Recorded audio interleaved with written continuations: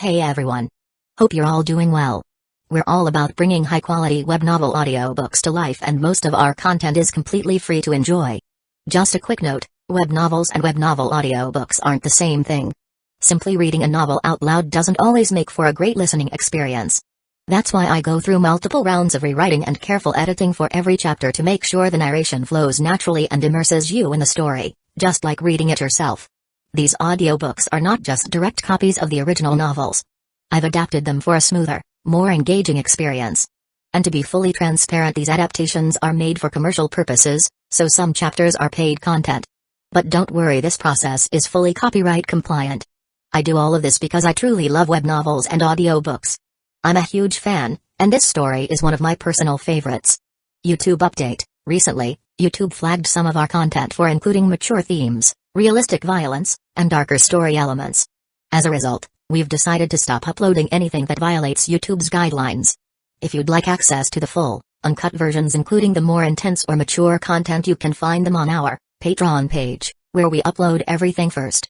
Available now on Patreon: I Am a Legendary Boss audiobook, Versatile Mage starting with the White Tiger Pendant, Naruto the Wind Calamity, the Necromancer is amassing troops like crazy in the apocalypse, the mighty dragons are dead, Naruto, leader of Hidden Grass Village, Naruto Uchiha's Unserious Saga, your lord has a screw loose, Apocalypse I can see the health point bar, killing monsters drops loot, Starsea Fleet Age of the Lord, my monster fuses everything, Naruto, I traveled with a max level account, Fate in Bleach Unlimited Blade Works, killed for 100 years in Hueco Mundo, Aizen invited me to Soul Society, the world conquest giving birth to become a god, my master only breaks through on the edge of death, Bleach the Invincible Slacker from Rukongai, Naruto's Special Shop, One Piece the strongest female pirate crews, Reborn as Danzō's grandson, must I offend the entire ninja world, Naruto starting with snatching the Mangekyo Sharingan, Naruto Card King, in Hueco Mundo with Shindu template, Naruto the Hidden Danzō, my journey as 4th Kusagakure, Naruto Troublesome Ninja Haruto,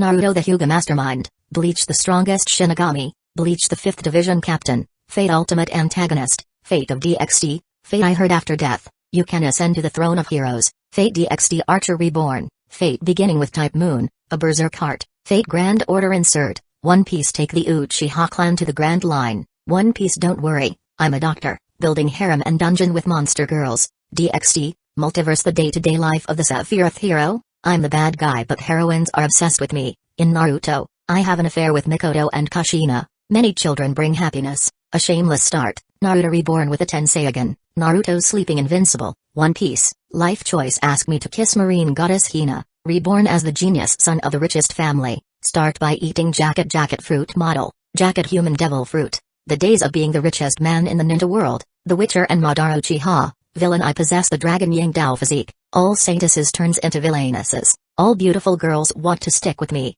interdimensional farming in another world, Naruto from Hidden Leaf Village to One Piece, and more. Most of our content there is free, and it's the best place to follow and support our work. The default audio speed is set to 3x, but if that's too fast for you, just let me know, I'm happy to adjust it. Got a favorite web novel you'd love to hear as an audiobook? Drop a suggestion. I'm always open to new ideas. And don't forget to follow us on Facebook and Twitter, X for the latest updates, new releases, and behind-the-scenes content. Thanks so much for your continued support and happy listening. Chapter 1 Hunting West Blue. August Island. In the middle of a street, pirate Captain Rhodes with a huge machete on his shoulder looked at a box of treasures in front of him, and asked several of his pirates' subordinates, "Are the treasures here?" "Almost everything good." "Let's go." Rhodes nodded with satisfaction and told the pirate subordinate near him to move all the treasure to his ship and plan to leave the island. But after only walking a few steps, they suddenly found out that at the end of the street, without them knowing, a young man with a leather cap had suddenly appeared. A pistol was hung on his left waist and a short sword on his right waist. He was holding a yellow paper in his hand. He had his head lowered as he was looking at it. Rhodes gave a slight glimpse and thought, where did this brat come from? The civilians on this island have long been robbed by them. They were just too scared of them to come out. The pirates did not know where this brat came from and dared to stand in their way. Does he still want to live? The pirate crew was left slightly surprised, but they all smiled. Someone shook their wrist and took out a gun and aimed directly at the young man at the end of the street. "Hey, kid, if you don't want to die, then get lost." The young man who was at the receiving end of the gun looked up, not looking at the gun pointed at him but directly looking at Captain Rhodes standing next to his crew. A bounty of 16 million berries, Machete Rhodes? Rhodes was surprised and said, "Kid, you sure have guts for casually saying my name. Get lost before your father here gets angry." Rhodes raised his chin slightly, showing a trace of arrogance. For the pirates, everything depend upon the bounty placed on them, and the 16 million berries bounty placed on Rhodes is not low in this area of sea. This fact gives him his pride, and that's where his arrogance comes from. "It's good that I didn't get the wrong person." The young man nodded and gently dropped the paper in his hand and said, "Then 16 million berries, Rhodes, your head is mine." Bang! Bang! Bang! As soon as his voice fell, the young man violently pulled out the pistol at the waist and shot 6 bullets at Rhodes and other pirates. The pirates apparently did not expect the young man would dare to take the initiative even when facing so many of them, but he did, and the speed at which he shot was so fast that they didn't realize until after the shots were fired. The young man fired 6 bullets and 5 pirates fell to the ground. The only bullet that failed to hit was shot at Rhodes, which was stopped by Rhodes with a huge machete on his shoulder. At this time the paper that was thrown away by the young man slowly fell to the ground, and it was a bounty reward order. The wanted character on the paper was the Machete Rhodes. At Rhodes' position. Although Rhodes blocked the bullet fired at him, but he had no time to stop other bullets. He watched as his 5 men were all knocked down, his face turning red in anger. "You! Damn!" He screamed and waved his huge machete in his hand and rushed up against the youth. The huge machete slammed down, and it was the wind produced from the swing that gave people a kind of feeling. The feeling of splitting in half. However, facing Rhodes' attack, the youth did not panic. He hurriedly put away his pistol and then he put his hands directly in front of him to catch the machete. Courting death. Rhodes sneered at this sight in front of him. His machete was not only huge, but the material that it was made from was very special. It was very hard and extremely heavy. Most people couldn't hold his weapon even if they tried. To dare to catch his machete, he doesn't know if the young man in front of him wanted to live or die. The machete slams down towards the young man. But, almost as soon as the young man's palm touched the blade, Rhodes's face changed, because a strange force suddenly enveloped the entire machete. Kaka. Kaka. The huge machete did not cut down the young man's palm, and it is directly twisted continuously under the influence of that strange force, turned into a twisted shape. Then the strange force continued to spread, and in front of Rhodes' horrified eyes the force covered his hands completely. Ah! Rhodes made an earth-shattering scream as the machete that had been twisted into a twist, accompanied by his blood and some distorted boneless meat, spilled over the ground. You! Rhodes fell to the ground and looked at the young man in front of him in horror. "You are pirate hunter, Ghost Hand Ross. You guessed it correctly. Unfortunately, there is no prize for you." Ross smiled and pulled out the short sword hanging from his waist. Stepping forward, a sword swept out and a head flew up into the sky with blood. At the same time, there was a crisp electronic sound in the ear of Ross. The bounty of 16 million berries, Machete Rhodes has been hunted, received rewards, 45 talent proficiency, 1 free talent point. Hearing the electronic sound in his ear, Ross showed a touch of joy on his face. "This is the first time that I had killed a pirate with a bounty of 16 million berries. The reward is really rich, and I even got a free talent point." He used to be an intern in another world. 1 year ago, he came to One Piece world inexplicably. He also had a talent system in his mind, and he was able to get talent proficiency points and free talent points by hunting the pirates with a bounty on their head. With this talent system, he has been able to power up in the past year, and now, he could easily deal with even pirates with a bounty of 16 million berries. Ross thought about his system interface, and 3 translucent singular trees that only he could see appeared in front of him. The top of the canopy had 3 names: Living, General, and Battle. Living type talent, which is a variety of messy talents such as sailing, cooking, music, etc. Ross only has a navigation talent from this.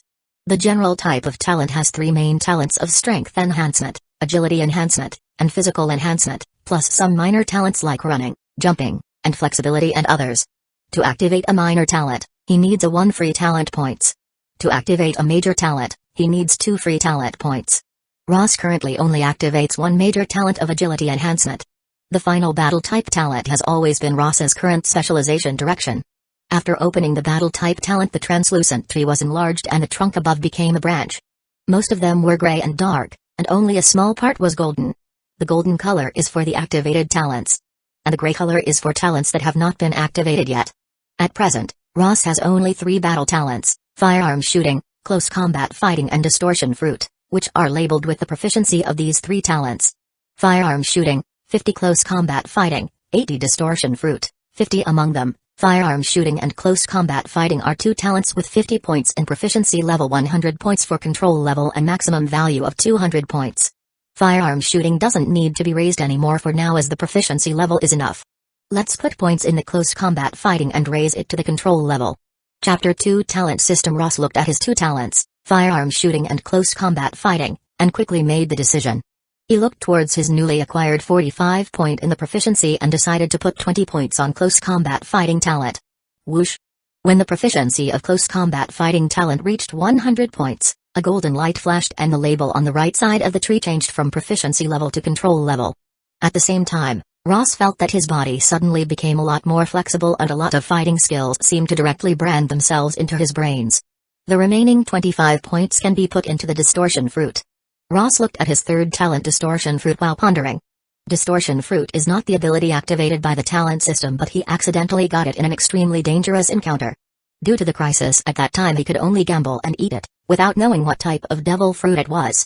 But after eating the said fruit, the talent system activated and the battle type talent tree got a huge branch labeled as distortion fruit. The basic ability of this devil fruit is to distort everything that the owner's body touches.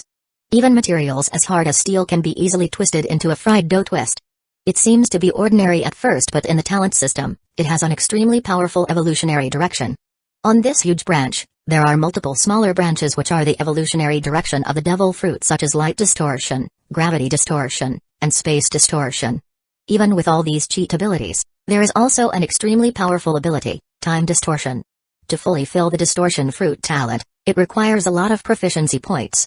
Light distortion, 100 gravity distortion, 300 space distortion, 600 time distortion, 1000. Unlike firearm shooting and close combat fighting, these extended abilities are additional branches in the tree, so, in order to activate them, it not only requires sufficient proficiency points but also free talent points. Because of this situation, he was surprised to get a free talent point after hunting roads. Counting the one free talent point that he didn't use for a long time and now 1 point for hunting roads, Ross now has 2 free talent points. Ross still had 25 proficiency points and he quickly used them on the distortion fruit. For the promotion of any talent on the talent tree will require proficiency points, and if any talent managed to reach up to 50 or 100 points, then his overall strength will be greatly improved. After hunting a pirate of this level, I can finally put a point in the first talent branch of distortion fruit. After putting proficiency points in his fruit, he felt that his control over the devil's fruit has improved a lot. Ross nodded and there was a hint of anticipation in his eyes. Light distortion. This branch of talent seems to be useless, but it has great growth features such as light distortion to create an illusionary image, doppelgangers and so on. It can even distort light and directly deprive any enemy of his vision, making it a very strong and useful talent.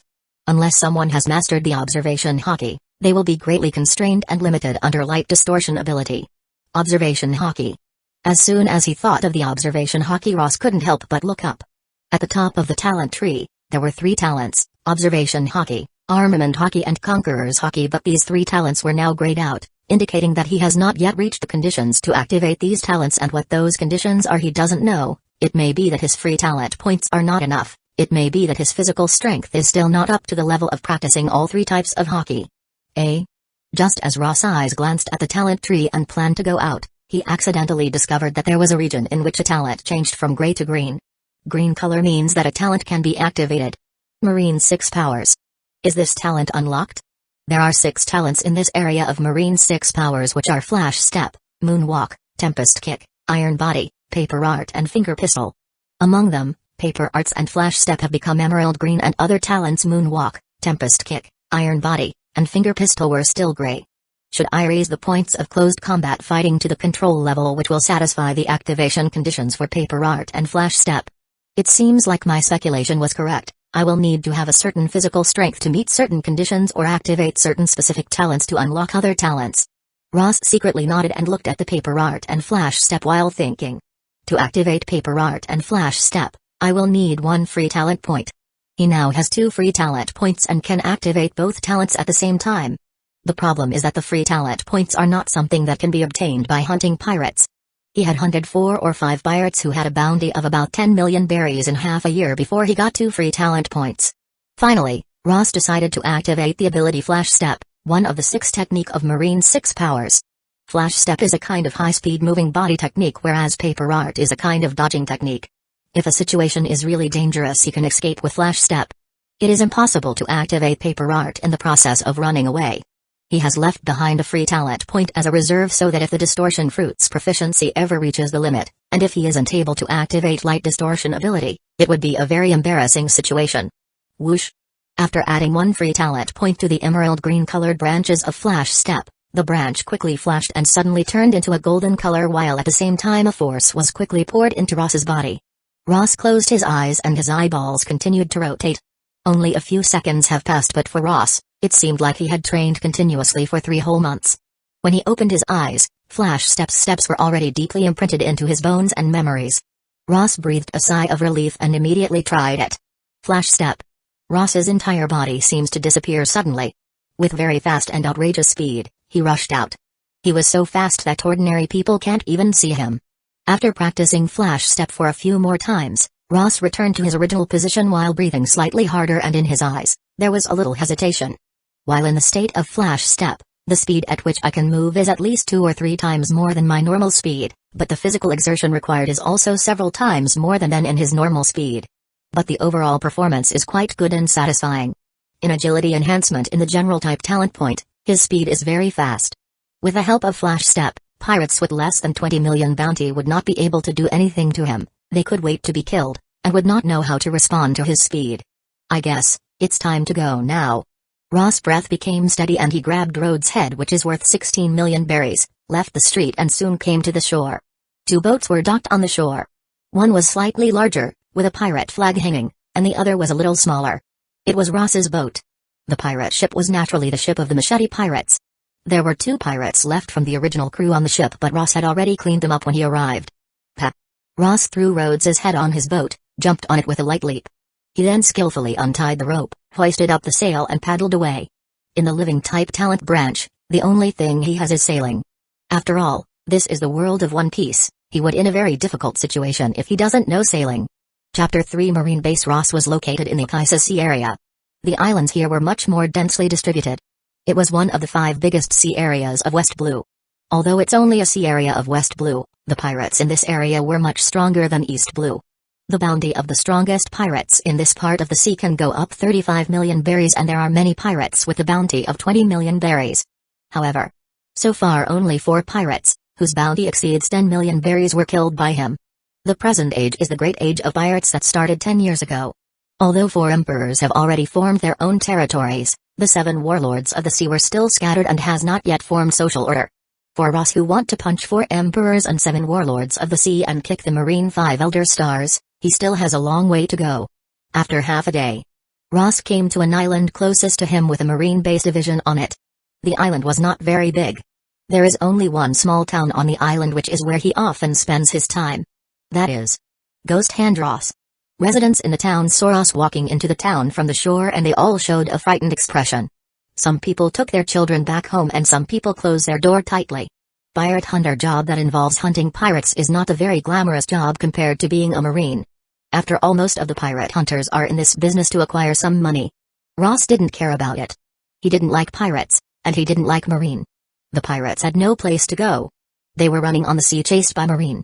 Marine had to obey orders, and their orders restricted them everywhere. There are some people in the marine whose very being is more disgusting than the pirates. In comparison, pirate hunter is a much more relaxed career. It's Ghost Hand Ross. Why has he come here again? It seems like it has only been less than half a month since he was here. Ross's arrival made the Marine Division appear chaotic, and countless Marines were alarmed. Many recruits and military sergeants saw the head in Ross's hand, and their faces showed a bit of fear. Their forehead had beads of sweat on them, and they swallowed their saliva from time to time. Not long after he came to the base, the highest chief of the Marine Division, Captain Moby, came to the hall wearing a marine cloak with the word Justice. Who is it this time? Captain Moby calmed down, but his expression didn't look so good. Their marine base has not been able to catch any pirates with a bounty of more than 10 million berries for 2 or 3 months. On the other hand, Ross, a pirate hunter, had completed 3 such bounties in just 2 months. He had done what thousands of marines couldn't do. Although the murderous pirates being killed is a good thing, but this kind of thing often symbolizes their incompetence as a marine, that they actually need to rely on a pirate hunter to kill the pirates. Machete Rhodes' bounty of 16 million berries. Ross took the head from his arms and gently pressed it on the table, and hinted for Captain Moby to come over and compared it to the wanted poster. Captain Moby heard his words and looked a little surprised. Rhodes was killed by you? He had once led the Marines to hunt down Rhodes, but he escaped before they could capture him. He didn't expect that only a month after that incident Rhodes was killed by Ross. He only had to look at the head on the table once and he knew that it did belong to the pirate Machete Rhodes. "You will have to wait, I need to report this to higher authorities." Captain Moby stared at Rhodes's head for a few seconds, then looked at Ross deeply and turned and walked back into his office. Not long after that, Captain Moby came to the hall again, saying, "It has been confirmed, the posted bounty will be sent soon." Captain Moby said, and then his next sentence was a little unpleasant, "Marines are presently recruiting new recruits. Headquarters asked me if you would like to join Marine.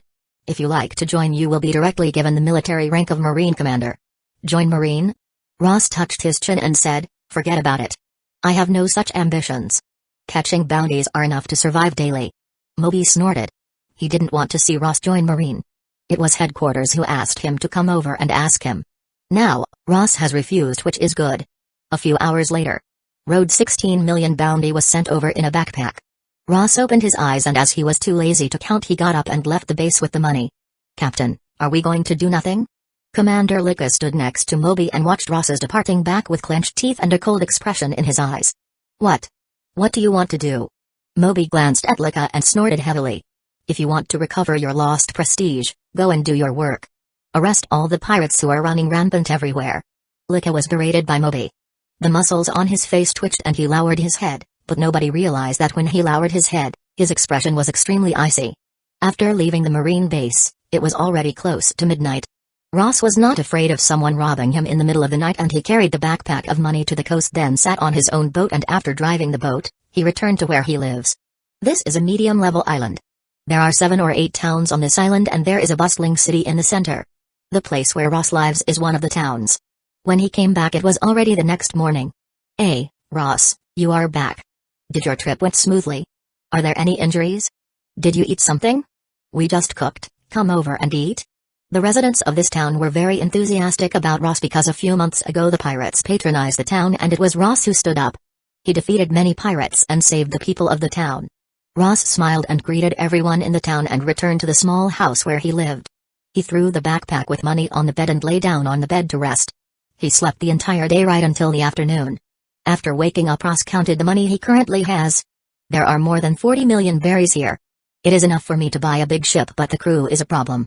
Ross's face held a little hesitation. Nico Robin is on this small island hiding in the underground dark intelligence agency in the central city.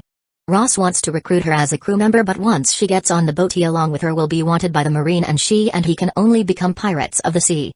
In the end, it is still about strength. I am still not strong enough. If I had enough strength, then whether it is a pirate or a Marine, no one would dare to provoke me, even if our identities are exposed. Ross shook his head and left the house. He planned to go out to eat something. After he comes back, he will work hard to increase his strength. Although physical training will not improve his talent proficiency, this improvement is independent of the talent system. His current physique is not strong, so there is a huge room for improvement. Chapter 4: Scapegoat. A portion of seafood noodles. When he came to a small restaurant in town, Ross found a place to sit down and greeted the owner before giving his order. The restaurant owner naturally knew Ross. After grinning at him, he poured a glass of water for Ross, and then he walked into the rear room of the restaurant and tied his apron. Ross drank the given water while thinking about what direction to take for the next training. Suddenly, a disturbance on the street interrupted Ross's thoughts. He looked up and saw a large team of Marines holding guns and swords walking through the streets and searching around for something or someone. What are they doing? Ross's face showed a strange expression. Could a pirate have sneaked into the town? As he sat there and watched the Marines search around, a Marine soldier suddenly saw him sitting in the restaurant. "He is here." The Marine first glimpsed at him and then immediately bellowed for his comrades as he raised the gun in his hand and pointed it directly at Ross. Almost in the exact moment, the Marines on the entire street rushed over, surrounding the restaurant and Ross in the center as numerous guns aimed at him. "Criminal Ross, surrender now. Don't try to resist, you are surrounded by us." A Marine lieutenant commander rushed to the front, raised a long sword in his hand and shouted at Ross with a serious look. Ross was still holding the glass of drinking water in his hand as he looked at the scene in front of his. Eyes changed suddenly. For a moment, he stared blankly. What are you doing?" He looked around in his surroundings. He was alone in the entire restaurant. His eyebrows gradually wrinkled and he put down the glass of water he was holding and asked the numerous Marines. The Marine lieutenant commander frowned, but he immediately put a cold expression on his face, and shouted loudly, "Don't feign ignorance, The crime you have committed is impossible to disappear. Allow yourself to be seized without putting up a fight. Me? Committed a crime? Ross had a strange expression on his face, annoyed, doubtful, and a multitude of expression crossed his face. I am a pirate hunter and I hunt pirates. Am I guilty for that? What the hell? The Marine Lieutenant Commander saw that Ross was still feigning ignorance and he couldn't help but shout, quickly come out and surrender, otherwise we will use attack. The expressions on Ross's face gradually turned cold. He chose to be a pirate hunter because, on one hand, he needs to hunt and kill pirates for the talent system and, on the other hand, he didn't want to be pursued by Marines and get into conflict with them. But not wanting to be in conflict with Marines does not mean that he is afraid of them. Without rhyme or reason, Marines are saying that he is a criminal and wants him to surrender and put him in handcuffs. What the hell is this? Can you tell me first what crimes have I committed? Ross looked coldly at the Marines outside. The Marine Lieutenant Commander heard what Ross said and his expression turned to anger. When you are being judged, you will know what crimes you have committed.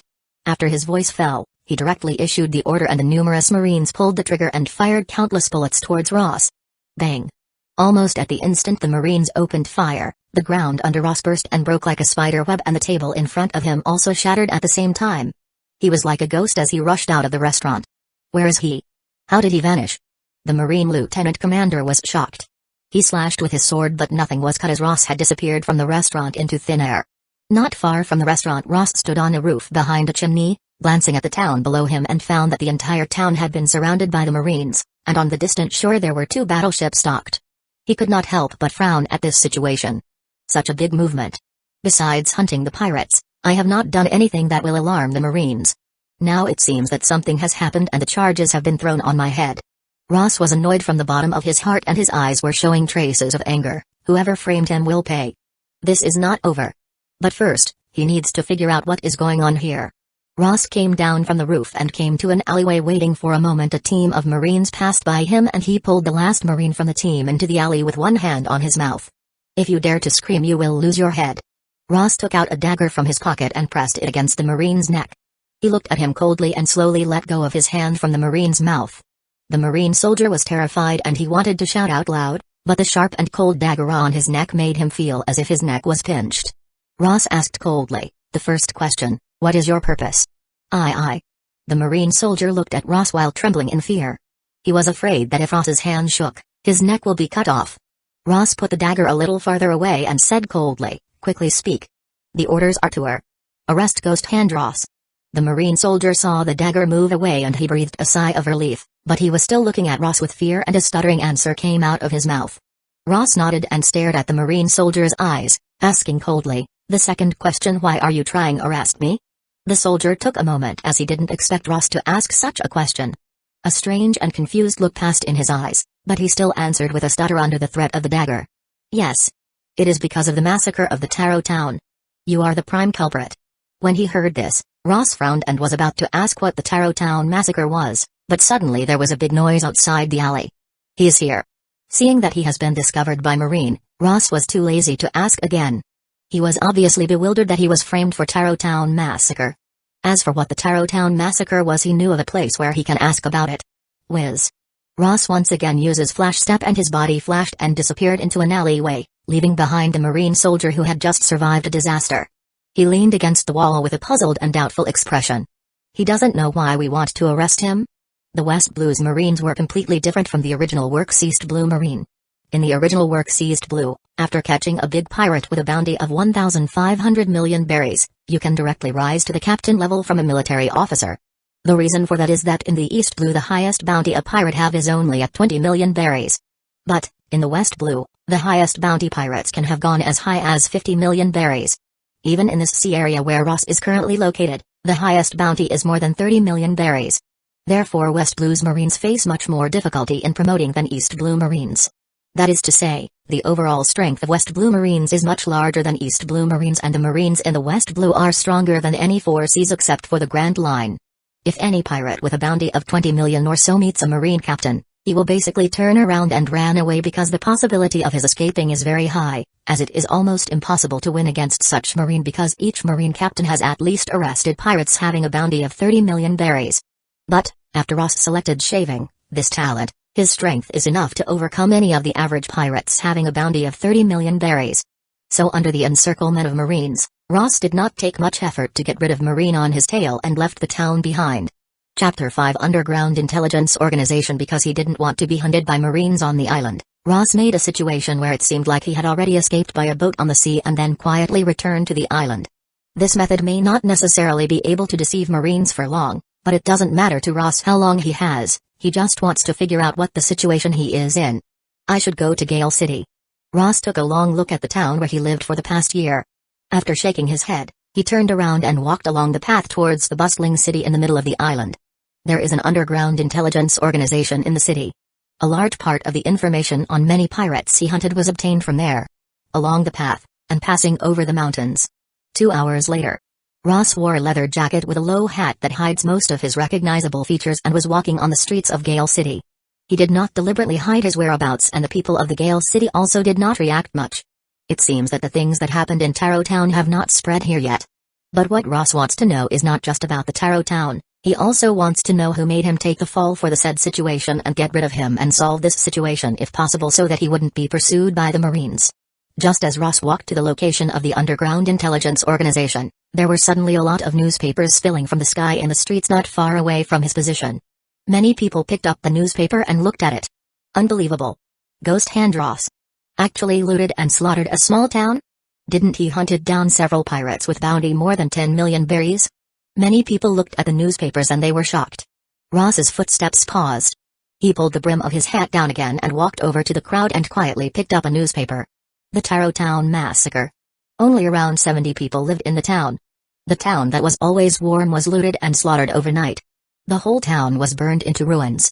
After careful investigation by Marines, the chief culprit was found to be pirate hunter Ghost Hand Ross. Ross's face was getting darker and darker as he read the newspaper. At this time, the voices of the many passers-by next to him were also passed into his ear. I didn't expect that Ghost Hand Ross would be turned out to be such a terrible pirate.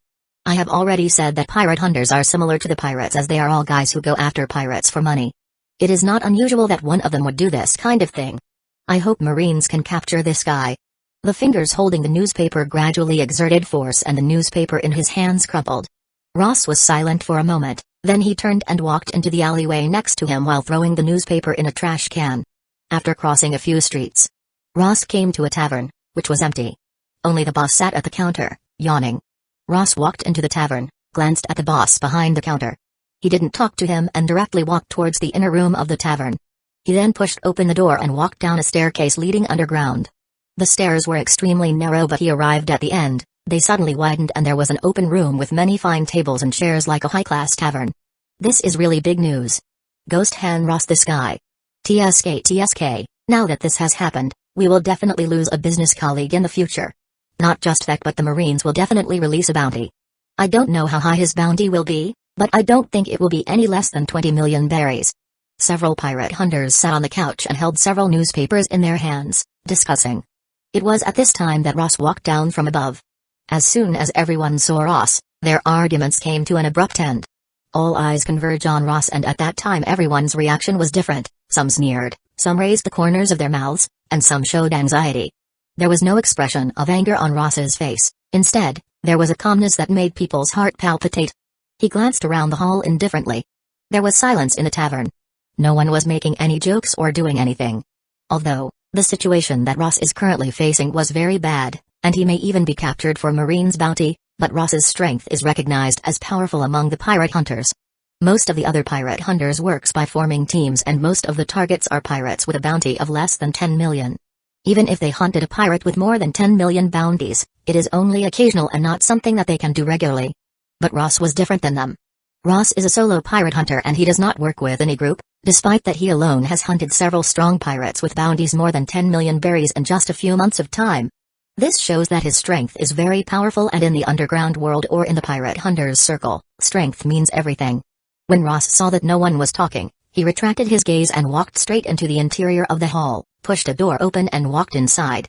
When the door was completely closed, many people in the hall sighed. I didn't expect him to come here at this time. It seems that Marine's encirclement failed completely. They are really useless as ever. Someone said as he picked up a glass of wine and sipped from it. I don't know to what level this matter will eventually develop to. Right, what do you think he is here for? He can't be pirate hunter now. The person next to him shrugged. Who knows? Maybe he wants some intelligence on Marines and then flee from here. Within a room in the underground building. Compared to the outside, it was much quieter here. The sound-canceling effect was also very good. After the door was closed, the voices discussing outside were unable to pass through. The interior room is not large. It only had a sofa, a bookshelf, and a desk. Behind the desk sat a middle-aged man with a thick beard.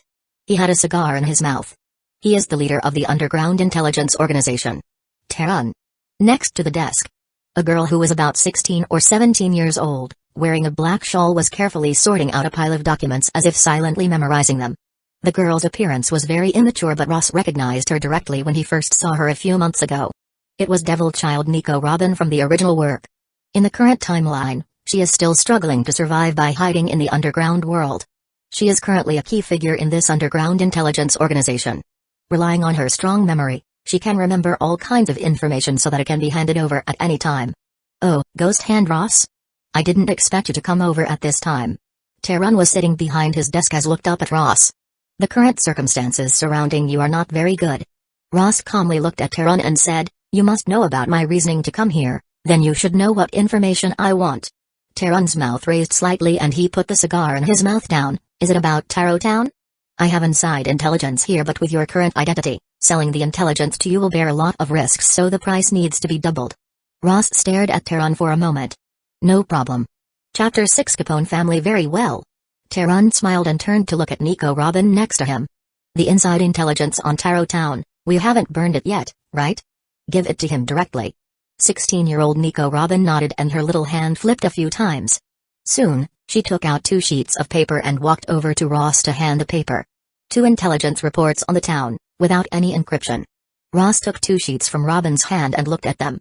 After Robin passed the sheets, she quietly returned to her original position and continued to organize and memorize the mess of intelligence in front of her. If you ask Ross to choose a person to be his assistant from the people he has contacted so far, he will definitely choose Nico Robin. Although she is much younger than in the original work, she has a bounty of 79 million berries at the age of 8, and she has actually been able to survive in West Blue's underground world until now. Her abilities are almost indisputable. If he wants to form a crew, except for her, Ross had also carefully considered Trafalgar Law and others. Both are careful, and their attitude matched with his style of doing things. But they are all people who want to become pirates, and Ross will have to consider things very carefully. Also, at the present time, he does not intend to become a pirate without any rhyme or reason. It's not his black pot. Why should he carry it on his shoulders? Since the Marine side is a group of idiots, then he would have to uncover the person who shifted the blame on him and bring justice. There are not many words written on the paper. After Ross finished reading, his eyebrows were slightly wrinkled. He clenched the slip of paper in hand and pondered. He had thought that it was the work of some pirate group who had framed him. But he didn't expect that instead of pirates, it involves the underground criminal syndicate's forces of West Blue. Capone family. Is the criminal syndicate family of Capone Mage, one of the supernovas in the original work? Ross thought for a moment and gradually his face turned cold. No matter what kind of influence they have, but after framing him for something that he didn't do, they think that they can just sit back and relax, then they are completely mistaken. I need information on the Capone family in this area. Ross looked up at Terun, who had stood up without him noticing. Terun flicked the cigar ash, thinks for a second and says, I know what kind of the information you want and I have it, but the price for that information will cost you a lot. No problem. After Ross nodded, Terun looked at Robin on the side. Tell him. Robin nodded and walked towards Ross, and after her eyes slightly come into contact with Ross's eyes, she narrated the information that Ross needed in a low voice. After Ross wrote down the information, he took out a few stacks of money from his backpack and threw it to Terun. After that he turned and left. Robin's eyes stayed on Ross's back for a few seconds before returning back to the stack of intelligence files on the table. Ross left the inner room, and under the different gazes of the numerous pirate hunters in the outside side, he left the underground base. Something unexpected happened to Ross as he ran into a patrol of Marines who were inspecting in all directions, just as he came out of the base. Ghost Hand Ross is here. Someone screamed, and immediately there were several guns aimed at Ross and they fired. Ross did not have Marine 6 Power's iron body, nor armament hockey in his possession. Even ordinary firepower can cause certain damage to him. Annoying. Ross stepped his foot on the ground and flashed into the opposite alleyway. He was really annoyed with this group of Marines who were chasing after him. He had the idea of destroying all the Marines, but he repressed that idea down. Whiz. Ross was rushing in the alleyway and suddenly there was a figure dressed in the marine costume racing after him at the same speed as him. Ghost Hand Ross, quickly allow yourself to be captured without putting up a fight. You will not be able to escape today. The man was one of the commander at the nearby marine base. He had defeated and arrested pirates with the bounty of 1,800 million berries. Surprisingly, he can also use Flash Step of Marine 6 powers. He can even use Flash Step. Ross glanced back at the marine commander from the corner of his eyes. The same military ranks in different regions, but differences in strength is huge. East Blue's marine commander may not even able to defeat pirates who have a bounty of 10 million berries, while in the Grand Lines, there are many devil fruit users among the marine commander. As for the marine commander of New World, they can even use armament hockey. You want me to surrender without putting up a fight? After the marine commander had chased him to a street, he suddenly roared and his entire body charged at Ross back and suddenly punched. Ross turned around impatiently and received the punch. I have other things to do. I have no time to accompany you Marines to play, so get lost. Boom. Both of their fists collided with each other. The strength possessed by Marine Commander was weaker than Ross, so he takes 2 steps back while his entire arm was numb. Ross spread out both of his hands and swept over the wall on one side of the alleyway. The walls suddenly twisted and collapsed, and smashed down directly in Marine Commander's face. When the Marine Commander saw this, his pupils shrank slightly and when he rushed out of the collapsed wall, Ross had already disappeared. Sure enough, he is a devil fruit user and twisting the wall, no wonder they call him Ghost Hand. The commander looked at the distorted wall and his mind wandered back to the punch Ross threw. His forehead was overflowing with a cold sweat and he was a little scared from the bottom of his heart. Even though Marine had laid a tight pursuit circle on the island, and bombarded the guns on Ross, making him cut a sorry figure, but with the Marine 6 powers Flash Step, he still rushed out of the encirclement. His ship was already gone. He directly stole a small boat on the side while dropped down hundreds of thousands of berries, then he left the island by boat. The information given to him by Robin about Capone mafias in this sea area was very detailed, specifically the detailed location of the base built by Capone family in this sea area. Hague Island. This island is not far from the place where Ross was located. It's about 2 days' journey. Ross had once gone to that island when he was hunting pirates and was not unfamiliar to it. Sailing all the way into the sea, he would no longer be pursued by Marine. Even if they are obviously Marines, they cannot easily lock onto Ross' position in the vast sea and chase him. If they could reach that level, then the pirates will not be spread unchecked in this world. However, in the process of sailing something unpleasant happened. It was when a newsbird landed on his boat with newspaper. He had bought a newspaper and found out his new bounty poster. Ghost Hand Ross, dead or alive, 22 million berries. Marines really took swift action. Ross has often been hunting pirates everywhere around this time. Very rarely does bounty posters leave his hand. But now holding his own bounty poster, he feels very bad. Being issued a bounty for arrest by Marines and being pursued all over the sea by them is a particularly annoying thing for Ross, so he has never wanted this situation to occur. And now there is an even more serious problem. In this situation, even if he destroys Capone Mafia and throws the truth at Marines, would they retract his bounty order? At these thoughts, Ross's face gradually became gloomy. He finally took a deep breath. In any case, he had to go to Hague Town and see who had got him into such a troublesome situation, as they had already touched his bottom line. Chapter 7. If there is no other choice. Hague Town. At first glance, it seemed like an ordinary town, but the residents of this town are living in fear and trepidation because there are often a large number of Capone Mafia members appearing in the town. These gangsters collude with local authorities and even have inside trading with Marines. Many times they are but rarely kill and set fire to anything they hate, and Marine only do a symbolic inspection. Center of the town. In a building which has a simple exterior but very luxurious interior. In a hall on the top floor of the building, a tall fat man wearing a black suit was sitting there watching the information in his hand that had just been sent to him. He shook his head while looking at the report with disdain. Marines are still useless as always. If you had surrounded the place in advance, then you can't let a pirate hunter escape. That is just pathetic. The man saying this is Capone Lecky. He is one of several high-level members of the criminal syndicate Capone family and is responsible for the development of his underground organization in this area. A man in a black suit with glasses stood next to him and said, "The strength possessed by Ghost Hand Ross was a bit unexpected. Leader, do you think that this will involve us?" "What involvement?" "I have already investigated all the information on Ghost Hand Ross. He has always been alone. Can he even fight us alone? Our troops will not lose even if they have to compete with the entire Marine Division. He won't be able to do anything to us." Lecky shook his head disdainfully and picked up a glass of red wine on the table. "However, Just as he put the glass of red wine on his lips, the entire building suddenly shook with a dull roar and the red wine in the cup spilled on him. Lecky was furious as he stood up after putting the glass down. What? What happened? Leader Lecky, this is not good, someone has invaded from outside. A Capone Mafia's subordinate frantically ran over from outside, and reported to Lecky with a terrified look on his face. As soon as the words came out of his mouth, the atmosphere in the entire hall froze, while the maid's hand who was trying to clean Lecky's suit trembled, her eyes revealing a panic-stricken look. Lecky was startled and asked, "Who has invaded? Are they Marines or Duppo Mafia's bastards? Why was there been no news?" "No. Not Marine nor Duppo Mafia. It's Ghost Hand Ross, he rushed in alone." The member of the Mafia trembled in fear. Lecky's eyes were wide open. Ghost Hand Ross? Did he come alone? "What are you guys doing then? Go out there and kill him using all of our forces." Just as he finished giving orders, there was a loud bang at the door and the exquisite red oak door exploded. Sawdust was flying everywhere, and at that moment a figure came in. "Who is Capone Lecky?" Ross's clothes were a bit messed up, but the expression in his eyes was completely different. The moment Ross's eyes fall upon them, they felt their entire body froze up, and they felt as if they were standing outside in a blizzard. The several people in the hall couldn't help but turn their gaze towards Capone Lecky, and Ross's gaze also shifted towards him. "The situation in Taro Town was done by you, wasn't it?" Ross looked indifferently at Capone Lecky. Capone Lecky was shocked by the intimidating aura produced by Ross, but after all, he was also one of the high-level officer of the Capone family. He quickly calmed down and said coldly, "What about it?" As Capone Lecky's voice fell, members of Capone Mafia rushed in and the hallway outside was completely packed with people.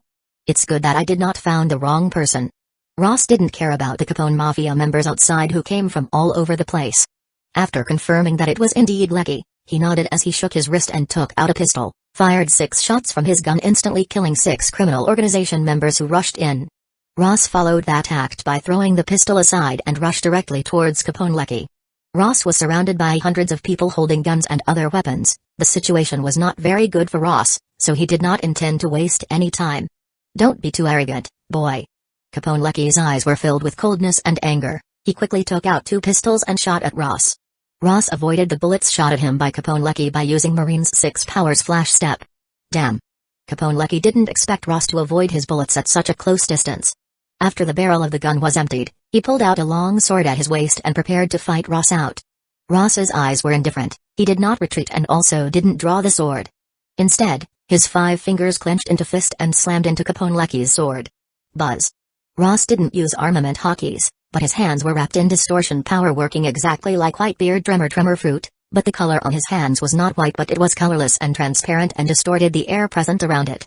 This is the new ability that Ross can display after his proficiency in distortion fruit has reached 75.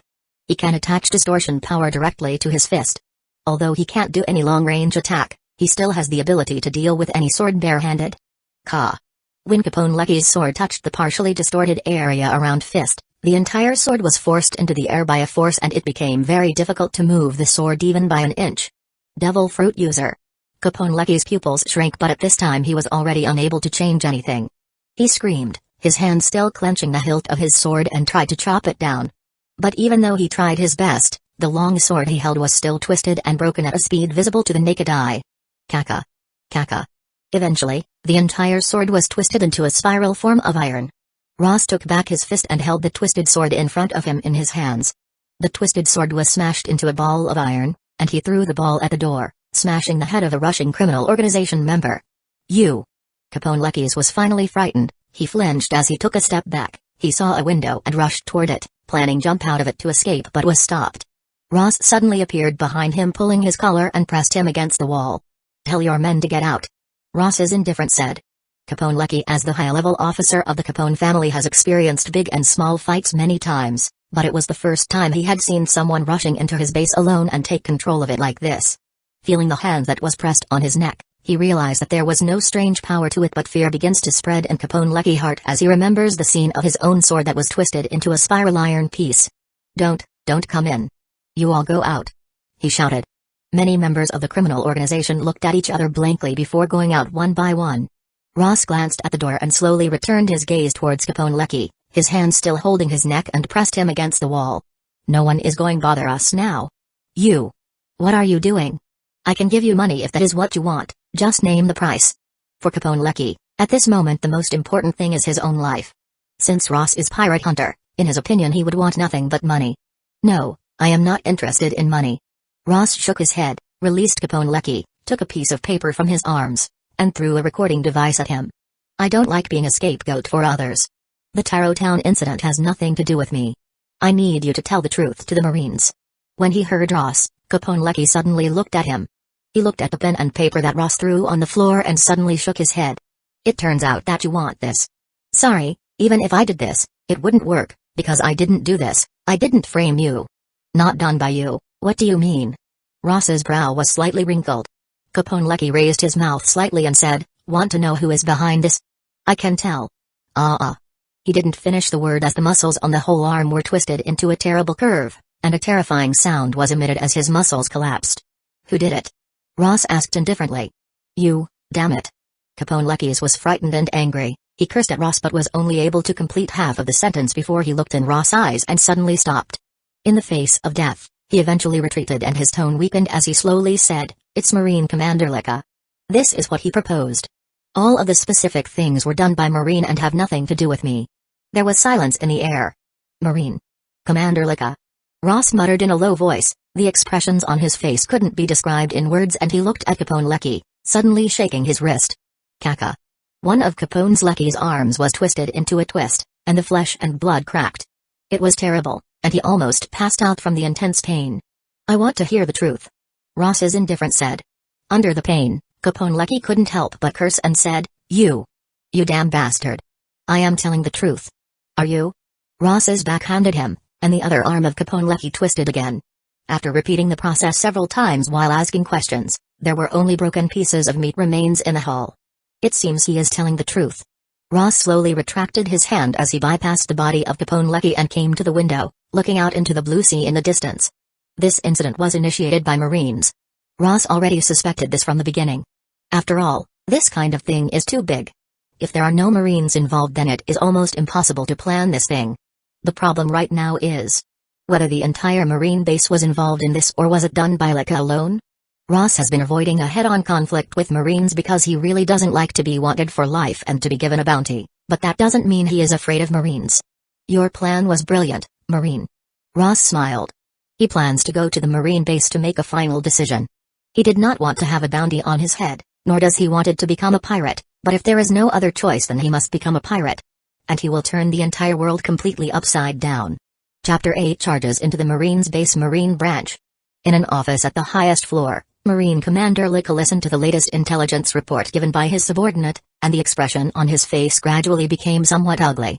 Hague Town was attacked by Ghost Hand Ross and Capone families. Capone was brutally murdered by him. As a Marine commander, his salary is not high and capturing the pirates is an inherent job, he can't get a bounty out of it. He can only get military exploits, so he has always had a close relationship with Capone Mafia. Some time ago Capone Mafia slaughtered the Taro Town and gave him a part of the money looted from there to let him cover up this matter, but he got a sudden inspiration and he did not cover up this matter but deliberately planted some clues to pin this thing on Ross's head. And as the matters stand, he not only completed his deal with Capone Mafia but was also able to frame Ghost Hand Ross for it. By doing this Marine's prestige will not be constantly damaged by the pirate hunter. It's like killing two birds with one stone. What he didn't expect, however, was that Ross's strength was a little beyond his expectations, as he escaped the encirclement of the Marines. Now, Capone, who he often traded with, was killed by Ross in his own base camp, which means that Ross probably already knows the truth. Thinking of this, Licca's face becomes gloomy and he snorted. So what if he knows the truth? He had already been labeled as a ferocious pirate. Even if he published the truth, how many people will believe it? Marines are always on the side of justice. For the civilian population, Marines are always the most credible. Ross is charged with the crime and it is impossible to escape from this. The only trouble is that if this matter continues to drag on, then it may be known to Captain Moby and other commanders.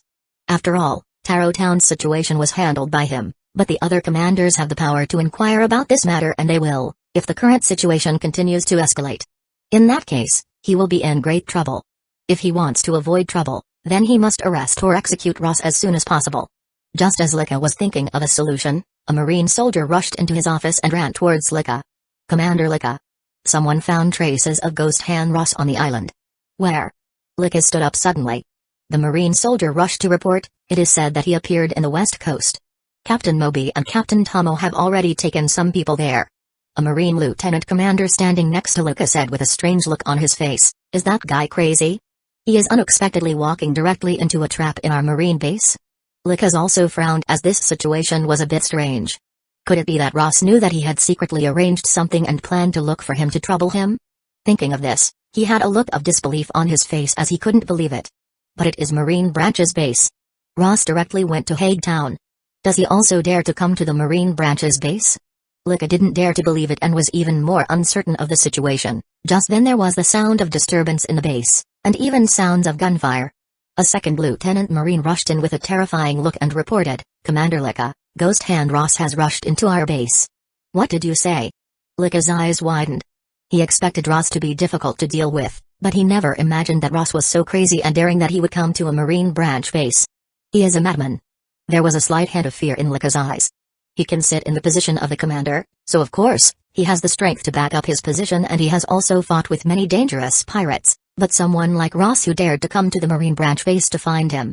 He has never met someone like that before. "Did you notify Captain Moby?" The current situation had been notified to Captain Moby and others and they are currently rushing back here. But I'm afraid that they wouldn't be able to reach here in time. Luca pressed down the fear in his heart. He bit his teeth and yelled at his subordinates. "How many people are there at the base? Gather them all, and kill Ghost Hand Ross at all costs." "Yes." The second Lieutenant Marine responded and rushed out. Luca listened to the gunshots and all kinds of sounds from outside and as he was waiting, he felt uneasy and angry so he walked back and forth as he waited for Ross with his 5 fingers clasping the hilt of his sword on his waist. "You also go out and command the soldiers." After 2 steps, he looked towards to the second Marine Lieutenant Commander. "Yes." The Marine Lieutenant Commander took a deep breath and picked up a musket on the table and walked toward the door. Just as he pushed the door open, the entire door suddenly had a strange twist and it was directly blown up, and countless sawdust flew at a time. The Lieutenant Commander subconsciously fired the gun but a hand pulled out of the sawdust and grabbed the gun directly. Kaka. The musket was broken into 2 pieces in an instant. The Lieutenant Commander was shocked. He suddenly retreated and tried to pull out a long sword at his waist to resist.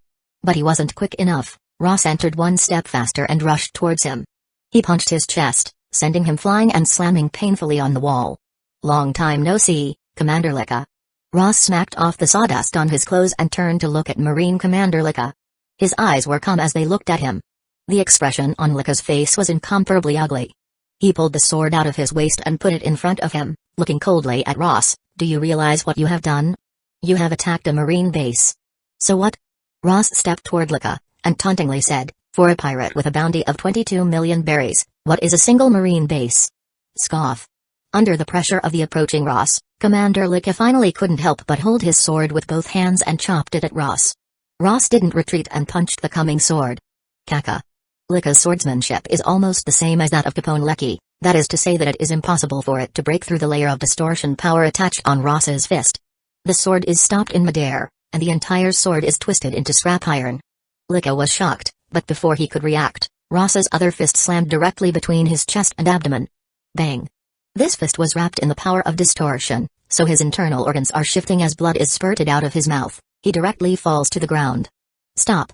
Just as Luca vomited blood and fell to the ground, some people directly rushed in from the destroyed entrance. It was a group of people dressed in the Marine Justice outfit. It was Captain Moby and others. Ross saw Captain Moby rushing in. His wrists shook as he pulled out the sword at his waist and placed it on Luca's neck. "Back off." Moby looked at the scene. He was angry and he shouted, "Ross, do you know what you are doing?" "I certainly know what I am doing." Ross stared at Moby and said, "But I don't know what you guys are doing by framing people, so I came over to ask this question directly." Luca kneels on the floor as he heard this sentence. His face changed, and he endured the pain in his body to say, "Mo. Captain Moby, kill him." Bang. Ross stepped on Luca's back, putting him directly on the floor, his sword continuing to press against his neck. "You have no right to speak now." Chapter 9. Everything will be too late. Captain Moby's eyes flashed in anger, but at the same time he noticed something that wasn't right, so he asked Ross in a sinking voice, "What do you want to ask?" The first question, "Are you also involved in the Taro Town incident with him?" Ross did not intend to beat around the bush. Moby frowned and didn't answer, but asked, "What about Taro Town?" "What do you mean?" Ross stared at Moby for a while, reached into his sleeves, and threw the recording at Moby. Moby took the recording device and frowned, and it quickly played the talk between Ross and Capone Lecky. As their conversation was broadcasted, Captain Moby, who was present at the scene, and several commanders suddenly looked at each other. Obviously, they did not expect this kind of thing. Damn. Moby's face showed a very angry expression, staring at Lecca, who was being stepped on by Ross, and he wished that he could cut Lecca's head with his own sword. The expressions of several commanders' colonels were also darkening. As for the officers and soldiers, they all felt as if they were listening to a fantasy story. Lieutenant Commander, take everyone out. When Moby heard half of the conversation, he directly pressed pause the recording device and gave a command, letting Lieutenant Commander take all the Marine soldiers out of the room. He looked up at Ross and said, I have neglected this matter, but things have already gotten to this point, so I can't provide an explanation for you. I need to report this to my superior. Ross stood there calmly and didn't talk. Moby took a deep breath as turned and walked out of the room, went to his office, dialed Den Mushi on a table, and quickly connected to the Marine headquarters. Is it Rear Admiral Strawberry? I have something to report to him. Marine headquarters. This is the core of Marine's power, and it controls the numerous Marine bases and Marine divisions spread across the entire sea. In a large office on the second floor, which is responsible for connecting the various Marine branch bases, receiving their reports and issuing various instructions. How can there be such a thing? Listening to the report from the West Blue Marine branch, Strawberry's narrowed eyes jerked open and his face changed. Although it is only a divisional thing, this kind of thing can involve Marine's prestige and face. Once it is not handled well, it will cause a lot of trouble for them. He quickly stood up and walked to a separate office next to him. Vice Admiral Doberman, there is a troublesome matter here. Marine Vice Admiral Doberman sat in a chair and listened to Strawberry's report with a slight frown. After a few minutes, he said, this thing can never be spread out, otherwise Marines will lose their reputation and face in West Blue, and the people will lose their faith in the government and condemn it. Then how should we proceed? Strawberry inquired in a low voice. Doberman hesitated slightly before revealing a hint of indifference on his face, saying, clear everything, execute this matter. And after that, the report that was going to be reported is that the murderer was killed on the spot under the pursuit of Marines, and Commander Lecca died fighting the murderer. Although Strawberry guessed that Doberman might decide this way, he couldn't help but say, but that Ross didn't do. The bounty orders have already been sent, are you planning to report it to the government and let the government withdraw it? Doberman interrupted Strawberry's words and said with an indifferent gaze. It's just a pirate hunter. Compared with Marine's prestige, you should be clear about what is more important. Strawberry's expression changed a few times, and finally, he sighed and complied with the orders and left Doberman's office. Doberman shook his head and continued to browse the documents on the table. Complete execution? After receiving the order from Marine headquarters, Moby did not reveal any unexpected expression on his face. In fact, he also decided to do the same, because only by doing so can the impact of this matter be minimized. For Ross, a little pirate hunter, it's almost impossible for Marine to admit their wrongs and take back the wanted order. After hanging up the Den Mushi, Moby's expression became completely indifferent as he left the room and returned to the office of Commander Lecca where Ross was. The atmosphere in Commander Lecca's office was very strange. Ross was stepping on Commander Lecca's back as he stands there calmly, while the other commanders had confused, embarrassed look on their face. Originally they thought that Ross was a murderer who slaughtered an entire town. They did not expect this to be led by Lecca and Capone Mafia, and Lecca even framed him. Captain Moby. Seeing Moby's return, several restless commanders turned around and looked at him at the same time, waiting for Moby to announce their superior's orders and decision. Moby walked slowly to the front of the crowd, looking at the Ross who stood on Lecca, and said, the headquarter has given their orders. Whiz. At the moment when his voice fell, Moby suddenly moved and he pulled out the long sword at his waist as he rushed toward Ross. The power of this sword is far stronger than Lecca and Capone Lecca, and the tip of the sword even overflows with faint sword energy. Ross retreated to the edge of the room, avoiding the sword. However, Lecca was not so lucky, as he was already in the attack range of Moby's sword and he was directly split into two halves. Startled by the sudden change, many commanders who were present did not have any time to respond. Captain Moby. Headquarters order, everyone directly involved in this matter is to be executed. Seeing that Ross had avoided his attack, he did not pursue him immediately. Instead, he announced the order given by the Marine headquarters to several of his subordinate commanders. Several Marine commanders looked at each other in dismay. Ross is not a murderer, but if they carefully think about it, how can Marine and the government recover the already issued bounty for a pirate hunter? What a brilliant scene. Ross stood by the wall and spoke. His mouth twitched slightly as if he was laughing, and he seemed to ridicule the Marines. This expression made the few commander in the room shudder for some inexplicable reason. Then, starting today, I am a pirate. Moby looked at Ross with a cold face and said, you can't leave here today, There is Liko who has framed you dead. Accept this as my apologies as you rest in peace. Whiz. Moby rushed to Ross again, and the sword in his hand chopped out. Rainstorm. His sword was wrapped up in weak sword energy as he waved it up and down, like a storm, covering Ross in the center. He did not give Ross any time and space to dodge. Ash planned to directly kill Ross, who had his back pressed against the wall. However, in the face of Moby's stormy offensive, Ross did not panic. He looked up at Moby. His body suddenly looks like a piece of paper. Moby is attacking Ross left and right with his sword energy, but he is not able to hit him no matter how hard he tries. Then, Ross stabbed with his own sword and the stunned Moby tried to dodge but was too late as he was stabbed by Ross' attack. This is paper art. How can you use Marine 6 powers? There are many different techniques that are similar to Flash Step, so even if Ross uses Flash Step, no one will be able to identify it, but those dodging patterns are very familiar and there is no doubt that it is definitely paper art of Marine 6 powers. Ross didn't answer. With paper art's dodging ability, he moves with his sword and made a few attacks on Moby. He started the distortion fruit ability and twisted the two swords together, turning them into a few sections of scrap iron. Bang! Ross punched out and Moby subconsciously crossed his arms in front of him, and when Ross's fist connected with his arms, a sharp pain suddenly came from them. His two arms, under Ross's distortion fruit ability, were directly twisted into a fried dough twist, covered with blood and bones and looked terrifying. Several commanders finally awoke from their stupor and reacted. They all came forward to support the captain. At the same time, they pulled their swords out one after another. Buzz. Ross's arms jerked up and the ability of distortion fruit was fully launched. All the swords and fists that held them were completely stopped in midair, and then the power of distortion exploded. All swords collapsed. Ross stared indifferently at Captain Moby, who was shocked. He lifted his leg and stepped on him as blood and flesh scattered under his feet. Several commanders who saw this were shaken by this scene. They felt chills on their backs and revealed fear. Amidst the silence, Ross slowly walked toward the wall on one side. Go and tell the high-level Marines who issued the order. I didn't want to become a pirate. You forced me to be a pirate. Ross's tone is calm and chilling. Combining the tone with blood and gore in the place, it seems to be giving the feeling of hell.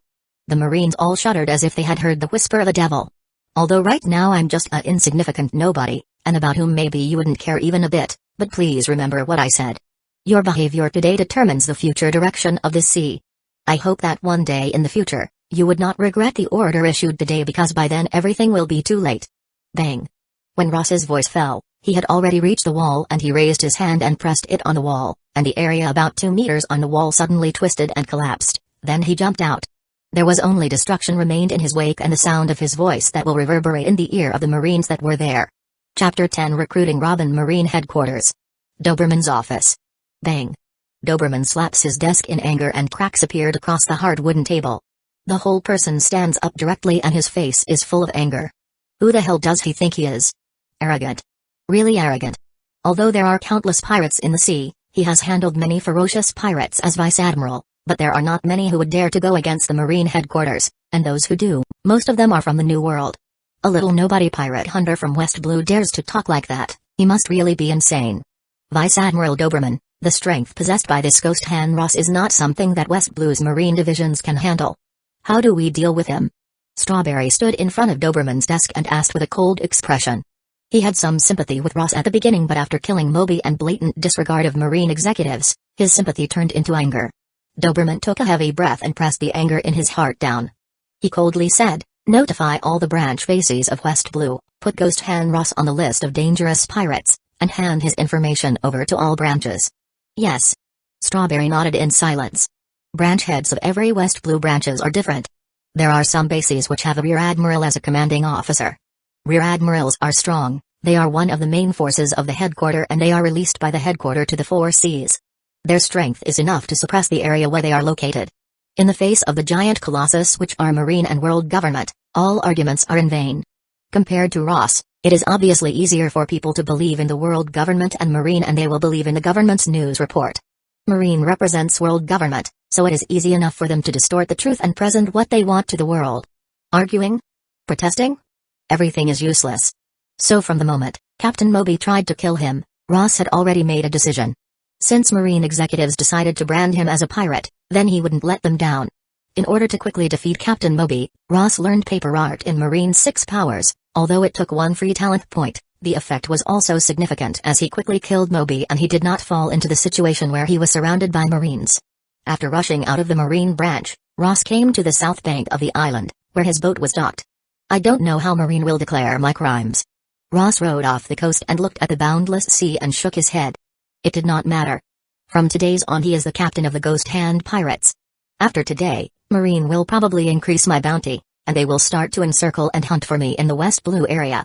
It is even possible for them to send a rear admiral and their fleet. If I run around without any information, it will be easy for me to fall into an ambush and encirclement. Ross did not hesitate. Since he has become a pirate he will have to face the pursuit of Marines. It is obviously impossible to rely on this small boat. He needs a ship of medium size or above, and he also needs various pieces of information. For him, there are two routes to become strong. One is to get strong on his own, the other is to kill pirates, and to kill pirates he needs information on them. Thus, the first crew member that he needed became very clear. Hiding in the dark underground world, and knows a lot of intelligence. Nico Robin. Then let's go to Gale City. Gale City. Underground Intelligence Organization Base. Nico Robin is standing beside a desk, reorganizing and remembering the intelligence on the table. She passed the archaeological doctoral exam at the age of 8, and her memory and analytical skills are almost indisputable. In the months of working for this intelligence organization, no matter how complicated the intelligence was, she could quickly remember it, and as soon as someone asks her about it, she can tell it to them immediately from her nearly photographic memory. All recorded. Robin put down the last paper and closed her eyes slightly. After a few seconds, she opened them again and nodded at Terun sitting at his desk. Terun took a sip of coffee from the cup and nodded with satisfaction. Good, go and burn these intelligence reports. Giving shelter to Devil Child Nico Robin, who has a bounty of up to 79 million berries, is not a small risk for him, but Robin's ability in intelligence processing really makes him satisfied. Otherwise, he would have already thrown Robin to Marines and received the bounty. Robin grabbed the pieces of paper on the table and walked to the side, quickly disposing of these intelligence reports and then returning to her place. If I remember correctly, you should be 16 now. Terun looked at Robin with a teacup in his hand. Yes. Robin nodded. Terun rested leisurely on the back of the chair and the corner of his mouth raised with a little curve. He said, "It's a good age. If it was not for the bounty of 79 million berries on your head, you would be a perfect assistant." Robin was silent. Terun looked at Robin's and slowly lowered the teacup and asked, "In addition to organizing the intelligence reports, what else can you do? Can you dance?" "I cannot." Robin shook her head. "That's boring." Terun stood up, his eyes on Robin's body as he slowly walked over to her and tried to touch Robin's chin with his finger. Robin's face changed slightly and she took a half step back. After Robin backed away, his fingers couldn't touch her chin. Terun halted his movements as a frown appeared on his face. He took back his fingers, which were in the air, and said with a lecherous look in his eyes, "Take off your clothes, Nico Robin." "What?" Robin was stunned. Terun saw Robin's in a dazed state and said again with more force in his tone, "I told you to take your clothes off, you didn't hear me?" This request. Robin's pupil shrank as she took a step back. She didn't know how to deal with it. She was 8 years old when a bounty was placed on her head, and from then on she has been hiding in the underground world for 8 years. She has seen too much darkness for so many years, but this was the first time that she encountered a situation like this. "What? You dare to defy my orders?" When Terun sees Robin backing up, the expressions on his face sank. "You can do anything. Isn't that what you said when you came to me? I took a huge risk sheltering you, not to mention the bounty of 79 million berries I could have gotten if I had turned you to Marines." As soon as Terun mentioned the bounty of 79 million berries, Robin's expression changed and she bit her lips. It is because of such a high amount of bounty that she has been hiding in the underground world for 8 years. In order to survive, she had to do her best. If it was not for her calmness and wisdom, which is far beyond ordinary people, it would have been almost impossible for her to survive till now. In order to survive, she has done her best. This kind of humiliation, even if it is unbearable, she will endure. After all, which is more important, survival or dignity? She bites harder and harder and her teeth are deeply embedded in her lips. She didn't realize, but blood dripped out of her lips slowly. Terun looked at Robin's appearance, as even in this situation she is calm and composed, but for him who wants to have some fun, it is a bored expression. "Looking at your appearance, it seems that you haven't experienced it yet. It really is too bad. Because of your high bounty, you can be caught by Marine at any time. Once you are caught, there is no chance for you to experience this." Robin was silent. Survival is so difficult for her. Does she have to give up the last shred of her dignity? Just as despair surged in Robin's heart. Bang! The door made of oak was suddenly forcefully banged open from the outside. The door lock collapsed directly, and the wood chips splashed around. Who? Terun, who was observing Robin's reaction, was suddenly interrupted by this sound and could not help but become angry and turned to look at the door. Ross walked in from the door. He arrived half a minute ago because the door was locked and waited for a little. He didn't expect to walk into such an unexpected moment. "It's you?" Terun saw Ross and suddenly frowned. "Your door is broken, I hope you don't mind." Ross under Robin and Terun's surprised gaze arrived in front of Robin and said, "It seems that you are not very happy here. Would you like to change your status and become part of my crew?" Ross didn't like beating around the bush and asked directly. Robin is a very smart person. In the current situation, she only needs to be given a choice. When he heard what Ross said and seeing that Robin had not reacted yet, Terun opened his mouth with gloomy expressions. "Ghost Hand Ross, what is the meaning of this? You plan to poach my assistant in front of me?" "Yes," Ross responded calmly, and it made Terun choke on his spit. "So, what do you think?" "Nico Robin." Ross looked at Robin. Robin was slightly startled. This is the first time that someone has taken the initiative to pull her into any group of any sort. Even though Robin is still very young, the calm mentality possessed by her is not something that her peers and ordinary people would have. She analyzed the current situation in less than a second and then nodded calmly. "I am honored to join your crew, Captain Ross." Chapter 11 40 Million Bounty Good. Ross smiled. It is very easy and pleasant to communicate with Robin, who is calm, smart and intelligent. It is one of the reasons why Ross has always had Robin in his list of people he would recruit. Terun looked at the scene in front of him and gawked slightly, then he talked in anger, "Damn you, Nico Robin, you dare to betray me who has been hiding your identity for the past 6 months." Bang. However, he couldn't continue with his ravings as the sound of gunshots suddenly came from inside the room. Ross didn't know when he took his pistol out, and before he knew it the pistol's muzzle already had smoke coming out of it, while Terun was standing still slowly looking down at his chest. In the middle of his chest, there was a large hole, from which blood rushed out, and his suit was stained with blood. "You!" He didn't expect Ross to shoot him. Ross's left hand was still holding the pistol and didn't tremble at all, so he pointed the gun at Terun and asked, "Did you just bully a member of my crew?" Bang. Bang. Bang. There were 3 consecutive gunshots, and Terun had 3 more holes in his body. He revealed an unwilling and unbelievable expression and fell into his own blood. Robin's expression changed slightly as she looked at the scene, but it recovered in an instant, still maintaining a calm expression, saying, "I don't know the detailed identity of Terun, but he should belong to a larger intelligence organization. If he dies, it may cause us some troubles." "Oh." Ross slowly retracted the pistol and said, "A big intelligence organization? Can it be bigger than Marine and World Government?" Robin shook her head saying, "Of course not, it is impossible." Ross turned to look at Robin and smiled, "So I don't have to worry about any trouble, because I am a pirate now. If Captain feels it's okay, then there is no problem." Robin nodded lightly. Robin doesn't really care about the troubles this situation will bring. She is the devil child with a bounty of 79 million berries from the world government. This bounty is highest in West Blue and even the most powerful pirates of this sea have less bounty than her. The world government and Marine already want her life. The situation is already worse for her and it cannot get any worse. "How many people are there in our crew?" "Including you, too." Ross responded calmly, "Therefore I need a ship now, as well as some guys to do odd jobs, and then slowly look for the official crew." Robin's receptiveness to the imagination was much better than Ross. Not only did she instantly substituted into crew member's role, but she was also not surprised by the fact that there were only 2 of them on board the ship. There are a lot of ships on the island port. We should be able to find a suitable one. As for the people who can do odd jobs, release your name to them, and most of them can be recruited. It's too much trouble. Ross shook his head and said, "You should have information about the pirates in this area of sea. I need information on pirates with the bounty for more than 20 million berries." Although he decided to become a pirate, Ross's pirate crew are going different from most of the world's pirates and even more different from the pirate crew of Straw Hat Luffy. The looting and the slaughtering of civilians will only scare the civilians. World government and Marine will not be alarmed and fearful, only angry. Even if he wants to kill, he will not slaughter civilians.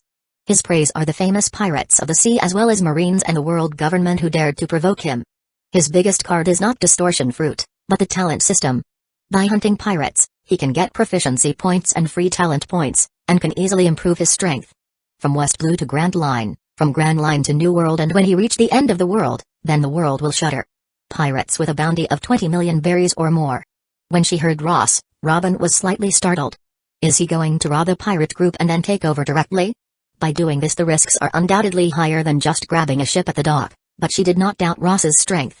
So far Ross has hunted many pirates with a high bounty, and he even rushed into Capone Mafia's nest and killed Capone Lecky. After thinking for a moment, Robin said, "Flo Pirates, Captain One-Eyed Flo, bounty 27 million berries, appeared 3 days ago near the Coral Sea area. It is not far from here, good." Ross nodded and told Robin calmly, "Before I was a pirate hunter, the ghost hand pirates I built would not rob civilians. We would hunt for powerful pirates at the sea, and the danger would be higher as well. You have to be mentally prepared. There are many different kinds of pirates in the sea who are characterized in a disorderly mess. There are ferocious pirates who want to plunder civilians, adventurer pirates like Straw Hat Luffy, and pirate hunters who hunt other pirates, and many more. Hawkeyes of the 7 Warlords of the Sea, before becoming the 7 Warlords of the Sea, aimed at hunting pirates, with a black blade running amok across the sea until he met Red Hair Shanks. Even after he became 7 Warlords of the Sea, Hawkeye will still sometimes go out to sea to find some pirates to hunt to pass the time. For the purpose of hunting other pirates. Robin whispered in her heart. She was hiding in the dark underground world for many years. She was capable of accepting any type of darkness, but in her heart, she was still a kind person with the kindness in her heart that darkness could not erode. She can accept this kind of goal with all of her heart. One day later, Marine and World Government released a new announcement. Ghost Hand Ross is ferocious. He treacherously sneak attacked the Marine base, killing Captain Moby and Commander Lecca. This news has spread throughout the West Blue. And Ross's bounty has increased from 22 million berries to 40 million berries, becoming one of West Blue's only 10 pirates with a bounty of more than 40 million berries. The entire West Blue shook. Whether it's his standing as one of the top pirates in West Blue or the killing of 2 high-ranking Marine officers. Their thoughts suddenly shifted to Ross, who suddenly appeared out of the blue with a bounty so high that he reached into top 10 of West Blue. Killing the captain of a Marine branch, a fearful fella has come out of the West Blue. Some pirate looked at the newspaper and whispered. For someone to actually achieve the bounty of 40 million berries. Who exactly is this Ghost Hand Ross? A pirate hunter revealed greedy and ferocious look in his eyes. Besides the pirates and pirate hunter, the more frightened were the civilians. He slaughtered all the residents of a small town, and he also murdered a Marine captain. What are Marines doing? Why aren't they quickly capturing this guy and execute him? For the vast majority of the people, there is no chance for them to know the truth. All they can access are government announcements and news on government newspapers. The truth of everything is written by the government and Marines. Chapter 12 Prey appeared 3 days later. Coral Sea. A boat rises and falls with the waves. Saying that it is a boat is a bit of a stretch. In fact, it was a 2-story cabin. One floor can be used to store fresh water and food, and the other can be used for living. There are 2 rooms on the floor where people can reside, which can accommodate 34 crew members. It seems that there may be a storm. Ross stood on the deck and looked up at the sky. The navigational talent he got from the living system was at the proficiency level. So even if it was not comparable to the Nami's terrifying talent as a navigator with the protagonist Tora, it was not too bad. Otherwise, Ross, who goes out to sea to hunt pirates by boat every day, would have had long been swept by the storm to God nowhere. With his current strength, it is too difficult to protect a small boat under the storm. Robin, hang full sail, and paddle, let us leave here. Okay. Robin looked a little worried about the weather. When she heard Ross's command, she put both of her arms in front of her, and the flower fruits ability was launched. Arms immediately appear on the mast and an arm dropped the sail. At the same time, on the 6 oars placed on the side of the boat, there were many more arms gripping the oar and were forcefully paddling. This devil fruit ability is very convenient in some respects, and it is obviously a completely correct decision to let Robin join. Very capable. One person can be compared to a group of people. Ross couldn't be more satisfied with his evaluation of her. If she was not set as a manager, it seems there would have been no need for any odd-job crew member. Hualala. Under the actions of Robin, the sails were blown by the sea breeze, together with the 6 paddles that swept quickly, the boat sailed rapidly on the sea. Ross was not idle. He continued to observe the sky while he was at the helm. He quickly got them out of the danger zone under his good navigation skill. In order to escape the storm, we have already penetrated Coral Sea. There are 7 small islands in this sea area, 2 medium-sized islands, and the nearest one is only about 2 hours away. Ross looked at the sea map and compass tools and judged where they were. From the information obtained from Robin, this Flo pirate group was seen in this sea 6 days ago. The pirates generally do not stay fixed on an island for a long time, because once they get Marines' attention then they will provoke big trouble. Flo pirate group appeared in Coral Sea. There are freshwater and food supply source on the Deer Island. According to the style of this pirate group, It is possible that they will plunder land in the sea before leaving. Robin recalls all the intelligence analysis of the Flow pirate group. Then let's go to the nearest island first. Ross made the decision. He had hunted pirates before. After getting the intelligence from Robin, he went straight to the sea to look for them. During that time his luck was very good. He went out 8 times and he was successful 5 times. Captain, you have a bounty of 40 million berries and your reputation has been spread far in West Blue. You need to pay attention to your identity. If you are exposed, it may cause a lot of movement. It doesn't need to be so troublesome. There is only one small marine branch nearby, there is no base, and by the time they react, we will be already gone. Ross shrugged. Although Robin is calm enough, she has survived her past years by escaping and hiding. She did not survive by being seen. Although her bounty is as high as 79 million berries, the actual fighting capability she possessed is not even comparable to a pirate who has 20 million berries bounty. When she heard Ross, she was slightly startled. Robin realized that her thoughts were unnecessary. Ross had single-handedly rushed into the marine branch, killed the branch captain and then rushed out safely. It feels good to not hide. Soon, Ross and Robin arrived at the nearest island, where they did not receive any information on the pirates, so they left towards to the next island. There is a branch of underground organization on the second island. Ross and Robin are both people who have been in the underground world for a long time, and soon found the needed intelligence. Half a day ago, the Flow pirates looted the Mocha Island. After they robbed Mocha Island, the marine branch will definitely send battleship there to pursue and exterminate them. According to the route, they will definitely not take this and this. Ross and Robin analyzed for a while and soon planned their route. After leaving the island, they followed the set route. Why aren't Marine able to end the great age of pirates? There are a large number of pirates and their strength is uneven. Another reason is that chasing any pirate in the sea is troublesome. Many times, as long as the pirates quickly leave the island, then even if Marines want to pursue it will be like looking for a needle in a haystack. The analysis and tracking that Ross and Robin have done is also only a probability. They figured out 2 routes that Flow pirates could have taken. On the deck, Ross took the telescope and looked around in the sea, while Robin stood next to Ross, holding a sea map in her hand. The route with a 70% probability is really much higher than the route with a probability of 30%. The route you and I have analyzed is really correct. Ross looked from the telescope for a while, and his action suddenly paused, looking at the direction for a moment and handed the telescope to Robin. Robin picked up the telescope and observed the same direction for half a minute. She put the telescope down and said, "I need to be close to them to confirm." "Okay." Ross nodded and steered the boat towards the target.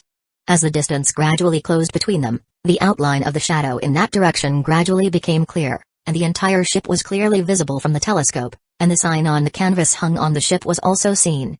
It was a sign of a skull that was blindfolded in one eye. It was the Flow pirate group. The prey has finally appeared. After Ross confirmed the target, he whispered quietly. The talent proficiency obtained by hunting pirates is according to the bounty placed on them and has a rough distribution interval, which was discovered by him by researching the talent system. For the pirates of the same level, the first one will give a lot of talent proficiency, but for the second one the proficiency will be cut in half, and for the third one it will be halved again.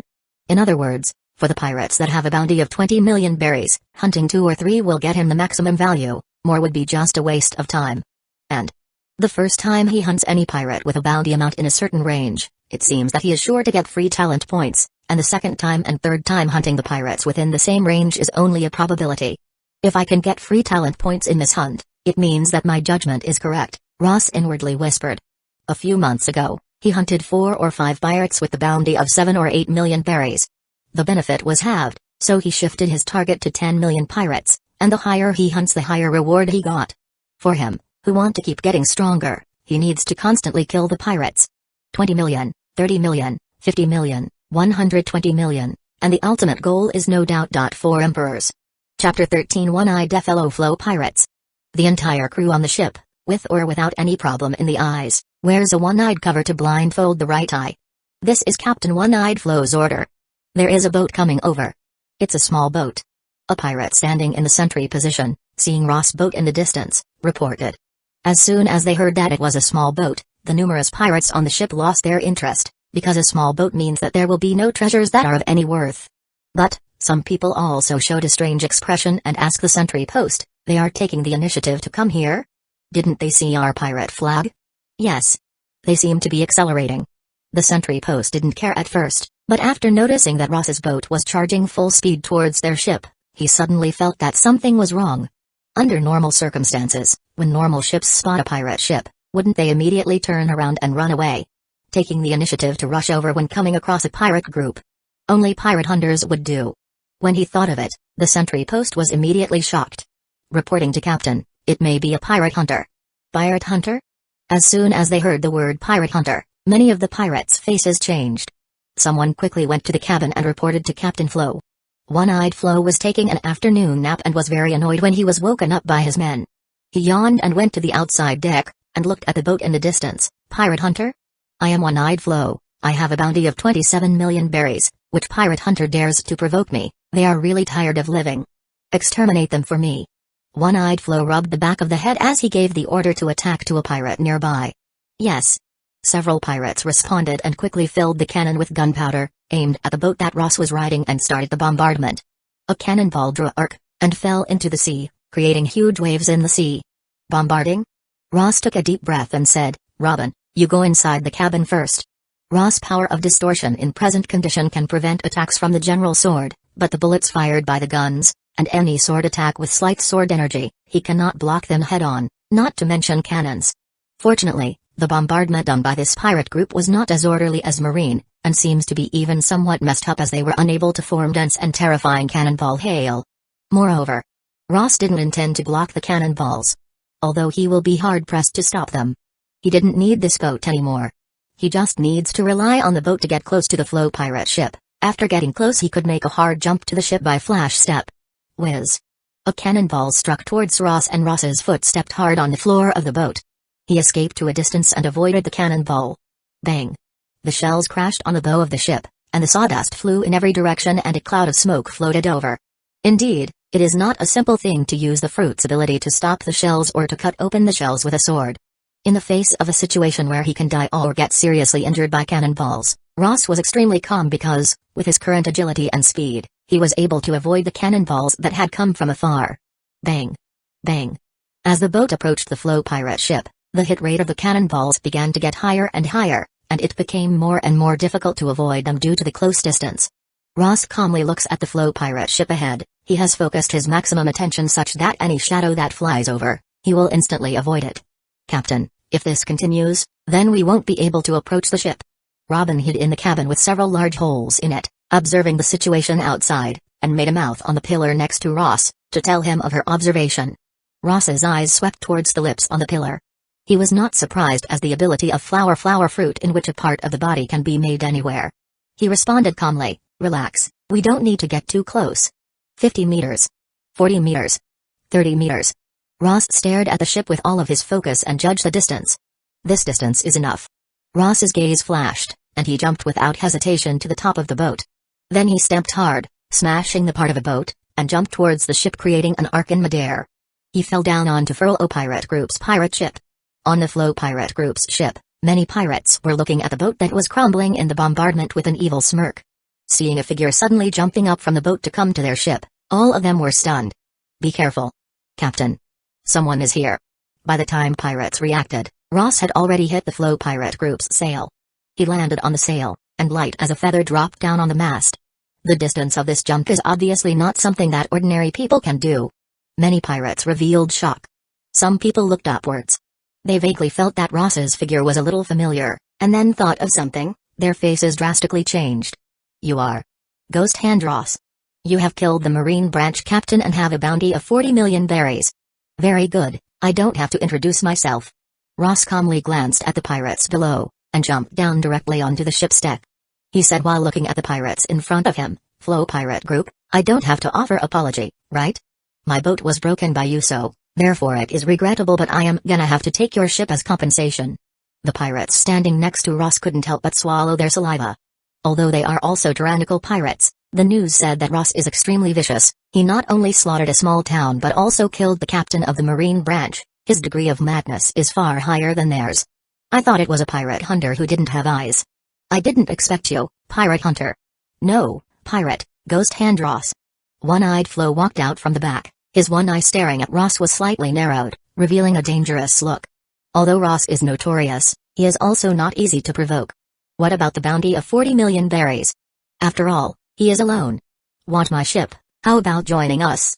One-eyed Flo spread out his hands towards Ross, and said, "With your strength, if you join forces with me, there will be few people in West Blue who will be our match." If Ross was a pirate hunter, then he would have already started fighting, but Ross is already a pirate and he is alone. If he can get him on his ship to be a combatant, then the Flo pirate group will be able to run amok in the West Blue. Bounty of 27 million berries, One-eyed Flo. Ross slowly moved forward, his eyes indifferent. "Are you planning to be my subordinate?" Flo's face sank and sneered. "It seems that you haven't figured out what kind of situation you are in, Ghost Hand Ross." As his voice fell, many of the nearby pirates pulled out their guns and swords, readying for battle. Chapter 14 named Sword. Happy Spring. Facing the numerous pirates, Ross' expression was still calm and indifferent. "It's you who doesn't fully understand the situation." Whiz. Almost at the next moment, Ross moved, and arrived at the right side of the ship and punched, and sent a pirate flying, followed by kicking a pirate into the sea. At the same time, his left hand has already pulled out his gun from the waist, aiming at the pirate group, and bang bang bang. Fired 6 bullets from his gun. Everything happened almost instantaneously. Except for the One-eyed Flo, who went on alert the moment Ross moved, the rest of the pirate almost failed to react. Until Ross shot 6 bullets and knocked down 7 people in succession, they finally reacted. "Open fire. Kill him." The rest of the pirates, almost all of their foreheads were overflowing with cold sweat. Everyone was shocked by Ross' frightening speed. For a while, they were feeling afraid, but being pirates for a long time, their instincts allowed them to quickly raise the guns in their hands and shoot. About 67 pirates simultaneously aimed at Ross. Bang. Bang. Bang. The bullets hit the boat and the wood chips flew. However, Ross had already left his original place as he directly rushed into the crowd. "Be careful. He is here." In this kind of close combat, the role of guns is obviously not big. Many pirates decisively pulled out their sword to fight Ross. Ross faced the swords and did not evade as he directly punched his fist trapped in the power of distortion, and collided with the swords. Kaka. Kaka. The swords made of fine iron stopped in midair under the influence of the power of distortion. They were like rubber, and were forcibly distorted and broken. Ross' fist turned over and shook, and the power of distortion was bombarded out from his fists, attacking the several nearby pirates. The bones within the pirates issued scalp-numbing crack sounds, and they all distorted into fried dough twist. "Ah! This! What power is this?"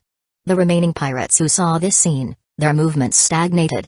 They were terrified and fear began to spread in their hearts.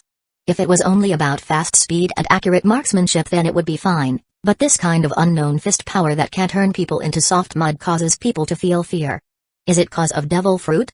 One-eyed Flo looked at the retreating group of his subordinates as Ross punch twisted the bones of another pirate. His pupil could not help but shrink. He doesn't have the devil fruit ability, but he has seen how people with devil fruit ability fight. He knows that devil fruit users are very troublesome and difficult to deal with. "Ghost Hand Ross, are you really unwilling to work with me? I can make you the first officer on board, second only to me." Flo placed the sword horizontally in front of him and looked at Ross with a calm expression. In his eyes, the useless subordinates that were killed by Ross were not worth caring about. Instead, Ross, such a powerful guy, was someone he wants to recruit. Ross looked indifferent and didn't speak. After repelling the nearby pirate, he directly charged towards Flo, turning into a afterimage and swiftly attacking. "Damn, then die." Flo's one-eyed flashed with faint anger, and he held the hilt of his sword with both hands, chopping his sword towards Ross's head. Flo's swordsmanship gave Ross the feeling that it was a lot worse than Colonel Moby, but the power of this sword was similar to that of Moby, and it sparked with fate sword energy. Is it a name sword? Ross was a little surprised, but his expression didn't change. He nimbly moved, avoiding Flo's frontal attack as he punched towards Flo. Flo's reaction was extremely fast. Both of his hands tightly grasped the sword and pressed down, while Ross twisted his body and dodged. "Open fire. Kill him." Flo competed with Ross to gain the upper hand, and entangled with Ross, while he ordered his subordinates to attempt to distract Ross's attention. However, at this moment, Robin's voice came from the back end of the ship. 30 fleur. Several pirates that have guns have arms growing out of their shoulders, knocking down the guns in their hands and twisting their necks. Don't interfere with Captain's battle. Although Robin was currently only 16 years old, with the ability of flower fruit, she can still deal with a group of ordinary pirates. Many pirates were scared by Robin's ability, and One-eyed Flo also felt cold in his heart. He didn't expect Ross to have a helper and a devil fruit user at that. There were no problems on Robin's side, so Ross looked back at Flo once again. Flo was stronger than an average marine commander. With a named sword in his hands, his strength is similar to a marine captain. But This strength is still inferior to Ross. Even if Ross didn't want to break the named sword in Flo's hand, Flo still quickly fell into a dire circumstances. Soon, one of his arms was punched by Ross, and the flesh and bones all got distorted, covered with blood. The named sword also flew out and inserted nearby into the ship's deck. Hiss. Flo's face showed painful expression, and his eyes became very flustered. Looking at the slowly walking over Ross, he endured the pain and said, Don't kill me. If you want the ship, I can give it to you. I can be your subordinate." Ross stepped forward with an expression face. His fist slammed down, and Flo's voice stopped. After killing the one-eyed Flo, listening to the clear system notification sound transmitted into his ear, Ross's eyes flashed with a trace of satisfaction, and then he turned and walked aside, picking up the sword that had just been taken from Flo. "Robin, do you know this sword?" He looked at the sword and didn't recognize it, so he asked Robin, who wasn't far away. Robin walked over and looked at the sword in Ross' hand and hesitantly said, "I am not familiar with the swords, but I recorded all the information about swords. This sword looks like a 21 best grade swords. Happy Spring." 21 best grade swords? Ross was a little surprised. He thought it was just one of the 50 famous grade swords. He didn't expect one-eyed Flo to have a 21 best grade swords in his hands. The best swords in this world are the 12 supreme grade swords. There are only 12 of such swords in the entire world. Next are the 21 best grade swords. There are only 21 of such swords. Of course, with his current distortion fruit ability, he can't generate vibrations via weapons like the tremor fruit, so the sword has only one use for him, that is, to show his status. Getting one of the 21 best grade swords is a nice surprise that really satisfies him. After killing one-eyed Flo, he obtained talent reward. 50 talent proficiency points. 1 free talent point. This was the first time that he had hunted a pirate whose bounty reached more than 20 million berries. He got 1 free talent point, and 50 talent proficiency points, which means that the first branch of distortion fruit can be finally unlocked without any surprise. Chapter 15 Light Distortion. Ross didn't rush to call out the talent system. Instead, he turned around and looked at the back where the remaining pirates were suppressed by Robin. There are 13 remaining. Robin stood next to Ross and reported to him. When the numerous pirates saw Ross killing one-eyed Flo, even though some of them has a little bit of strength, they revealed panicked and fearful expression. Don't kill me, Captain Ross, I am willing to surrender to you." Me too. They even took the initiative to throw away their weapons. Ross looked at the remaining 13 pirates, and shook his head indifferently. "There are too many of you here, I don't need so many subordinates." Looking at the fearful pirates, Ross slightly paused, and then calmly said, "You have 13 people now, but I only need 5 people." When they heard Ross, the remaining 13 pirates' breath stagnated. He will only take 5 people, the meaning is obvious, that is that among them only 5 can live while the remaining 8 must die. "You want us to kill each other?" Someone bit his teeth and opened his mouth, but he didn't even finish talking as suddenly his chest was pierced by a blade. Following that, blood splashed out in all directions. The pirates present were not the kind of pirates like the Straw Hat Pirates. Each one is a cruel and fierce existence. There are also many smart people. They obviously cannot fight against Ross, so the only way to survive is to obey. Bang! Bang! Someone took the lead, and the remaining pirate immediately howled at each other and started killing each other. Soon, only 5 people were left standing. Although the 5 people stopped fighting, they were still very vigilant. In the event that Ross changes his mind and says that he only need 3 people, the one who relaxes his vigilance will die first. Ross glanced at the 5 people, then turned to Robin and said, "Robin, the rest will be handed over to you." "Yes, Captain." Robin nodded and commanded the remaining 5 pirates to clean the bodies and blood on the ship, while Ross arrived at the deck alone. With a single thought, the 3 big trees of talent system were called out by him. Ross directly opened the battle-type talent department and found the huge branch of distortion fruit. Distortion fruit, 75. He only requires 25 more points in talent proficiency and he can activate the light distortion ability, Ross thought, then directly put 25 proficiency points in it.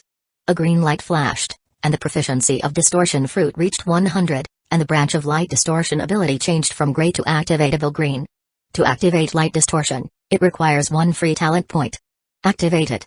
Ross put 1 point of free talent point directly on the light distortion branch. In an instant, a strange force poured into Ross's body, fusing with the distortion fruit's power within his body. Sure enough, some changes have appeared. Ross felt the changes in his body and muttered. It was difficult to describe the feeling in words, but there is no doubt that the ability of distortion fruit has been further developed. He reached out with his hand which was shaking. In his ordinary palm, a group of phantoms appeared out of the air, and under the deliberate manipulation of Ross, these phantom images froze and suddenly changed into a lot of hands. Robin, who was standing underneath and commanding the pirates to sweep the decks, couldn't help but see the changes in Ross. When did Ross steal her flower fruit ability? Ross stood there constantly waving his arms, creating after image to familiarize with the newly acquired power. It's just illusions. Using the power of light distortion, his arms were like illusory images, without any substantial attack power, but they are extremely confusing. Imagine in a battle, suddenly throwing countless fists, all of them looking similar. Even if only one of them is true, it is undoubtedly very difficult to resist. In other words, whichever opponent fights with Ross, their sight will be greatly interfered, unless they rely on sound and other senses to judge Ross's position. Otherwise, they will be greatly limited. For those who haven't grasped observation hockey or no paper art, their eyes would almost be the most important method for sensing. In the case of visual interference, their strength will be greatly reduced. Now if Ross meets another person at the level of Marine Captain, even if he had to fight 3 or 5 at the same time, he will be able to deal with them easily. Effective range of distortion fruit ability has also increased. Familiarizing with the newly acquired ability, Ross also perceived that the power of distortion he can mobilize is much powerful than before. If before, the effective range of power of distortion was a radius of 2 meters by taking him as the center, then now, the effective range of power of distortion has reached a radius of nearly 5 meters. This level of distortion power is enough to deal with Moby and One-Eyed Flow's attack, that is to say, in front of that kind of power, there is no need for Ross to dodge next time, and he could directly stop those attack with distortion power. Ross even felt that the bullets fired by ordinary guns could be also withstood by distortion power, but he did not want to experiment that. The strength of the fruit has increased and the consumption of physical strength has also increased a lot. Feeling the changes in the body, Ross revealed hesitation on his face. The use of devil fruit undoubtedly consumes too much stamina, especially this Paramsha-type distortion fruit. Now, the distortion fruit ability has upgraded by twice as much, which means that in a situation where he erupts with his full strength, his physical exertion would be even faster, putting a greater burden on his body and spirit.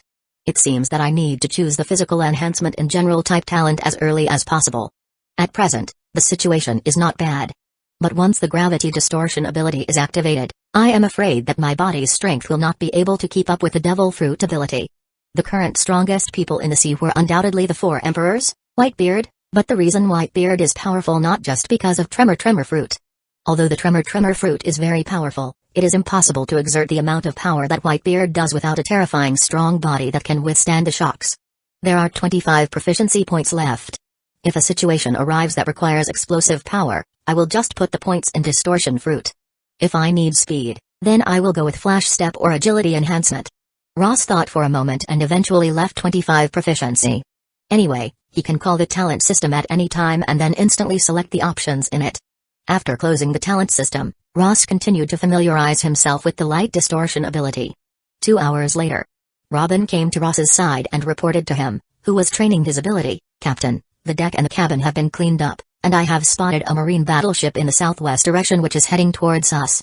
Depending on the size, it should be a medium-sized battleship."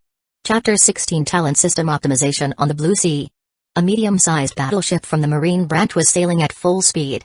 Reporting, "Captain, we have discovered the fleet of the Flow pirates." "Is that so?" The Marine captain who commanded this battleship came to the deck and picked up the telescope and looked at a dark spot in the distance. He immediately saw Flow pirates' ship stopped in the middle of the sea. As the distance got close, he vaguely felt that something was wrong, because the Flow pirates' ship was obviously broken and seemed to have just experienced a big battle. "All staff prepare to battle. Once they enter the range of cannons, immediately start the bombardment." Marine captain frowned and pondered before he gave an order. "Marine battleship?" Ross draws back from practicing his new ability, took the telescope from Robin's hand, and looked at the direction Robin was pointing, and immediately saw a battleship coming towards them at full speed. Robin's eyes flashed slightly, and whispered to Ross standing next to her, "Barring any surprise, they should be coming for Flow pirates." Ross nodded. Anyway, whether they were coming for Flow pirates, or for them, there is no difference now. Just as Ross put down the telescope, a familiar and crisp system sound came from his ear. In view of the fact that the host's living environment has changed and the host has a unique view of darkness and justice, talent system will carry out sub-optimization. The optimized content is as follows. Besides hunting pirates, Host can also receive talent proficiency points and free talent points as a reward by defeating the Marines who came after Host to kill him. Moreover, the reduction in reward is not shared with hunting pirates. Note, the reward is only valid for the highest-ranking military officer in the Marine who is after Host, and the lowest has to Marine Rear Admiral. Ross listened to the sound coming to his ear. After being slightly startled, his face could not help but reveal a smile. This optimization is obviously what he would like to see. After this optimization, the host can directly check the hunting reward range corresponding to the pirate's bounty amount, and defeating reward range corresponding to the position of a high-ranking Marine military officer in the system panel. Ding. The sub-optimization is complete. The second optimization also makes Ross be startled slightly. After the final sound of the system fell, his thought moved and opened the talent system. In the upper right corner of the talent system page, there is a special bonus symbol that was not available before. He looked and it opened. Hunting pirates, 5 to 8 million berries. Has hunted 3 people 8-10 million berries. Has killed 2 people 10 to 12 million berries. Has hunted 2 people 12 to 15 million berries. Has hunted 2 people 15 to 20 million berries. Has hunted 1 person 20 to 30 million berries. Has hunted 1 person. Left of hunting pirates list, records the number of pirates that he has hunted so far, and it clearly indicates each reward interval and decreases interval, which is exactly in line with Ross's previous conjecture. By hunting multiple pirates in the same bounty range, the talent proficiency reward will decrease, and the first time a pirate is hunted in the new range, free talent points will be acquired. For the bounty of more than 30 million, there are multiple intervals. 50 million is a dividing line. And after 100 million and 500 million is a dividing line. After 500 million, there are only 3 remaining areas, 500 million to 800 million, 800 million to 1.2 billion, and above 1.2 billion. It's very clear division, but the strength of many pirates in this world cannot be directly divided by their bounty. Ross looked through from top to bottom, then turned to look to the right. Defeated Marines, Marine Rear Admiral. Has defeated 0 people Marine Vice Admiral. Has defeated 0 people Admiral. Has defeated 0 people Marine Fleet Admiral. Has defeated 0 people on the right of the defeated Marines. Everything is 0 as Ross has not yet defeated any Marine of Rear Admiral. This is a bad division. A branch's Rear Admiral and Headquarters Rear Admiral are both Rear Admiral, but the strength disparity between them is huge. Ross shook his head. Not distinguishing between the branch Rear Admiral and the Headquarters Rear Admiral means that he will only get a small part of the reward, and he is not very satisfied. After quickly reading the new query page, Ross withdraws from the talent system. When he looked at the sea in the distance, the Marine battleship had already pulled a lot closer, and there was no need to use a telescope to see the outline of the battleship. Wind is blowing from southeast. Wind approaching from 6 degrees. Robin, hang the full sail, let's leave here. Ross looked at the direction of the wind and said to Robin after a little thought. The deterrence of Marine battleship is not a small matter. The cannons loaded are far superior to the pirate ship in terms of firepower. In addition, they are going against the wind. If they forcibly rushed forward, they wouldn't even get the chance to get close, before their ship will be bombed into pieces. Marines on the battleship would collapse at the first blow, but in the face of a medium-sized battleship, even a Rear Admiral of the Marine Headquarters will retreat. Most of the time, Marine can chase pirate everywhere because the Marine battleship's artillery fire is extremely fierce. Not every pirate can block the bombs, at least the current Ross cannot. Yes. Robin is also very much aware of the deterrent power of a battleship. If Ross has not given the order, she would have already ordered the pirates to open the full sail and leave. The 5 pirates also knew the horror of the Marine battleship, and they were already prepared. When they heard the instructions from Robin, they immediately hanged on the sails. In the distance, the Marines on the battleship saw that the flow pirates were going to flee, and they started chasing after them. They even fired a few bombs to tentatively attempted to break the pirate ship's mast, but it was impossible to hit because of the distance. Although the cannons on the warships are strong, they are too heavy. Even with the turbines installed, they can't catch up with the pirate ship when the wind reaches a certain level. After all, the vast majority of pirates will run after they had robbed the place. Few pirates will make heavy warships to confront Marines.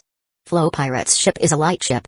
Finally, the battleship can only look at the flow pirates' ship getting farther and farther away, becoming a black spot on the horizon and disappearing at the end of their field of vision. It would have been good if I had chosen moonwalk. Ross stood at the top of the cabin and looks at the sea that stretches to the horizon, then shook his head. If he had learned moonwalk, he can directly traverse the sea by air, ignoring the battleship's artillery fire, cross towards the battleship, and then sink the battleship. But most of the battleship was led by a Marine captain of a certain division. There was no reward for defeating Marine captain, So Ross had nothing to gain or loss.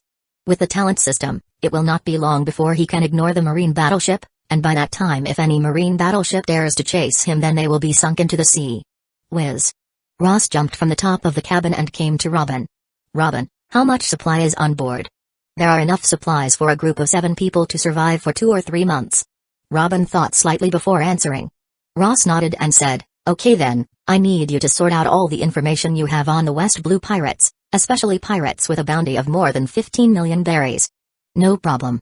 Chapter 17 White Blade Pirates Sea Calendar, 11th month of the 1508 year.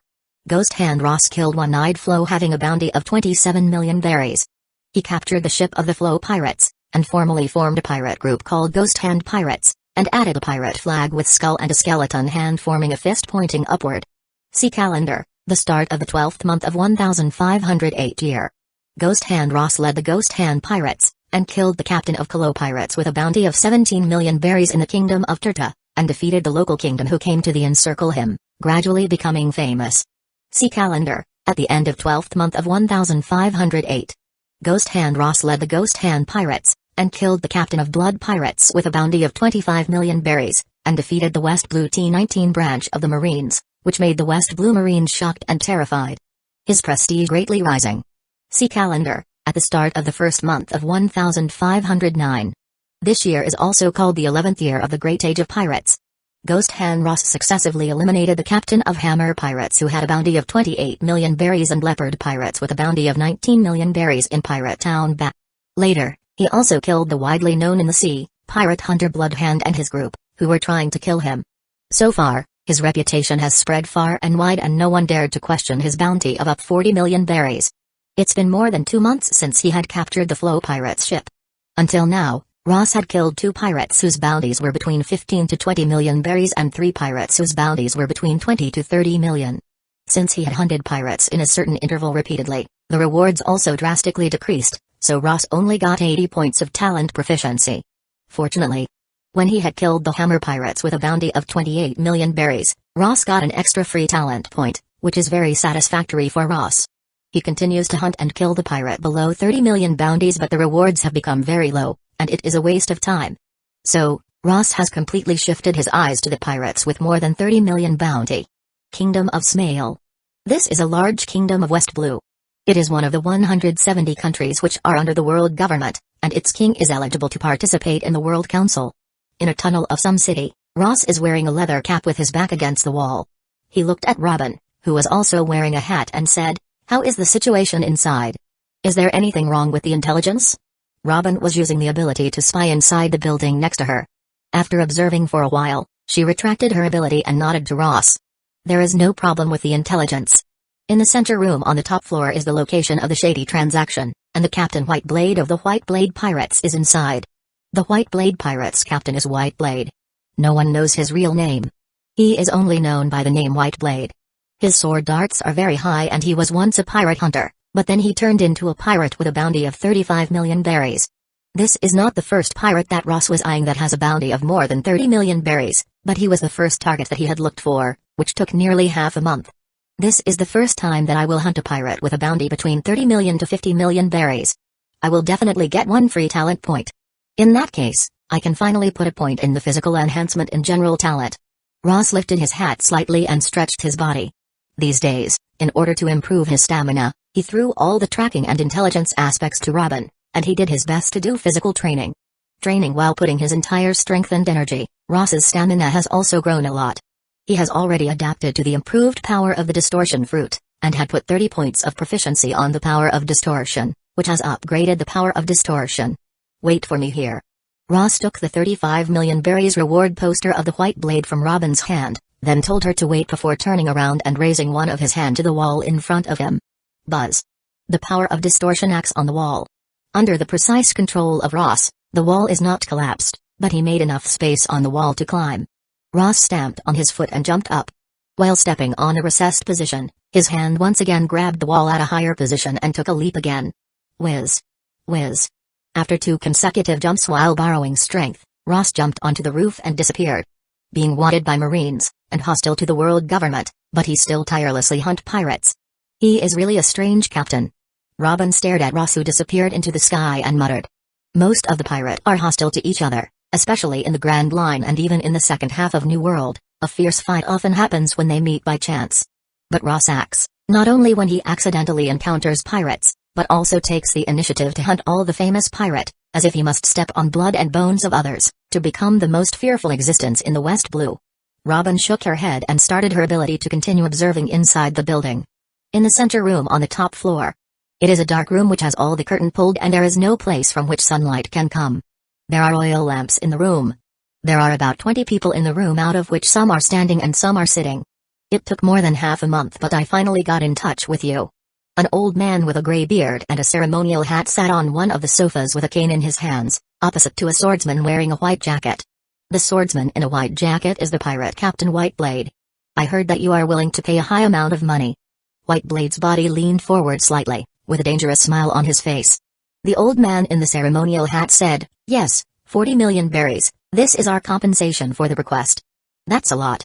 The Whiteblade leaned back on the sofa, saying, "Let's talk, what do you want us to do?" "I need you to destroy Capone Mafia's underground base in the Kingdom of Smale. The development of Capone Mafia has seriously affected our organization." The old man in the ceremonial hat showed coldness in his eyes. When Whiteblade heard this, he could not help but reveal a hint of ridicule. "I see, the criminal organization that you secretly support in the Kingdom of Smale couldn't even get rid of a foreign force. It is really interesting that you ask a pirate to help you." The old man narrowed his eyes and said, "No, they can, but it will be counterproductive. It will cause big trouble for me if my influence and power were to be discovered. So I can only deal with it secretly." "Then do you accept this mission or not?" "Accept." The Whiteblade was straightforward and said, "But it is very troublesome to make problems with Capone Mafia. 40 million berries is not enough, I want 50 million berries. 40 million berries are already very high." The old man looked at the Whiteblade with a sullen look. He didn't seem to plan to add extra money, but Whiteblade used a handkerchief to wipe out his scabbard, his appearance as if he didn't care. When the situation was in a stalemate, the ceiling on the top of the crowd suddenly transmitted an odd sound. Chapter 18 Young Capone Bridge Kaka. Kaka. The Whiteblade and the old man simultaneously looked upward and saw that strange distortions and cracks had appeared on the entire ceiling. The cracks spread in all directions and suddenly together with the chandelier above collapsed and fell down. "What's going on?" Everyone present froze, but Whiteblade reacted very quickly. Raising his sword, he split the ceiling that was falling down into two halves. The ceiling fell down about 2 meters away, and the sunlight shone in from the hole above, making the somewhat dark room brighter. "Interesting, Kingdom of Smale and pirates have made a deal, but regrettably, your deal most likely won't get to finish." Ross's voice spread throughout the room from the hole.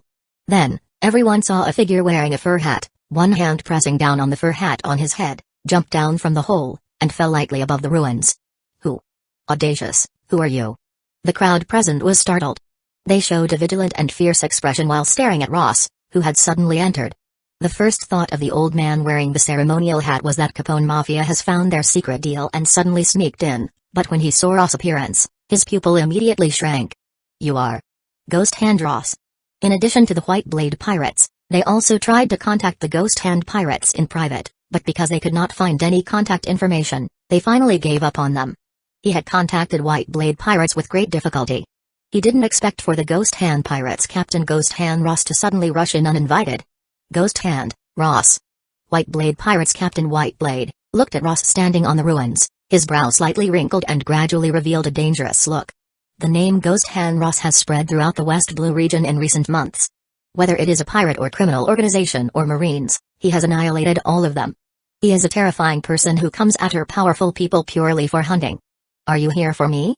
Whiteblade's fingers gripped the hilt of his sword and asked Ross in a sinking voice. Ghost Hand Ross suddenly appeared here. He does not think that Ross came here to play. By Ross's behavior, it appears that he is here for him. "Yes." Ross nodded and calmly answered Whiteblade's question and slowly came down from the destroyed ceiling ruins and then headed towards him. Whiteblade's subordinates were completely subdued by the imposing manner that Ghost Hand Ross, this given name, brings. As for the members of the criminal organization of the Kingdom of Smale, they were also shaking. Looking at Ross approaching, Whiteblade's face gradually turned gloomy. Besides solemn expression in his eyes, they also had a hint of killing intent and anger. He is a big pirate with a bounty of 35 million berries. He has been sailing in the sea for several years, but Ross' name had just become famous in the past 2 months. For Ross to daring to look for him, He will show him who is the prey. Flowing blade, behead evil. White Blade held the hilt of his sword and fiercely shouted. He suddenly unsheathed the sword in his hand, stepped forward, and chopped sideways towards Ross, cleaving Ross from the left abdomen to the right shoulder. The sword seems to have cleaved Ross into two halves, but at the moment he chopped out, White Blade inwardly shouted. Not good. Because he clearly felt that his sword hit nothing. Whiz. Sure enough, in the next moment, from a position very close to him, a fist came towards him. At this moment of life and death, he desperately turned around and defended with his sword. When the fist wind attacked over, he blocked it with the point of the sword. But, after the fist wind fiercely fell down, the sword in his hand produced a caca sound, and suddenly distorted and broke. Together with the sword his arm also distorted into broken bones and flesh. Ah! White Blade screamed and covered his badly mangled arm. He stepped hard on the floor, retreating at full speed without the slightest bit of hesitation, trying to escape by knocking and breaking wall at his back. But before he could hit the wall, Ross's figure flashed like a phantom and swept the delicate blade clenched in his hand towards him. White Blade's head accompanied by blood soared in the sky. His face had disbelief written on his face. He didn't dare believe that he could only make 2 moves before he was defeated and killed by Ross. Phantom image. Is this his ability? Damn, his movements should have made a sound. Why didn't I discover it earlier? White Blade sunk into darkness and completely lost consciousness. At the same time, a familiar system sound resounded beside his ear. 35 million berries bounty, Pirate Captain White Blade has been hunted. Reward obtained, 60 talent proficiency points, and 1 free talent point. Listening to the sound coming beside his ear, Ross calmly looked at White Blade's body that had fallen down in a pool of blood, and slowly straightened. With his current strength, even if White Blade can detect that he has distorted the light and created an illusory image similar to reflection in water, he will still not be his opponent. He used light distortion ability just so that he can quickly finish the fight. Because the speed of this battle is too fast, only 1 move decided the winner, 2 moves have decided the life and death, that most of the people present weren't even able to react. This. Lie, it's a lie, right? How can boss lose in 1 move? White Blade pirates looked at the corpse of the fallen White Blade, and revealed incredulous look in their eyes. Their eyes also contained shock and fear. The black ceremonial hat-wearing old man from the criminal organization of the Kingdom of Smale was also a bit shocked. He didn't expect Ross's strength to be more fierce than the rumors.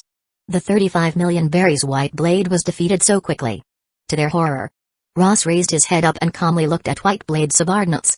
He didn't want to let these people go. His body flashed and then he waved his sword to get rid of them. Shaw. Shaw. Shaw. The pirates wanted to escape, but Ross was using flash step. There is no chance for them to escape. They were all killed. Killing the last pirate, Ross stopped. With a blade-happy spring in his hand which was dripping with blood, he turned to the criminal organization members of the Kingdom of Smale. The black ceremonial hat-wearing old man has cold sweat dripping down on his forehead and he barely maintained his calm as he said, "The strength of Captain Ross is stronger than rumors. It is a great honor to be able to see it with my own eyes." The scene was quiet. Seeing that Ross still stood there and did not move, but he also did not attack them, so the old man paused and carefully continued, "I don't know if Captain Ross would like to make a deal with us. We just need you to destroy Capone Mafia's underground power in our Kingdom of Smale. We are willing to pay 50 million berries." Ross stood there, watching the black ceremonial hat-wearing old man calmly, letting the blood on the sword's tip drop on the exquisite woolen blanket on the ground. He didn't spoke, so no one present dared to speak. There were only a few faintly discernible sounds around them, extremely low, but the unsteady breathing sound echoed in the surrounding. Starting with the Flow Pirates. So far, not counting the White Blade Pirates, Ross had already annihilated 5 pirate groups. These 5 pirate groups have some treasures, all of which add up to around 20 million berries. White Blade Pirates' ship should also have some. If I can add 50 million berries on top, there will be about 80 million berries. Flow Pirate's ship is transportation means for only the initial stages to him. He still needs a more powerful and faster ship. The 50 million berries should be enough for him to find a boatman to build a new ship. Moreover, there is some conflict between Capone Mafia and him that cannot be resolved. Ross was pondering in his heart. Just as he was about to make a decision, Robin suddenly came in from outside and interrupted his thoughts. "Captain Ross. The situation has changed. We are surrounded by people from Capone Mafia." Robin's tone was a little grave as she said to Ross. Ross was a little surprised. He glanced at the black ceremonial hat-wearing old man and found that he was astonished. It seemed that he did not expect Capone Mafia to surround him. Ross walked to the window and raised the corner of the curtain. He glanced outside and saw that the street outside was completely blocked. There were hundreds of Capone Mafia members who had surrounded this place completely. The weapons held in the hands of the members of the Capone Mafia were not only the guns, but they also carried a lot of massive portable artillery. A warlike scene. Ross's gaze changed slightly. His eyes swept through the members of Capone Mafia, and soon fell on a young figure holding a cigar in his mouth who was standing in front of the crowd. That man is Capone Mage? Chapter 19 Raise this place to the ground. Capone Mage, one of the main decision-makers of Capone family, and if nothing unexpected happens, he will soon take full charge of Capone family. Robin stood behind Ross and whispered Capone Mage's information. Because Capone Mage is one of the worst generation together with Luffy, so Ross knows about him more than Robin. Listening to Robin's report, he did not show any surprised expression. Damn. Capone Mage, how did the Capone family suddenly launch such a large-scale operation without us knowing about it? The black ceremonial hat-wearing old man walked to the window and looked at the Capone Mafia members below who were like an army. His face becoming extremely ugly. Capone Mage led a large number of members of the criminal organization, stopped on the street in front of the building, and his subordinates quickly occupied the streets and other buildings around them, and the weapons were all aimed at the building. Your actions are too slow. Your lack of speed has inevitably led to failure, so it's quite regretful that everything will end here. Capone Mage was holding a cigar in his mouth as he looked up, with the muscles on either side of the cheeks moving up slightly, revealing a terrifying smile. His smiling face revealed confidence that everything was in his hand. Damn it. The black ceremonial hat-wearing old man couldn't understand how the news leaked out. He bit his teeth and pushed open the half of the window, to talk to Capone Mage. What do you want to do? Capone Mage? Of course it's to kill you all before you make a deal with White Blade pirates. By the way, coming here solved another trouble, Ghost Hand Ross. Capone Mage looked at the old man at the window, and his tone was not anxious. This sentence stunned not only old man but even Ross and Robin. He thought he was accidentally embroiled in all this. He didn't expect it to be not an accident, but something planned in advance. You are inside, right? Ghost Hand Ross. If you are inside, I think that guys of the White Blade pirates should have already been killed by you. Capone Mage holding a cigar in his mouth looked at the top floor of the building. Ross pushed open the half of the window, glanced at the numerous guns that were aimed at them, and looked calmly at Capone Mage, saying, How did you know that I was here? Lack of intelligence will lead to such a result. I am very clear about White Blade pirates' contacts, and I unexpectedly discovered it during investigation that you are also tracking White Blade pirates. Capone Mage looked at Ross, his tone neither fast nor slow.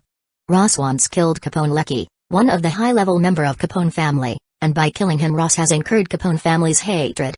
After discovering Ross's movements, it was natural for them to investigate all the way. Ross turned his head and glanced at Robin. Robin looked serious as she whispered to Ross, All the intelligence we collected before came from the underground world. Capone Mafia is in charge of a large part of the West Blue's underground world. I was a little careless. No. Ross shook his head slightly. It's not your fault. My actions are too predictable as we did not hide deliberately. It is normal for Capone Mafia to know our whereabouts as they are in charge of the intelligence network. Ross turned his head and again looked at Capone Mage below. He said in an indifferent voice, I am really lacking in intelligence, but you explain so much. Do you think you have complete control over the situation? Capone Mage spread out his hands and a large number of members of the criminal organization behind him grinned evilly. Yes, because of the large disparity in military strength. Even if you work together, you can only die. Compared to other criminal organizations that compete for territory and power, Capone Mage is very different. He finds pleasure not in competing for power and money, but to watch other people in chaos and despair. The old man listened to Capone Mage's words, and there was a hint of panic in his eyes. He couldn't help but clench his fists, and shouted at Capone Mage looking fierce while feeling cowardly in heart, Capone Mage. Don't forget where you are standing. If you dare to do anything here, my organization. Bang. His words have not finished when a sound of gunshot suddenly resounds on the street. Don't know when but Capone Mage had a gun in his hand. The muzzle of the gun was emitting smoke, while the old man's body froze. There was a bloody hole between his eyebrows. His body shook and he fell from the top of the floor. Noisy. Capone Mage said indifferently as he maintained the motion of firing the gun, so, the unnecessary drama ends here, raise everything to the ground. Bang. Bang. Bang. Just at the moment when Capone Mage ordered, there were countless guns and artillery fired at the building where Ross was, not only aiming at the top floor but they attacked the entire building. Countless bullets and artillery, in an instant, smashed all the windows and glass in the building, bombing the streets and shaking the streets, letting a large group of civilians who were escaping in the distance, showing a frightened expression. Inside the building. When the black ceremonial hat-wearing old man tried to threaten Caponbage, Ross put down the curtains of the window and turned to Robin and said, "Let's go, we need to go down." Yes.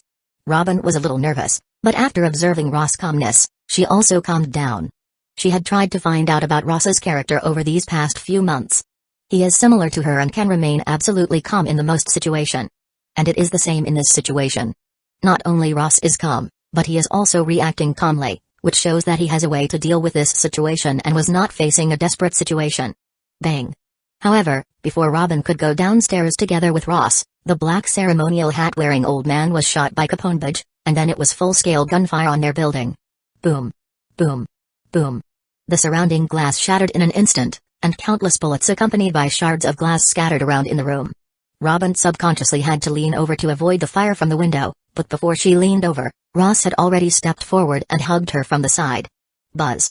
Glass fragments and bullets landed on Ross's back, but affected by some strange power, they changed directions. At the same time, the floor under Ross's feet also distorted by the distortion fruit, and then suddenly collapsed. Boom. Boom. Boom. With a thunderous sound, Ross took Robin from the top floor and fell to the bottom floor of the building. There was no basement in the building, but Ross, who fell to the first floor, still exerts the power of distortion fruit. Hualala. Under the power of distortion fruit, the thick ground distorted and collapsed, and a circular area with a radius of about 2 meters collapsed and a hole of the same size appeared, which continued to extend downward. When the hole reached about 3 meters deep, Ross stopped the ability. After releasing Robin, he raised his hand to the top and blocked the numerous stones that had been shattered and collapsed, creating an underground space that could not be attacked by any artillery.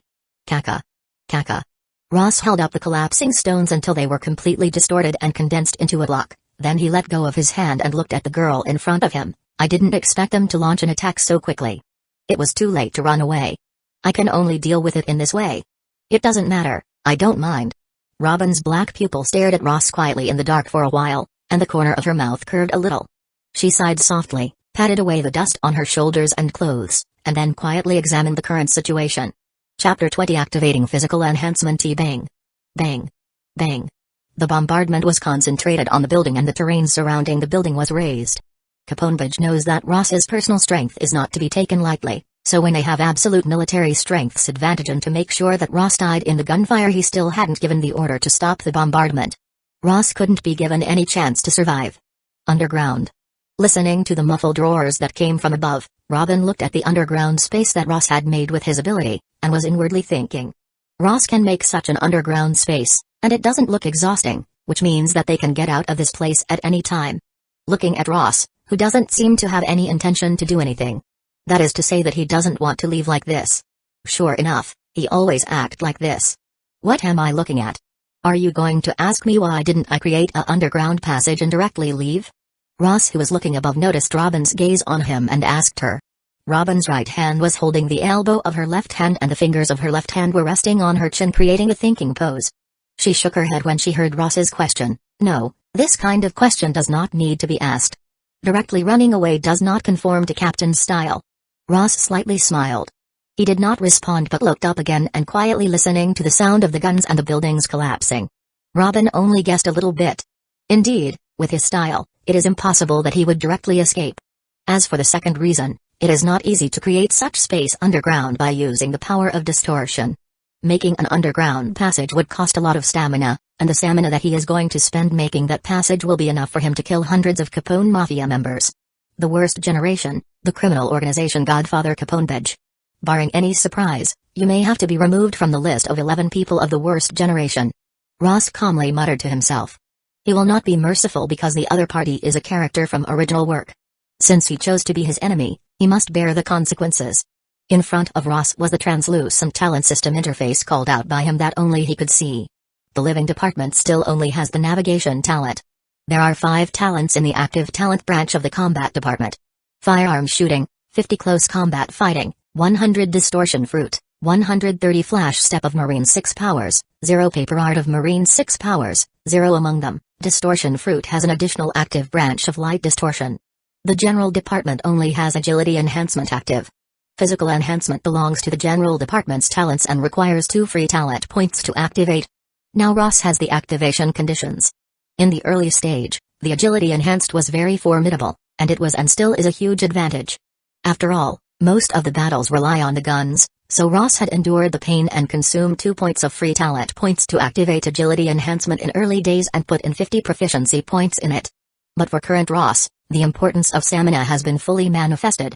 Without powerful stamina, the powerful devil fruit ability cannot be afforded. In the long run, whether it is for other aspects of development, or for the better development of distortion fruit, strengthening of stamina is very necessary for him. Ho! Ross breathed a sigh of relief and chose to activate physical enhancement. Buzz. Just as the physical enhancement talent turned from green to gold, Ross felt a heat flow well up in his body. In a short period of time, his body and spirit has been enhanced by almost 50%. The talents of the general department are different from the talents of the combat department, and they are divided into 5 stages. As long as it is activated, even at 0 proficiency, which is a basic level enhancement, the promotion rate is about 50%. After each additional proficiency point added, an additional 1% increase is added. When the proficiency reaches 50 points, it will be changed to mid-level enhancement, and the total promotion will reach 150%. Going up again. Ross only knows that 100 points are for high-level enhancement, 200 points for top-level enhancement, and 500 points for maximum value. He doesn't know how much can it be enhanced after reaching these boundaries, because agility enhancement only has 50 proficiency points. Basic level physical enhancement is very good, but it is not enough. After adapting to a large amount of physical strength upgrade, Ross took a deep breath and directly put 50 proficiency points in it. Basic level physical enhancement turned into mid-level physical enhancement, and Ross's physical fitness is once again promoted. Narrow underground space. Robin thought about the situation outside and the situation that they might encounter next. Suddenly, she looked at Ross, who was standing close, and vaguely felt that something had changed in him. His muscles under the shirt seemed to slightly swell a little. Misconception? Robin doubtfully stared at Ross for a moment and finally shook her head and unconsciously averted her gaze. She is only 16 years old, and she is still a few months away from the age of 17. Mid-level physical enhancement. Ross took half a minute to adapt to the continuous physical strength promotion. I have to say that the upgrade of talent system is perfect and overbearing. Even if it is continuously improved in a short period of time, there is no side effect, and it doesn't even take too long to adapt. Under the mid-level enhancement, Ross clearly felt that his control over the power of distortion fruit was greatly enhanced. For Ross, the distortion fruit's power is a very heavy weapon. When he fully wields it, it will naturally put a lot of burden on the body, and it also consumes too much stamina. But if the strength of the body is greatly improved, the heavy weapon from before will become like a wooden stick in the hand of an ordinary person who is waving it around. Even at a full swing, it can be easily wielded. There are still 85 proficiency points left. Ross glanced at his remaining talent proficiency points, and after thinking about for a moment, he finally decided to not leave behind anything. So, he used them all. After all, the current situation is not good. There are 300 people above belonging to the same organization, and more importantly, they were carrying artillery whose destructive power cannot be compared with ordinary guns. 85 proficiency points. Ross's final choice was to put another 50 points in the physical enhancement, bringing it to 100 point in high-level enhancement, and the remaining 35 points are put in the distortion fruit. The proficiency reaches a 100 points in the physical enhancement, which is at high level, which makes Ross's muscles perfectly rounded, and the body under the thin shirt becomes perfect. Perfect enough that if he was stark naked, it will cause countless girls to scream. Of course. Robins is a calculative and calm girl. Even if she is aware of the strange changes in Ross, she will only be a little surprised, and after that, she will ignore it. Many of Talent System's talents are not completely independent but have a number of complementary effects on each other. Ross's physical enhancement reached high level, and his physical strength increased by nearly 3 times. Even without the agility enhancement, his speed has improved. Similarly, Flash Step in the Marine 6 powers did not have any proficiency points put in it, but it still improved thanks to the physical enhancement. However, these talents affected by physical enhancement, their increased couldn't be compared to directly putting points in proficiency points. Chapter 21 could not high tea. After selecting a series of talents, Ross's talent skills tree was changed to beyond recognition. Combat Department. Firearms shooting, 50 close combat fighting, 100 distortion fruit, 165 Marine 6 powers, Flash Step, 0 Marine 6 powers, Paper Art, 0 General Department. Agility enhancement, 50 physical enhancement, 100 with the high-level physical enhancement and the 165 proficiency in the distortion fruit ability. Various aspects of his have been greatly enhanced. His physical strength has strengthened by 3 times, which allowed him to withstand the further improvement of the distortion fruit ability. Now the range of distortion fruit should reach nearly 15 meters, which means from where he is standing he can completely distort the area of 15 meters around him. This power of distortion is enough to withstand normal guns' bullets, and even against those portable cannons. After all the upgrades were completed, Ross adapted to his enhanced strength while waiting quietly for the bombardment to end. On the ground, the continuous bombardment continued on for less than 2 minutes and the broken building could no longer withstand it. Amidst the smoke and fire, the building collapsed. The stones that splashed around also bruised several criminal organization members who were too close. Tell the guns teams to stop and cannoneer to continue the bombardment. Caponebridge had a cigar in his mouth as he calmly stood at the front of the crowd. He was facing the collapsing buildings without retreating while giving orders in a deep voice. Yes. The members of the criminal organization members armed with guns ceased firing. As the buildings had fully collapsed, their guns did not have much effect. The remaining cannoneers are still firing cannonballs continuously and bombarding the wreckage of the collapsed buildings, and there is not a single part of the building which was not broken as a result.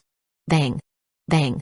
After another 10 minutes, the walls of the building could not be seen as they were all broken to pieces, which were mixed with countless iron filings and debris. Godfather, the cannonballs are all used up. It's about time to stop. This level of concentrated firepower is enough to kill anyone, and even if Ghost Hand Ross is an Iron Man he would have been broken into pieces. A captain who led many gunners went to Caponebridge and reported. Caponebridge stared at the broken ruins and finally nodded and spit out a ring of smoke. Almost. Let the gunners keep 2 cannonballs while fired everything else. It will be regarded as a salute to the funeral. Yes. The captain responded and quickly conveyed the order. Listening to the sounds of gunfire that was slowly weakening, many Capone Mafia members looked at the wreckage of the building with an evil smile on their faces. To dare provoke Capone Mafia, this is the end for him. Did he think we are powerless because he is a pirate? Pirates always have to come ashore. In the middle of ridicule and evil laughter of the many Capone Mafia members, the sound of gunfire has finally stopped completely, and the wreckage has become almost flat, leaving only smoke and weak flames. Caponebridge walked next to a member of the criminal organization holding the camera. Is it all recorded? No problem, boss, the entire process was recorded. That's good, we can take this recording to the Marines for the bounty. Caponebridge smiled a little. He is not very interested in money, but to have strong firepower, money is essential. After all, Ghost Hand Ross has a bounty of 40 million berries. If it is coupled with the pirate Captain Whiteblade, it is 75 million berries, enough to purchase a large number of weapons for his troops. However, just as Caponebridge commanded his men and planned to evacuate, he heard few voices from the piece of ruins that had turned into debris. Hearing the sounds, the members of the Mafia were first stunned for a moment. They thought that a cannonball that did not explode had blown up at this time, but soon they found that their conclusion was wrong. Huala. Following countless debris and iron pieces splashing out, a figure drilled out from the ruins filled with smoke. His body was completely clean, and not only his shirt was not the slightest bit tattered, but there wasn't even a little bit traces of burns. Ross patted the burnt black dust stuck on his shoulders, as he slowly stepped out of the smoke-filled ruins. Did you really thought that it is finished? Caponebridge. Ross calmly looked at Caponebridge in the crowd. Hey. Caponebridge's face looked a bit ugly and his teeth put force, almost biting the cigar in the mouth, but he still coldly said, I didn't expect you to be still alive. But if you had escaped the mass bombardment, you should have kept hiding and not come out like this. Do you think that with your strength you can reverse this huge disparity in power? If I don't try it, how would I know? Ross glanced at the guns and the cannons that aimed at him and his eyes calmly returned to Caponebridge. After his voice fell, he did not move forward to fight but took a gentle step forward and walked out of the ruins and toward Caponebridge step by step. The atmosphere is very strange. Being pointed out at by the countless guns, Ross did not seem to see the guns and cannons that were aimed at him at all. He was very calm as he slowly stepped forward. Kill him. Caponebridge stared at Ross, who was walking towards him step by step, for 2 seconds. His eyes flashed with murderous intent and he shouted loudly. Bang! Bang! Bang! Suddenly, countless guns aiming at him fired at the same time. Bullets and artillery all hit Ross, but they strangely passed through Ross. Ross was still slowly moving forward step by step. He completely ignored the gunfire as if it had never happened. What is going on? The ferocious faces of Capone Mafia members couldn't help but turn dumbfounded. They helplessly looked at guns spitting fire, but they couldn't cause Ross, who was slowly moving forward, to stop the slightest bit. Caponebridge was also slightly shocked, but soon he recalled all the information about Ross. There seems to be a piece of information about him that shows his ability to create illusions. Is that illusory image? Where is his main body? Caponebridge had a grave expression and he didn't dare to show slightest bit carelessness. He raised his concentration to the max, intending to respond to Ross' surprise attack that may appear at any time, and looking for Ross' real position. Ross could only use distort light and couldn't distort the sound, but because of the violent gunfire in all directions, it has overshadowed the sound of his slow footsteps, so that Caponbage couldn't detect it. The situation on the ground was just an effect similar to the refraction of light in water. But, after learning that Ross seen by his eyes is a illusory image, Caponbage quickly responded, and ordered his subordinates, "Don't aim, and just randomly shoot at the central area." The Mafia members who were shocked by Ross's ability, after hearing Caponbage's command were slightly shocked, but they quickly executed the command and began to shoot at the ground, firing 360 degrees around them without leaving a blind corner. This attack has had some effect. Some of the bullets in the field showed a strange distorted scene in the void after the shot, as if space was folded and the shooting route changed into an arc. Even if it was just a simple visual distortion, it looks very shocking. There is no effect at all. Damn, what is this ability? The members of the Mafia finally revealed panic on their face. Chapter 22 Seastone Weapon. However, compared to the panic of his subordinates, Caponbage was extremely calm. After he sensed that Ross's main body was really somewhere here, he decisively gave an order in a low voice. "Victor. Give it to me."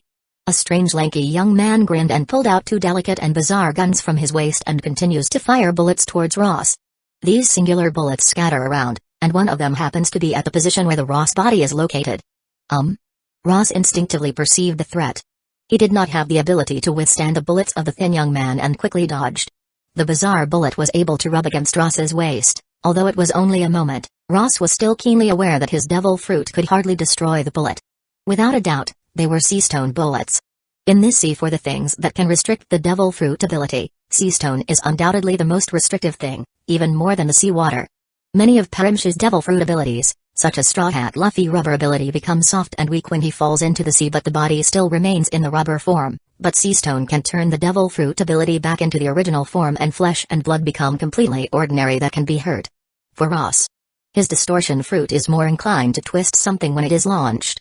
In addition to light distortion, the body needs to touch the substance to take effect. Any bullet that touches his body will be affected by the power of distortion at the moment of touching.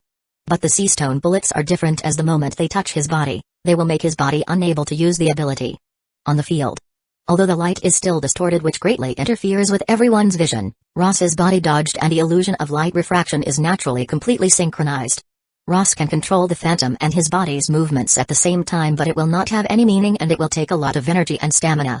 Caponbage perceived that Ross evaded the seastone bullets. He once again revealed a confident look. "When I know that you are a devil fruit user, do you think I will not prepare anything for you and just act rashly?"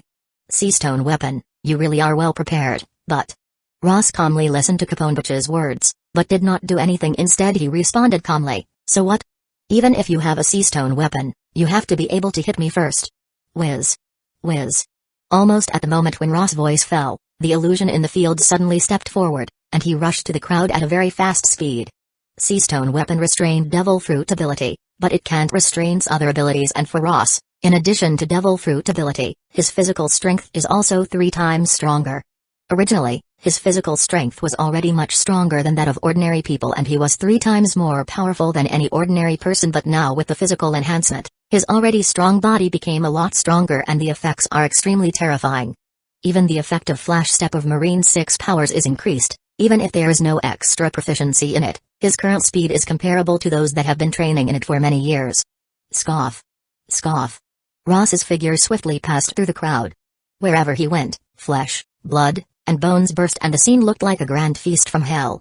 Originally his speed was extremely fast, and with the visual interference produced by light distortion, no one could capture his silhouette and launch an attack. Damn. Caponbage didn't expect Ross' speed to be so terrifying, and his ability to use illusion became even more troublesome when his speed was already so fast. Even though his subordinates have some extraordinary powers, but even if they try to fight him they will lose as they are no match for Ross. Seeing that in a short amount of time his subordinates suffer dozens of casualties, and they are still increasing as the time passed on, Caponbage has no choice but to order his subordinates to evacuate. "Everyone, stop firing. Victor, Lecky, stop him.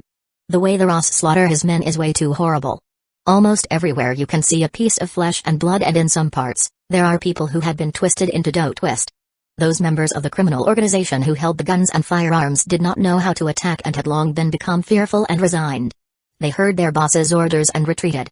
At the same time, Two of Caponbage's subordinates, Victor and Lecky, pulled out a few poles of different colors which seems like they were made of steel and ran towards Ross.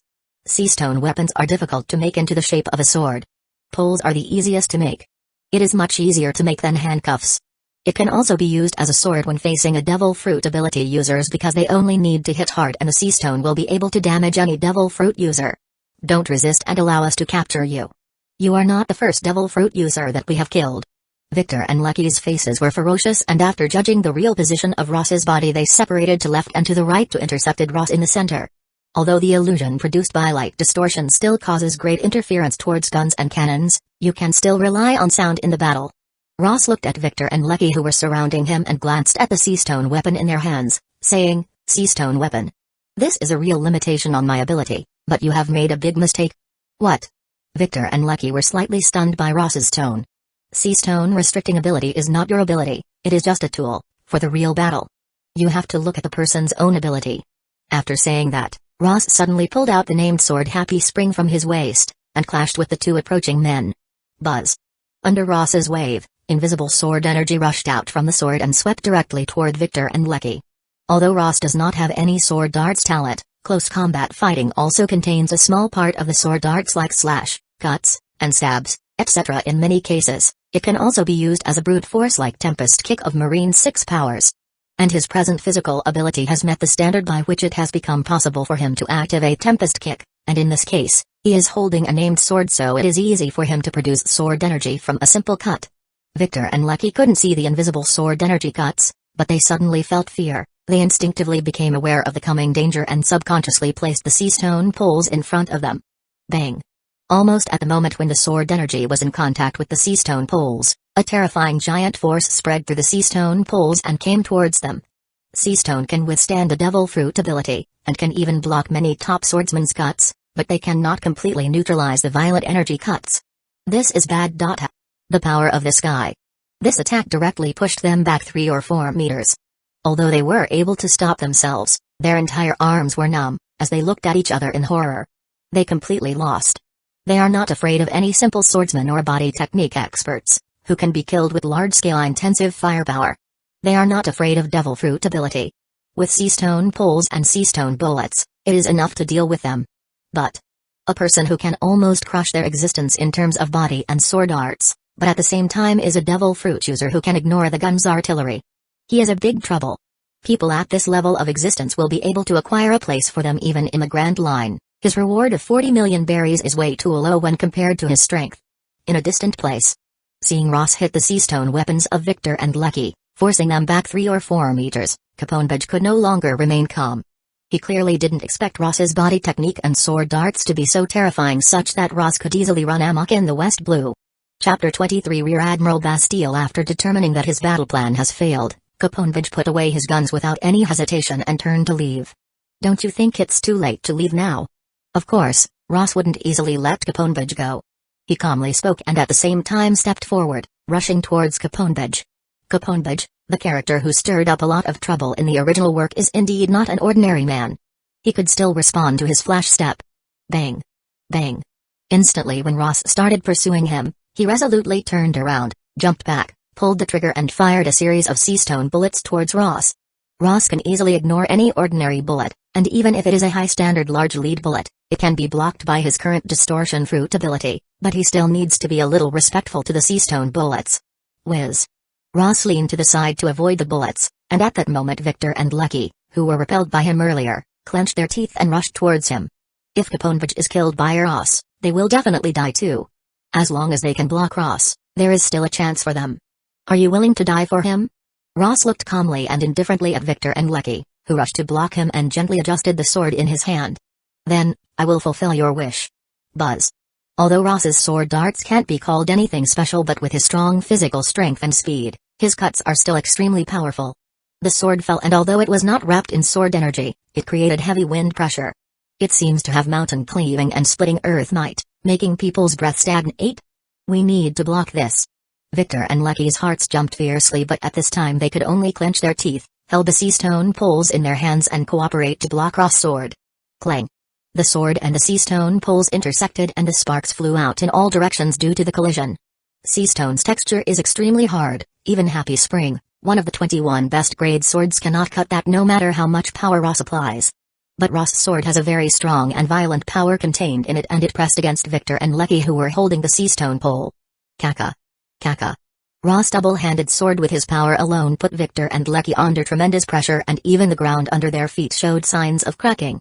Although Victor and Lecky were barely able to resist, both of their faces flushed red and their arms trembled, clearly suffering from overexertion. Ross was disinclined to fight them any longer, and his hands holding the sword pushed down hard. Chi. Sword energy with a brute force rushed out and cut the ground in front of Ross, forming a crack of about 3 feet, and Victor and Lecky were naturally directly defeated. Ross didn't pause, and his face was calm and indifferent as he ran the sword through Victor's heart. Victor! Lecky screamed. He spared no effort and smashed the sea stone pole towards Ross, but both his arms had already lost their strength. Where would he still have the energy? Ross backhanded his sword and sent Lecky's sea stone pole flying. He shook his wrist, and then a head followed by blood flew into the sky. Killing Victor and Lecky seemed to be a trivial matter for Ross. He didn't give them another glance. He turned around the sword and looked at Caponbage, who had escaped towards a street. Whiz. Ross stepped on the ground and cracks like a spider web appeared on the ground. He was like an arrow fired from a bow as he sped forward, sticking close to the ground. Almost instantaneously, Ross has crossed the street and caught up with Caponbage in the middle of the second street. Bang! Bang! Caponbage heard the movement behind him, and without even seeing, he fired a row of bullets towards Ross and forced him to evade as Bage continued to escape. Even though the distance was very close, Ross, who was focused, easily avoided the sea stone bullets. 7, 5. Now you should not have any more bullets. Ross calmly says, and in one step came behind Caponbage with Happy Spring in his hands waving out mercilessly. And just as Caponbage was about to lose his head, a figure wearing a coat with justice written on it suddenly came in between them. Clang! Ross' sword stopped at a half-foot distance from Caponbage's head. What prevented him from this was enormous shark sword. The enormous shark sword covered the back of Caponbage's head and occupied all the space between Happy Spring and Caponbage's head. The atmosphere solidified. Ross slightly narrowed his eyes and looked at Marine, who had suddenly emerged. His insignias were different from the colonel he had seen before. It was the insignia of the higher rank, and he also found the person in front of him very familiar. I finally found you, Ghost Hand Ross. The tall Marine holding the shark sword and wearing a strange bullhead mask said indifferently, as he blocked Ross' Happy Spring in midair. I am from the West Blue T4 branch base. You can call me the Bastille or call me Rear Admiral Bastille. Bastille. Ross thought and remembered who this person was. He was a vice admiral who, in the original work, had followed Admiral Fujitora to Dressrosa to carry out a mission, but right now he is only a Rear Admiral in West Blue. There are not many Marine bases in West Blue, and most of them are on islands. The highest officer is only a Marine captain in them. But, now to capture Ross, if you look in the whole West Blue, there are only a few Rear Admiral bases. The cigar was still in Caponbage's mouth. Yes. The operation to annihilate Ghost Hand Ross was planned by him for many days, and even if he failed by some unexpected circumstances, he still has a plan ready for that. This information of retreat path, he had received 2 hours ago, and that also happened to be the time when Marines arrived and landed on the ground. He turned to look at Ross, the corners of his mouth slightly raised, like a winner ridiculing a loser, saying, before taking any action, you must consider the risk of failure and thoroughly plan your evacuation. Chi. Ross took back Happy Spring, and the shark cutter scraped and a few sparks flew, but there was no damage on the sword. Is the West Blue Marine already degraded to the extent of being commanded by a criminal organization? Ross looked calmly at the Marine Rear Admiral. Bastille snorted and put the enormous shark cutter on his shoulder. He said, it's just a report from the public. So are you going to surrender, or are you going to wait for me to beat you half to death before taking you? He didn't like the criminal organization, and he was even more disgusted with receiving assistance from the criminal organization, but the Marine headquarters had issued the order to capture Ghost Hand Ross no matter what, and that order has been on his desk for a few months already. The scene was quiet. Ross calmly glanced behind Bastille's shoulders at Caponbage, who stood a few meters away. He suddenly laughed. Why are you laughing? Bastille asked with a frown. Ross slowly raised his head, revealing an expression that he had never revealed before. It was hard to tell this expression as a smile, but it was really a smile, only it was cruel and bloodthirsty and also a little bit cheerful. Marine Rear Admiral. It's really ... not a bad Marine rank. Chapter 24 Hidden. Bastille did not understand what Ross meant. Whether Ross felt that his rank was very high, or very low, he could not see it from Ross's expression. Ross' expression was as if he is looking at his prey, but this expression was very strange and laughable in Bastille's eyes. Prey? He is the captain of the West Blue 84 branch and not the Marine captain of those branch divisions. His strength has already surpassed the pirates that have the bounty of more than 50 million berries, and he had defeated more than one of those pirates. Such that before long, with his achievements and age, he will be able to transfer to headquarters to serve a post or to a large base on the Grand Line and become a vice admiral. Ross dared to show him this kind of look? Ridiculous. And the Marine branch that he leads has already docked 2 battleships on the shoreline.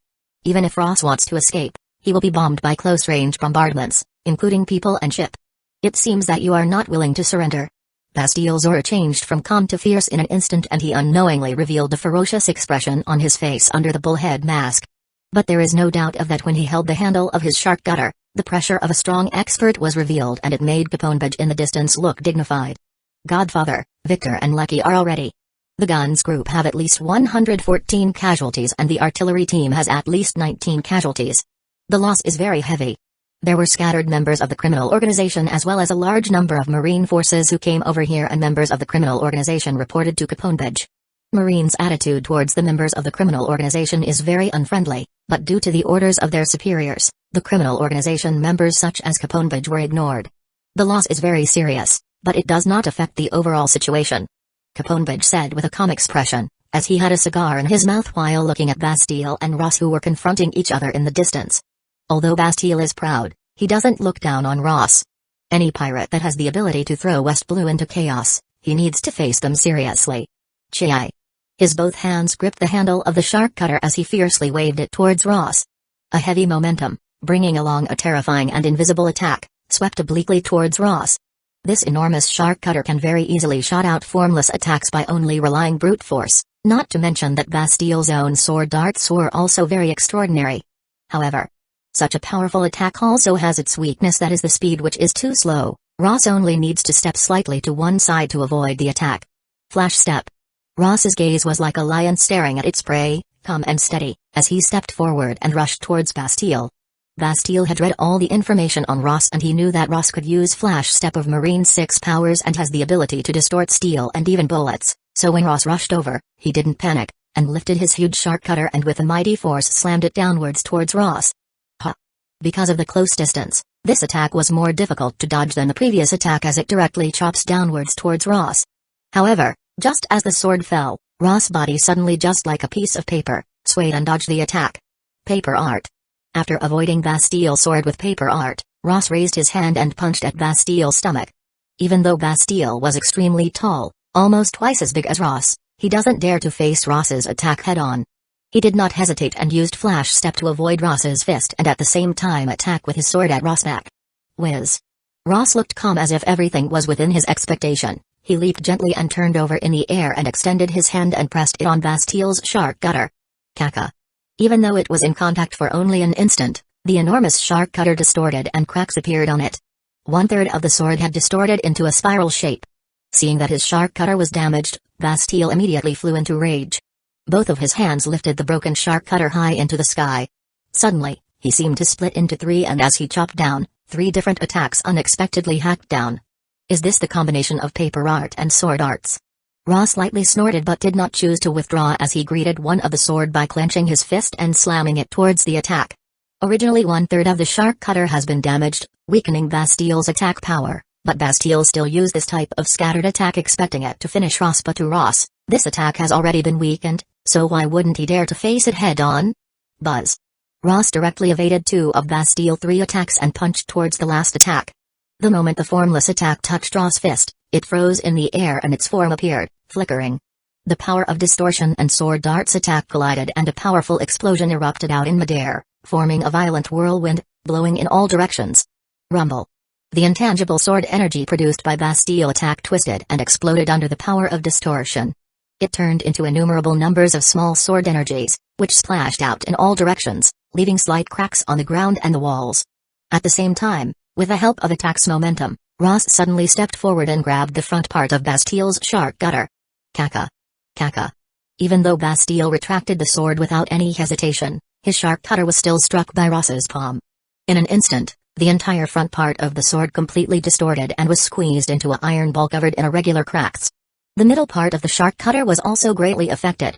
Distortions and cracks appeared on the entire sword and edge of the sword, leaving only the third of its part at back still intact. Rear Admiral Bastile's shark cutter. That is the Parimsha distortion fruit ability in the intelligence? The numerous Marines in the surroundings saw that Bastile's weapon was almost completely destroyed by Ross, and they revealed a look of surprise. Some Marine captains had cold sweats on their foreheads. They didn't expect Ross to be even more powerful than the Rear Admiral Bastile. If Bastile lost to Ross, the following consequences would be unimaginable. Snipers.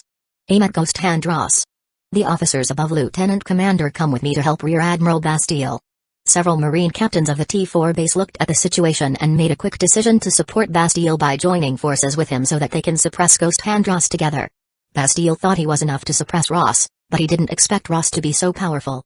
Even he was helpless against him. The decision made by the Marine captains in the distance was correct. Although he would lose face, he was still a Marine.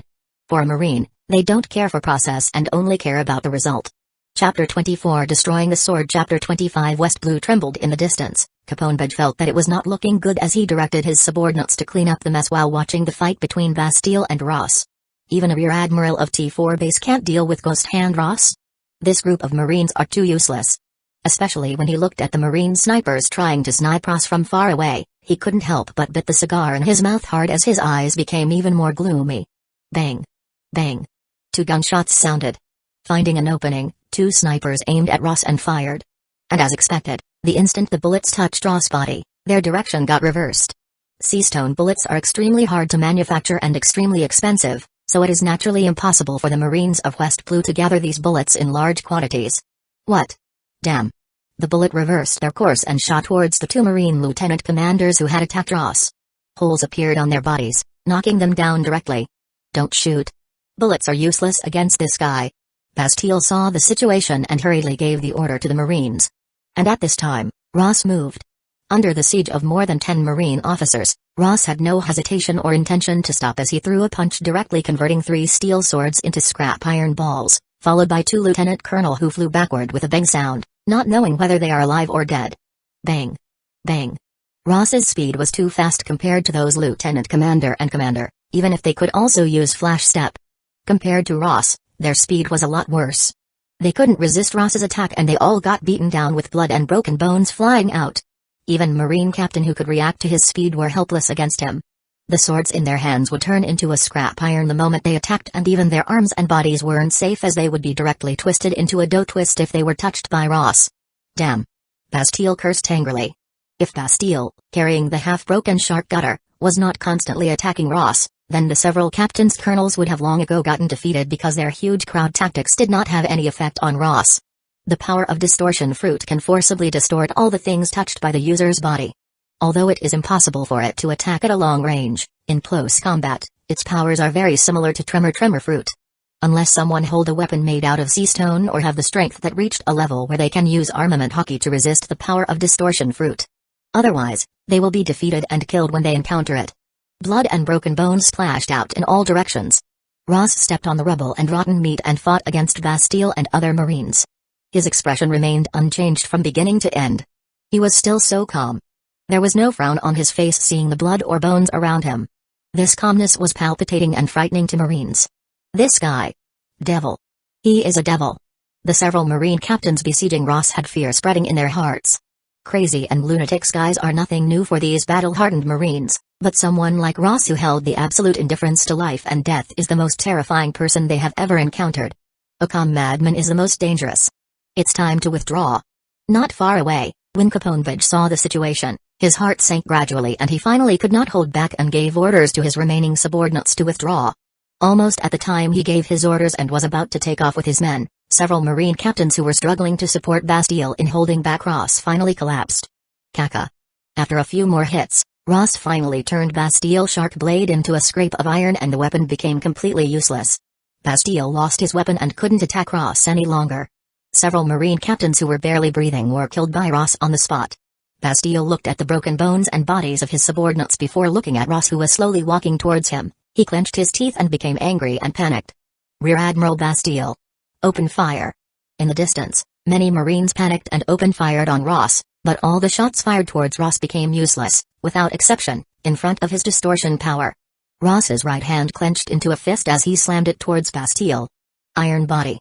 Bastille did not hesitate to show Marine 6 powers as Iron Body, trying to defend against Ross's attack, but under Ross's fist, his defense which could withstand bullets was broken. His muscles, which are comparable to the hardness of steel, were distorted and his inside gave a caca sound under the influence of the power of distortion. Bang!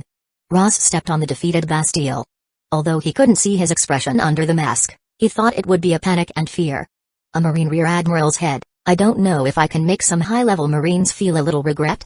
No, maybe it will only make them angry. Ross suddenly smiled and put a little force into his feet. Like a rotten watermelon, the flesh and bones burst open in all directions. All the remaining Marines who tried to shoot and come forward to support Bastille stopped and looked at the hellish scene. Their hearts stopped beating and their breathing stopped. Their bodies petrified, their muscles are stiff and their brain seems to be unable to think. Whether it is turning around and running away or fighting desperately, they could not decide on any action. This is the state where, after suffering from deepest fear, their brains seem to have stopped. But this is just the beginning. Ross slowly retracted his foot and his face returned to his usual calm expression. The fight was over and there was not a drop of blood on him and his clothes. Although his clothes were slightly damaged and tattered, they were still clean, which is very different from the bloody hell around him. After killing Bastille, Ross's ear rang with a clear and familiar system sound. West Blue 8-4 Branch Base Marines and Rear Admiral Bastille have been completely defeated and the award obtained is 80 talent proficiency points and 1 free talent point. The reward is not low. Ross slightly smiled and turned his head and looked in Capone's direction, who was trying to escape. Now, there is only one last thing left. With one step, he had already crossed over dozens of meters and with another step he crossed the same distance. After continuing running for 2 streets in succession, Ross took one step and leaped in midair, lightly falling in front of Capone, who was fleeing. Looking at the extremely ugly visage of Capone, Ross calmly said, "Game over." 2 days later. The latest news, along with newspapers spread throughout West Blue. Ghost Hand Pirates, Captain Ghost Hand Ross, in the Kingdom of Smale, recklessly fought Capone family criminal organization, and killed the criminal organization's godfather Capone without or disregard to order, causing great damage to the peace of the Kingdom of Smale. West Blue 8-4 Branch Base Chief Bastille led Marine to attack the White Blade Pirate Group, and in the process of killing White Blade Pirate Group they were ambushed by Ghost Hand Ross and were unfortunately killed. All accompanied soldiers and officials died. Ghost Hand Ross is a cruel and sinister monster. Marine Headquarters will send a Headquarter Rear Admiral to take care of Ghost Hand Ross. Other than that, Ghost Hand Ross's bounty has been upgraded by the Marine to 64 million berries, surpassing the original West Blue's highest bounty of Double Sword Dillo, captain of the Double Sword Pirate Group, making his bounty highest in the West Blue. The news spread fast and the West Blue trembled. Chapter 26 Hidden on the Sea. The ship with a pirate flag was rapidly moving through the sea. In the top cabin of the ship, Ross was sweating as he was doing the most basic push-ups on the reinforced floor. On his shoulders, he is carrying 2 huge steel dumbbells. This weight was enough for him to exercise. 993, 994. Ross constantly lifts up his body and the muscles on his arms were completely taut. The torso that seemed to be no different from any average person had enough power to smash any pirate with the bounty of 50 million berries. 999, 1000. The counting of numbers continues. When the number reached 1000, Ross finally stopped. Putting the weights on his shoulders down to relieve the tension on his shoulders, he lied down on the floor to rest, breathing heavily. Sweat continually flows out of his body, soaking the floor. Thump. There was a knock on the door outside. Ross lay there, too lazy to get up and open the door, so he directly said in a lazy voice, "Come in.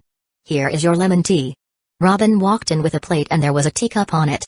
She saw Ross lying there without any care and smiled slightly at him before placing the plate on the table next to him. Ross rested for a few more seconds before he got up and took the cup from the table and drank it in one go. "Where are we now?" "According to Captain's calculation yesterday, we should have arrived near the Kano country," Robin whispered.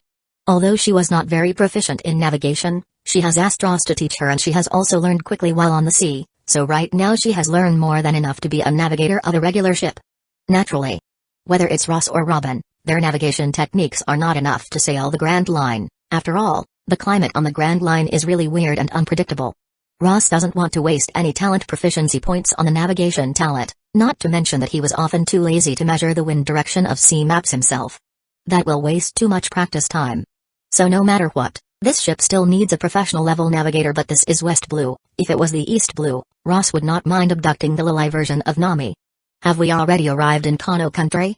Ross gradually calmed down the feeling of weakness and fatigue from his body while hearing Robin's report and put the cup down. If the information is correct, we should be able to find polar bear pirates in Kano country, which has 45 million berries bounty on them. Robin nodded. There should be no problem with the information, but this Kano country is not a friendly country. I know. Ross smiled. Kano country controls a huge official pirate force, the most powerful of which is the Hapu Navy. The leader is Don Chinzhou, who once sailed on the Grand Line, with a bounty of 500 million berries and later has his head flattened by Garp's fist, damaging his strength greatly. Kano country's influence is strongest in the Grand Line. West Blue's side only has some reserve force, except for maybe leader Don Chinzhou, who is enjoying life here in retirement, but it is unlikely that we will encounter him. Captain seems to know Kano country very well. Robin looked at Ross in surprise as she was going to report to Ross what she knew about Kano country. Only know some things. Ross shrugged and said, in addition to the polar bear pirates, the keel and trunk materials of our new ship are also in the Kano country, and after acquiring them we can then go directly to Shipwright Town to find a shipwright to build us a new ship, otherwise we have to go far away to get the materials. Robin stood by and listened quietly, without interfering with Ross's decision. Ross is not the strongest person she has ever seen, but he is the calmest and confident person among the people she has ever seen. Yes, it is self-confidence. This kind of emotion is not something that he wears on his face, but it's a kind of emotion that is hidden in the depths of his eyes, and only occasionally he reveals this emotion. Because she has been observing Ross keenly, she has captured this several times. This kind of self-confidence makes it difficult for her to describe it, and some of it is incomprehensible. It is like an inexplicable calmness of the world. In addition to self-confidence, Ross's calmness and determination are what she has encountered so far, and neither the leader of the underground organization or the pirate leaders can compare to it. Even if his strength is enough to cross the West Blue unhindered, he still insists on doing a lot of exercise and practice every day, although many times he also loves to enjoy shoulder massage and the like. Since Captain has already considered it, I will withdraw first. The thoughts on Robin's mind were fleeting. She smiled at Ross and said. Ross nodded and she left the room. Oh. Seeing Robin close the door, Ross grabbed the towel and wiped the sweat remaining on his face and shoulders and planned to do another exercise. Talent system. Gifted talents, especially the physical enhancement and agility enhancement of the general department, are based entirely on his own strength. Simply put, if his own strength is 100 pounds, after the basic level strength enhancement is done, it will be raised to 150 pounds. And if his own strength is 1,000 pounds, then after the basic level strength enhancement it will be raised to 1,500 pounds instead of 1,050 pounds. The general talents are not fixed upgrades. His current physical enhancement proficiency is at 100 points, bringing about 3 times his own self-based improvement, and his training exercise will also bring about 3 times as much improvement as anyone else who does not have the gift of physical enhancement. In this sea, most people, even if they try their best to practice, it will be difficult for them to reach the level of Garp and Whitebeard in their lifetime. Even half of their level is hard to reach. For Ross, he only needs to exercise his body to a 1/3 level of Garp, and under the blessing of physical enhancement, he will be directly promoted to Garp level. Although it is difficult to exercise to 1/3 of Garp's level. Ross is not a mathematician and can't figure out anything precise, but he just needs to know that his training is more effective than others. Speaking of proficiency, I have not used the proficiency points I got from killing Bastille and the guy who had 34 million berries bounty. Ross did not hesitate and called the talent system out. It has been 2 months since he killed the Marine Rear Admiral Bastille. In the past 2 months, he only killed a pirate with 34 million berries bounty, but his accumulated money has already reached 90 million berries. That's why he came to Kano country. He will chase the captain of the polar bear pirate group who has the bounty of 45 million berries and purchases the main material for a new ship. Talent system interface. At the bottom, there are Ross's remaining talent proficiency and free talent points, which are 1.4 free talent points and 110 points for talent proficiency. Chapter 27 Moonwalk. Chapter 27 Moonwalk. Ross first glanced at the battle talent department, then decided to switch the talent interface to the general talent department that has physical enhancement in it. He quickly swept his eyes over, and something unexpected caught his eyes on top of the battle department's talents tree, a branch that he didn't know when, but it changed from non-active gray to activatable green. The name of the branch is Observation Hockey. The activation conditions of the observation hockey has been fulfilled, making Ross surprised, and he subconsciously looked towards the other 2 types of hockey as well. However, the branch that indicates armament hockey was still gray, which means that Ross's current body is still not up to the standard of practicing and utilizing the armament hockey. It seems that observation hockey can be activated but armament hockey can't. Is it because I activated paper art and I already had some rudimentary knowledge about observation hockey? Ross revealed a thinking expression. Paper art in Marine 6 powers also has high dodging rate, but this ability is used to dodge fists and swords. But if someone wants to use paper art to dodge rains of bullets, it will not be possible for even Admiral Kizaru with his light fruit. It is only possible for someone proficient in observation hockey. If it is because of paper art that I reached the standard for activating the observation hockey, then does that mean that if I put some proficiency point in Iron Body I will be able to reach the standard for activating armament hockey? Ross looked at Iron Body in Marine 6 powers, hesitating.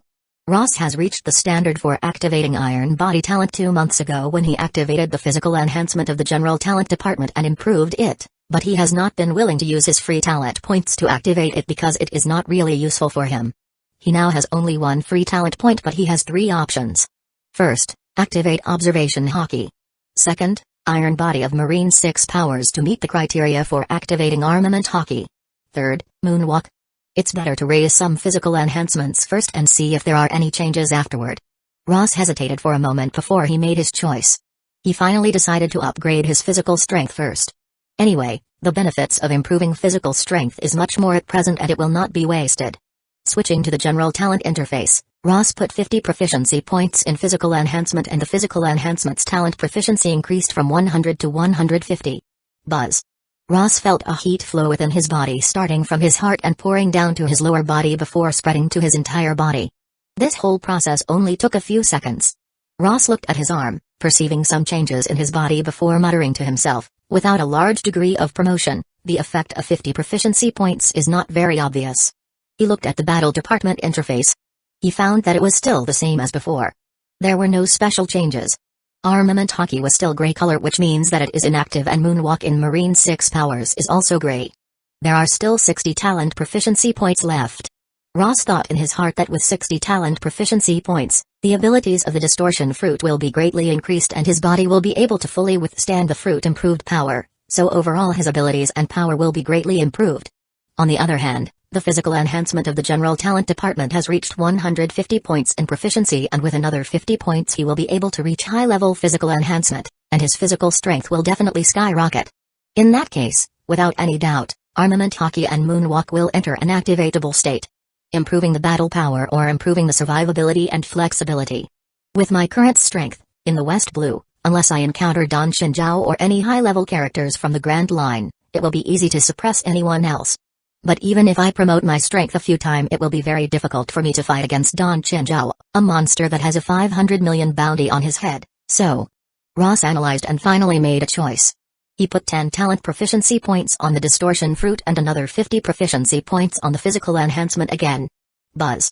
The progress bar of physical enhancement advanced from 150 to the position of the high-level physical enhancement threshold line, while below the character's high level, there was a golden light flashing, changing from gray to gold color. At the same time, a massive amount of energy emerged from Ross's heart and spread toward his whole body, soaking every muscle, every cell in this rich energy. At this moment, Ross could even feel that every cell in his body transmitted eagerness. They were eager to absorb this strange energy. After what seems like a long time, the strange power within Ross's body began to subside, but every cell in his body still desired this energy and they desperately swallowed the fading power. Finally, the energy in his body completely subsided. The cells throughout Ross's entire body violently swayed for a while before gradually calming down. High-level physical enhancement. This time, the promotion is extremely obvious for Ross. Although it is less than doubled, his overall power has increased by at least 60% to 70%. If converted, high-level physical enhancement should improve the original body by 5 times and the mid-level physical enhancement should improve the original body by 3 times. Coupled with the improvement brought about by his continuous practice over the past 2 months, he is now able to compete with Rear Admiral Bastille by only using his physical strength. After adapting to the changes in his body, Ross took a breath and switched back to the talent interface of the battle department. This time, the talents of the battle system has been completely renewed. Many talents that could not be activated before have all changed from gray to green. Marine 6 powers all turned into emerald green, observation hockey and armament hockey also became green, and even the Conqueror's hockey became green, meaning now all of them could be activated. However, Ross turned his eyes and looked away. Compared to Conqueror's hockey, he cared more about the immediate usability of the selected talent, He will choose these powers later in the future when he has more free talent points. Armament hockey. Ross looked at the armament hockey. It is impossible to say that he is not eager for this power, for it is a type of power that will enhance his powers even further. But he eventually chose to activate Moonwalk. Now that his strength is enough to run amok in West Blue freely, armament hockey is not something that is practical for him right now, as even with this, he will not be able to deal with the monster, that is, Dan Chenjiao. But if he learns Moonwalk, he will be able to cope with most of the situations on sea, land, and air. He can even encircle a marine battleship without fear with Moonwalk and can directly sink the battleship. I have not hunted pirates above 50 million berries bounties, then the next goal is almost certain. After the activation of Moonwalk, Ross took a breath. When he gets the new ship, he will destroy the West Blue Double Sword pirates and get a free talent point, then he will activate armament hockey, after which he will put the Grand Line on his agenda. Chapter 28 Pirates Harbor. Since he selected Moonwalk, Ross naturally wants to try it.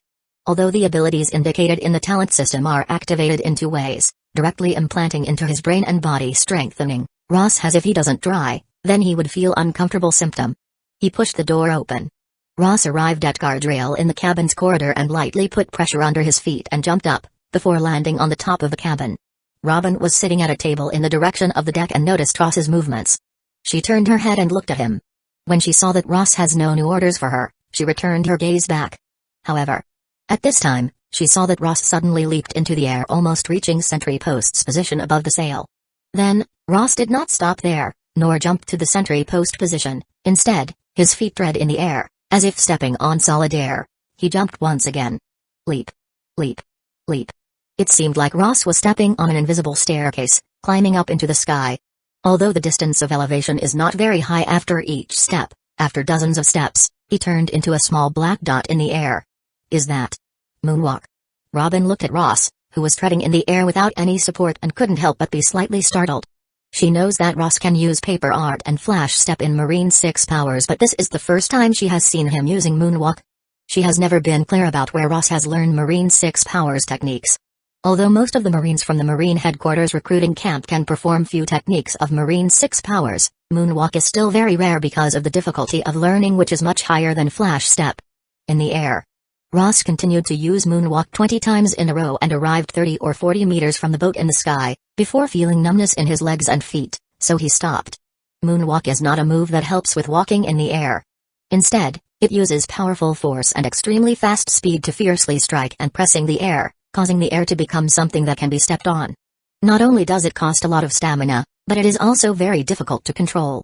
On the ground, he can cover more than 10 meters in a single step, but by using Moonwalk in the air, it is difficult for him to even cover a 1 meter distance. If it was not for the talent system ability to directly infuse all the process and experience directly into his brain and strengthening the body, then he may not even be able to do this much. A short stay in the air nearly 50 meters from the sea, Ross is overlooking the sea below him, feeling the sea breeze blowing in his face, revealing a smile. That is Kano country? At the height of almost 50 meters, looking out into the distance, Ross could vaguely see something in the shape of a small island at the far end of the horizon. Since it can already be seen, it means that the distance is not very far. After taking a look, Ross took his gaze back and crashed towards the boat below, eventually falling back on top of the cabin. However, because he didn't control his strength and point of descent, he broke the top of the cabin and almost got stuck in it. Ross slightly tilted up the corners of his mouth and glanced to the left, and happened to see Robin looking at him in surprise from not far away. However, Robin just looked for a moment before she took back her gaze and continued to read her book with a calm expression as if she didn't see anything. Ross came down from the top of the cabin, commanded the handyman on the ship to repair the cabin and came to the deck. After 2 breaths, he again used Moonwalk. Moonwalk is a very good training method to temper his body for the current him. Carrying a heavy load or whatnot, with his current physique is already very average. If the weight is too heavy, his boat will not be able to bear, and if it is too light, it will not be effective. But Moonwalk, which does not require any heavy load, is still very stamina-consuming exercises, and it would be better to train it. When the numerous handymen saw that Ross was able to go towards the sky, they were even more awed by Ross. They did not dare to be lazy, and quickly hammered the ship to repair the cabin. Kano country. This is a country of pirates. Because the king is qualified to participate in the World Council, Marines rarely comes to visit the country, resulting in a large number of pirates frequently gathering in the country. However, the pirate gathered here at most will have a small skirmish between them and would not dare to disturb the order of Kano country. Chinjiao, the drill of Happy Navy with the bounty of 500 million berries, is not someone one can mess around with. He was once a powerful existence within the Grand Line. Even with his head becoming flat due to Garp's fist and losing his drill, he is still someone to be feared. And it's not just Don Chinjiao. There are many pirates in this country, and the Hapo Navy, which has once sailed on the Grand Line, has over 1,000 pirates. These pirates are not as strong as Don Chinjiao, but they are still to be feared, as the core members of this pirate group had trained in Hashoken, which is a technique by which they can manipulate vibration. All of them are pirates that were known in the Grand Line and not something that West Blue pirates can defeat. Ross' pirate ship is getting closer to the harbor of Kano country. Sure enough, it is a country of pirates, so many pirate ships, so blatantly anchored at the harbor. Looking at the port of Kano country, where a large number of pirate ships with pirate flags hanging onto them were anchored, Robin looked calm on the outside, but she is still a little surprised. Ross stood next to her and looked at the harbor in the distance and smiled. Maybe it's rare in West Blue, but on the Grand Line, such countries are everywhere. Has Captain ever been to the Grand Line? Robin was slightly surprised as she turned to look at Ross. She could keenly sense Ross' tone. This level of understanding of the Grand Line was as if he had seen it with his own eyes. Ross touched his chin and said, "You can say that." As his boat slowly moves towards the dock of the harbor, it caused stir on the dock. The Ghost Hand pirates are famous in West Blue Sea. The pirates on a lot of pirate ships, as well as the workers on the dock, looked at the pirate ship that was coming in, and they all looked shocked. It's the Ghost Hand pirates. I heard that Ghost Hand Ross had killed a Marine Rear Admiral and his bounty got higher. He now has 64 million berries bounty on his head, which is 5 million more than the Double Sword pirate group. A lot of pirates whispered as they looked at the Ghost Hand pirate's ship. What the world government has published in the newspaper, that Ghost Hand Ross ambushed the Marines that were in the process of pursuing another pirate group, was for the purpose of deceiving ordinary people. Which pirate would be so idle to voluntarily attack Marines? There is no doubt that Marines must have taken the initiative to pursue Ross. However, Ross' strength was beyond their expectations, and even a Marine Rear Admiral cooled to deal with him and got killed on the spot. The increase of bounty to 64 million berries is not something casually done. Naturally, there are many people who are not afraid of the Ghost Hand pirates entering the dock. A guy with a plain face was looking at them. He was a sailor to others, but in the dark, he is one of the official members of the Hapo Navy of the Kano country. Ghost Hand pirates.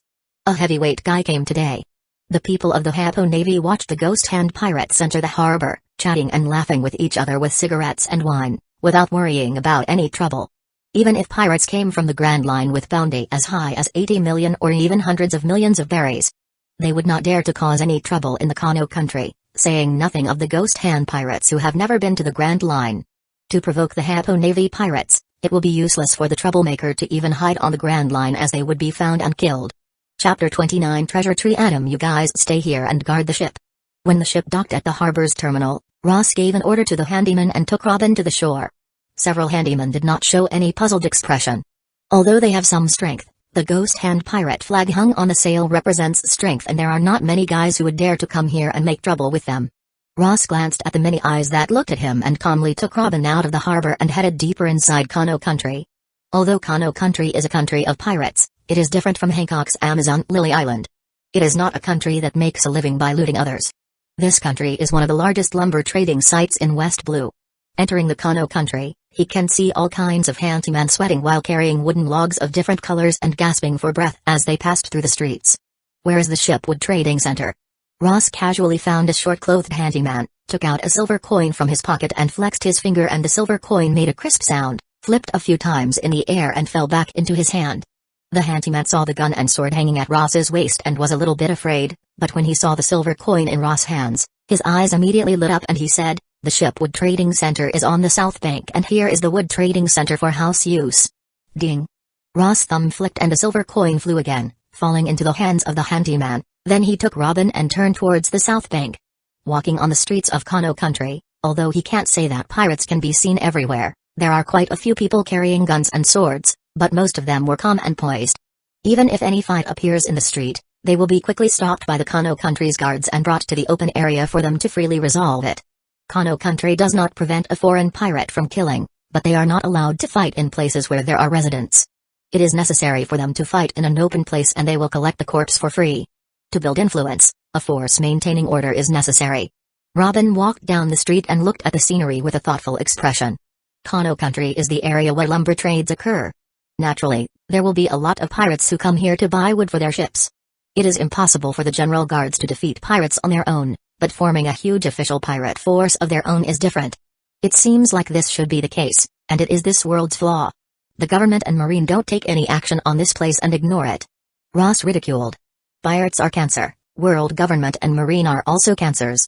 They only maintain order, and not justice, while justice and order are very different. Along the way, there weren't any pirates who dared to provoke Ross and Robin. The identity of Devil Child Robin, although recognized by many pirates, but once they see Ross walking in front of Robin, these pirates shrunk their neck. In the recent rumors, wherever Ghost Hand Ross went, then no matter if one is a pirate or marine, all of them are killed without mercy. He is one of the most dangerous existence of West Blue. Soon, Ross and Robin arrived at the South Bank. The scenery here was completely different from the West Bank. A large amount of wood piled up everywhere, many of them were extremely large. It is not something that ordinary people can move. More than a dozen people are needed to move even one of them. People are transporting wood for ships, and they are all under a giant wheel cart and trolleys, and a group of people are pushing them towards the beach. It's Ghost Hand Ross. Some people recognized Ross, and many pirates were shocked on seeing them. They hid on the side as no one wants to be killed by this pirate marine killing machine. Many pirates escaped, but someone still took the initiative to come up to him. It was an old man with a hunchback. He is one of the people selling boats here. Do you require wood for ships? We have the best types of wood for making keels and masts, and we have many types here. Take me there to have a look.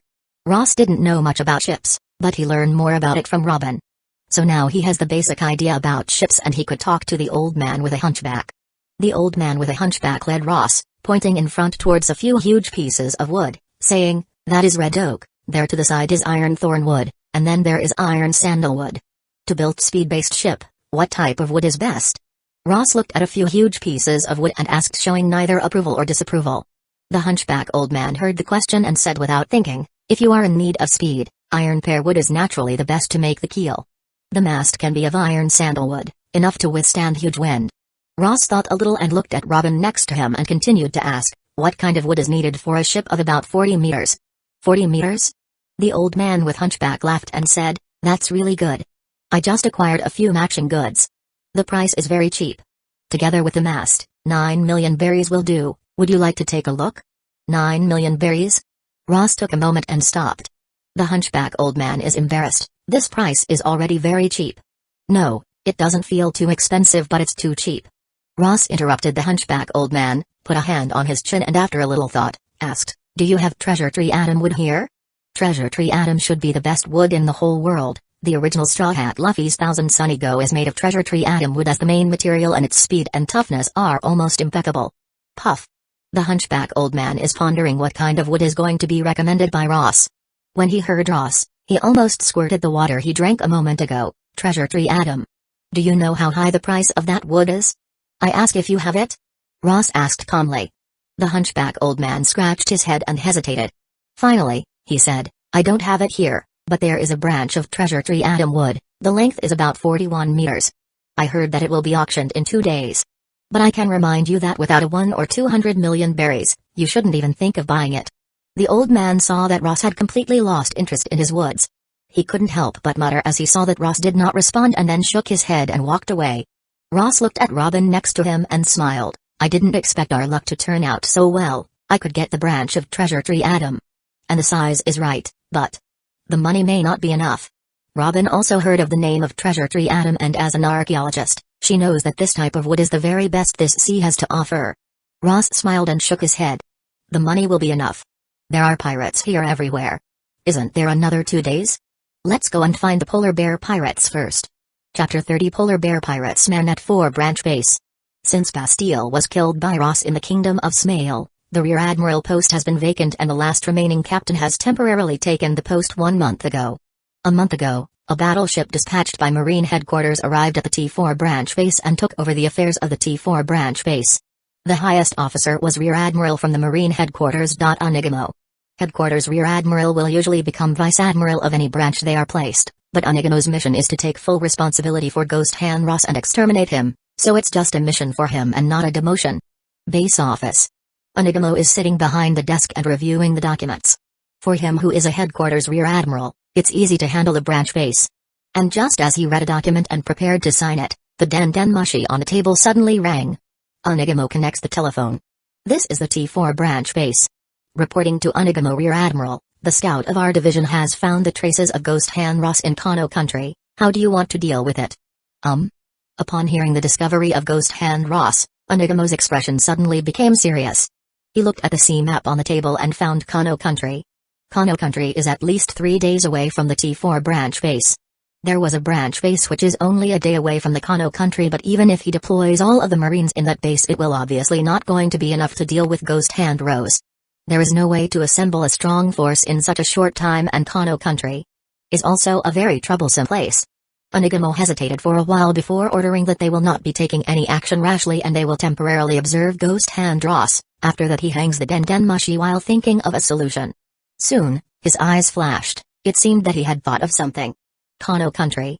Here is the entertainment industry of Kano country. Many well-dressed people are coming and going, and there is also a group of pirates passing by.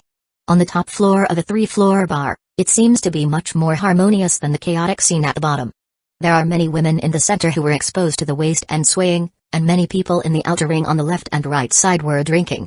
Suddenly, the door on the 3rd floor was pushed open and a young man with a leather cap followed by a girl with a black shawl came in. Due to the loud commotion everywhere in the hall, Ross and Robin walked in and did not attract any attention. After a single glance at the hall, Ross sat down in a seat not far from the door and casually examined the scene in the hall. 1, 2, 3. Robin stood next to Ross, staring calmly at the scene in the hall, and quickly leaned over to Ross's ear and whispered, "Almost all of them are here." "Okay." Ross nodded and regained his gaze, but he was not in any hurry to get started. Instead, he took a glass of champagne from the waiter and took a sip. Robin stood quietly waiting, not urging and disturbing. She always knew what she should do. Ross took a couple of sips from the champagne and put the cup on the table next to him. When he was about to stand up, a drunk man suddenly leaned over and swept his eyes on Robin, smiled. "Kid, your female companion looks pretty good. How about letting me borrow her to play?" Compared with the women in the hall, most of the women here are no older than 14 or 15, undoubtedly 17-year-old Robin looks quite mature and beautiful compared to them. Robin heard such rude words, but she did not show any expression on her face and continued to stand calmly behind Ross, but her eyes revealed a slight contempt in them. "Go away." Ross sat there and spit out a word without lifting his head. "What?" The drunk pirate stared at him and took a moment to understand Ross' words before slowly grinning and lowering his body trying to see Ross' face and said, "I haven't heard such bold words in a long time. I am a member of Polar Bear Pirates, you kid." When he spoke, his head was already low and the position of Ross sitting there was close to his head and he saw Ross' face clearly. His voice gradually became weak and eventually stopped. "Oh, it turned out to be the Polar Bear Pirates." Ross' lowered hat was raised a little, his eyes calmly looking at the pirate in front of him, and he said his abrupt words. You are." The pirate, who was completely drunk, saw Ross' face and he was instantly half awake. As a member of the Polar Bear Pirates, he had seen the bounty of the Ghost Hand Ross, and he also knows that the bounty placed on his head is ranked first in the entire West Blue. His eyes were full of fear, his legs could not help but become a little soft, and he wanted to turn his head to inform his own captain, but his body was stiff and unable to move. "I am planning to talk to you about your captain." Ross slowly stood up and pulled out a gun from his waist before pointing the gun at the pirate's head under his scared gaze. Bang! A gun firing sound resounded. The entire hall was quiet for a moment, then chaos emerged. The captain of Polar Bear Pirates, after hearing the gun sound, turned to look at the direction of the sound, just to see one of his crew members fell back to the ground, and he also saw the face of Ross, who was standing up. "You are." He glanced a little and lightly narrowed his eyes. On the street outside, the gun sound suddenly came from the 3rd floor of the bar, and the people nearby were shocked. Many people looked up to the 3rd floor of the bar after the gunfire sound and soon saw a large group of people fleeing from it. Gunfire? What happened? Which pirate is making trouble here? Just as many people were amazed and confused, when the patrols in the distance heard the sound of gunfire coming from the 3rd floor of the bar, and in that moment a figure flew out from above. Bang! The figure on the street is not a human figure but a monster bear in a human form. The claws all strangely twisted and his face still has a terrified expression on it. Suddenly, the people on the street were shocked and they all ran away to the sides of the street making space, and their gazes turned astonished as they recognized the figure. That is Captain of Polar Bear Pirates. 45 million berries bounty pirate? How could he be in such a horrible condition? Some passers-by recognized the half-man and half-bear-like existence and could not help but suck in cold air, and some looked at the top of the bar with horror in their eyes. Who can make the pirate with a bounty of 45 million berries so miserable? Whiz. Just as they were horrified, A figure jumped from the top of the bar and walked directly to the captain of the polar bear pirate group, who was trying to get up. Captain of the polar bear pirate group coughed up blood and could no longer maintain his form. The white hair on his body quickly subsided and he turned into a middle-aged pirate wearing a jacket. "Damn! You bastard!" The middle-aged pirate, who has changed into his human form, showed a crazed and fearful expression on his face. He did not ask for mercy. Instead, he struggled to pull out a handgun from his waist and shoot at Ross. Ross' eyes were calm and he fiercely stamped his feet. Kaka. Kaka. The chest of the middle-aged pirate caved in and a large amount of blood spewed out from his mouth, and the hand holding the guns finally fell to the ground. The many passers-by next to him, who had not yet been awoken from the shock of seeing the captain of the polar bear pirates, saw the indifferent figure stepping on the body of Captain Polar Bear and could not help but swallow their saliva. That person seems to be Ghost Hand Ross, captain of the polar bear pirates, who had the bounty of 45 million berries and has his own devil fruit power that turned him into a bear, lost so miserably to Ross, and it seemed like Ross did not put any effort in defeating him. The pedestrians around, whether it is the nobles of Kano country or some pirates who were enjoying life and drinking, can't help but retreat upon seeing this scene. Chapter 31 Robbing Pirates. Out of the way, out of the way. What happened here? The patrol guard of Kano country quickly arrived to the street, and after seeing the body lying at the center of the street and the youth wearing the leather cap, their faces changed. Ghost Hand Ross. The body on the ground was a little non-human, but after careful examination, they also recognized that it was the body of the captain of the polar bear pirates. Did Ghost Hand Ross fought with the polar bear pirates here? The patrol captain was a little nervous. This level of a pirate is not something he can handle. If there is a civilian or a nobleman who is injured because of this fight, then it will be very troublesome. Fortunately, after asking some questions from the surrounding people, he found that no aristocrats and civilians were injured, and the patrol captain was relieved. Although there are rules in the entertainment street that prohibits fighting and killing here, such rules are only to restrict ordinary pirates and protect the civilians and nobles of Kano country. By the time the chaos in the entertainment street subsided, Ross and Robin had already left, and as Ghost Hand Ross said nothing, the killing of the captain of the polar bear pirates became a hot topic of discussion on the same day. Killing the captain of polar bear pirate group, Ross got 15 points of talent proficiency. He didn't intend to keep it and directly assigned them to the distortion fruit. After adding 15 points of talent proficiency, the total proficiency of distortion fruit has reached 190 points, and the range of its effect has become much larger. For Ross' current physical strength, he can fully bear the increase in power of distortion fruit. But he may not be able to use it flexibly when it reached around 230 or 240 points. The wealth of the polar bear pirates is quite a lot, more than 30 million berries. After destroying the polar bear pirates, Ross took over all of the polar bear pirate group's wealth and searched their pirate ship, which together had more than 30 million berries. Robin looked at the box of money piled up in front and said, "It should be that all the treasures that polar bear pirate group looted during this time have just been disposed of in Kano country." Ross nodded. "There are no such things as gold and silver jewels in there, all of them are berries, so he can save his time. Now we have more than 100 million berries, but if you want to buy the branch of the treasure tree Adam, I am afraid it will not be enough." Robin understands the worth of the treasure tree Adam.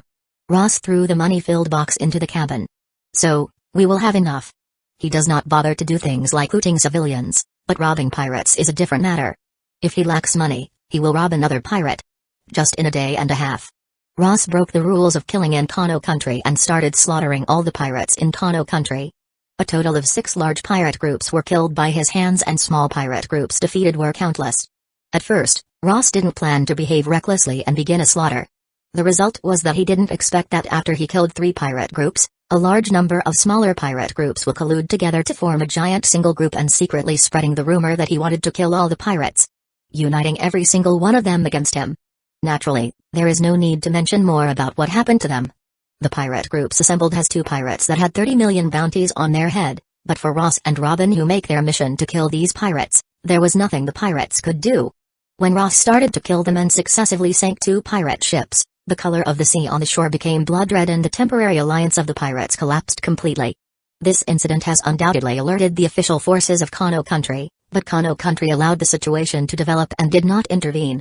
After slaughtering a large number of pirates, Ross also made up nearly 300 million berries. Other than that, he also got 25 points of talent proficiency.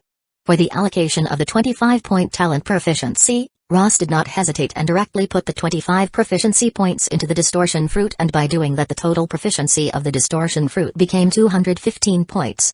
If the physical strength is strong enough, the ability to improve distortion fruit is undoubtedly the most profitable. The 25 proficiency points have enhanced the ability of his distortion fruit. Currently, he is standing in the cabin of his own ship. If the ability of distortion fruit is applied to the hull, the entire ship can be covered. In other words, if Ross is facing a battleship now, as long as he can reach the battleship by using moonwalk, he can use his fruit's ability to instantly distort the whole battleship. And at this level of power of distortion, the general artillery and even the large caliber artillery on any pirate ship will not affect Ross, and he will be able to block them easily. Unless it is heavy artillery, there is no threat to Ross. The power of distortion fruit and my physical strength have finally reached equilibrium again. Now I have to raise my agility enhancement as soon as possible. Feeling the power of distortion flowing within his body, Ross muttered. Now, even if he faced 2 or 3 people of Rear Admiral Bastile's level, they will not be his opponent. Even if they uses the armament hockey, if their hockey cultivation is weak, they may not be able to block his present distortion power. But in terms of agility and speed, his current speed is only a little faster than Bastile. If he meets a speed-type opponent or who can use observation hockey, he will easily fall into a troublesome situation. In the first place, he is a strength-based fighter and not speed-based. Nowadays, due to the rapid increase in his physical strength and fruit's ability, his speed is somewhat unable to keep up with his progress and it becomes a weak point. Captain, the auction will start in an hour. Robin knocked on the door and walked into Ross's room, reminding Ross. The auction time and location of the Treasure Tree Adams branch, which have long been inquired by Robin, are the finale items placed on the auction by the Kano country's officials. Let's go. Ross turned around and saw that Robin was sprouting 4 hands and carrying 4 huge suitcases. He couldn't help but smile and took 2 suitcases from her hand. Captain is really considerate. Robin grinned. After being with him for so long, she was familiar with Ross's personality and occasionally showed some playful behavior. No, it's just that the 4 arms are too eye-catching. Ross grinned and walked by Robin. Robin's mouth slightly curled into a smile. The extra 2 arms turned into petals and disappeared before she put on a hat and followed Ross on the shore and walked toward the Treasurewood auction site. Chapter 32 Auction Kano country receives some valuable wood every year. These woods are very expensive and often difficult to sell, so they are generally put together in large auctions for trade. The auction site was located in the open-air timber area on the south bank of Kano country. When Ross and Robin arrived, there were already a large number of people gathered there, who were mostly merchants from all over the world, with some pirates mixed in. There are a large number of various types of woods on the site, the most conspicuous of which is undoubtedly a giant wood of about 40 meters long. It is the branch of Treasure Tree Adam, which is regarded as best in hardness or flexibility, and its toughness is above that of steel. The branch of the Treasure Tree Adam, it shouldn't be the one that was used to build the Thousand Sun Ego in the original work. Looking at the branch of the most conspicuous Treasure Tree Adam from far away, his eyes flashed with suspicion, but he shook his head. How can it be so coincidental, not to mention that it's the 11th year of Great Age of Pirates? After Ross retracted his gaze, he found a place on the periphery and sat down. Soon, the timber trade began and the auctioneer in a suit walked onto the stage, first introducing a 5 or 6 meter long crimson wooden stake. It was the trunk of crimson oak. Whether it is used to make tables or chairs or sofas, it is very luxurious. Ross is not interested in this. He calmly listened as some nobles shouted, bidding for it. 5 million berries once. 5 million berries twice. Deal. The man in charge of the auction delightedly dropped the hammer and began to introduce the second rare wood. In the blink of an eye, 2 hours passed and occasionally there were some rare types of wood for ships, but no matter the size or quality it was not as good as the branch of the Treasure Tree Adam. Ross just looked at a few of them before looking away. Biddings for treasure wood of ships were comparatively fewer than furniture wood, as most nobles were not interested in wood for ships. Finally, one by one all kinds of woods in the auction site were traded away and it was the turn of the last item. The wood was dark red and exudes an ancient aura. Finally, it's the turn of today's best item. The man in charge has already been speaking continuously for a few hours and he was a little tired, but at this time he forcefully cheers himself up and waved his finger to the last piece of wood. There is an island that has experienced countless wars. Although the island was hit by a hail of bullets, and the residents of that island died and the city also changed into ruins, a big tree survived and stood tall. There are only a few such trees in the world and the most powerful of them is called Treasure Tree Adam. It's right. It's the branch of the Treasure Tree Adam. The starting price. 100 million berries. As the suit-wearing man screamed out the word 100 billion berries, the auction site was quiet and only some sounds of discussion could be heard and no one immediately bid. The man in the suit was a little anxious and worried that the branch of Treasure Tree Adam would not be sold, but finally, someone bid. 100 million berries. It was a businessman sitting in the front row and he only called the base price. 110 million. Some people started to bid and all of them were businessmen. They all thought that if the branch of this treasure tree atom were sold in the right hands, they will be able to easily earn more than 100 million berries. Several merchants started to bid on the branch and slowly the price of treasure tree atom's branch reached 150 million berries. This price has already caused many businessmen to retreat. The price is too high for them and the risk of reselling is too great. In the event of any mistakes, they will not be able to earn much. 200 million. Ross finally bid.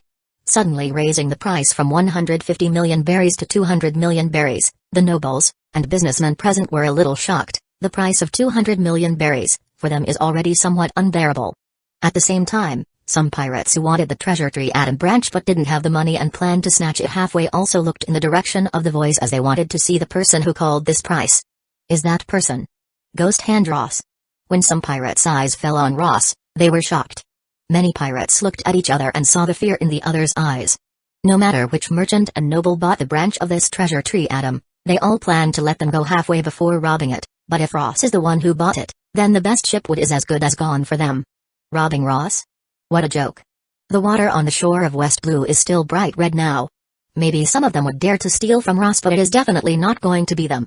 In addition to pirates, those businessmen and nobles did not directly recognize Ross, but when they heard the people around them, they quickly reacted and looked different. The guy is a pirate, Ghost Hand Ross. Can a pirate even come up with so much money?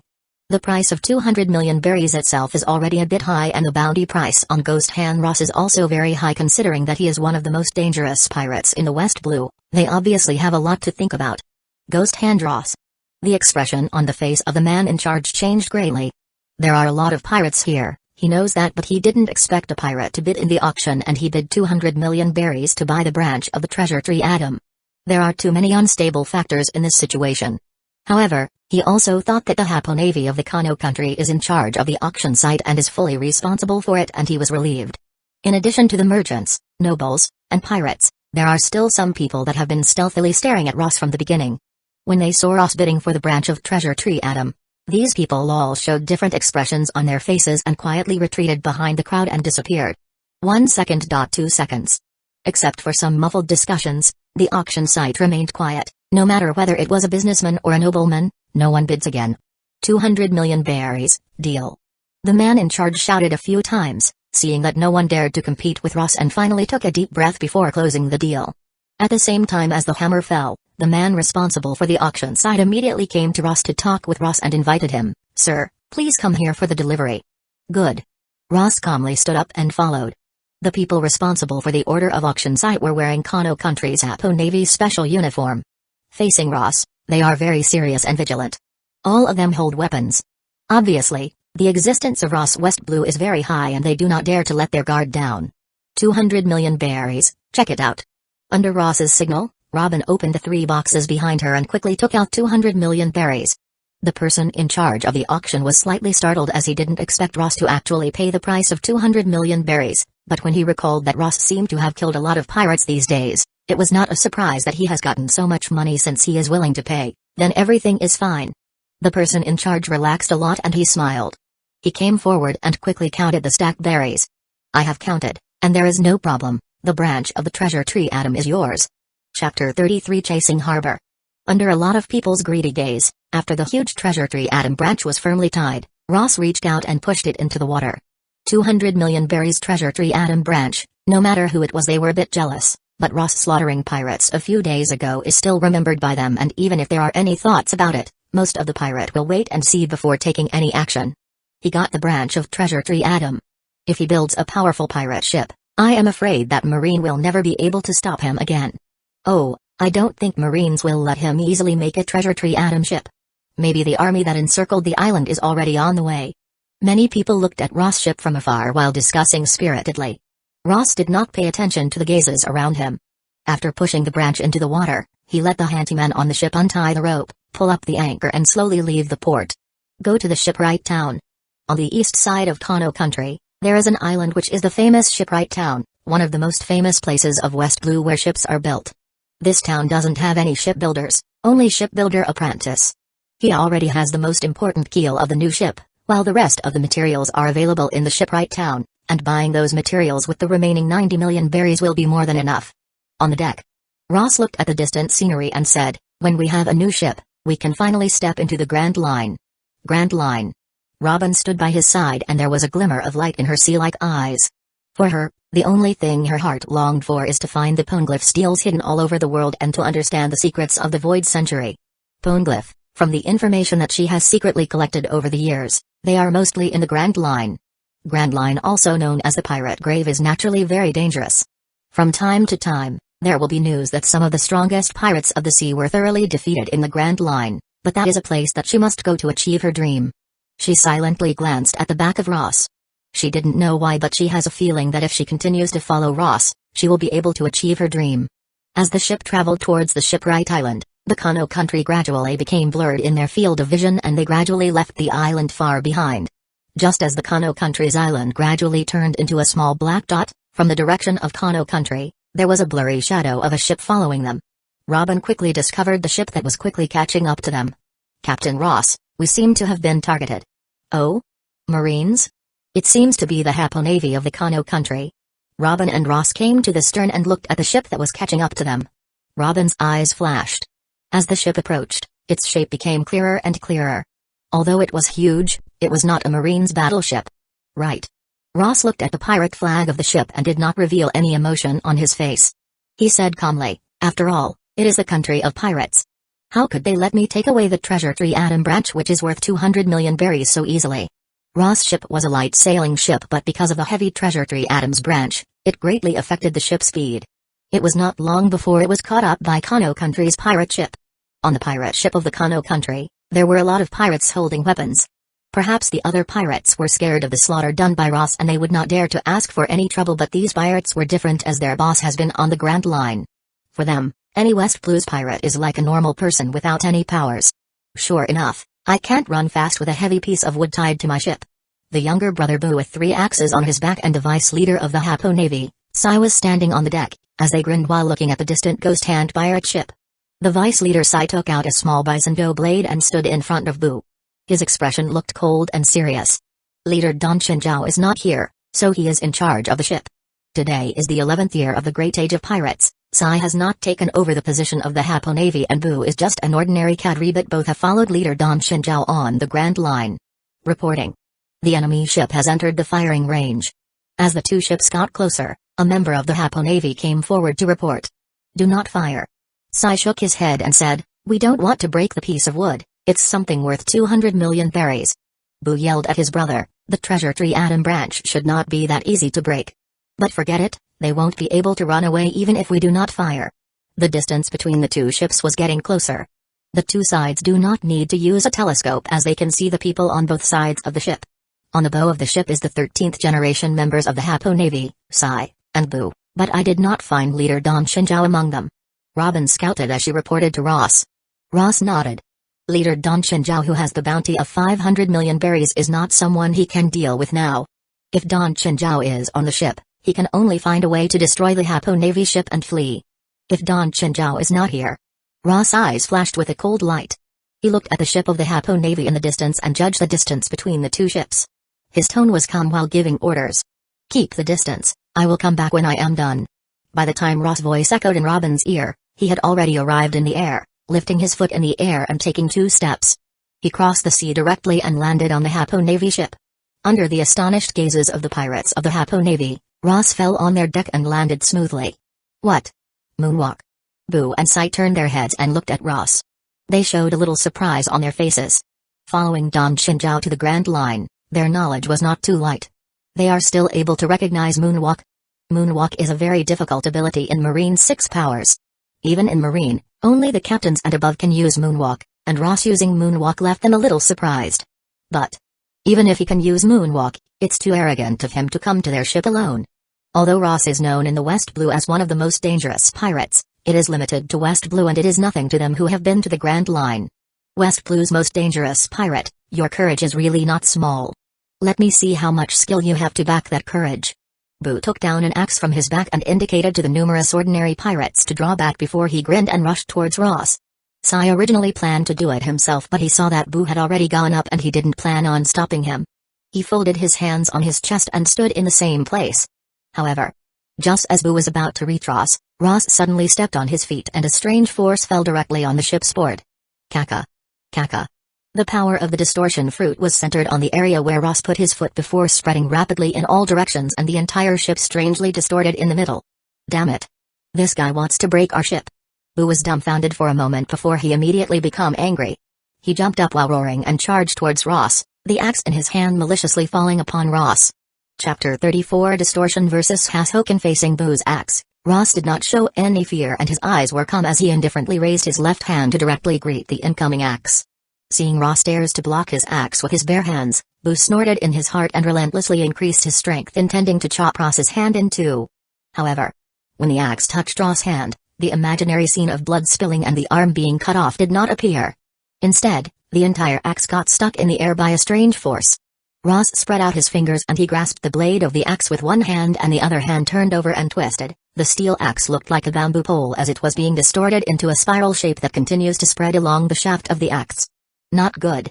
Boo was shocked and he did not hesitate to release his hand from the axe while his other hand clenched into a fist and he fiercely waved it down towards Ross. This punch seems to be ordinary, but when it was thrown, it was wrapped in a strange force as if it contains a force that is irresistible. It has appeared. It's 8 punches Hashoken of Sir Boo. Many of the Happo Navy troops in the distance holding swords and guns in their hands looked shocked seeing this scene. As an ordinary member of the Happo Navy, they were not qualified to practice Hashoken. Hashoken is a fighting style that only the core members of the Happo Navy can train. Not long ago, Boo used Hashoken to kill a big pirate with a bounty of more than 40 million berries. Faced with Boo's Hashoken, Ross' expression did not change. He threw away the distorted axe before his 5 fingers clenched into a fist which was wrapped with distortion power and then he welcomed the incoming fist. Bang! The moment when Ross and Boo's fists collided together, the vibration force and power of distortion produced a fierce sound and force with their fists being the center, just like a cannonball exploding in the air. Happo Navy's cadres and leaders practices Hashoken punches which are essentially the manipulation of vibration force that can ignore the armor and other defenses. Ross' power of distortion can also distort steel and ignore other defenses. However, the Hashoken is a practice technique whereas the power of distortion is derived from the distortion effect of a devil fruit. Together with the various reinforcement of the talent system, Ross' power of distortion is still far stronger than Boo's Hashoken. Bang! The force of vibration and the force of distortion in the air was frozen for less than a second before the vibration force is forcibly defeated by Ross's force of distortion. And the force of distortion continues towards Boo's fist all the way up, and with various cracking sounds, his arm was completely distorted. Boo screamed, his eyes showing pain and horror. He didn't expect that his Hashoken has not only failed to ignore Ross' defense but instead, he was defeated by Ross' power. Many members of the Happo Navy looked at this scene and they all revealed incredulous looks. How is it possible? Sir Boo's Hashoken was actually defeated in close combat. What did that guy do? Boo. When Sai, who was holding a halberd in the distance, saw this scene, his face changed.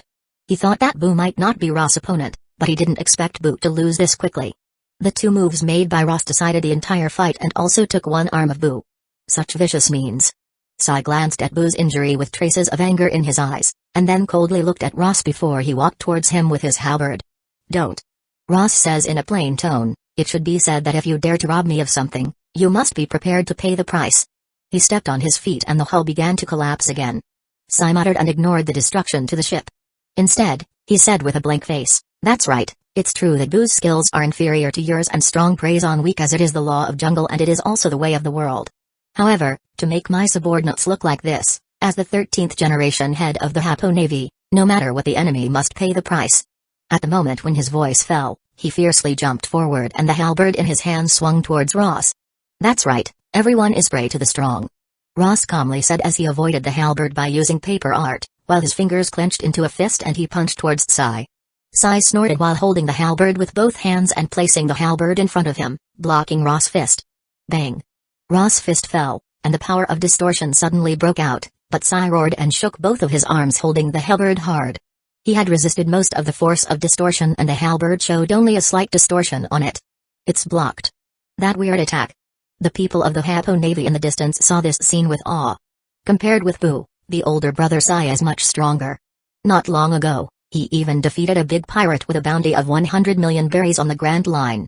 On the deck, perceiving a strange power on the halberd that blocked his power of distortion, Ross slowly spits out a word with a glimmer in his eyes. Armament hockey. For a trivial pirate to recognize hockey in West Blue Sea, you are really knowledgeable. Sai smirked and fiercely revolved the halberd while tightly gripping it with both hands before chopping down towards Ross, again and again, launching storm-like attacks. So what if you have devil fruit ability? It doesn't work in front of me. Really? After a little surprise, Ross' expression returned to a calm look. Armament hockey's ability can certainly withstand any devil fruit's ability, but armament hockey is also divided into ranks. Sai in front of him can only surround himself with hockey and he can't do the hardening part. Wanting to ignore his distortion fruit abilities with only this level of skill is a big joke. Between the devil's fruit and hockey, which is strong and which is weak has never reached a conclusion. The weak fruit ability cannot overcome hockey, but a weak hockey cannot resist an extremely strong devil's fruit ability. In the face of Sai's storm-like offensive, Ross did not use paper art to dodge the attacks, but he clenched his fingers into a fist. The power of distortion gathered on the fist. Distortion impact. He hit Sai's halberd attacks in the sky with one punch and the force of distortion burst out, crushing every attack in an instant. His punch hit the center of the halberd's blade. Sai only felt that a powerful and strange force was fiercely rushing towards him along the blade. Even if he tried his best to push his armament hockey to its limit, he still couldn't stop the blade from distorting and breaking. Bang! Eventually, the halberd in his hand was completely shattered and his body flew upside down. The sleeves on his arms were turned into pieces and his fingers were slightly shaken as they suffered some damage. It turns out that this is your full strength? Then I really underestimated you. His face became a little gloomy and he tightly clenched his trembling fingers. In that case, I'll take this fight seriously now. Bujao. Sai angrily roared as he fiercely rushed towards Ross. Instead of waving his fist, he leaped in the air, turning over one of his leg in midair, his heel surrounded by armament hockey, brought along powerful force as it kicked down on Ross' head. Without any fear, Ross used the power of distortion to its limit and without any reservation, rushed up towards Sai. Bang! The power of distortion and the armament hockey clashed with each other as a collision between feet and fist occurred and the air in surrounding started to crack similar to the tremor fruit attack, and aftershocks spread out in all directions. Originally under Ross' power of distortion, the ship was severely damaged. Taking the center of the deck as the center where the two of them fighting, cracks like spider webs spread out in all directions. Chapter 35 Killed. The deck is collapsing. Quickly back off. The people of the Hueco Navy watched as the cracks on the deck spread all the way to below their feet and panicked. They rushed back toward the rear. Some people even tightly held the guardrail at the edge of the deck. Boo stood on the side with one twisted arm, and couldn't help but feel shocked as he watched the aftermath of the confrontation between Ross and Sai. On one hand, he hadn't expected Ross to equally fight with Sai, and on the other hand, he was surprised that the aftermath of their confrontation was so intense. Bang!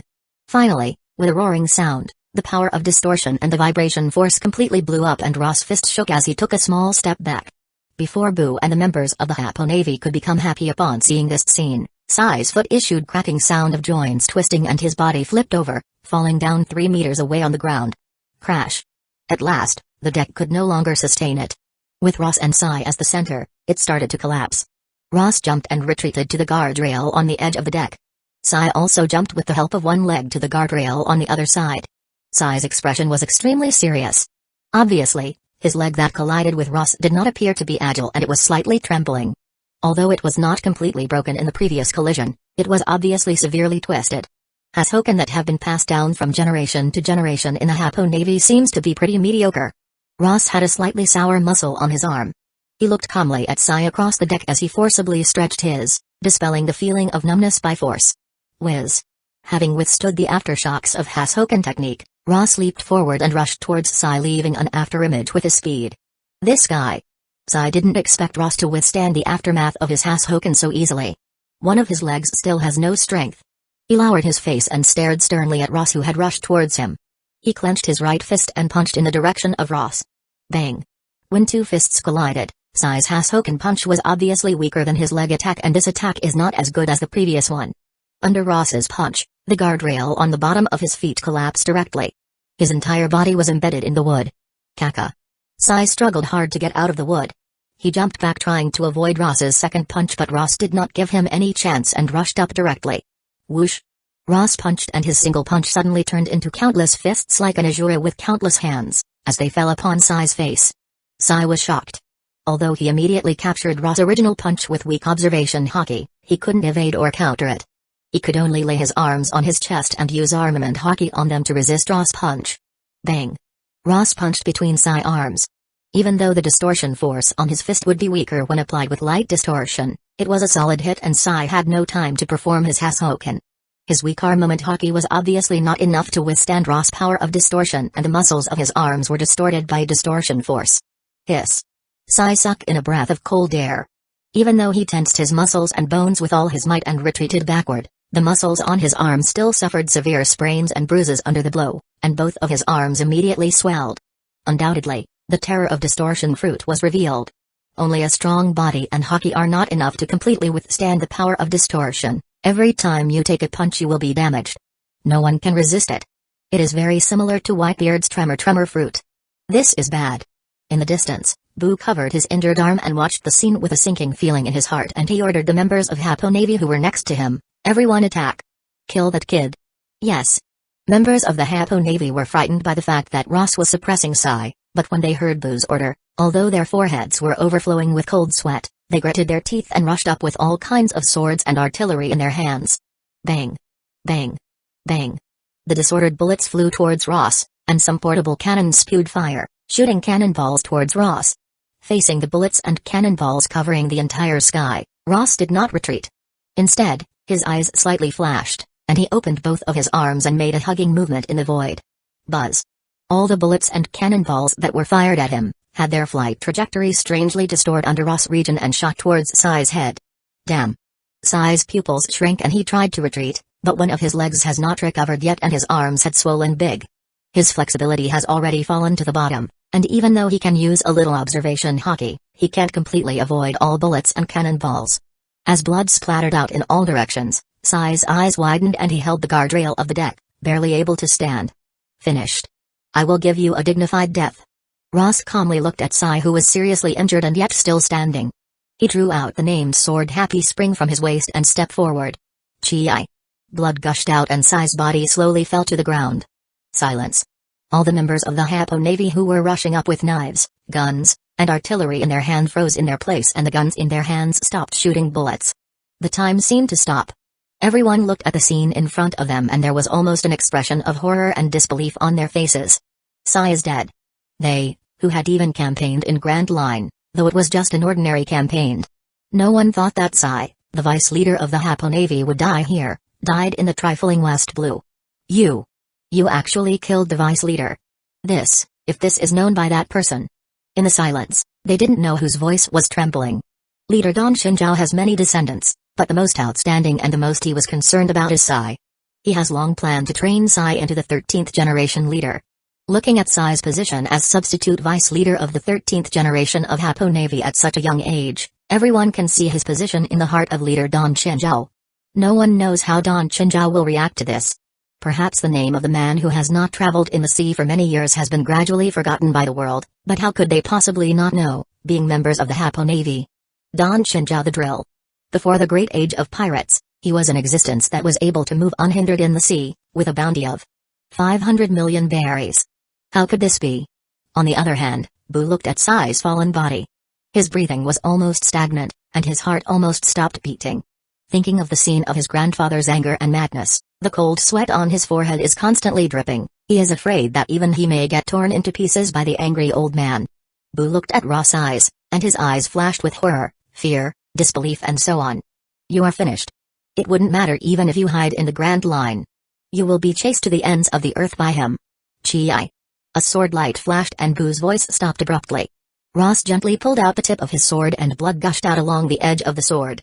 He looked straight ahead and didn't look at Boo's fallen body. He spoke calmly, "If someone wants to kill me then let him come.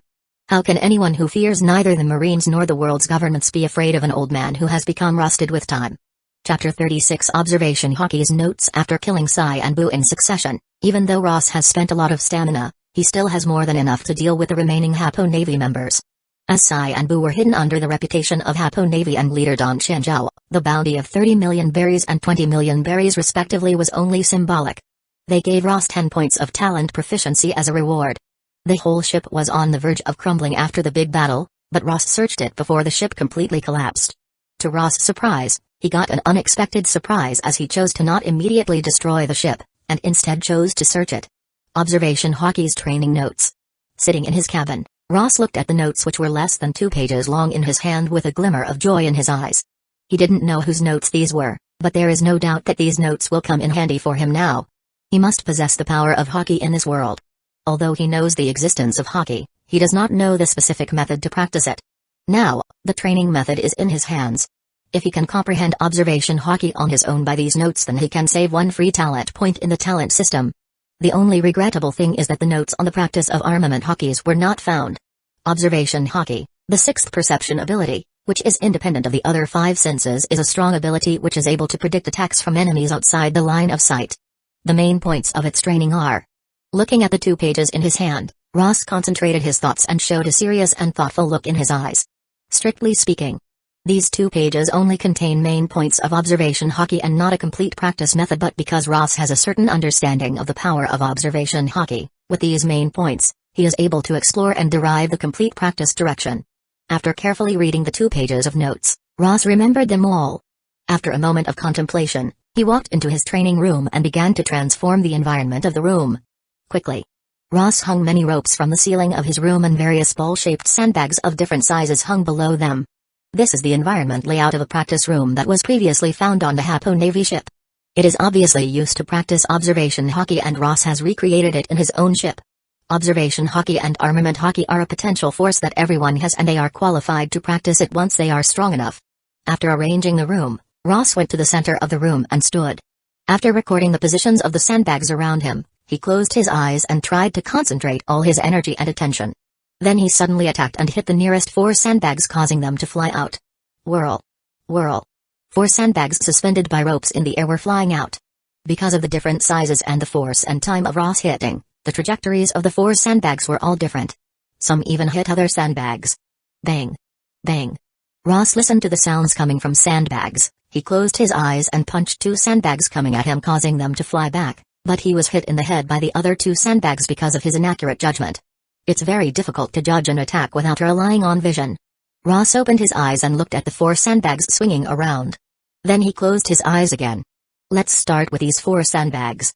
Although there are only main points of training Observation Hockeys and no specific method on the notes, it is not difficult for Ross to figure out the basic practice method, direction, and route according to the layout of the room seen on the Hueco Navy ship. Bang. Bang. Ross closed his eyes, punched again and hit the 4 sandbags, causing them to flew out. Then he concentrated on perceiving the flight trajectory of the 4 sandbags. He punched out 4 times, and this time was a little better than the last time. He punched out 4 times and hit 3 sandbags, but these 3 punches are not hit in the right position. There is some deviation. It's coming back again. Ross opened his eyes for a moment and closed them again. Ross again threw 4 punches and hit 3 sandbags. As he gradually adapted to this exercise method, this time he was more precise than last time. After training for a while, Ross thought of the 10 points of talent proficiency he acquired when he killed Cyan Bu. The promotion of agility enhancement should also be helpful in practicing the Observation Hockey. He called the talent system and put these 10 points of proficiency to agility enhancement. The total proficiency of agility enhancement has reached 60. The improvement brought by agility enhancement is not only speed but also response time and more sensitive perception. These 10 points of talent proficiency went up, giving Ross the feeling that a part of weight has been lifted from his body and his body became much lighter. Continue. After adapting to the changes of his body, Ross exhaled and continued to hit the sandbags, practicing Observation Hockey. Kano Country. 2 battleships were docked at the dock on the south bank, while the many pirate ships on the south coast had already dispersed and disappeared. Only wreckage remains of the Hueco Navy ship.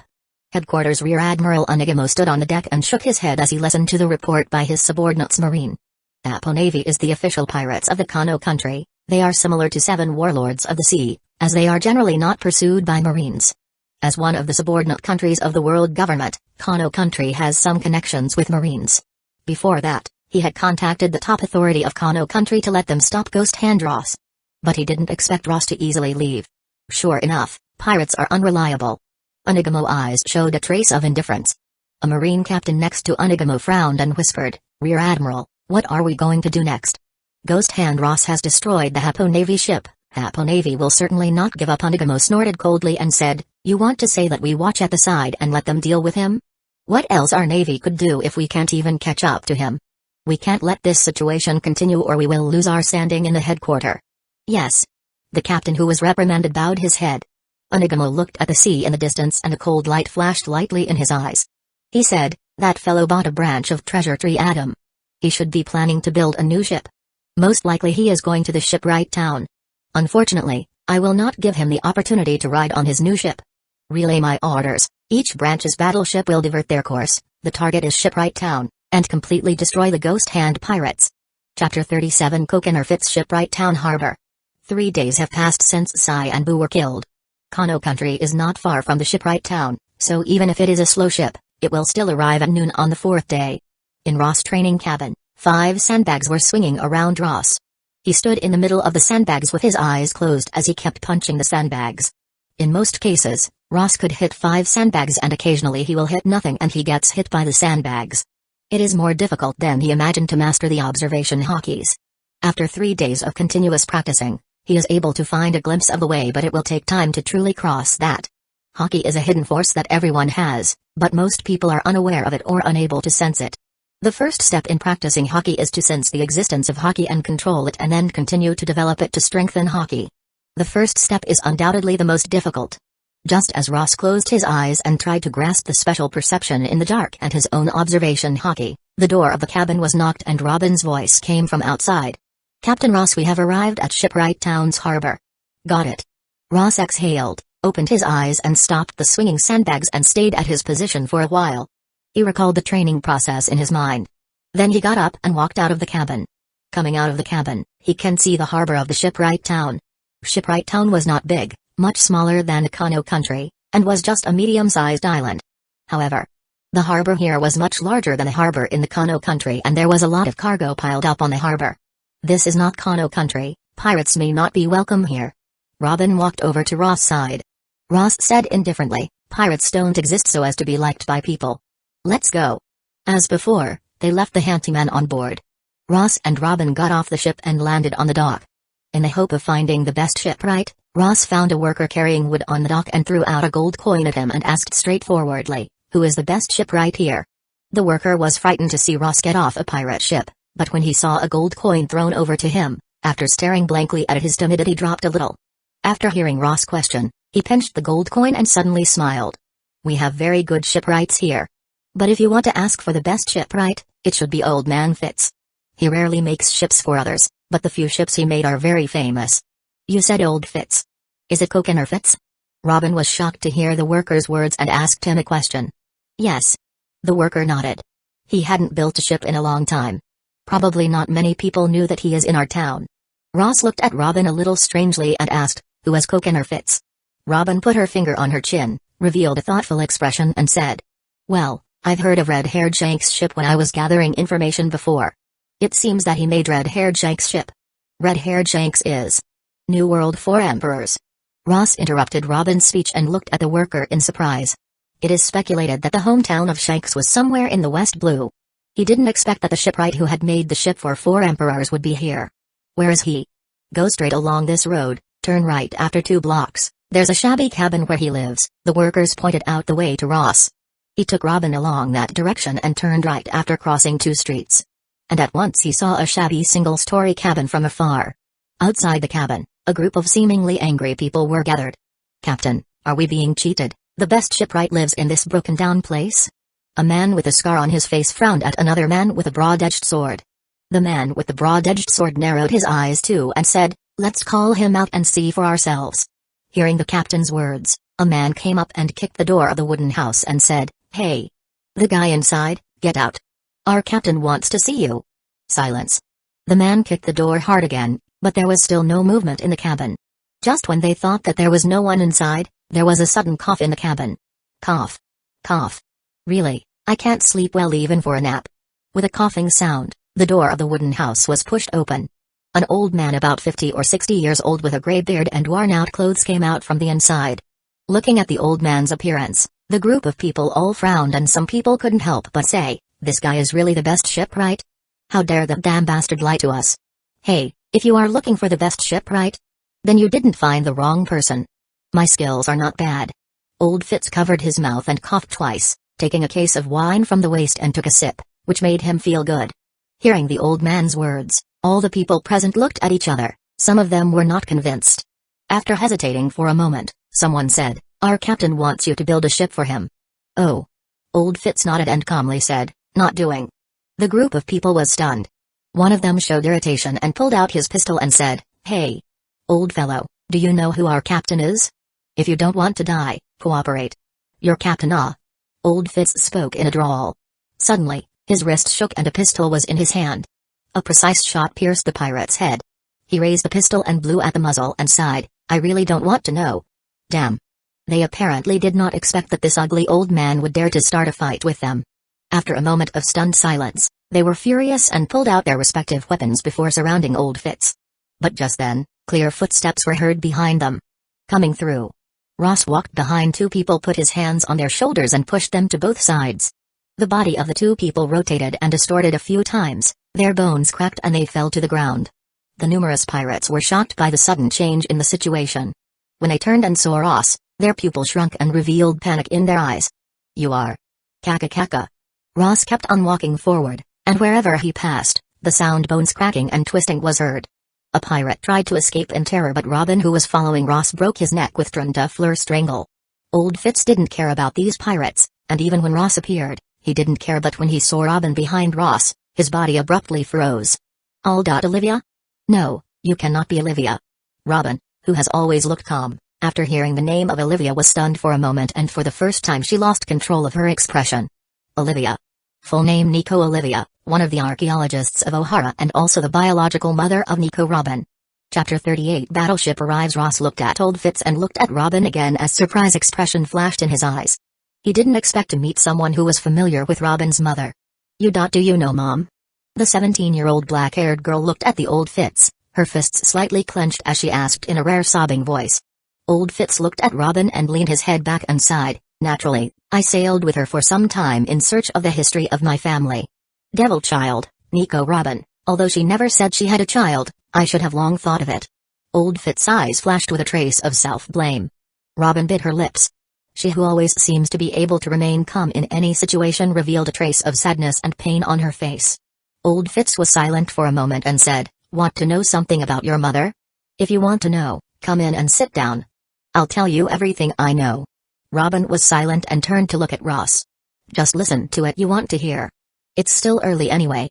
Ross nodded at her. Old Fitz looked at Ross before smiling at him and said, "Ghost Hand Ross, you are different from the rumors spread about you. The government's newspapers are really bad." Old Fitz opened the door of the cabin and invited Ross and Robin together. The environment inside the cabin is the same as that of the outside. There is nothing special about it. Things like books, newspapers and so on are piled up everywhere, and the cabin is incomparably messy. Old Fitz didn't reveal any embarrassed expression and brought out two small wooden stools for them to sit while Ross and Robin ignored the messy environment and sat down without any awkwardness. From Old Fitz's mouth, Robin learned a lot about her mother, Olivia. Her face remained calm and silent, and she did not shed any tears. Obviously, once again, she hid all of her emotions. "That is everything I know about your mother." Old Fitz finished his last sentence, took up the wine bottle and took a sip, his eyes slightly gloomy. Ross did not know much about Robin's mother's past, nor did he pay much attention to it. But some of the things that Fitz disclosed in his narrative made Ross very surprised. There are 3 ancient weapons in this world, seeking Pluton, Poseidon, and Uranus. Among them, Pluton is a ship, and it is rumored that anyone can destroy an island with his ship. The construction of Pluton was the ultimate weapon created by the combination of all the top shipwright and scientists in the whole world at that time. And the ancestors of Old Fitz were one of the shipwrights that built the Pluton. In order to trace the origin of his blood and that period's history, Old Fitz boarded Olivia's ship and went with a group of archaeologists to find the lost history, but only a few of them were found in the end. There was a moment of silence. Old Fitz took another mouthful of wine before talking with Robin and Ross. "Okay, that's all. You two shouldn't be idle to talk to an old man like me. What's the matter? Say, it won't be building a ship, right? Just want to ask you to help build a ship for me." Ross saw that Robin had her head bowed in silence, so he said to the old man Fitz. Fitz shook his forehead and said, "I knew it." He looked at Robin and looked at Ross again. He said helplessly, "Really, you can't let an old man enjoy his old age? Help you build a ship? If the government knows, this old man will have to hide in another isolated island." Ross slightly smiled and didn't speak. Since the old Fitz and Robin's mother have a deep friendship and Robin was now wanted by the world government as a devil child and a crew member of his ship, it was clear that the sentimental old man would not sit idly by. Sure enough, after looking at Robin, old Fitz sighed and said, "No way, I can't just sit back and ignore the only heir of my old friend. It seems that my old bones are going to be used one last time." Having said that, he stood up and asked Ross, "Don't tell me that you don't have any material ready. Just coming and finding an old man to build a ship. This old man can't make it out of nothing for you." Ross shook his head. "The materials are here, but I only brought a main material. The branch of the treasure tree Adam." The old Fitz's eyes flashed slightly before saying, "Is this the 42-meter treasure tree branch? So that wood fell into your hands, good. With this wood as the keel, this old man will surely build a ship so fast that no battleship will be able to catch it. His ancestors were responsible for Pluton's power unit. Although the things of that time were already lost, Kokoner is still standing at the top of the world in designing ships for speed. Thank you very much, here is the reward." Ross put the bag filled with 80 million berries in front of him. Old Fitz grinned and did not refuse. Instead, he raised his hand and took it. After opening it up and looking at it, he said, "Enough, even if you buy the best supplements, there are still 20 million berries that will be left and I won't have to worry about drinking in the future." He stood up and walked towards outside while carrying the bag of money at his back. After 2 steps, he suddenly stopped and turned to look at Ross. "That's right. Marine has taken a thorough look at you. I'm afraid that with the government's intelligence capability they will soon know that you're here. Even if I pull a bunch of shipwrights together, it will take at least 7 days to complete the ship. If a battleship comes in within 7 days, rest assured." Ross stood up and calmly accepted the conversation, saying, "There will be no battleship to disturb your shipbuilding. I will deal with that problem." Old Fitz smiled as he saw Ross exiting his wooden house. Robin stood up and followed Ross out. As she passed Old Fitz, she whispered, "Thank you." "You're welcome." Old Fitz answered and closed the door. With Old Fitz, the top shipwright leader and a group of other shipwrights called in, all the other materials for the ship were selected that day. As for shipbuilding drawings, Old Fitz had designed a speed-based ship a long time ago, but because the main material had to be the strongest wood, he had not been able to build it. This branch of treasure tree Adam was just right for it. The design is often the most troublesome part, and if this part is skipped directly, the speed of building a ship will be greatly accelerated. It was because of this that Old Fitz said that the ship will be completed in 7 days. While Old Fitz was working day and night with many shipwrights to build the ship, Marine Headquarters Rear Admiral's fleet of 5 battleships approached the shipwright town. Finally, the Marine fleet arrived in shipwright town on the afternoon of the next day. Chapter 39 Observation Hockey Chapter 39 Observation Hockey Report. Ghost hand pirates are discovered on the north shore of the shipwright town. On the Marine battleship, a sentry post stood on a high place, lowered his telescope and reported to Headquarters Rear Admiral Onigamo, who wears Marine's Justice cloak underneath. Not surprising. Onigamo, with a shimmer in his eyes, looked in the direction of the north bank and snorted, "Transferring me from Headquarters to West Blue for a pirate that has never been to the Grand Line, so far. Finally I can complete this troublesome mission." For a single pirate of the West Blue, the entire Marine Headquarters in charge of West Blue jumped up and down, covering up the facts, communicating with the government, chasing Ross and even sending him to West Blue, which he had been annoyed with. Tell the 5th battleship that their route is to remain unchanged, they need to block the escape route. The other battleships turn their course and surround the north shore. Yes. A colonel next to him immediately nodded. They did not expect that an ordinary pirate hunter would cause so much trouble after becoming a pirate. First, the colonel was killed and then the main branch base failed to catch him. Finally, the Marine Headquarters was forced to send a rear admiral. Fortunately, this trouble can finally come to an end here, blocked by their 5 battleships, plus some other battleships which are late, but they are also driving this way. There is almost no possibility of them escaping from the Marines. Ghost Hand Pirate Group is destined to be destroyed here and become history. Shipwright Town West Bank. Old Fitz and 3 shipwright were constantly working and 4 or 5 physically strong workers are constantly carrying planks, and the whole ship had begun to take shape. While beating on the ship's deck, Old Fitz inadvertently glanced at the distant sea and saw a dark shadow gradually approaching the shipwright town. That's a Marine's battleship. So fast? Old Fitz didn't expect Marine to come so soon. There is no Marine's branch base near shipwright town and the nearest one is more than 10 days away. If Marine's reaction is slower, then it will be too late for them to stop him from building a new ship. What he didn't expect was Marine had assembled so many battleship fleets and only took 2 days to arrive here. He only thought that the nearest marine base battleships would be here in 10 days, but he did not think that Marines had already assembled a fleet and had been following Ross's ship. Obviously, he underestimated Marines' will to kill Ross. If there are only 1 or 2 battleships, then with Ross' strength, who is the strongest pirate of the West Blues, he may be able to deal with them, but 5 battleships are different and the battleship formation is very terrifying. Although Old Fitz has built many ships that are famous in the sea, he has never boarded any pirate ship. He had no problem dealing with a small pirate who dared to rob him. But in the face of the battleship-level combat, there is nothing he can do. As long as you can get on this ship, even if there are more battleships, you could have easily outrun them, but now? If only I could have a few more days. Old Fitz's fist clenched tightly. At this distance, even if Ross was aboard his previous ship, he would not have the time to get rid of the marine fleet. 5 battleship fleets were formed. Such a huge battle force obviously meant to destroy Ross directly without giving him any chance at all. How can I protect Olivia's child here? Old Fitz twisted his eyebrows together and racked his brains trying to find a way to help Ross and Robin escape from here, but nothing comes to his mind. He knows a lot of people, even Red Hair Shanks has a deep friendship with him, but in this situation, even if he can inform the Shanks in New World asking him for help, it is not possible for Shanks to appear here out of thin air. He doesn't have enough time. All the ways he can think of, he can't implement them due to the shortage of time. Marine battleships came so soon that they might have been chasing behind Ross all this time. This is really troublesome. Shipwright Town North Shore. In the training cabin of the old ship, Ross was standing at the center of 5 suspended sandbags, punching one punch after another and constantly beating the sandbags swinging around. His ship is being built here and he is taking all the time he has to exercise, trying to master the observation hockey as soon as possible.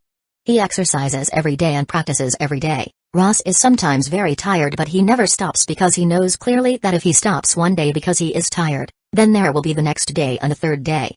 He didn't want to make fatigue an excuse for laziness. And as early as the talent system first appeared, the system voice mentioned the phrase, "I suggest that the host should not rely too much on the system." Although Ross does not know the drawbacks of relying too much on the system, the reminder itself fits his idea, because the system, as it appears, is likely to disappear someday. If it should disappear, would everything of itself disappear with it?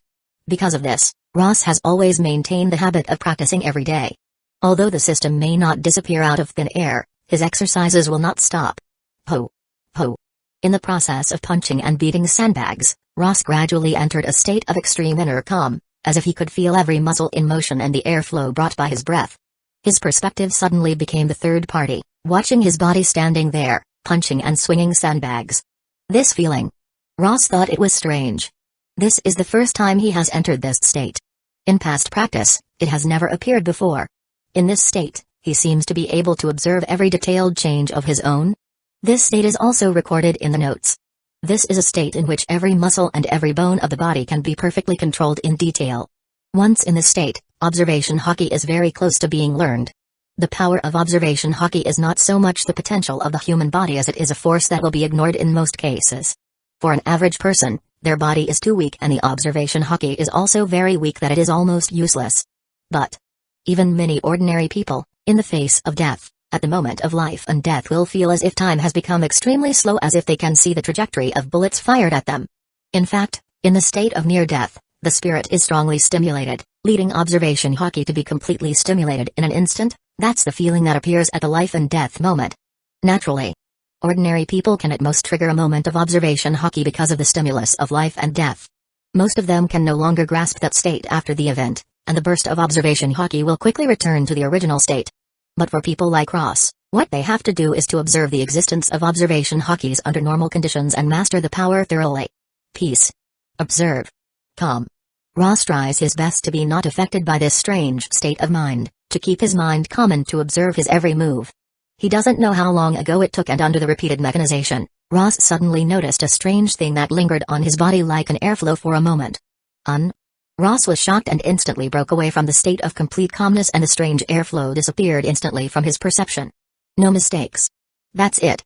Ross's eyes showed a trace of excitement, and he was not depressed that he had withdrawn from that state, because as long as he could observe this state the first time, then he would certainly be able to observe this state a second and third time.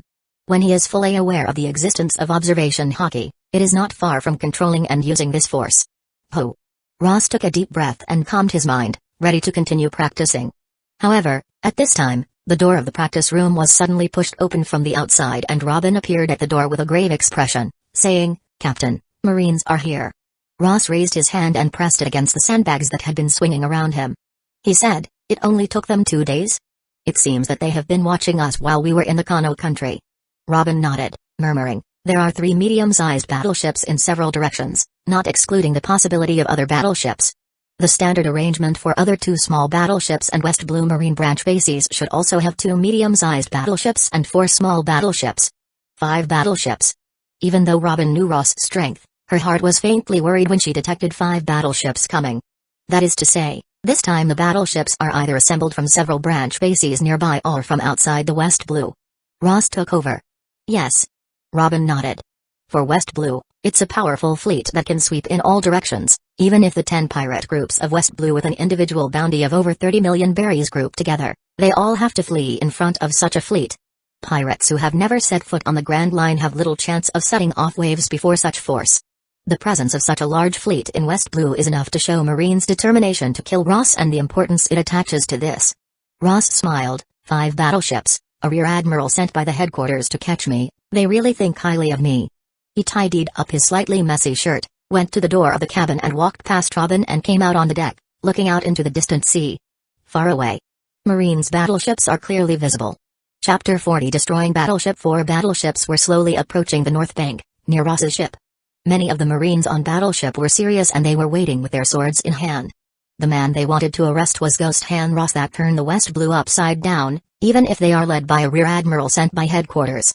They would not dare to become careless. Reporting to Captain, "The enemy ship is about to enter the shelling range, do we start the bombardment?" On one of the battleships, a lieutenant commander in charge of the cannons asked a captain on the ship. The captain looked at the Ghost Hand pirate ship in the distance and said, "The command ship hasn't issued any orders, so we will wait, Captain." The lieutenant commander hesitated for a moment and couldn't help but say, "Forgive me for saying this, but Ghost Hand Ross is fierce, ruthless, and cruel. Everyone we've met calls him a wicked devil. We should try our best to avoid confronting him head-on and break his ship and sink him directly into the sea." "It makes sense, but do you want to give orders beyond our power? And that Ghost Hand Ross may not be on board." When the captain said it, he snorted and said, "Don't worry, we have Rear Admiral Onigamo from headquarters. Even if Ghost Hand Ross is really a wicked devil, he'll have to go to hell obediently." In the middle of their conversation, the command from the main ship finally came. "Prepare the cannons, aim at the enemy ship and start preparation for the shelling." Following Onigamo's orders, Marines on 5 battleship ships breathed a sigh of relief and acted one after another, filling cannonball into the barrel of the cannon and aimed them at the pirate ship of Ross. 5 battleships only need a single round of simultaneous fire to destroy a pirate ship like that of Ross. There will remain nothing that is intact after the bombardment. However, just as several battleships were approaching Ross' pirate ship and the ship was about to enter the bombardment range, a figure suddenly jumped up and landed in the sea and started rushing towards them over the sea.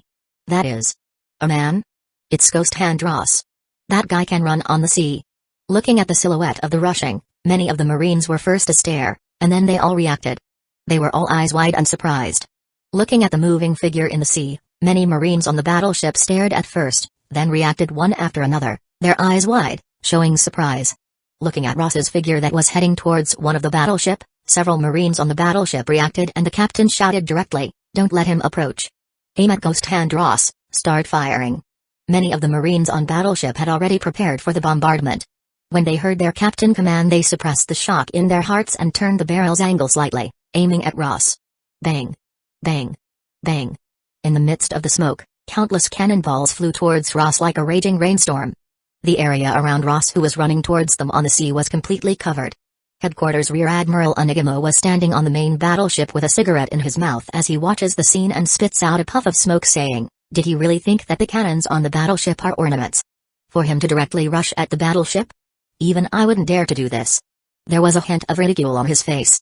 However, almost at the next moment, the water spray from the cannonball on the sea fell back on the sea and all mockery on Onigamo's face solidified because Ross' figure was still running towards them and there were no scars on his body, even his clothes were not wet from the water. How is this possible? Onigamo was surprised. Just as he frowned and wanted to continue looking, several cannons on battleship launched another attack, once again enveloping the area around Ross. Again the cannonball fire failed to leave any trace on Ross, whether it was the cannonball rain or splashing water. Ross passed directly through them. No. This time Onigamo finally noticed something wrong. Because Ross was not affected by the cannonballs and the sprayed water, and he didn't even have any water on the soles of his feet, as if he had no weight at all. Rethinking about all of Ross' ability and the intelligence, Onigamo suddenly screamed in a loud voice and said, "Be careful." That's the illusion he made with his ability at sea, however. It was obviously too late to notice now. He saw that Ross, which was running on the sea, was already close to a small battleship. After jumping up, he jumped directly to the battleship. With a sound, Ross stepped on the ship's deck. It was obvious that at some time Ross's illusionary body merged with his real body.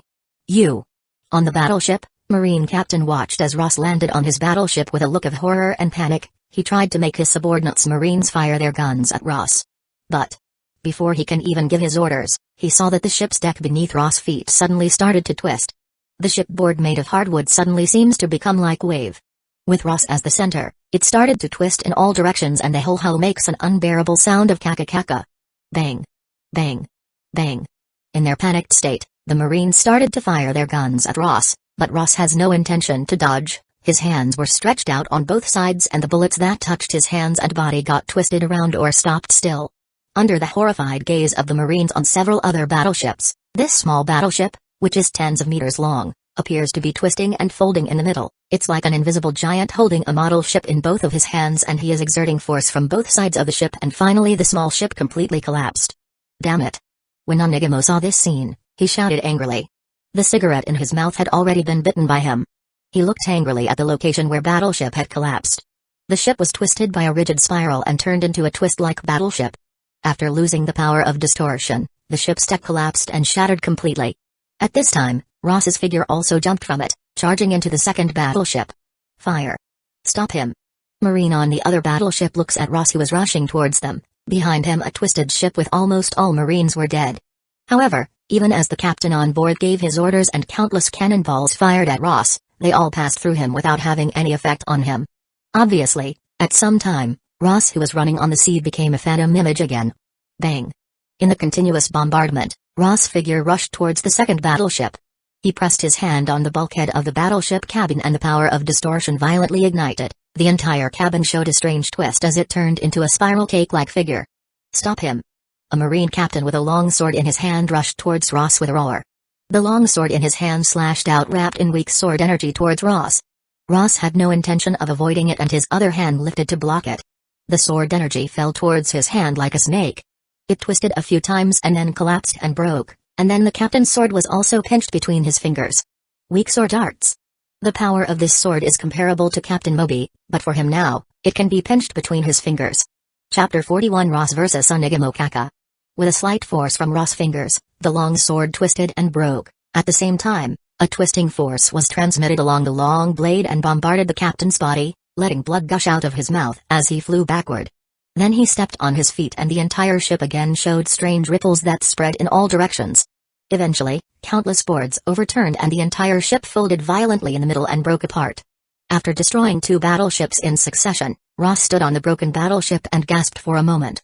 After adjusting slightly, he jumped up and landed on the sea. Destroying battleship takes less stamina than Ross, though. Despite the enormous burden placed on his physical body by the power of distortion, it took only about 20% of his actual physical strength to destroy two battleships in such a short period of time. This consumption is completely affordable. Whiz. Ross continues to charge towards the next battleship. His body is actually running on the surface of the sea. In the case of moonwalk, the air can become a pedal to step upon, so it is naturally much easier to use seawater as a pedal. With the power of his current distortion fruit, the phantom formed by refracting light can be as far as 20 or 30 meters away from his original body, enough to make the gunfire on the battleship unable to find his true location. Crash bang. After an ineffective cannonball fire, Ross stepped up and out of the sea. He jumped up and landed over on the next battleship. He is here. Damn. What should we do? Seeing Ross once again ignoring the cannonball fire and jumping up from the sea and onto the battleship, numerous Marines on the battleship showed some horror on their faces. However, almost immediately after Ross jumped on the battleship and landed, a single powerful sword energy strike came from the west direction, intending to cut his head. Faced with the sudden attack, Ross did not panic. He hugged his hands from both sides and clamped the sword energy between his palms, and then he rotated in the air, throwing the sword energy towards the sea. Sneer. The sword energy fell into the sea and cut a fissure of more than 10 meters in the sea. Looking at the aftermath of the attack on the sea, Ross' eyes slightly fluctuated. He had guessed who wielded the sword that attacked him. There was no doubt that the only one who could display this level of sword darts was the Rear Admiral Onigamo from the Marine headquarters. Ross also had a little impression of Onigamo. He vaguely remembered that during the War of the Best in the original story, Onigamo cooperated with Admiral Kizaru and captured Captain Marco of the 1st Division of the Whitebeard Pirates by clasping seastone cuffs on his wrist. Ross turned his head and looked in the direction from where the sword energy came. There. A figure is wearing a Marine Justice coat with a brown-purple hair and a Marine Justice plaque embroidered with a military officer's badge and standing on the top of the cabin. It is the Marine headquarters Rear Admiral Onigamo. He held a sword in his hands and was coldly staring at Ross. Yes. It's Rear Admiral Onigamo. Oh, we are saved. Many Marines on battleship did not see when Onigamo arrived on their battleship, but they were relieved seeing the power displayed by Onigamo's sword. Ross' strength is too terrible for them to resist, and the only person that can take him down is the Rear Admiral Onigamo, an elite Marine sent by the Marine headquarters on Grand Line. As a Rear Admiral of the Marine headquarters, Onigamo has a prestigious reputation on the Grand Line, and he had also defeated pirates with bounties of over 100 million berries, so it is natural that he will not have any problems dealing with Ross. With him on the battleship, it was like eating a reassurance pill for many Marines present. Their panic and fear faded away and a calm feeling replaced them. Ghost hand Ross. You bastard. Onigamo looked at Ross on the deck with cold eyes and said, do you know how much responsibility I have to take for losing to battleship? At the same time as his last sentence fell, he suddenly turned into a shadow, rushing towards Ross, with his sword wrapped in a powerful sword energy force descending at Ross. Whiz. Ross's footsteps turn as he also shows flash step of Marine 6 powers. After avoiding the sword, his body turned as he attacks Onigamo with his one leg. Onigamo snorted as he blocked the attack with his sword. Buzz. Ross kicked Onigamo's legs on the side of the blade and the power of distortion jumped up, causing Onigamo arms to slightly shake with the blade. There is a huge power gap between the branch Rear Admiral and Headquarters Rear Admiral. One is responsible for the defense of their respective sea area, whether it is the East, North, South, or West Blue, while Headquarters Rear Admiral is responsible to guard a section of the Grand Line. As the Marine Headquarters Rear Admiral, Onigamo is not only proficient in Marine 6 powers, but he can also use 2 different types of hockey. After the standoff, the 2 men retreated a few steps. If losing 2 battleships make you this angry, then I am sorry, because this is just the beginning. Ross looked at Onigamo and said calmly, I said this when I was forced to become a pirate. I hope you don't regret the orders that were issued at that time. Onigamo was silent when he heard Ross' words. Regret? A little bit. But what he regretted was not that Ross was classified as a pirate, but that Lieutenant Colonel Lick a waste of Marines who couldn't even deal with Ross in the very beginning. At this point, there is no possibility of any reversal. Marines can never give up their prestige for a single individual. Only by putting Ross down to the bottom of the sea can the majesty of Marine be demonstrated and the pirates on the sea can be deterred. From your refusal to join Marines, I can see that there is no justice in your heart. Even if we didn't do anything, you will surely be on the road that is opposed to justice, so whatever you say does not have any significance, Onigamo coldly said, and he stepped forward, his left hand holding a sword sweep and his right hand holding another sword chops at the same time, creating a cross-shaped sword energy to cut Ross. A good excuse. Ross's face flashed with a trace of sarcasm. He punched out, hitting the center of the cross-shaped sword energy. The power of distortion suddenly broke out and the cross-shaped sword energy was twisted and crushed, creating a deep crack on the surrounding shipboard. After smashing Onigamo's sword energy, Ross suddenly stepped forward with a strong power of distortion wrapped around his fist and punched towards Onigamo's chest. He was too lazy to start an argument with a Marine. There is no room for reconciliation between him and the Marines. By killing Marine captains and Rear Admiral, he can get talent proficiency points. In his eyes, Marines are just his prey. Buzz. Onigamo crossed his 2 swords and resisted Ross' attack, then he violently swung his swords at Ross' direction. At the same time, he jumped up and swept his legs. Tempest kick. The 2 sword energies with strong horizontal foot power are interwoven with each other, forming a network of sword energies, which cuts towards Ross. Ross' eyes were indifferent, his hands were separated up and down, and he tore the web of sword energy by pulling it up and down, and then he stepped right through the middle. Distorted Tempest. As he stepped out, his whole body suddenly shook and it was divided directly into 3 figures, which surrounded Onigamo from 3 different directions. The original power of distortion fruit. In terms of light distortion, he could only refract light to this extent. Ross has been able to use the distortion of light to create 2 phantom doppelgangers that are identical to himself. Such phantom doppelgangers have a certain impact, even for people who can use observation hockey. Because when they see a fist coming, even if they know it is a phantom, most people will still make instinctive evasion or take defensive actions.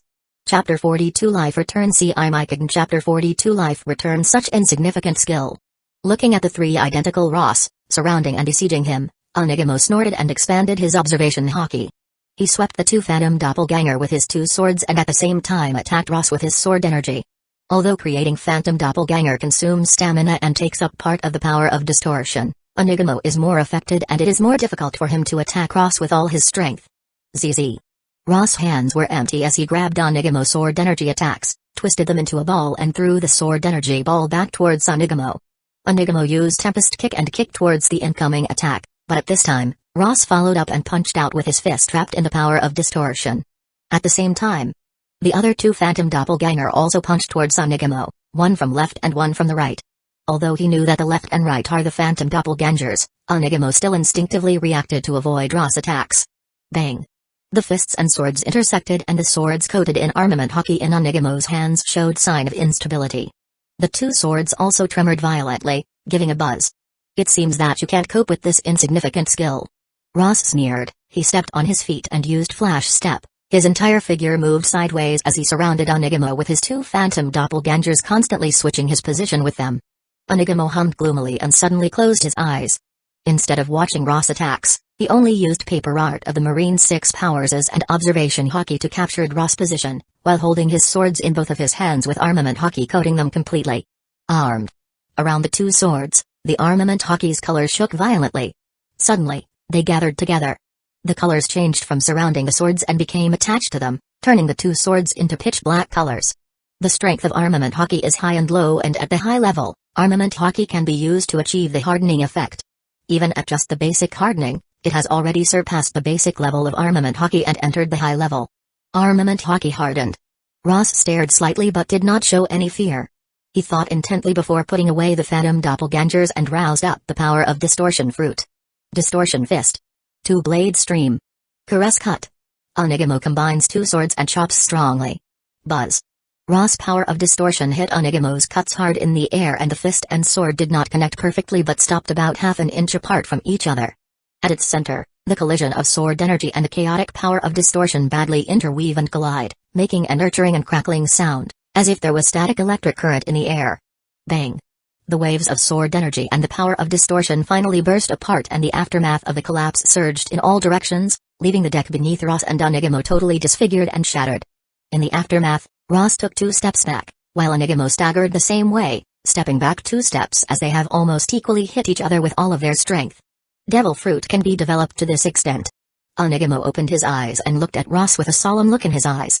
He thought that he could easily catch a pirate like Ross who had never been to the Grand Line using his strength, but he didn't expect that even when pushing his haki to its limit it will result into this situation. Fighting with a West Blue pirate was somewhat unacceptable for him. He is a rear admiral, who is stationed at the Grand Line Marine headquarters. And just as Onigamo started thinking about tactics, Ross attacked again. Distortion. Flash. Buzz. In the space around Ross, the light suddenly dimmed and at the same time, a brilliant light suddenly came out of Ross' eyebrow, like a flash, piercing Onigamo's eyes, making his eyes painful as he involuntarily closed them. Now that the power of distortion has been able to make 2 phantom doppelganger, it can naturally converge light in an area to form a strong flash attack. Ah! This flash not only hurt Onigamo's eyes but also made several Marines, who was watching from a distance, cover their eyes and scream, feeling a sharp pain in both of their eyes. Whiz! Ross stepped forward and punched Onigamo. Onigamo, unable to concentrate because of the pain in his eyes, was forced to fight with a sword and staggered back under Ross's punch. Bang! Bang! Ross showed no mercy. Knowing that the other party had observation haki and flash step, he did not waste his stamina by moving back and forth. Instead, he fought directly and a series of blows poured down towards Onigamo like a gale rainstorm. Onigamo has become extremely confused for a while. Although he can use armament haki to protect his body, he cannot completely resist Ross' power of distortion. With each punch, he feels extreme pain in his arms. Get away from me. After being forced to retreat for more than a dozen steps, Onigamo roared while jumping up and swept his legs across and unleashed Tempest Kick toward Ross' face, waving his swords in succession, sending out more than 10 sword energy attacks. Bang! Bang! Bang! Ross raised his hand and pressed all the sword energies in front of him as if he is holding countless snakes. After a twist, all of them collapsed under the power of distortion. Onigamo's eyes have been restored, but he has given up on opening them. He was really bothered by Ross' tactics of restraining his vision. You've pissed me off, West Blue Kid. He looked at Ross and said in a cold voice, do you know why I'm called Onigamo? That's because. As his voice fell, a strange momentum suddenly appeared all over him. The hair spread over his shoulders and back suddenly floated one by one. The floating hair, bundled up and twisted together, eventually turning into 6 spider-like legs. The 6 black spider's legs took out 6 swords from the coat he was wearing and he held 8 blades in his current posture. Life return? Ross watched the strange changes on Onigamo. His eyes flashed. His impression of Onigamo was not deep. He always thought that Onigamo has the ability of the Zone Devil Fruit model, Spider, but he did not think that Onigamo was a high-level body skill user. Life returns ability. Even those who are proficient in Marine 6 powers have a little grasp on this technique. This is a top-notch body skill by which the user can freely control their body, hair and even internal organs.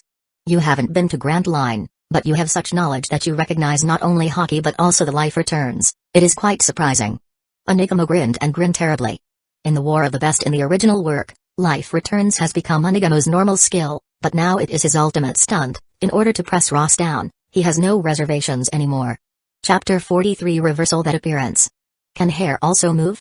Not far away, a group of Marines, whose eyes were pierced by Ross' attack and were painful and tearful, gradually recovered, and when they saw what Onigamo looked like, they were all shocked. One captain, who followed Onigamo from headquarters, his eyes flashed with awe and he said, it's life return. I've only seen it twice, but I didn't expect that Rear Admiral Onigamo would use it against Ghost Hand Ross. Rear Admiral Onigamo used this skill. This battle is probably going to end here. Some Marine, who followed Onigamo from headquarters, watched the scene and murmured in awe. On the field, Onigamo's shawl is arising and his hair is condensed to form spider legs. He holds 6 swords. He looks terrifying. Onigamo really deserves the name of Demon Spider.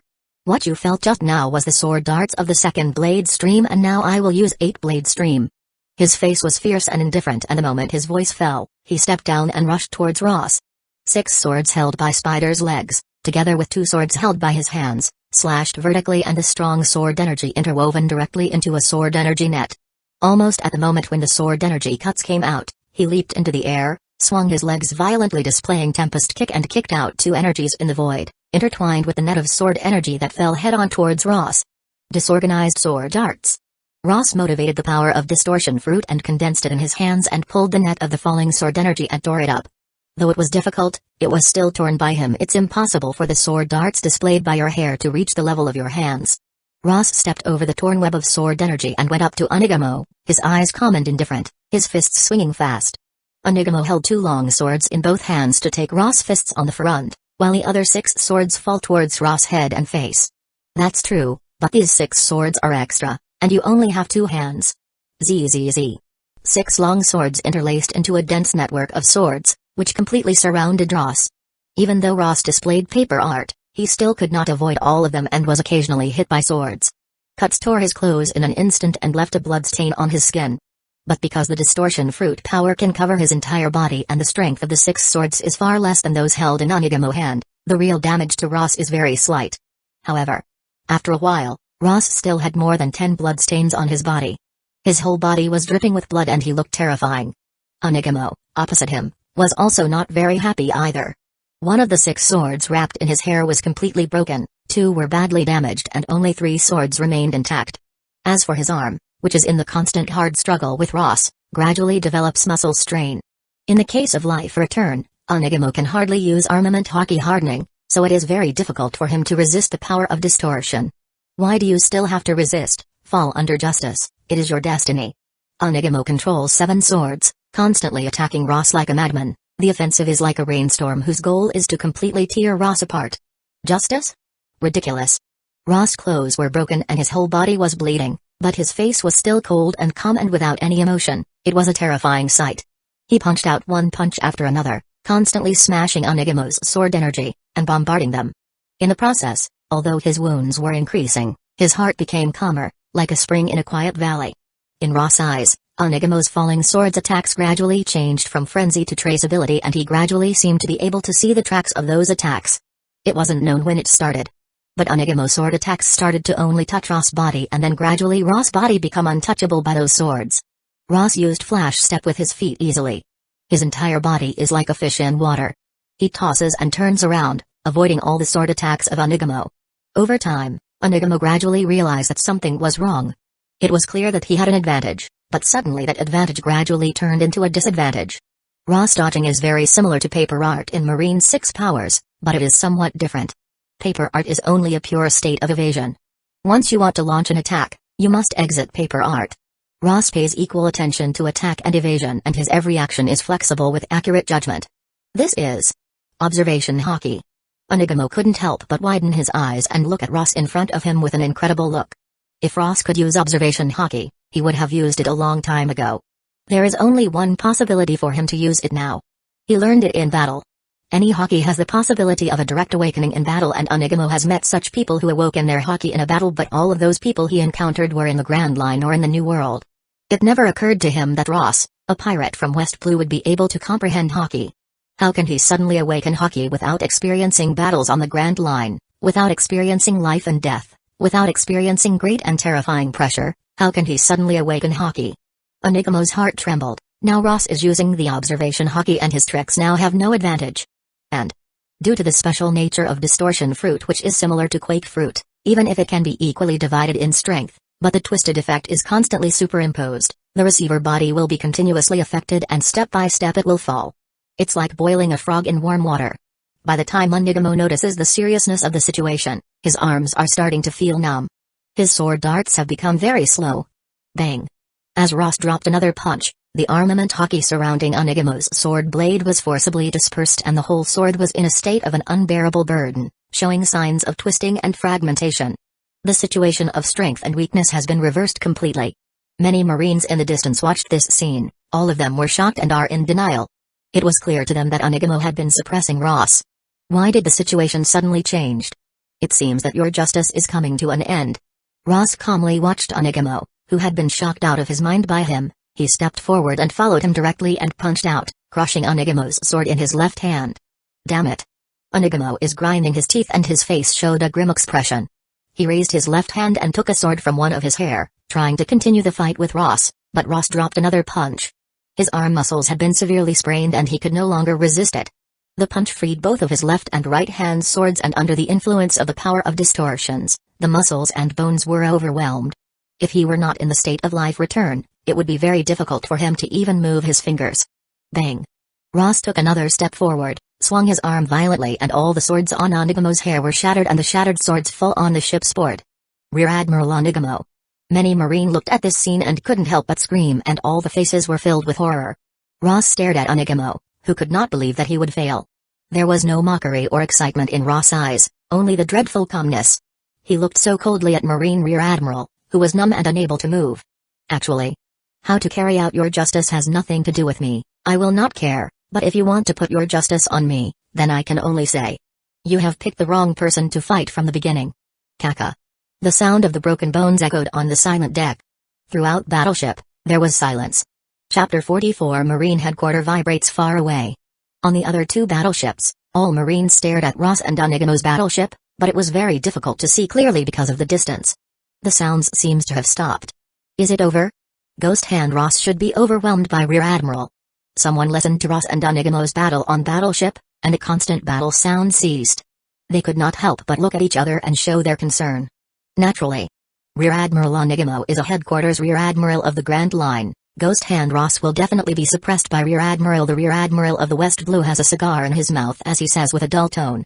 However, almost as his voice fell, a sudden noise came from the distant battleship. The cracking of the planks and the entire hull of the ship seemed to be violently shaking under the influence of some force. What happened?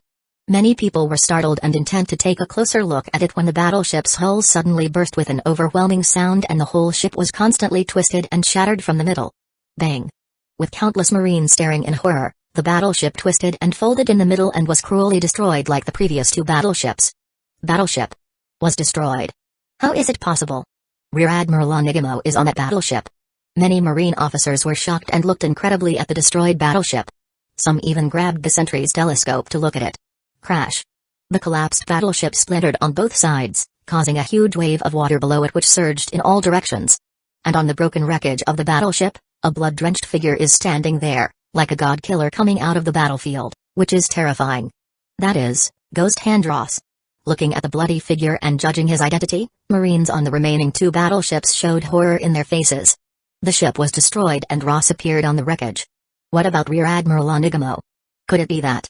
Some people have an almost unbelievable idea in their hearts.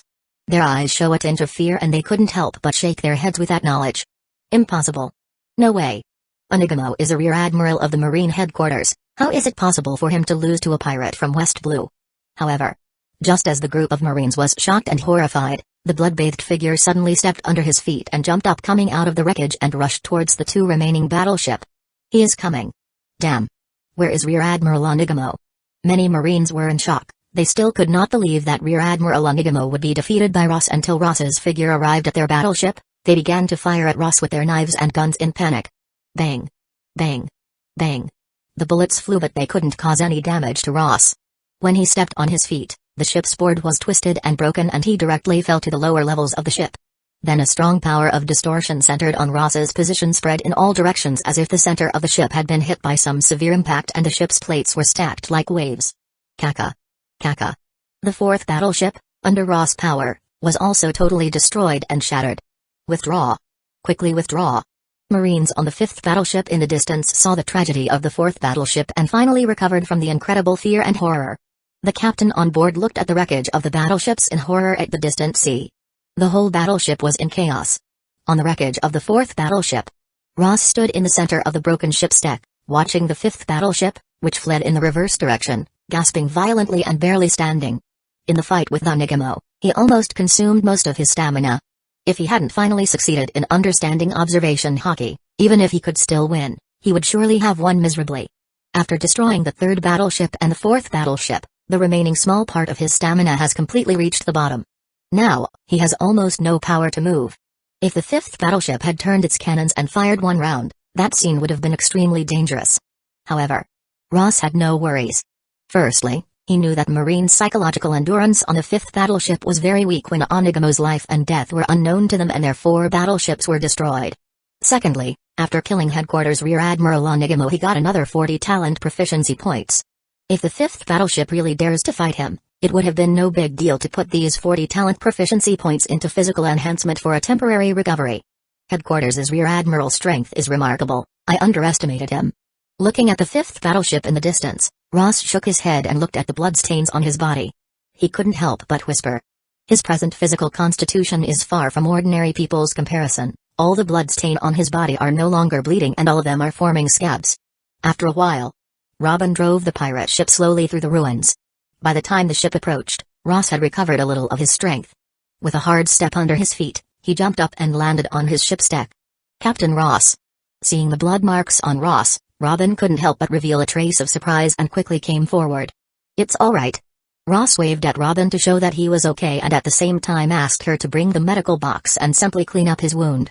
Seeing that all the wounds on Ross were skin injuries and they were already scabbing, Robin was relieved as she made several hands and wiped Ross carefully with a cotton ball. Marine Headquarters. Inside an office on the top floor of the fortress, there is a plaque on the wall of absolute justice. This is Marine Headquarters Admiral Akayanu's office.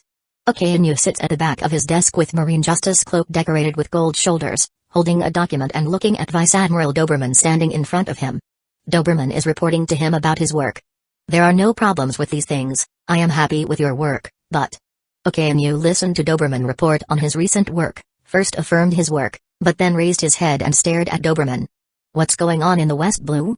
As a Marine Headquarters Admiral, he oversees the overall situation of the entire sea. Although most of the time he is focused on the Grand Line and New World, he will still occasionally pay some attention to the East, the West, the North, and the South Seas. Doberman listened to Akayanu's mention of West Blue, and his eyes changed slightly, bowing his head. Because you were busy with work, I have not reported to you. I didn't expect you to hear about it. I am going to report it to you after I have finished processing it. After all, it is only a small matter of West Blue. It is not that troublesome to handle. Akayanu snorted and said, small things? About that ghost hand Ross, but it took a lot of effort to cover it up on the part of the government and it almost made Marines look like rookies. A pirate of West Blue naturally can't get into his eyes, but if it comes to Marine's face, it's not a trivial matter. It was my mistake. Doberman bowed his head deeply and said, I've sent Onigamo to West Blue. As he reported a few days ago, he had tracked the exact location of Ghost Hand Ross. I think he can put an end to this in the next few days." Hearing Doberman's words, Akanu's indifference converged a little. He picked up a pen, checked Doberman's papers and handed them over. Just as Doberman bent over and was about to leave, the door of the room was suddenly pushed open and a Marine captain came in sweating. "Report. Report. The West Blue Fleet, led by Rear Admiral Onigamo, suffered a heavy defeat in the fierce battle with Ghost Hand pirates. Ghost Hand Ross destroyed 4 battleships and the life and death of Rear Admiral Onigamo are unknown." The room was silent for an instant. "The air is solidifying." Akainu stared at the Marine captain and turned his head. His eyes showed anger, which made the temperature of the room rise slightly. "What did you say?" The Marine captain shivered and dared not speak. The expression on Doberman's face was completely stiff and his heart was violently shaken and the documents in his hand were almost unsteady. Onigamo actually couldn't handle a West Blue pirate. An unimportant person who they thought they could handle at any time, became huge trouble for them. The impact and seriousness of the Ross incident are now beyond his expectations. Great Age of Pirates, April 11th. Ross defeated Headquarters Rear Admiral Onigamo at West Blue Shipwright Town, sinking 4 battleships. The news was sent back and the Marine Headquarters shook. Chapter 45 West Blue vibrates 3 days later. Marine Headquarters Rear Admiral Onigamo led a fleet from West Blue branches to pursue Ghost Hand pirates and was defeated and lost 4 battleship. His life or death is unknown. This news spread across the sea. On this day, the entire West Blue boiled. This. Fake. What a joke, even the Rear Admiral sent by Headquarters. Countless people were holding the newspaper and their faces were full of horror and unbelievable looks. No one thought that a Rear Admiral that was sent from Marine Headquarters could not cope with the Ghost Hand pirates. It is more incredible that this pirate group is only a force of the West Blue and not a powerful force on the Grand Line. As the news spread, not only West Blue but also some of the pirate forces on the Grand Line also got news and the Ghost Hand pirates gathered a lot of attention. On the Grand Line. On a pirate ship of the Hapo Navy, a fat old man with a lush, gray beard and bald head in a green shirt is looking at the newspaper in his hand. He is the 12th generation leader of the Hapo Navy, Don Chenjiao. Sai's death means that he's not as skilled as a man who killed him and there is nothing to say about death at sea, but it is unforgivable that he killed the next generation leader of the Hapo Navy. He tore apart the newspaper in his hand, his eyes burning with anger. "Wait for me, kid, I'll find you sooner or later." On the other side of the sea, a pirate with 90 million berries bounty took the newspaper and said, "Did he kill the Rear Admiral of Marine Headquarters?" There's a great guy in the West Blue. Somewhere in a bar, a one-eyed pirate reading a newspaper while drinking grinned. "Headquarters Rear Admiral Onigamo, the bastard had come to chase after me before, but he died in the West Blue. Sooner or later, it looks like you'll come to Grand Line. Who knows? But Grand Line is not West Blue, so high-profile intrusion into Grand Line may not be a good thing. He has already attracted a lot of attention." In most cases, the pirate forces fight each other because there is only one big secret treasure and the king of pirates is the only that can have it, so only by defeating all competitors, can someone stand on the top of the entire sea. 2 days before the completion of the new ship. Inside the old ship's cabin, Ross stood in the center of 6 swinging sandbags with his eyes closed, his fists were clenched and he was beating the swinging sandbags incessantly. In his confrontation with Onigamo, although he realized and displayed the observation haki, it was not stable. It could only be regarded as a beginner level. He could only display it when he was fully absorbed and entered a special state. Haki can't be mastered without intense training and armament. Haki hardening also requires a lot of battle experience to master. The same is true for observation haki. Even after awakening it in battle, it will still require a lot of battle experience and individual practice, in order to polish it to a perfect mastery. Bang. Bang. Bang. Over time, Ross was no longer confined to a fixed position but began to move gradually. He closed his eyes, threaded through a large number of swinging sandbags, hit those flipping sandbags accurately with his fists and occasionally sidestepped to avoid a few. Before my battle with Onigamo, I have always been at a disadvantage in terms of speed. Otherwise, even if Onigamo masters observation haki, I can rely on my flexibility and speed to avoid most attacks. Ross evaded the sandbags as he recalled the previous battle. Now, his speed has improved a lot compared to before. Because of the 40 talent proficiency points he got after killing Onigamo, he put all the points in the agility enhancement and now the proficiency of agility enhancement has reached 100 points, crossing the threshold towards high-level agility enhancement. In terms of speed and reaction speed, they are nearly doubled compared with the previous one. If he fought Onigamo again, even if he doesn't use observation haki, he won't need to fight to the point where the win and the loss is undetermined. Moreover, the improvement of agility enhancement brings not only speed and reaction rate but also more sensitive senses and perceptions. which greatly reduces the difficulty of practicing observation hockey for Ross. With stronger senses and perceptions, Ross can easily detect the presence of observation hockey, and he constantly tries to control it during his exercise. He wants to be able to use the observation hockey as much as he wants and not just use it instinctively in a battle. Bang! Bang! There were 12 sandbags hanging in his room. They were all swinging freely in the room at different speed. The size and directions of each sandbag were completely different. With his senses of hearing, Ross accurately avoided every sandbag and hits every falling sandbag with his fist. It's still a bit difficult to control hockey as I want. Ross kept avoiding and waving his fists, enduring the spiritual burst of fatigue until he could no longer perceive the sandbags that had hit him, and he stopped. Observation hockey does not consume much stamina, but it does consume spirit. Even Ross can only exercise by taking breaks. However, over the past 3 days, Ross has gradually found the direction to fully grasp observation hockey with his own exploration and by the points recorded in the reading notes. All that is left is practicing persistently. Just as Ross stepped out of the practice room and went back to his room, intending to take a sip of water before his short rest, Robin suddenly came from around the corner. She came over with a newspaper. "Captain Ross, in today's newspaper you occupied a big page." Ross took the newspaper from her hand and glanced at the part about himself. They were all official words: the crimes of a wicked pirate, being evil and so on. The government is still as rubbish as ever. He shook his head and found a new bounty order from the bottom of the newspaper. Looking at the amount on the bounty order, Ross smiled a little and said, 92 million berries, at last, I am no longer a captain whose bounty is not as high as his crew. Robin's bounty is 79 million berries, which has been a bit higher than Ross's bounty, and now he finally has more bounty reward than her. Robin chuckled and said, sooner or later, Captain's bounty will be even higher. The new 92 million berries bounty also caused a violent earthquake in West Blue's pirate hunter circle. Together with Devil Child Nico Robin on board, Ghost Hand Pirates has a total bounty of 171 million berries. This huge bounty reward undoubtedly makes countless pirate hunters' eyes red with greed, and it also caused tremendous jealousy in a large portion of other pirates in the West Sea. But even if they are jealous, no one dares to make a move against Ghost Hand Pirates. Marine Headquarters Rear Admiral, a fleet of 5 battleships, this lineup was completely defeated by Ross. This real terrifying record was suffocating. Chapter 46 Ghost Shadow Ship. In the morning after 3 days, Ross is still practicing observation hockey in his practice room, same as before. Now his manipulation of observation hockey is becoming more and more perfect. He's only a short distance away from mastering this power completely. While Ross was exercising and trying to cross that short distance, Robin came to the practice room and told him that the new ship had been completely completed. It's finished. Ross grabbed the towel, wiped his neck and forehead and lightly stepped out of the swinging pile of sandbags, came to Robin and said, come on, let's go and have a look. They left the north bank and walked along the familiar streets of Shipwright Island and soon arrived at the new shipbuilding site on the west bank of Shipwright Island. Before they arrived, they saw all kinds of waste and sawdust everywhere. Obviously, in order to build a ship at full speed in 7 days, waste and other things are left in the outer ring as there is no time to transport and dispose of it. Moving forward, a 40 meters long ship came into their view as they passed through the waste. The ship's hull is dark in tone, streamlined, without any particularly high cabin. The whole ship is like a long shuttle.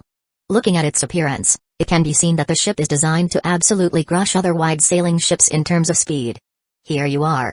On the starboard side of the ship, Old Fitz was making the final measurements, noticing the arrivals of Ross and Robin. He wiped the muddy sweat from his forehead and came over. He grinned and introduced the ship to Robin and Ross, Ghost Shadow Ship. As the chief shipwright who designed the entire ship and was responsible for its construction, he is the only one who is qualified to name the ship. He guided Ross and Robin to the side of the boat, pointing to the hull design and the building path on the ship. I cut the size of the freeboard and installed vertical triangular sails. The hull is made of heavy silverwood, strong enough to surpass any ordinary steel. Not to say whether it can reach any part of the sea, but at least among other sailing ships, no ship can surpass it in speed. Old Fitz patted his chest and showed a touch of pride. It was a ship that he had designed a long time, and now it was finally built with enough money and with a perfect keel backbone. Except for those special-powered ships, none of the ships he knows can match Ghost Shadow Ship in terms of speed. What a magnificent ship! Robin looked up at the entire Ghost Shadow Ship with a glimmer of appreciation in her eyes. Ross stood next to her, smiling. He was totally uninterested in firepower and the like.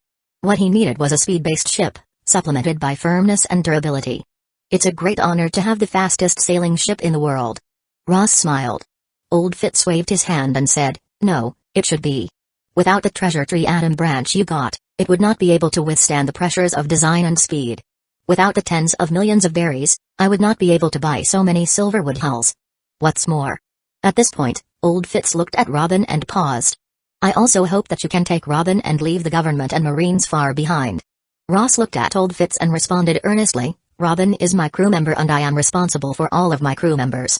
Old Fitz stared at Ross and with his life experience, he could not see any sign that Ross was lying, so he grinned. Alright. Don't you want to see what it looks like? Let's go and have a look. Old Fitz boarded the deck with Ross. Since the entire ship does not have too many overtop structures, the upper level of the entire hull is extremely open and it is almost parallel to the sea level and has been neatly organized. There is enough room on the deck for a full dance party. Old Fitz smiled and led Ross and Robin into the cabin. The mid-level building belongs to the main body of the cabin and it is also very open. There is a hall-like room in the center, with counter sofas and other things, such as a ballroom. Simultaneously, a large practice room is also designed here, which is made up of golden oak and special tough steel, which is stronger than silverwood and can withstand great pressure and weight. There are also designs in places like the study room. Although there are not many books in it, Robin still shows a sunny smile. As for the bottom layer of the ship, it is a common cargo hold that can be used to store all kinds of things. There were not too many cannon muzzles on the hull. Together, there were only 8 cannon muzzles on both sides and Ross was probably too lazy to bother with even those 8. After looking at all the rooms and the entire hull, 3 of them returned to the deck. Ross looked at the deck under his feet, surprised. Almost perfect? Haha, although I haven't built a ship for many years, I haven't forgotten how to build them. Old Fitz grinned and answered Ross's praise directly. After 2 steps, Ross turned to Old Fitz and said, this is almost a perfect ship and the only flaw I can see is that it is lacking a shipwright. Old Fitz seemed to have guessed Ross would say that. He took the bottle out of his bosom and took a gulp of wine and intentionally went to the side of the ship and looked at the sea. But it's even more awkward for an old man to be shipwright. I didn't go to a pirate ship when I was young and I won't go to one when I am already this old. The sea belongs to you young people. Having said that, he turned his head and there was a glimmer of sparkling in his eyes. I only hope that you can take this ship and take Olivia's child away from the government. Ross was not surprised by Old Fitz's words. Red Hair Shanks's ship was designed and built by him and he didn't board Shanks' ship. The only one that can make him willing go on board as a shipwright is Robin, but the possibility is very low. Pity. Ross shook his head and stopped inviting. Old Fitz looked at Ross and Robin and laughed, then slowly walked down the gangway at a slightly faltering pace. Ross looked at the sea in the distance, his eyes twinkling for a moment as he turned to Robin and said, with a new ship, it's time for us to get some new crew members. Next I need 2 pieces of intelligence, one about the whereabouts of Double Sword Pirates of West Blue who has a bounty of 59 million berries, and the other for Demon Sheriff Lafitt's whereabouts. This is also Ross' final mission before leaving West Blue and embarking on the Grand Line. The Double Sword Pirates are the prey that Ross had chosen a long time ago. As for Demon Sheriff Lafitte, he was one of the main crew member and the navigator of the Blackbeard Pirates in the original work. Now that we want to turn the world upside down, we can just add fire to the group by pulling an evil clown. Besides, Ross has always wanted to find a navigator and does not want to work as a captain and a navigator. Every day, besides practice, he spends a lot of time observing the weather and drawing sea map. Nami is currently too small and far away in the East Blue, and Lafitte, who should be living in the West Blue, is undoubtedly a good choice for a navigator. The only problem is how to get that person on board. At this point, Ross is not going to rush to think about it, at least he is going to meet him first. Chapter 47 Double Sword and Demon Sheriff. The shipbuilding area is not far from the coast. After the ship was completed and Ross and Robin saw it, Old Fitz commanded several other shipwrights to pull the long and thick ropes towards the coast. Ross watched as they struggled to pull the ropes and shook his head and walked to the stern position, pressing one hand on the stern and pushing forward. Buzz. Originally a large group of shipwrights pulled the ship desperately to move it forward bit by bit. The same ship is now being pushed forward by Ross with one hand and the ship glided forward on the sand. Wow, wow. It's moving. Many shipwrights and porters pulling the ship in front noticed that something was wrong. Looking back, they found that the whole ship was moving forward and they could not help but scream as they moved to both sides. When many shipwrights and porters saw that it was Ross who was propping up the stern of the ship with only one hand, driving the whole ship forward, they could not help but stare at the old man. This guy. Is he still human? A single man is pushing the entire ship forward. What kind of strength it is? Only the giants are able to do that. A short time ago, a naval battle took place near the north coast. Although the shipwrights and porters knew about it, They did not know the exact details. They always thought that it was a group of pirates and marines who exchanged fire, and the pirates finally killed the marines.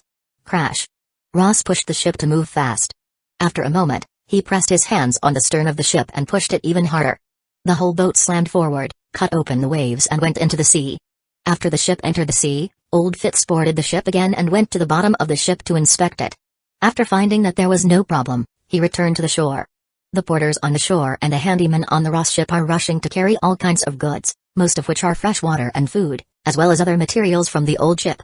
By noon, everything was finally settled. Bon voyage. Old Fitz stood on the dock, waving at the ghost shadow ship which was gradually moving away with the wind. There was a glimmer of light in his muddy eyes, and as he thought this should be the last ship he built which is heading out into the sea. Ross looked at Old Fitz on the shore, smiled as he looked at the shrinking harbor. He turned around and looked at the boundless sea in front of him. So, the world's fastest sailing ship is here. The world government and marines treat me as someone who can be easily eliminated by them. I don't know if you are ready. Half a month later. West Blue, somewhere on the western edge of an island. Nico Robin came to the edge of the cliff and looked at the ghost shadow ship, which was parked not far below, and jumped forward. Countless arms flew out to her arms and combined into a small wing that fanned as she fell. With a slight impact, Robin fell lightly onto the deck. You came back so soon. Ross was sitting in front of a set of tables and chairs on the deck, watching Robin fall lightly on the deck, and he leaned back on his chair and relaxed his leg muscles again. Thanks to my good luck, I have acquired information on both matters. Robin came over with a smile on his face. There is a reward for meritorious service. Ross sat up straight and chuckled. Robin smiled at him and said, "What's the reward?" "Next time you come ashore, fill up all the shelves in your study." Ross snapped his finger. "Then I would have to thank Captain first." Robin slightly smiled and regained her serious expression and said to Ross, "As for the Double Sword Pirates, just yesterday, a great event happened in Yatesea area. The Double Sword Pirates defeated the Marine fleet of T6 base." "Oh?" Ross' eyes flashed slightly and he said, "These Double Sword Pirates are good enough to defeat a Marine base fleet of West Blue. Currently, in the West Blue, there are not many pirates who have a bounty of more than 30 million berries, and because Ross has killed many of them and he even killed pirates who had a bounty of 20 million berries, the pirate force has entered a state of recession. And now in this period, the Double Sword Pirates defeated an entire Marine fleet, which is undoubtedly once again inspiring West Blue's evil forces. No, it's not just about strength." Robin shook her head and said with slight solemnity, "It took only 3 years for the Double Sword Pirates to rise up and cross the West Sea. When they defeated an entire naval fleet, it also revealed a piece of important information." "What kind of information?" Ross asked. Robin responded, "Double Sword, who is the captain of the Double Sword Pirates, has a bounty of 59 million berries, but he is not the real captain of the Double Sword Pirates. There is a hidden existence in the Double Sword Pirates." "Interesting." Ross had an interesting look on his face. Robin took a deep breath and looked solemnly. "The existence behind the scene is the captain of the Ghost Sword Pirates on the Grand Line." "Ghost Sword?" 3 years ago, the Ghost Sword Pirates were ambushed and defeated by Marines in the Grand Line. Marines claim that the Ghost Sword Pirates had been destroyed by their whole army. But the captain of the Ghost Sword Pirates did not die, but fled the Grand Line and returned to the West Blue. As a behind-the-scenes presence, he created the Double Sword Pirates. His former bounty is 98 million berries. At this point, Robin looked seriously at Ross and said, "Shall we change our plan and not collide head-on with the Double Sword Pirates?" She knew that Ross was eyeing the Double Sword Pirates, but the Double Sword Pirates were obviously a big problem. Their captain could escape to the West Blue under the Marine encirclement, and then he supported West Blue's top pirate group. His mind and strength are obviously not to be underestimated. "No, we are still going ahead according to the original plan." Ross chuckled and said, "If we are going to change our plans because of someone who got defeated on the Grand Line, then how can we go to the Grand Line?" Robin knew that she could not possibly change Ross' decision. She did not reveal any unexpected expression. Instead, she smiled and said, "Then there's the second information, about Demon Sheriff Lafitte, a former security officer who was deported by the state because of abuse of his authority. Coincidentally, this former sheriff and the position of the Double Sword Pirates are on the same sea. Isn't that just right?" Ross stood up and took out the sea map. "It's better to accomplish 2 goals at once." "Where are they?" "Water Gold Sea," Robin responded softly. Ross nodded and looked at the sea map. He took out the compass and judged their position. He said, "It's not far. At the speed of Ghost Shadow ship, if we go at full speed, we can reach that sea in about 5 days.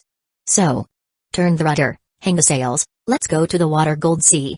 Chapter 48 Arrival Dam. Why bother appearing again and again in West Blue?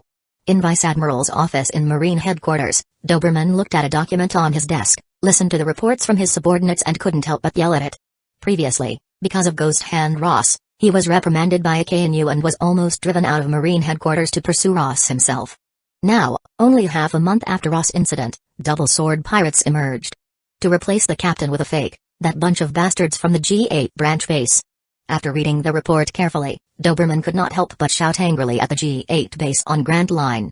Apparently, the G8 branch base defeated Ghost Sword Pirates but failed to capture the Captain Ghost Sword. Someone grabbed a fake one to replace the original for military merits. Now that things have been revealed, the other side has directly put forward the push-off method, indicating that they do not know anything. Under such circumstances, it is impossible to directly dismiss the responsible Marines from their posts and prosecute them, and at the worst, they would be criticized for being tricked by pirates and some of their military merits are going to be deducted. Vice Admiral Doberman, what should we do? Unless a base commander on the Grand Line leads the team, the problem known as the Ghost Hand Pirates will not be solved at all. The Double Sword Pirates are also difficult for anyone in the West Blue to deal with. A Rear Admiral, who oversees the West Blue, asks a question. It is impossible to dispatch a Grand Line's Vice Admiral to the West Blue, which will cause problems in the deployment of the Grand Line forces, and the admirals will not agree with it. Doberman's hand slammed on his forehead. On one hand, is the Double Sword Pirates, and on another is much more troublesome pirates, which are the Ghost Hand Pirates. He never thought that the West Blue would be so difficult to deal with. Just then, a Rear Admiral next to him suddenly thought of something and whispered, Vice Admiral Doberman, after the Ghost Hand Pirates replaced their ship in the shipwright town, their latest course seemed to coincide strangely with that of Double Sword Pirates. Oh? Doberman was slightly shocked, thinking about Ross' whereabouts. He knew that Ross targets both Marine and Pirate, which made him think a little. If the Ghost Hand Pirates and the Double Sword Pirates encounter each other, they may fight to kill each other, and it is likely that both of them will be injured. Then there may be a slight chance for us. Let the nearest West Blue branch be ready to monitor their actions and always supervise their actions. Let the orders be clear that no one is going to act without authorization. Yes. The Rear Admiral replied. Ghost Shadow Ship, Practice Room. More than 10 heavy sandbags of different sizes were hanging there and swinging constantly. Ross had his eyes closed, but as if he could see in all directions, he avoided every sandbag with great precision. More than half a month has passed since Ghost Shadow Ship was built, and Ross' observation hockey has been thoroughly mastered. In the Talent Systems interface, observation hockey's branches have become activated gold. Today, he alternates between 10 or more sandbags, which is as simple as eating and drinking water for him. Even if it is bullets, he can easily avoid them by using observation hockey. Other than that, Ross has not put down his physical strength strengthening exercise and the Devil Fruit ability exercise. Distortion Fruit and physical fitness have slightly improved. His power of distortion range has become a little larger. Distribution Fruit, a Devil Fruit, seems to have innumerable development capabilities in the talents tree of the talent system, but it is not so simple to operate in practice. Ross tried to develop the gravity distortion ability without the systematic upgrade of the system, but he ultimately failed. His power of distortion could not even touch the imaginary gravity. Obviously, it is very difficult to shift from the material distortion to distorting illusory forces. Without the talent system, it would probably be impossible to do it at all. Just like White Bear's Tremor Fruit, no matter how powerful it is, it will not shatter the real space and time. It will only shatter the atmosphere. But Ross was able to distort the direction of the sound. Ross has made a little progress. The doppelganger phantom has become much more confusing. Compared with gravity, the sound is still more traceable. Almost there. Ross exercised for a while in the practice room with constantly swaying sandbags, then he walked out of it and came to the corner of the room, with several extremely heavy loads on his back, and started to do simple push-ups and squats. He had previously thought about using sea stone to exercise, but when he killed Caponebridge, he forgot to collect sea stone poles and bullets. Later, it became very troublesome to buy them again. After several islands, they could not even be bought on the underground black market. Ho! Ho! In the constant ups and downs, Ross, who was naked in the upper body, began to sweat, which dripped constantly on the cold floor. The weight he carries is a very special mineral material in the world. It is very sturdy, but its weight is higher than that of steel. A small piece of this material weighs similar to a large piece of steel. With his current physical ability, carrying a large load of this weight on him is also a very effective method to exercise. 131, 132. Ross kept counting in his mind. Half an hour later. After 1,000 push-ups, Ross got up and drank some water. After 10 minutes of rest, he started another 1,000 practice squats. His training for physical fitness was one group at a single time and 1,000 of it. When 1,000 squats were done, even with his physical strength, he was breathless, so after a little rest, he took a shower and suspended practicing. Leaving the practice room, Ross arrived on the upper deck. Robin was sitting on one side of the deck reading elegantly, while the ship's handyman was busy cleaning the deck, afraid to become lazy. "We will reach the Goldwater Sea in one day." Ross came to the place where Robin was sitting, took out the compass and the sea map and put it on the table. After measuring it for a while, he judged their current position and asked Robin, "What about the islands there?" According to the collective intelligence, Water Gold Sea is a chaotic sea. There are no countries. There are 21 islands, one of which island a large island, 6 medium-sized islands, and the other 14 are small islands. Robin made a statement about the information on the Water Gold Sea, which she had collected before, and combined with Ross' sea map judgment, she quickly determined the location of each island. Ross bypassed a small island in front of him and pointed to a medium-sized island in the rear. "This small island only has one small town, so we don't need to go there. This is a chaotic sea without a country. Here the forces of underground are complex and any kind of information can be easily obtained." Robin nodded. 2 days later, Ghost Shadow ship arrived at the designated island and anchored near a remote cliff. Ross and Robin went towards the island to collect more information. The collection of information was easier than he imagined, although neither of them had gathered any information about the exact location of Demon Sheriff Lafitte. The location of the Double Sword Pirates was determined. Chapter 49 Attention Water Island. This sea is called the Water Gold Sea because of the names of the two largest islands here. One is called Water and the other one is called Gold. Among them, Gold Island is the largest island, which is large enough to accommodate a country, while Water Island is second only to the Gold Island, which can be measured between a medium-sized island and a large-size island. Ross and Robin boarded the island and were walking down the street. The street style here is very dark. Whether it is a pedestrian or a beggar who is kneeling in the corner, their eyes are fierce. Compared to Kano country, which is still somewhat orderly, here is a pure disorderly zone. Some of the underground forces of the West Blue controls the situation here, and the Capone family was originally one of them. However, due to their heavy losses against Ross, their power has dropped and they have already withdrawn from here. Bang! Suddenly, a gun firing sound came from the front, causing countless people on the street to show vigilant eyes as they noticed a thin man with a gun in his hand and a strong man lying in a pool of blood in front of him. He sneered twice and turned away. "Sure enough, it's a lawless place," Ross said plainly, as both Ross and Robin have been in the dark world of the underground and these types of situations are nothing new to them, so they were not surprised. After walking for a while, they came to a busy street. Ross looked around and said, "Let's gather information separately and come back here in half an hour." "No problem." Robin lowered her hat and gently nodded. Although she rarely trains, Ross occasionally points out various methods to develop her devil fruit. Now she has no problem dealing with pirates with a bounty of 20 or 30 million berries, and because of the special abilities of her devil fruit, she can completely ignore large-scale battles. Ross and Robin separated. After walking for a while, he saw a tavern in front of him. He put his hands in his pockets and went to the counter to order a glass of wine. He asked casually, "I heard that double sword pirates have appeared on this town recently?" "SHH." Behind the counter, a beautiful woman was startled when she heard Ross' words. After putting the wine in, she lowered her voice and whispered, "What do you want?"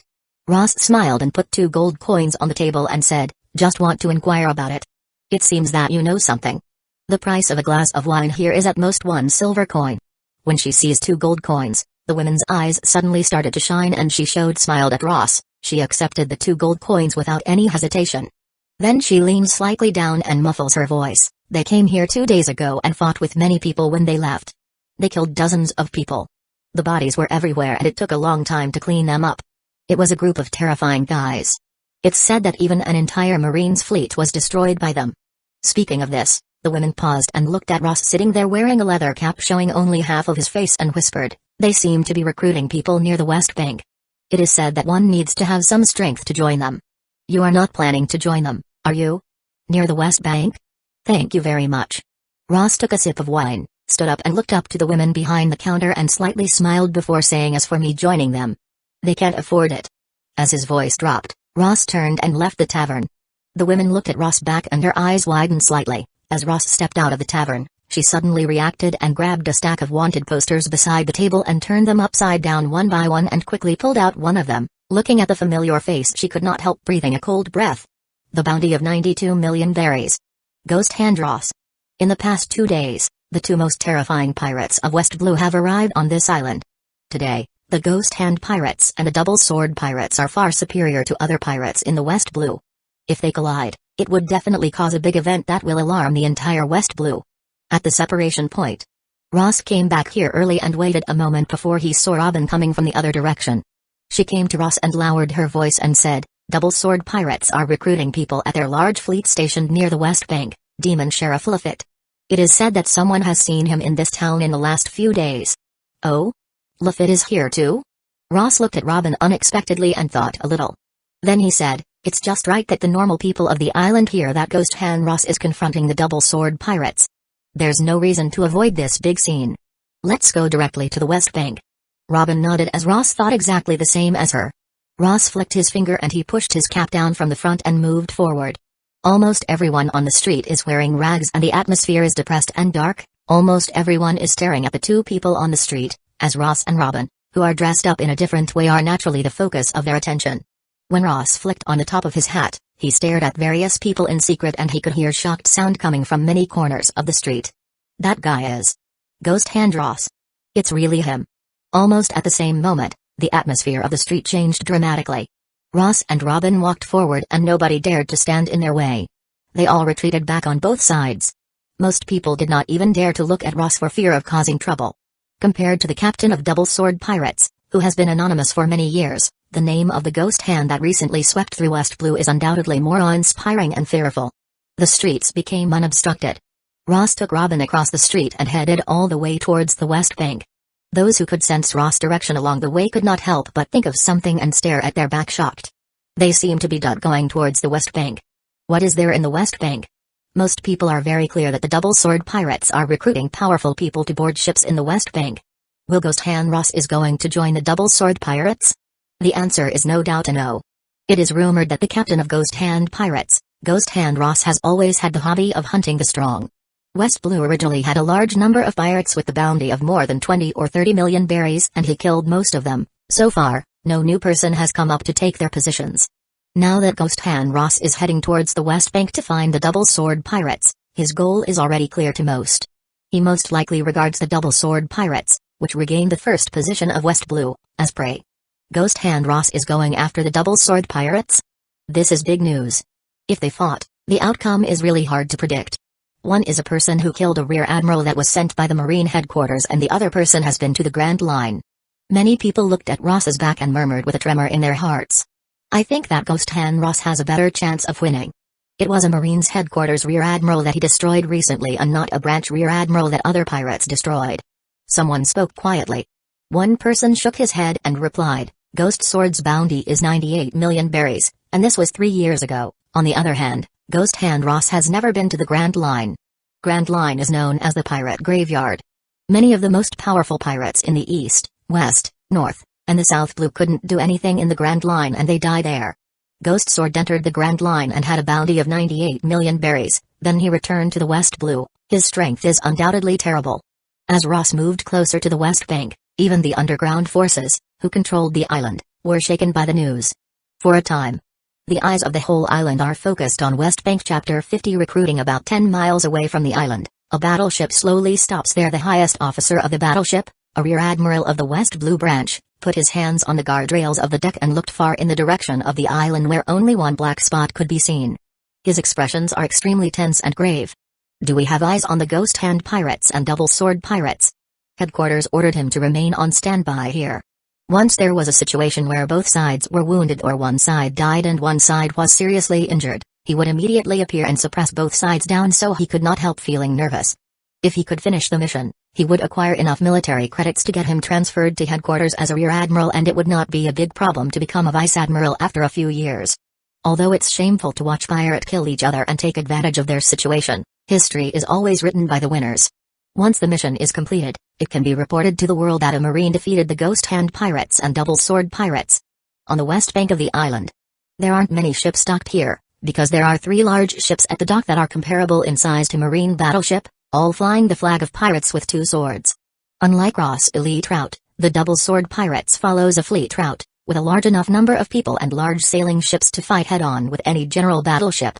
Naturally, Although the number of pirates of the Double Sword Pirates is huge, not everyone can be recruited, and at the very least they must have a certain level of strength to join. At this moment, there are many pirates of Double Swords Pirates and many people trying to join them. In the middle of the field, a strong pirate with a long scar is standing. As long as you can take 3 punches from me and still stand, you can join us. Who else wants to try? His hands were folded in front of him, his head held high as he stood there with imposing manners. People gathered here looked at each other, and soon someone came out of the crowd on their own initiative and put on a guarded stance, and said, "Will we really be able to join the crew by taking 3 punches? Yes, my strength is generally average on board, so it will suffice if you can block my 3 punches. It looks like you are ready." The pirate grinned and suddenly showed a fierce expression. He stepped forward and punched the man who tried to join. Boom. The man tried to block the blow by folding his arms in front of him, but the force of the punch was obviously beyond his expectation. Under the punch, the bones on his arms cracked and he flew backward, bleeding out of his mouth. What, so weak? The fist-wielding pirate saw this scene and he was very disappointed by the results, and then looked at the others with a grin and said, "Who else wants to try it? Our Double Sword Pirates are going to the Grand Line soon. This is your last chance to join us." All the people gathered here looked at each other for a while, and many of their faces showed fear. After hesitation, they retreated and did not go up. Some people are eager to join the Double Sword Pirates, but the rule of blocking 3 punches of the pirate in front of them left them discouraged. No one? The pirate stood there with an expression of discontent on his face. Yesterday another man stood here alone, but there have been many people who have come up to challenge him. Today, it's his turn and no one has come up to fight. As soon as they come up, you break all of their bones with your strongest punch. Only someone who has muscles for a brain would dare to come up. Pirates were laughing and scolding at him behind his back. Ah. Is that true? The pirate grabbed his hair and showed a trace of embarrassment, but still forced his mouth to say, "The last punch was not my strongest, anyway I can't help but use all my strength, and that guy is not qualified to join us." Just as the group of pirates laughed at each other, a sudden new crowd gathered behind the already existing crowd. A young man in a leather cap separated from the crowd and walked all the way forward. Every person's eyes quickly looked at him. Oh? Someone is coming up. Then the pirate turned and looked at Ross, who was slightly thinner than he was, with his stout arms in front of him. He grinned, "This time I will not use my full strength." At the moment his voice fell, a bloodthirsty look flashed through his eyes and he swung a fierce punch at Ross, saying that he wouldn't use his full strength, but the current punch is not any bit weaker than the previous punch. Boom. Just when many people thought that Ross was going to fly out by blocking the punch like the previous one, the pirate's punch was slammed and steadily accepted, and Ross only slightly raised his hand to block it. This. Blocked? The crowd of onlookers showed surprise. It was surprising that Ross, who was not well built, could block such a heavy punch with one hand. Obviously, it was somewhat incredible. Many of the pirates leaning towards the shore were stunned and they were surprised. They didn't expect that anyone could block the punch of the big man so easily. Quickly, one of the many pirates stepped into the arena. He was a Double Sword Pirates cadre in charge of receiving new members. Ross could block the big man's full punch with one hand, so he will be able to block the remaining 2 punches easily. Obviously, he was fully qualified to join them. "Hey. What's your name?" "Ross." Ross responded plainly. The cadres of pirates slightly frowned. He thought that the name was somewhat familiar, but he grinned. "Ross? Congratulations, you can join our Double Sword Pirates." However, as he said this, suddenly there was a silence in the field. All the voices seemed to be pinched, and if a needle fell to the ground at this moment it could be heard clearly. In this silence, the atmosphere gradually became strange. No one was shocked, no one was envious, and countless pairs of eyes stared at Ross in the field. Their eyes were constantly changing. Most of them were stunned as if they had seen something incredible. There was silence. "Did you make a mistake?" Ross calmly looked at the pirate's cadre in front of him and said, "When did I say I wanted to join you, or say, are you going to invite me as a captain?" In the past, if someone dared to say this, many pirates will immediately kill him, but now with the strange atmosphere in the field, the cadre and the pirates of the Double Sword Pirates are also aware that something is wrong. He looked at Ross' face and his smile faded away. A drop of cold sweat gradually overflowed from his forehead and slowly flowed down to his cheek. You are. Chapter 51 Double Sword Loti. I have already said my name, but most people like to call me Ghost Hand. Ross gentle said, and as his voice fell, his 5 fingers slightly exerted themselves. Kaka. Kaka. A strange force spread along his fingertips. The horrified eyes of the big pirate who was punched by Ross was instantly filled with pain. A scream was stiffly strangled in his throat, but before he could call it out, His bones made a few twisting sounds as he turned into a pool of mud and fell to the ground. Hiss. The surrounding crowd took a cold breath in fear seeing this horrifying scene. All the people gathered here are involuntarily retreating. In a flash, a large open space opened up. Ghost hand. Ross. The double-sword pirate's cadres looked sweaty at the young man in front of him. If he could not recognize Ross at this time, he would not be a cadre of the double-sword pirate group. Looking at the tragic situation of the big man, he gritted his teeth and said, "There is no interactions between double-swords pirates and your ghost hand pirates. Are you looking for war? The person who punches me will naturally die." Ross easily said, and at the same time, he retracted his hand which was being stared at in horror by countless people. It looked plain, but it was the palm of the ghost hand. He looked calmly at the two double-sword pirates in front of him and said, "As for war, if you are willing to surrender, there's no need to go to war. Submission? What a joke." The cadres of the double-swords pirates gritted his teeth. He also had a bounty of 10 million berries on his head. But before the ghost hand, his body was still stiff and depressed. It was difficult to pull out his weapon while facing Ross directly. Ross slowly walked forward, extending a hand and pressing towards the head of the cadre of the double-sword pirates. His eyes were calmed as he said, "If you don't want to surrender, you can die." The cadre and the other pirates of the double-sword pirates wanted to pull out their weapons to resist, but they were stiff and their instinct wanted them to run away. Their legs were filled with lead. They could not move at all. They watched as Ross' hands pressed down. At this moment, two swords made of energy suddenly came from the direction of the shore and shrouded Ross' figure in the sword energy. Kaka. Ross stretched out his hand and slanted, accurately shooting at the point where the two sword energies intersected and the two longitudinal sword energies twisted and broke instantly. A man with two slender swords in his hand and wearing white ceremonial cloths appeared on the shore and slowly walked towards them. "It's not good to bully my subordinates, Ghost Hands Ross." With his appearance, the atmosphere in the field suddenly changed. Captain of the double-sword pirates. Double-sword Durlot. Some people whispered in fear. Before Ross was born and the ghost sword appeared, Durlot was the first pirate to hold the highest bounty in the West Blue. Later, Ross swept the West Blue and Ghost Sword emerged from behind the scenes. His name was gradually obscured. But there is no doubt that the captain of the double-sword pirates was once the strongest pirate in West Blue and he still has that fearsome strength and reputation. Suspended bounty of 59 million berries, double swords Durlot. If I was still a pirate hunter, I might be interested in your head, as for now. Ross said in a gentle tone, and as his voice fell, a strange force suddenly spread from his legs and poured into the earth. Puff. On the ground just ahead of Ross, the soil suddenly twisted and surged, wrapping the cadre of the double-sword pirates rescued by Durlot in it and squeezing him into the center in horror. Looking at this scene, the expression of the double-sword Durlot instantly cooled down. He stopped and looked at Ross and coldly said, "All those who dare to provoke the double-sword pirates are dead." "That's a coincidence." Ross suddenly smiled and said, "What I want to do now is either destroy you or be destroyed by you." "Very good." Double-sword Durlot was angry and the image of Ross in his eyes has become that of a madman. He coldly said, "When you go to the Grand Line, you will probably have to fight with me. In that case, it's better to win or lose in West Blue." The moment his voice fell, he inserted the two swords back into their sheaths at his waist, then suddenly stepped forward and pulled them out at a nearly invisible speed. Two-sword flow, quick draw. Two extremely fast sword energies flew towards Ross' position intending to cut him directly into pieces. They are fighting. I don't know who will win. Seeing the double-sword Durlot and Ghost Hand Ross finally started to fight, the large crowd that has long since withdrawn towards a long distance away as they looked at the fight between Ross and Durlot from afar, they cannot help but reveal a bit of tension and attention. Although Ross' bounty has gone up to 92 million berries and his name is feared in the West Blue, the double-sword Durlot is not an easy opponent and both of their strength and names are famous, so no one knew who will be the winner. On the field, two swords of energy surged in. In terms of sword energy alone, the power behind the two swords is not far from that of Onigamos, but there is armament hockey involved in Onigamos' attack, which is far from Durlot's.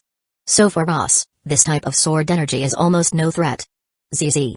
Under the watchful eyes of countless people, Ross raised his hand and pointed it directly at the center of the intersection of the two sword energy. The two flying sword energies were forcibly contained and after a slight distortion, they turned into many small light spots. This time, many people are shocked and their pupils shrank sharply, revealing an incredible look. My attack. Looking at this scene, Durlot's face also showed some surprise. His attack, no matter in terms of speed or power, was almost the fastest, but Ross not only responded to it, he also easily resisted it. Ghost Hand Ross' strength is somewhat unfathomable. Sand coffins. After blocking Durlot's attack, Ross opened his palm and gave it a direct shake. In addition to the light distortion, distribution fruit's ability can only be extended by conduction of matter, and in this speech environment, the power of distortion can naturally be spread far and wide with the help of sand. Crash bang! The sand beneath Durlot's feet suddenly twisted and surged, twisting and twisting toward him. Weird tricks. As Ross had just killed his subordinate cadres with this trick, Durlot was on guard, but he still felt troubled by the sudden entanglement of sand. He rushed out of the scattered sand without giving the sand a chance to wrap him up. He charged directly towards Ross. Two swords flow. Fury slash.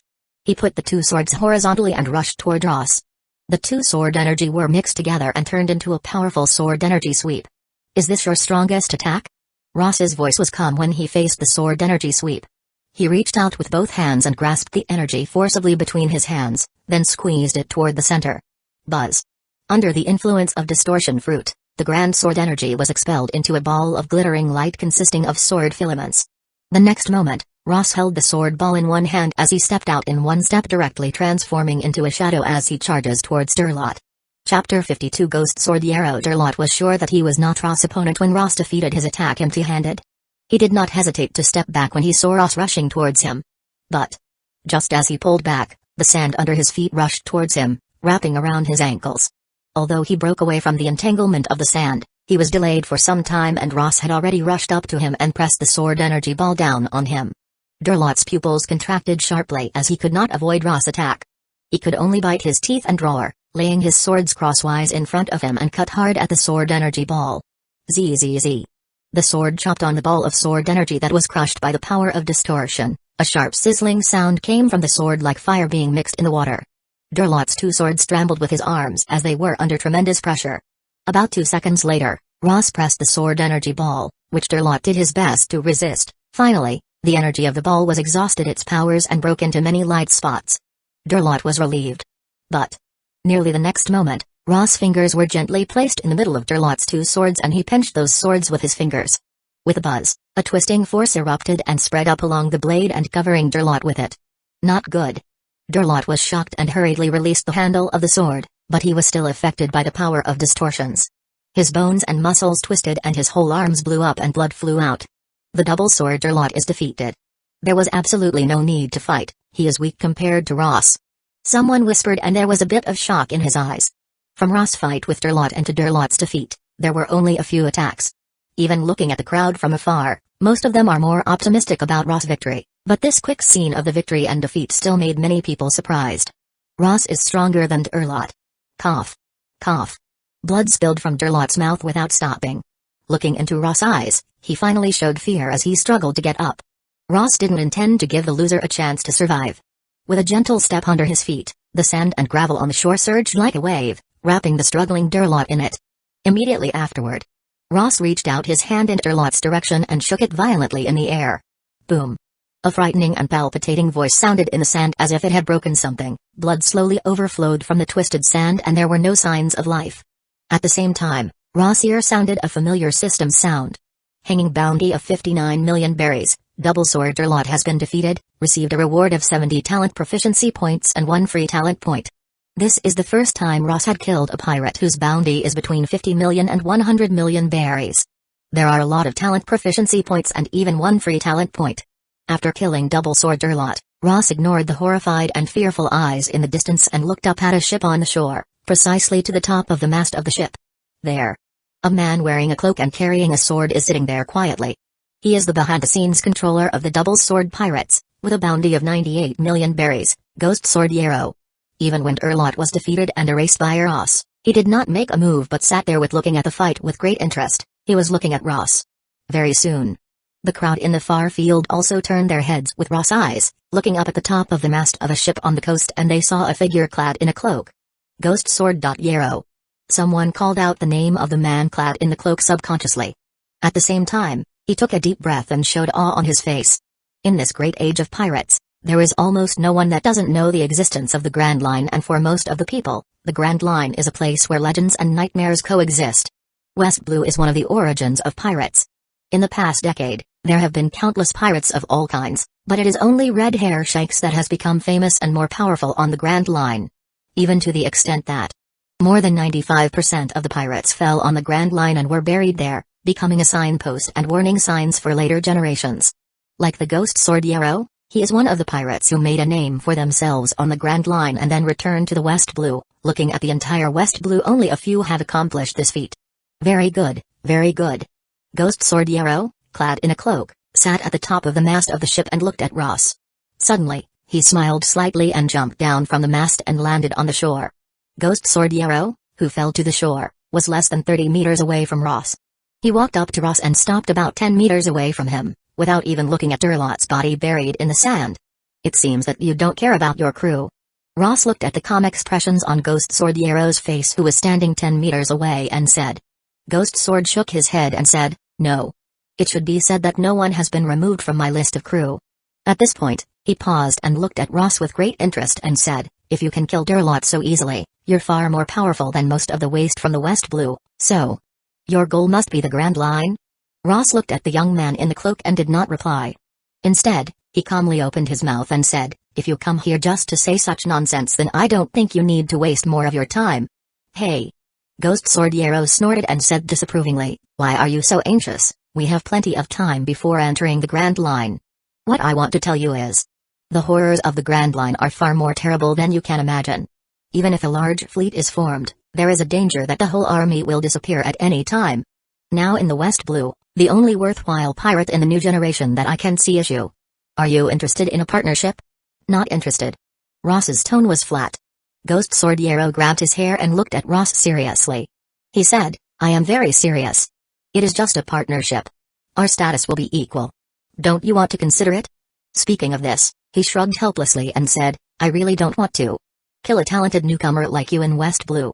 Chapter 53 Ross vs. Ghost sword Yarrow. As his voice fell, the atmosphere in the field suddenly changed and the gentleness and repression suddenly became sharp and harsh. At this moment, whether it is the double sword pirates or the people of the small town, they can't help but stare at the duo in front of their eyes, revealing a look of incomparable attention and tension.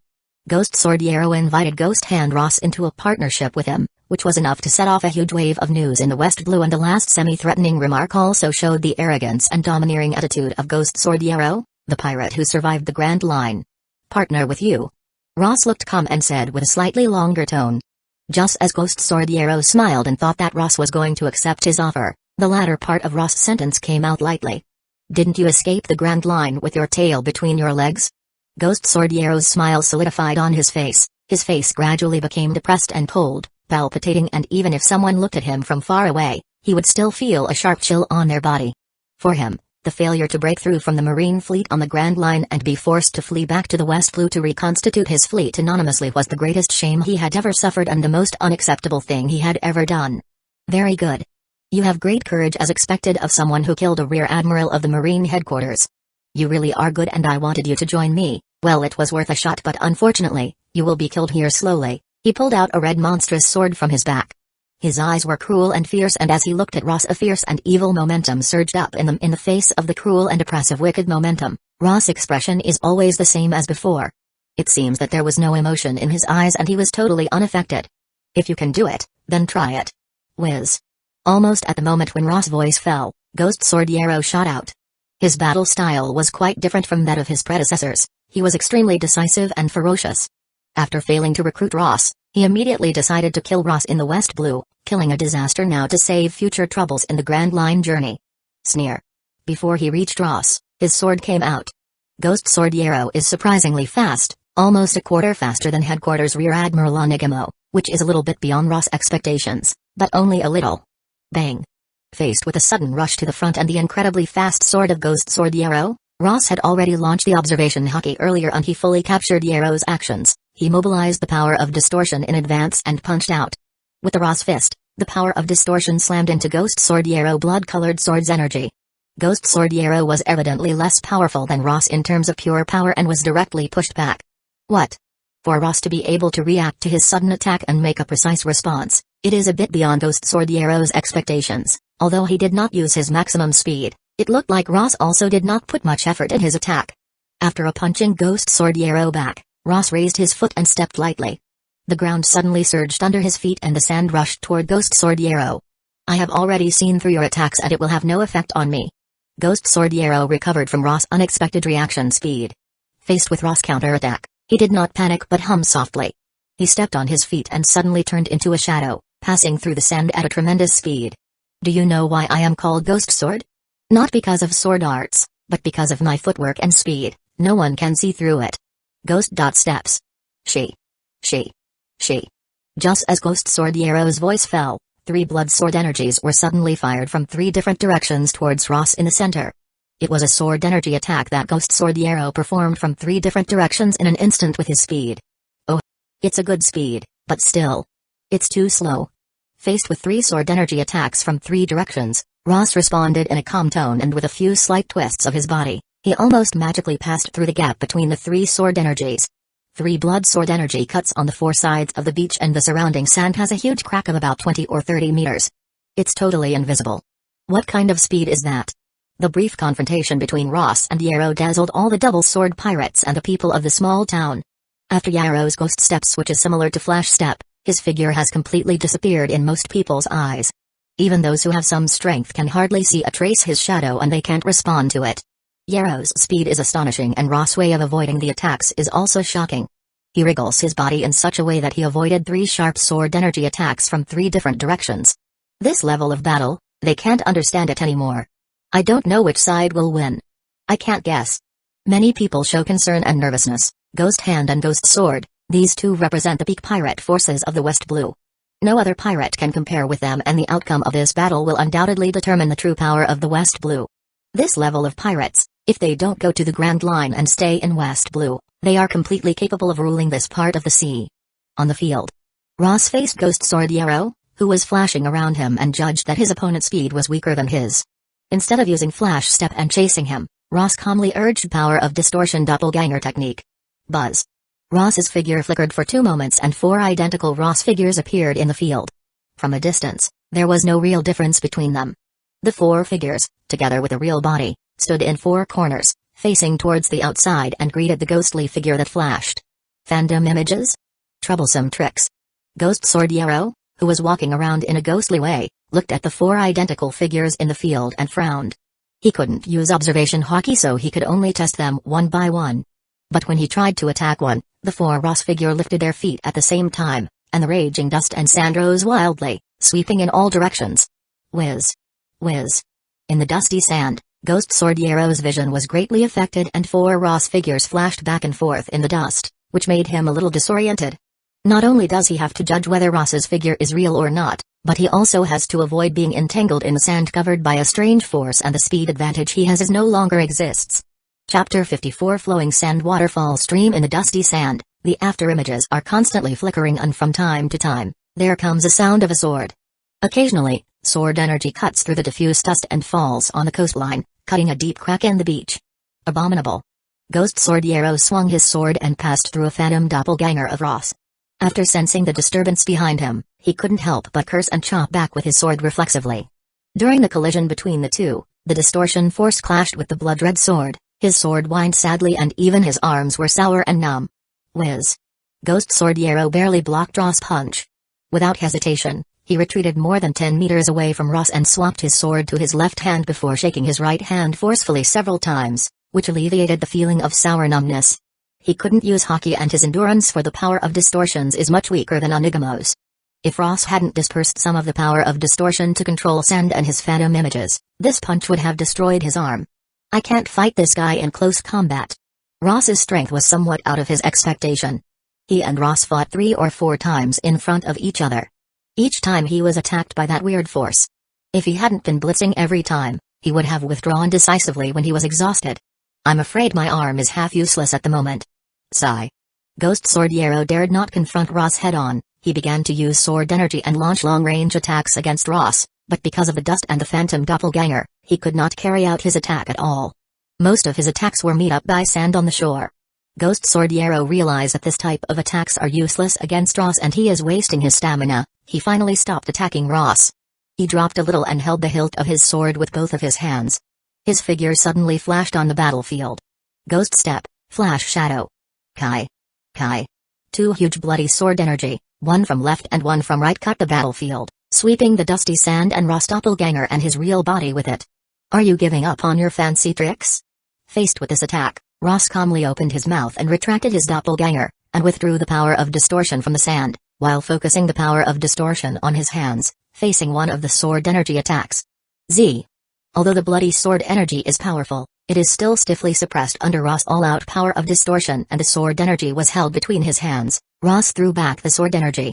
Observation Hockey accurately captured the route of Ghost Sword Arrow attacks, which was a prejudgment attack. The sword energy attack was thrown back by Ross as it flew towards Ghost Sword Arrow. Do you want to use my own attacks against me? It's really is bad behavior. Ghost Sword Arrow looked at the bloody sword energy that came towards him and snorted. The sword energy in his hand was smashed into the air with a violent wave. Ross ignored Ghost Sword Arrow and suddenly bent over and laid his hands on the beach. Bing bang. Power of distortion operated by both hands is much more flexible and fierce than foot control. In almost an instant, the beach with Ross as the center and tens of meters in radius stirred up crazily. When it comes to large-scale attacks, Ghost Sword Arrow is not the only one who can use them, but the current environment is just right for him to release a certain trick. Flowing sand. Waterfall stream. Ross took a deep breath and the power of distortion erupted. Not good. Ghost Sword Arrow had noticed that the situation was not right in the vicinity as early as when the sand was surging, and his vigilance increased sharply. He planned to pull back and stay away from Ross to avoid the upcoming attack. But things were much worse than he thought.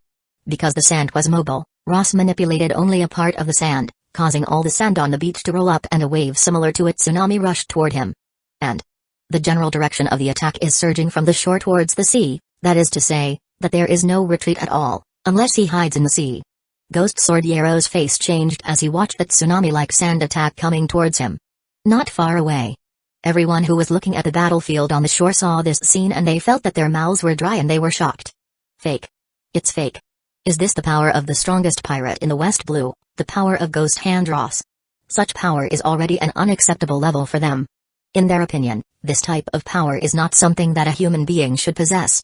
Ross stood behind the raging sand waves and calmly launched observation hockey, feeling the situation behind the sand waves. The battlefield, under his control from the beginning, had changed from the shore where the ship was.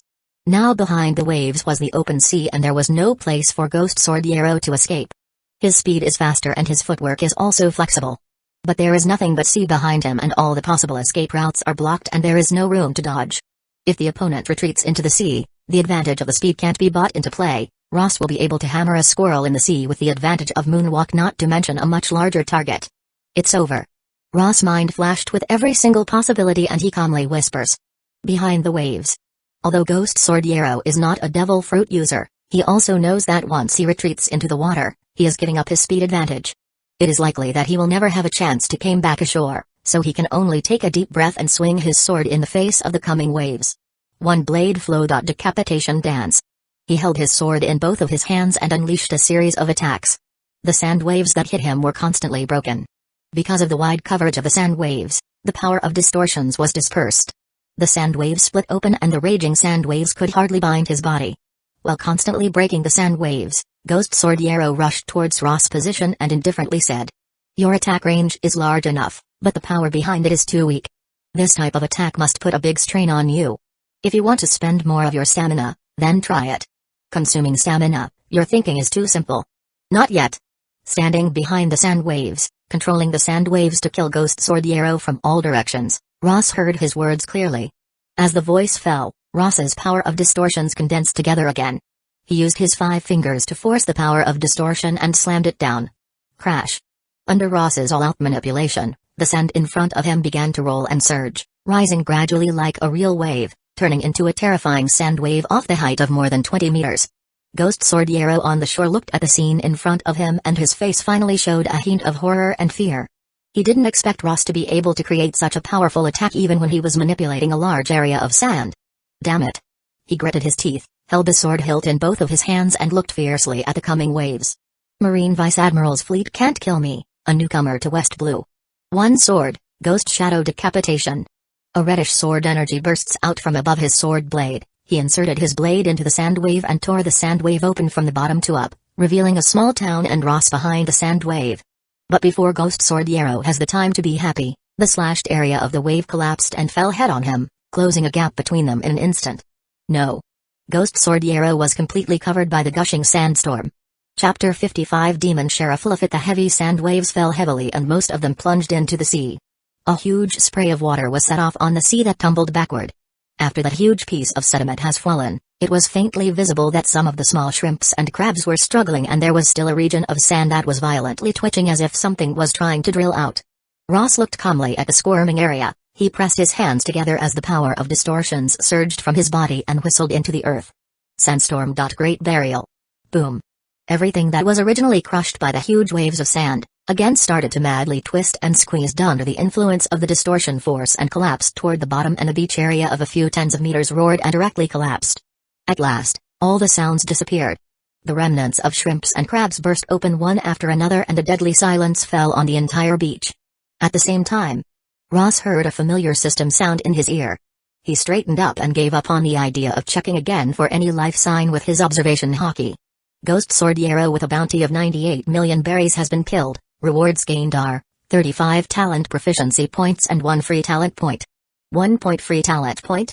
Ross's calm eyes finally flashed a slight fluctuation and he smiled. 35 talent proficiency points are not much, but 1 free talent point is a greater reward for him. Counting the rewards of killing the double sworder lot before, these two pirates have actually provided him with 2 free talent points. This trip is undoubtedly extremely satisfying for Ross. It looks like Captain won. Robin stood far behind the crowd, looking in the direction of the beach, with a slight smile. Seeing the result of the battle, even though she knew Ross well, she was still surprised by the one-sided victory. Ross did not have such strength when she first joined, but in just over half a year, Ross' strength rose rapidly. From the first time she saw a battleship flee, till now where he can destroy several battleships. Branch Rear Admiral, Headquarters Rear Admiral, Grand Line Pirate. Every opponent was unconsciously defeated by Ross.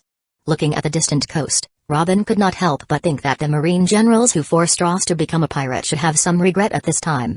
Is it over? There's no movement.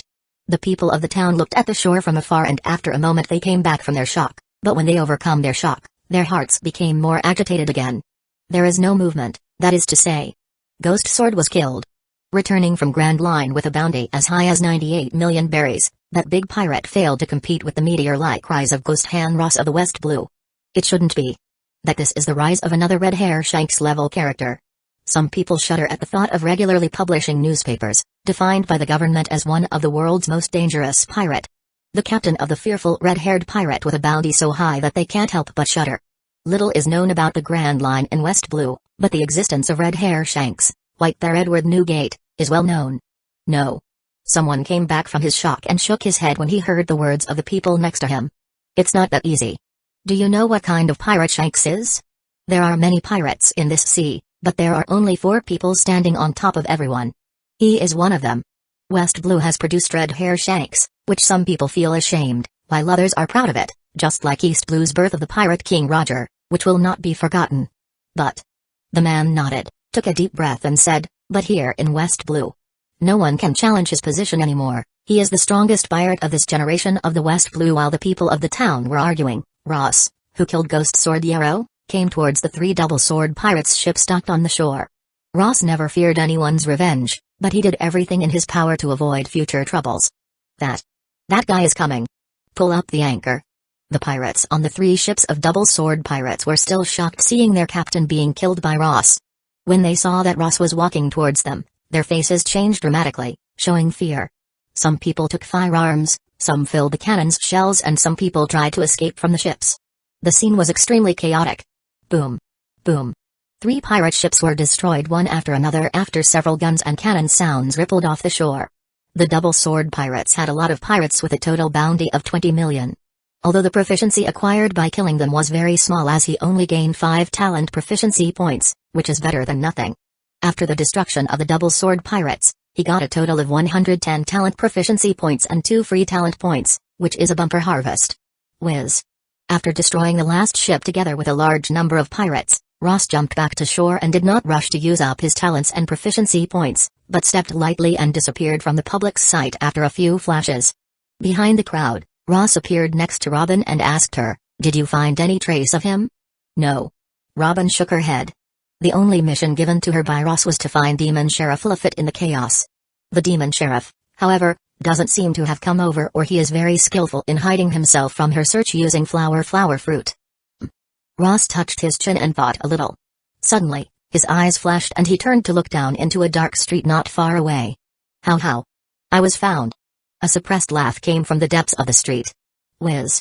Almost immediately after the sound came out, Ross stepped down and rushed straight into the dark street. When Ross rushed in, a figure hiding deep in the street jumped up and turned over the roof. Ross jumped up and chased him. After several tosses and turns, Ross eventually caught up with the figure by using his observation hockey. It was a white-skinned man with a tall ceremonial hat on his head and a crutch in his hand. He was the navigator and the 5th Fleet captain of the Blackbeard Pirates, Demon Sheriff Lafitte.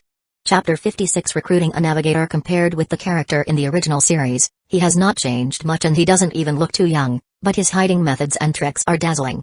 If Ross had not locked him firmly with his observation hockey, he would not have been able to find any trace of him after several moves. I don't have any ill intents and I don't see anything I shouldn't have seen. Seeing that he couldn't escape from Ross, Lafitte decisively gave up on fleeing. He stood on the roof of a house and looked at Ross, showing a very hopeless expression and gently spread the cane in his hands. Ross calmly looked at him and said, "You don't look like a law-abiding person. So, are you interested in joining me and making the world turn upside down?" Lafitte was slightly surprised and various thoughts flashed through his eyes. Then he put one hand on his chest and made a gentleman's bow. He smiled and said, "I will be honored to join the Ghost Hand Pirates, Captain." He has been constantly learning about the world and the situation of the West Blue and he has even gotten a lot of details about pirates. The Ghost Hand Pirates has gotten famous recently and now they are on the top of West Blue. As a restless person, he naturally did not plan to live in peace and security. He always wanted to find a chance to join someone strong and roam around in this world. Although he didn't plan to join someone so early, Ross went out of his way to invite him. Rejection may not be a good thing. Smart people will always make the smartest choices. Ross slightly smiled. "Ross." "Lafitte, I am good at hiding and sailing." Lafitte put his hand on the corner of his hat, with his head slightly beneath his side and his fingers gently lifted the corner. He looked like an orthodox gentleman, totally out of line with the name Demon Sheriff. It was easier than Ross imagined to recruit Lafitte.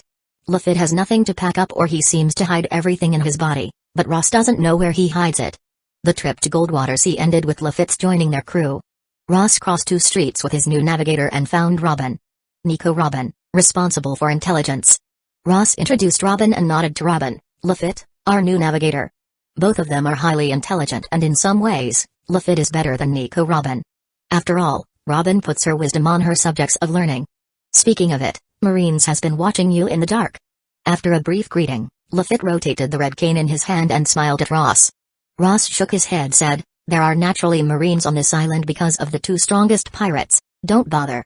Before entering the Grand Line, I don't think Marines will come to find any trouble with us." "That's true." Lafitte put down his cane. He intended to say that if he did not mind then he could pull Marines' eyes out and torture them and even send some false intelligence to the Marines, but it didn't look like he needs to mention it. "If there is nothing else, you can go to the ship and consider the next stage." "The Grand Line." "Grand Line, that's a very challenging place, huh?" Lafitte smiled and his laughter and expressions were filled with a strange style. "Then, you will be responsible for the next drawing of sea maps and the choice of sea route. When the ship arrives, I will give you the sea maps and compass," Ross said as he walked away, while Lafitte and Robin followed him from left and right.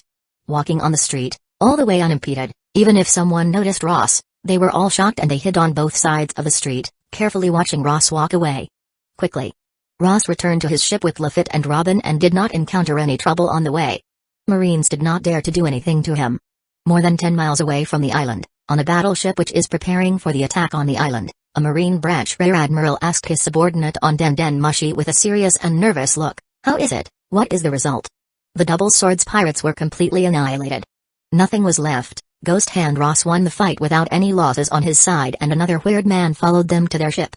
When he heard that Ross had won a great victory without being hurt in both battle, Rear Admiral knew that there was nothing that he could do and when he heard that a strange man accompanied them to Ross' ship, he could not help asking, "Weird man, did you took a photo?"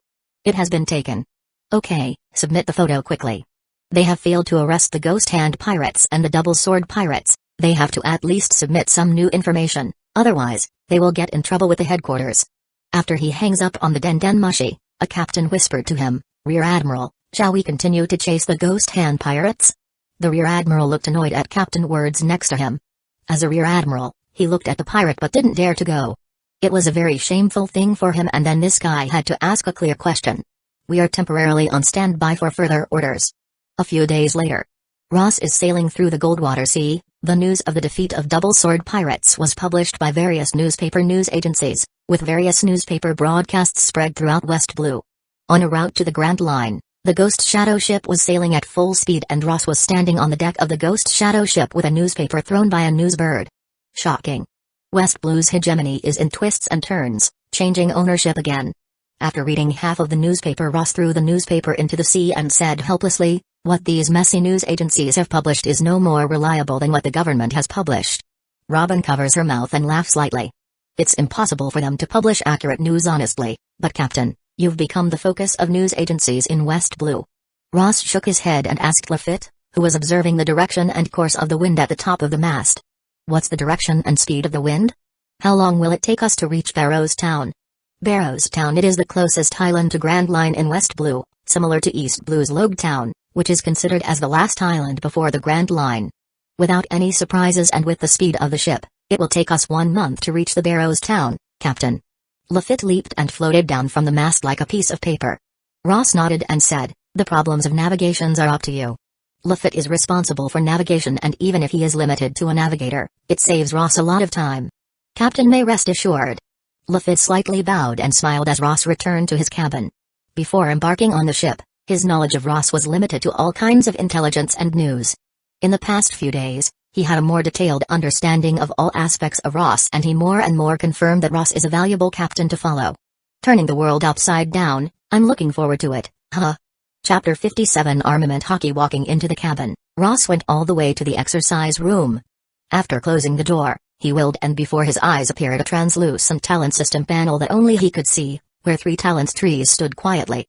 Living talent tree is unchanged for a long time, and there is still only 1 navigation talent on it. Now, with his new navigator, Ross would like to take back the 1 talent point he spent to learn navigation, but apparently, the system will not let him easily take the points away. The battle talent tree is also refreshing after it has been activated. Firearm shooting, 50 close combat fighting, 100 distortion fruit, 215 flash step of Marine 6 powers, 0 paper art by Marine 6 powers, 0 Marine 6 powers as moonwalk, 0 observation hockey: 0 observation hockey shows a golden activated state, meaning that Ross can indeed save 1 free talent point by self-practicing. As for talent proficiency, it brings an extra bonus, but self-exercise does not increase talent proficiency. The general talent tree has also changed a lot from the previous one. Agility enhancement, 100 high-level strengthening. Physical enhancement, 200 top-level strengthening. After killing the double sword pirates, Ross gained 2 free talent points and 110 talent proficiency points, which allowed him a lot of choices. Observation hockey's strength is enough for now. If I encounter an enemy whose speed is faster than what I can see, hear and feel, even if I could perceive his actions, I wouldn't be able to respond to them physically. Ross thought a little and ruled out the 2 options, observation hockey and agility enhancement. His speed and strength are in balance, and the improvement in speed and observation hockey will have very little effect on his overall strength. As for physical enhancement, after such a long period of exercise, his physical fitness is much better than when he just arrived at the top-level physical enhancement. Even if the strength of distortion fruit is enhanced further, his physical fitness is enough to bear its burden, so he is not in any hurry to fill in that particular proficiency. The last remaining option is distortion fruit. If all 110 proficiency points are put in it, then the basic conditions for activating the branch of gravity distortion will be reached in an instant. If I put 85 proficiency points on distortion fruit, only 25 proficiency points can be used to improve my physical fitness. I don't know if such a disparity of advancement can afford a huge increase in the power of distortion. Ross thought it would be nice to have a few dozen more talent proficiency points, but there may have been new choices at that time. Talent proficiency points and free talent points were always scarce resources. In addition to proficiency points, 2 free talent points also brings several options. Armament hockey can undoubtedly be activated, Conqueror's hockey can also be activated, and even strength enhancement in the general department, etc., are all within the options. Due to the scarcity of free talent points, the best solution is naturally based on the practicing armament hockey to activate it, but currently, Ross does not have any practice method of armament hockey, and without any clue, he cannot practice armament hockey. He can also hope that he will be able to awaken armament hockey in battle. Hockey's practice methods are difficult to obtain in the first half of the Grand Line. They can only be obtained in the second half of the Grand Line, New World. Without armament haki, the situation would be very dangerous when encountering someone with a Logia Devil Fruit abilities. Ross thought it over for a long time. Armament haki. Ross watched the trunk of the talents tree representing armament haki and took a deep breath before choosing to consume one free talent point to activate armament haki. Buzz. The remaining free talent points changed from 2 to 1 and the armament haki's green branch flashed with a golden light and turned into a golden color. At the same time, a lot of knowledge about armament haki was sent to Ross' mind. He closed his eyes as his body kept shaking. Within a few seconds, he consciousness experienced 3-month armament haki training. A slight heat flow gushes out of his heart and runs through his entire body, bringing a slight increase in Ross' physical fitness, while a will hiding in his body, which has never been stimulated, was released and a very weak armament haki enhances one part of his body. Ho! When Ross opened his eyes, his senses have changed a lot. In addition to feeling the power of distortion fruit in his body, he can now feel another kind of power contained in his body which is quite different from his devil fruit power. Armament haki. It is slightly similar to observation haki in origin, but major parts of it are completely different. As Ross wills, an invisible breath comes out of him and surrounds him on outside. The skills activated by the talent system have always been complete without any default, and the armament haki around Ross' body is flexible and free from any sense of stagnation. This is armament haki. Ross manipulated the aura around his body, muttered a sentence, and then his eyes twinkled slightly. He concentrated his thoughts on his arms and controlled the convergence of the armament haki. Buzz. The gathering of armament haki formed a strong aura around Ross' arm and squeezed and condensed under Ross' control, but when it was about to form a black hardening, it suddenly broke apart and the aura dispersed. Ross tried twice in a row and failed to harden armament haki. As for the cause of his failure, he found it all at once. Insufficient strength. Perceiving armament haki around him, Ross shook his head. First, his armament haki is too weak. Second, his physical strength is not strong enough. Although his physical strength is more abnormal than any ordinary person, it is still a little far from the armament haki hardening. Being able to mobilize armament haki is just a startup skill. By practicing enough to form armament haki hardening, then one has thoroughly mastered this kind of haki. Thinking about it, Ross still gave up the idea of putting proficiency points in armament haki. There is still a month to go before he officially enters Grand Line. After armament haki is activated, there is no need for practice. Even if it does not meet the hardening criteria in 1 month, some improvements can be made. As long as he has a certain level in armament haki, even if hardening is not achieved, he will be able to do something against a Logia Devil Fruit user. For him, distortion fruit is still his main development direction. Armament haki can mainly be used against the bug-like ability of elementalization. After all, it is unrealistic to try to raise all of his abilities to the top at the same time. Ross intends to reserve the remaining 1 free talent point until the proficiency of the distortion fruit reaches 300 proficiency points, after which he can activate the gravity distortion ability, which may require 1 free talent point. There is still 110 talent proficiency points. Ross looked at the branch of distortion fruit. He didn't add it up just a little. He directly put 45 talent proficiency points in it. In a flash of light, distortion fruit's proficiency turned to 260. Meanwhile, Ross suddenly felt a burning sensation in his body. The power of distortions rose rapidly in that burning heat. In a few seconds, the power of distortions had risen dramatically. Chapter 58 Red Hair Shanks Pirates. Ross closed his eyes and quietly felt the heat and the power of distortion in his body. When the heat subsided, he opened his eyes and clenched his fist.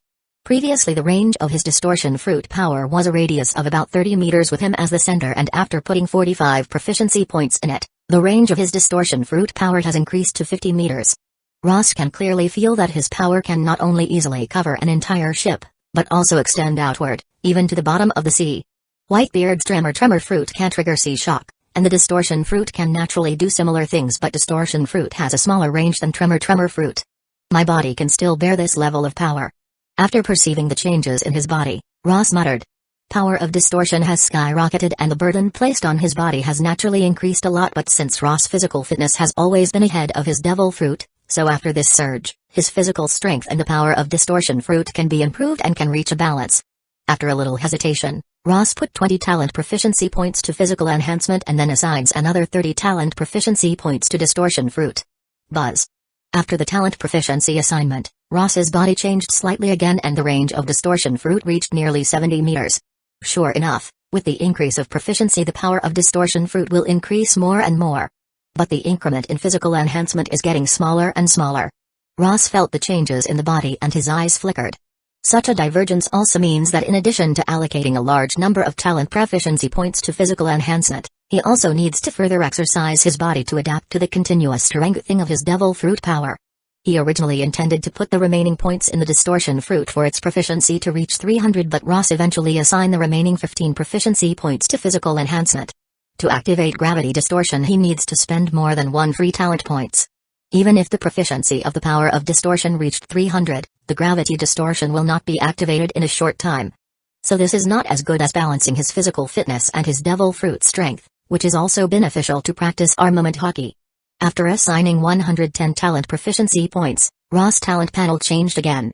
Firearm shooting, 50 close combat fighting, 100 distortion fruit, 290 flash step of marine 6 powers, 0 paper art of marine 6 powers, 0 marine 6 powers as moonwalk, 0 observation hockey: 0 armament hockey, 0 distortion fruit is only 10 proficiency points away from the second branch, which will activate the gravity distortion, while marine 6 powers is all 0.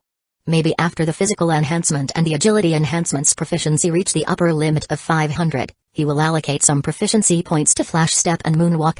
Agility enhancement, 100 high-level strengthening. Physical enhancement, 235 top-level strengthening. The general talent department has not changed much. The power of distortion fruit has more than doubled and his original body is little weaker than his devil fruit ability. Ross shook his head helplessly. Even though he finally replenished the physical enhancement by 15 proficiency points, his body still couldn't keep up with the increase in the power of distortion. Naturally. It also has the advantage that when Ross breaks out with all of his strength, the power of distortion will reach a terrifying level, and Marine Rear Admiral Onigamo, who once suppressed him by virtue of his strength, will not be able to resist his current power of distortion. I don't know how strong I am currently. How much worse am I compared to a Vice Admiral of the Headquarter? Ross thought for a moment. Headquarters Vice Admiral and Headquarters Rear Admiral are also quite different. It is quite difficult for a Headquarters Rear Admiral to be directly promoted to a Headquarters Vice Admiral. Most of the Headquarters Rear Admiral need to be placed outside the branch base to serve as a branch Vice Admiral for a period of time, and only after gaining some military merits, they can return to the Headquarter. Regardless of his own affordability, he should be able to compete with a weak Headquarters Vice Admiral, and he is not an opponent to most of the top Headquarters Vice Admiral. After thinking about the strength of Onigamo, Ross roughly judged what level he is now. Before entering the Grand Line, it is rare for someone to have abilities that surpass Headquarters Rear Admiral and can deal with a Vice Admiral in general. Next step is to continue to exercise my physical body and armament hockey. Ross regained his thoughts and quickly set a short-term practicing route for himself. Since his devil fruit abilities are too strong, which brings a certain level of burden on his body, he will focus on his physical training for some time. And it will be beneficial for his armament hockey training, as it also requires a strong physical body. I still have to use the biggest weight and then double the number of push-ups and squats, 1 set for 1,000, 1 set at a time. After simply setting up the practice plan, Ross came to a lot of weights, picked out the heaviest one and started to exercise after wearing it. Half a month passed quickly. Because Lafitte was responsible for navigation, Ross had more free time. He spent a large part of it on his training and some part of it on rest and relaxation. Robin's devil fruit ability is also useful for massage, and the effects are very good. Although this is a strange trend for Robin, Ross did not intend to make her a battle-oriented member. If such a good girl exercises and put muscles all over her body, it will not be a beautiful picture to imagine, and he will surely suffer from headaches. Ghost Shadow ship is not far away. On the windy and sunny sea, a pirate ship is slowly sailing. There is no wicked and fierce atmosphere that is found on any usual pirate ship, but the atmosphere is relaxing. It seems that the people on board don't care whether they will encounter merchant ships or not, much less whether they will encounter marines. All of them are enjoying themselves, drinking and eating meat. Naturally. If a marine's battleship were here, they would have turned around and run when they saw the pirate ship, because the pirate flag hung on the sail of the ship was enough to frighten the whole ocean. How does it feel to be back home? Beckman took a cigarette and came to the red-hair Shanks standing at the front of the deck. Shanks stood there relaxed in his cloak and slippers, looking at the vast sea ahead, smiling and saying, "Not bad. Nearly 20 years." Looking at the sea, Shanks muttered that it had been nearly 20 years since he got on Roger's ship as a trainee. 13 years ago Roger became the Pirate King, and 11 years ago Roger started the Great Age of Pirates. Of all Roger's crew, only he got Captain's straw hat, and he did not disappoint Roger's former crew members. After Roger started the Great Age of Pirates, it only took him 11 years to become one of the 4 emperors galloping on the Grand Line and New World. Naturally. It only took Roger a few years to conquer the Grand Line and became the king standing at the top of countless pirates. First let's go back to my hometown, then we go to the East Blue. Shanks gently touched the straw hat on his head. Beckman laughed and said, "Hey, suddenly coming to the West Blue without saying a word and then going to East Blue again. Marine and the government are afraid that we would make a mess. Let them go around." Shanks slightly smiled. If the government and Marines want to deal with them, they must send at least 3 top-level battle forces. Otherwise, they will not be able to do anything. The government will not provoke a world-class war randomly. Beckman has considered all these things before taking any action. Just as Shank was enjoying the sea breeze, the ship's sentry post suddenly shouted at him. "Boss! There is a pirate ship over there." Chapter 59 Brushing Potty Ghost Shadow Ship. Lafitte is standing on the sentry post at the top of the mast, one of his hand holding the wooden guardrail and his other hand holding a telescope, looking in the distance. Long ago, he found a dark shadow on the far sea, which could be judged as a ship, but he was uncertain as to what it was. As the two ships approached, the shadow gradually became clear. "That flag is." When he saw the flag on the ship, Lafitte's expression suddenly changed slightly and those expressions looked strange on him as he always looked like a gentleman who rarely shows any emotions. "Whiz." After judging it for a second, he jumped from the mast and landed on the deck below. He said to Robin, "Call Captain up, that ship belongs to Red Hair Pirates." Red Hair Pirates? Robin was shocked. She thought it would be a merchant ship or ordinary pirate ship, but she didn't expect that it would be Red Hair Pirates, which are a terrifying force on the Grand Line.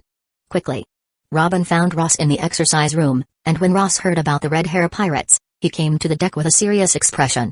Taking the telescope from Lafitte's hand and looking carefully at the ship coming in from the distance, he said thoughtfully, "It is indeed Red Hair Pirates." Calculating the time, it is now the August of the 11th year of the Great Age of Pirates. According to the original plot, Shanks arrived at the East Blue's Fuusha village around this time and stayed there for about a year. "Captain, should we avoid them?" Lafitte proposed from the side. Although he is very optimistic about Ross and boarded Ross' ship, he is not an idiot. At this time point, it is undoubtedly a suicide attempt to act against Red Hair Pirates, a world-renowned existence. Ross put down his telescope and looked in the direction of the Red Hair Pirate ship. He calmly said, "Don't panic, change our route slightly so that we won't collapse against them head-on and we will pass by them. This is also very dangerous." Lafitte is slightly worried. Ross stood on the bow of the ship and he doesn't intend to circumvent his ship around in a big circle to avoid Shanks. If he encounters the Beast Pirates or Big Mom Pirates, he might avoid them temporarily, but he doesn't need to do that for Red Hair Pirates. In other words, 4 Emperors is also his target, but that is the ultimate goal. It is indeed too early to meet Red Hair Pirates at this time. Ross looked at the gradually approaching Red Hair Pirate ship, whispering in his heart. Looking at the fast approaching Red Hair Pirate ship, Robin can't help but show a little nervousness. Few people can make her nervous, but a Marine Admiral Aokiji has made her deeply afraid of him, and Red Hair Pirates is the existence that even a Marine Admiral dares not dare to provoke. As the distance between the two ships gradually narrowed, the course of the two ships became very clear. It was not the opposite, but 2 parallel lines that did not intersect. They would pass each other at a distance of about 30 or 40 meters away. Robin and Lafitte were nervous, but Ross remained calm as if the ship in front of him is only an ordinary merchant ship. 100 meters. 90 meters. As the distances of ships further narrowed, the people on the ships on both sides became clearer and clearer. Ross had clearly seen the figures standing on the bow of the Red Hair Pirates. One of them is wearing a black cloak and a yellow straw hat.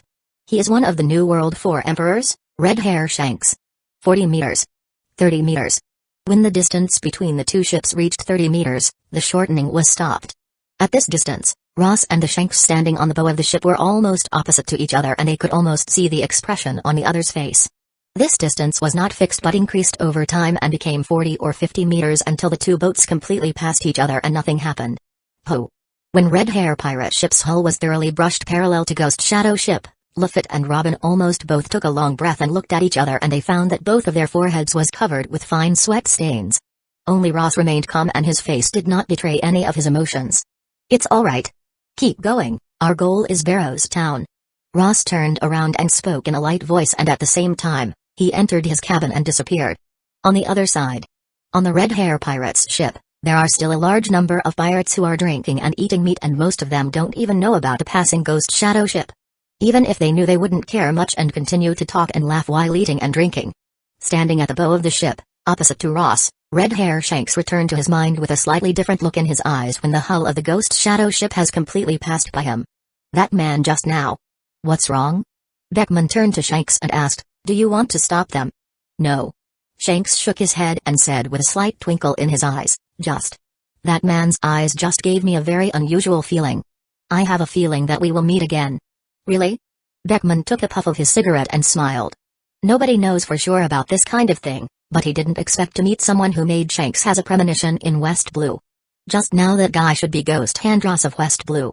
I read it in the newspaper before and I think they're going to the Grand Line for us to see them again, but it's not that easy. This is just a chance encounter. For any pirate to see them they have to first conquer the first half of the Grand Line and this single step has taken countless lives. This premonition of Shanks may be just a hunch. After passing the Red Hair Pirate's ship, the Ghost Shadow ship returned to its calm state again. Lafitte continued to control the course. Robin continued to read her books, occasionally directed the handyman to do some cleaning work on the ship, or assisted Lafitte in collecting and sailing, while Ross returned to the practice room and continued to exercise, practicing armament hockey. Armed. Standing in front of a hard steel wall, Ross stretched out his fist and muttered while controlling his own armament hockey to gather on his fist. Compared with armament hockey, which has been enhanced a lot more in half a month's time, the constant concentration and cohesion gradually changed from surroundings to attachments. It became more and more strong, but it still could not form the black hardening. Not enough. Ross shook his head and punched the iron wall. Bang. Even if the armament hockey has not reached a degree of hardening, he only surrounded his fist in his will without the hardening and he did not use his devil fruit powers but he still left a fist shape on the solid iron wall. Very well, if it goes up at this rate, in half a month I should be able to gradually touch the armament hockey hardening level. Chapter 60 waiting for you half a month later. When Ross finally reached the edge of armament hockey's hardening for the first time, Ghost Shadow ship arrived at Barrows Town, the last island of West Blue before the Grand Line and it is similar to Logue Town of East Blue. Although there are often pirates landing here, the arrival of Ghost Shadow ship at the port still caused a tremor on the dock. As the strongest pirate force of West Blue, the name of the Ghost Hand Pirates is very well known and they are already very famous. First, let's collect enough fresh water and food for our future journey. When the ship was docked, Ross stood on the deck and looked at Lafitte and Robin and said, you also need to buy a log pose, which is a must-have item for the Grand Line. Understood, Captain. Lafitte shook the red stick in his hand, laughed and walked down the ramp. As a navigator, leave the matter of log pose to me. No matter how talented Lafitte was in the original series as one of the 10 captains of Blackbeard pirates, here he's a West Blue native who hasn't stepped into Grand Line. He is not very familiar with things like log pose but with Ross with him, he will not step into the Grand Line without preparation. Go ahead. Ross nodded and handed the mission of acquiring a log pose to Lafitte. Robin slightly smiled while heading for the ramp and said, I'm going to buy fresh water and food. His 2 crew members took over the missions and Ross found that he didn't seem to have anything to do. He didn't have any interest in going ashore, so he sat down on the Ghost Shadow ship and waited for them to finish their mission and return. Meanwhile, news of the arrival of the Ghost Hand Pirates in Barrows Town also spread rapidly to the Marine branch stationed in Barrows Town. Boom. Marine Captain Yukimura, the highest chief of the division, slapped his hand on the table and stood up violently, saying, Ghost Hand Pirates are here? Yes. Their ship was spotted at the port. Standing in front of Yukimura, Marine Lieutenant Commander's forehead was overflowing with cold sweat as he asked nervously, Captain, what should we do? Should we surround them? Yukimura also had a serious and tense look, shaking his head in a dignified manner. He said, No, I will report to headquarters first. As a branch captain stationed in Barrows Town, his strength is not comparable to that of West Blue captain and he will not be promoted to the Rear Admiral rank next but he will be transferred to Marine headquarters as a headquarters captain. Nevertheless, Ross sank an entire West Blue fleet led by headquarters Rear Admiral Onigamo. Once any conflict occurred between him and Ross, he was not sure if he would walk away alive. Quickly. Intelligence passed back from Yukimura's office to Marine headquarters office in charge of West Blue. A Marine headquarters Rear Admiral worked in this office. Onigamo was the most outstanding member of this office. Nobody expected him to fall in a place like West Blue. From the initial indifference to Ross who was a small-time pirate hunter and then he became a pirate. The current state of the office is entirely different. Now the mere mention of the name of Ghost Hand Pirates left the entire office in chaos. Doberman soon arrived at his office as he was personally responsible for all matters concerning Ghost Hand Ross since Onigamo's defeat in the West Blue. Barrows Town. It seems that he is finally going to step into the Grand Line. Listening to the nervous voice coming from Den Den Mushi, Doberman murmured a little and said, Captain Yukimura, for the time being, don't act against them, don't fight with the Ghost Hand pirates. Yes. Yukimura heard Doberman's order and was surprised, but he still answered immediately. Almost any pirate who appears in Barrows Town will be encircled, suppressed and pursued by Marines under his leadership.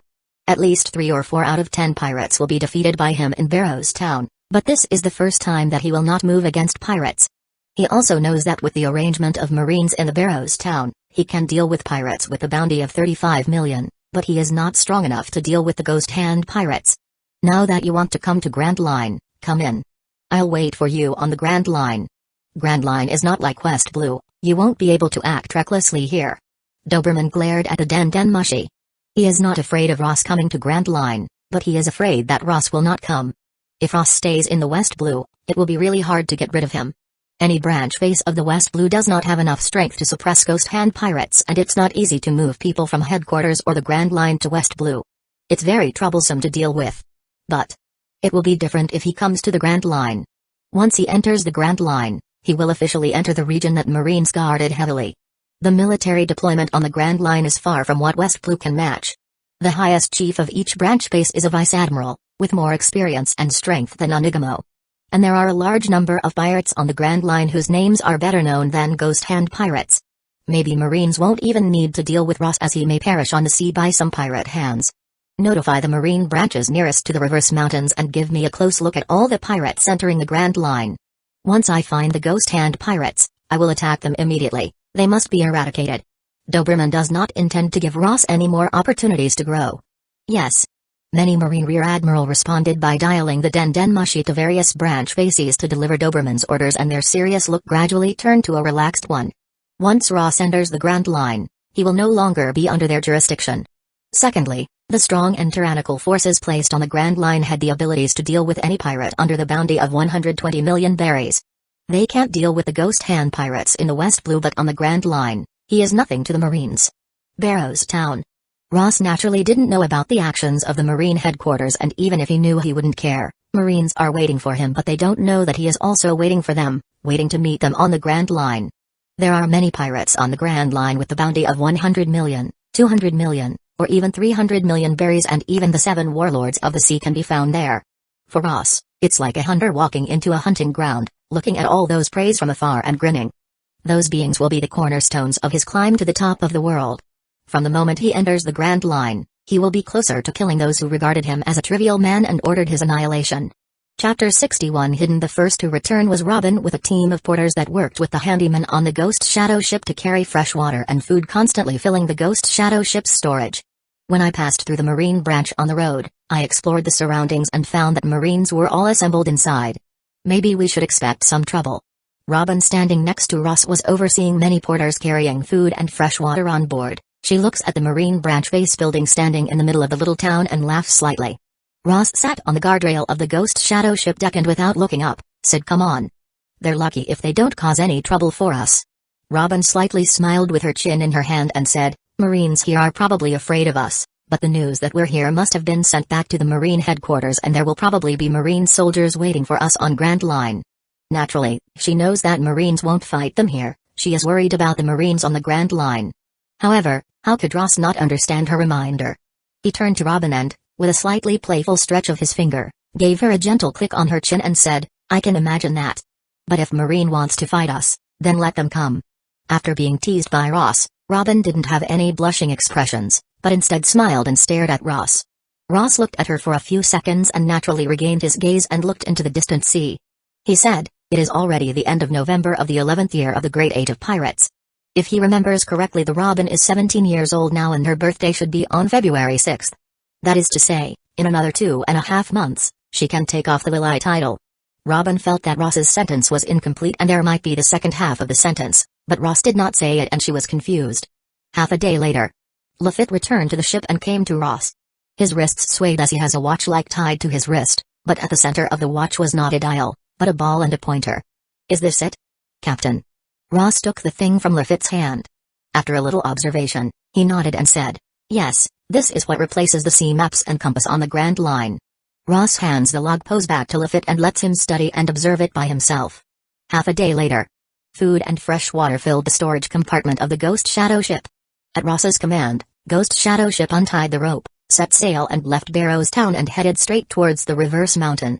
While the Ghost Shadow Ship was leaving the Barrows Town, Marines on Barrows Town immediately reported the current situation to Marine headquarters, but it had nothing to do with Ross. As the Ghost Shadow Ship moved closer to the Grand Line, the weather and currents began to become unpredictable and the waves became more turbulent and the undercurrent surged.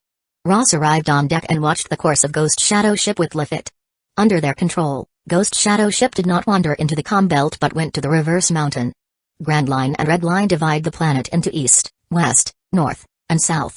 The ocean currents of the four seas will gather at one place and finally flows into the Grand Line. That's the Reverse Mountain. Based on his memory, Ross is calm about the changes in the current, although it is west blue and not east blue, which was passed by Luffy and others. It's a minor gap. Behind the mist in the sea, there is a magnificent red wall-like structure that stretches all the way to the end of the line of sight. It is the Red Line. Robin stood on the deck and looked at the Red Line, saying, "What a spectacular sight, that's Red Line." Lafitte had a strange smile on his face, but his excited eyes revealed that his heart was surging like a wave. Even Ross looks at the spectacular and magnificent Red Line which divides the whole world, has a thrill of excitement in his heart. Looking at the real deal is a very different experience. While looking at Red Line, Ross looked at the parallel Grand Line. Reverse Mountain is the starting point of the first half of the Grand Line and the end of the second half of the Grand Line. The final island, Raftel, is mostly hidden in the mist. But without the guidance of the road poneglyph, no one can find Raftel. Even if he directly crossed the Grand Line through the calm belt, he wouldn't be able to find Raftel. He would only be able to move around like a headless fly in the sea. Ross only looked at it and then took his eyes back, because he was not interested in the so-called Raftel, or the so-called Donepis. He was just a little curious about them. Crash. As the Ghost Shadow Ship gradually approached the Reverse Mountain, the sea currents became more and more violent and the entire ship slammed towards Red Line.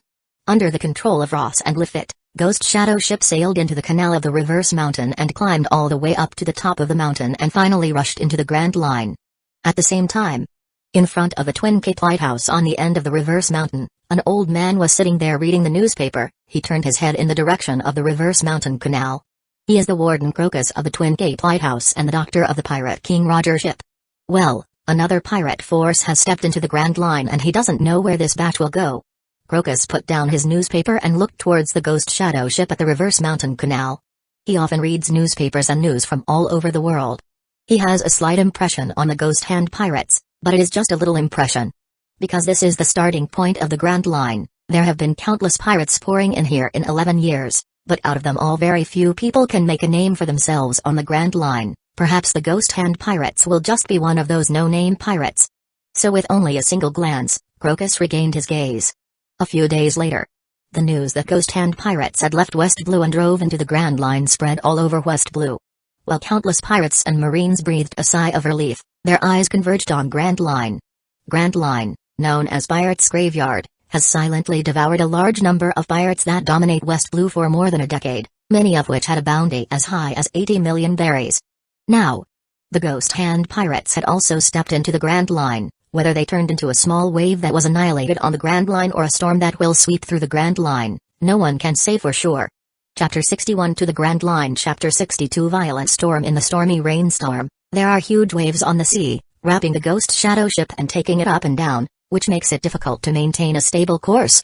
How long till we reach the first island? Under the command of Navigator Lafitte, Robin used her ability to constantly change the sails and barely controlled the ship's course in the storm. Many handymen also worked hard to support her. Lafitte stood there with a serious expression and looked at the logbows worn on his wrist. He said, "It's hard to judge. It's the first time I've entered the Grand Line. I didn't expect the weather and currents here to be so troublesome. Now I'm off course. No harm." Ross stepped out of the cabin and stood steadily on Ghost Shadow Ship, which was rising and falling with the waves. "As long as we keep sailing in the direction pointed by logbows, we will surely reach an island. It is not clear which island Ross will arrive at. There are at least 7 routes on the Grand Line and only one of them was traveled by Straw Hat pirates." Crash. In the raging rainstorm, a wave of about 20 meters high appeared from the front, sweeping across the sky and smashing down against Ghost Shadow Ship. "Be careful." Lafitte's face changed. Robin was also shocked. She was a devil fruit user. It was very dangerous for her when the waves fell and there was nothing she could do to stop them. Just in a short time, Ross pulled out his named sword Happy Spring out of his waist, His sword was surrounded by armament hockey as he cut the sword against the waves. CEI.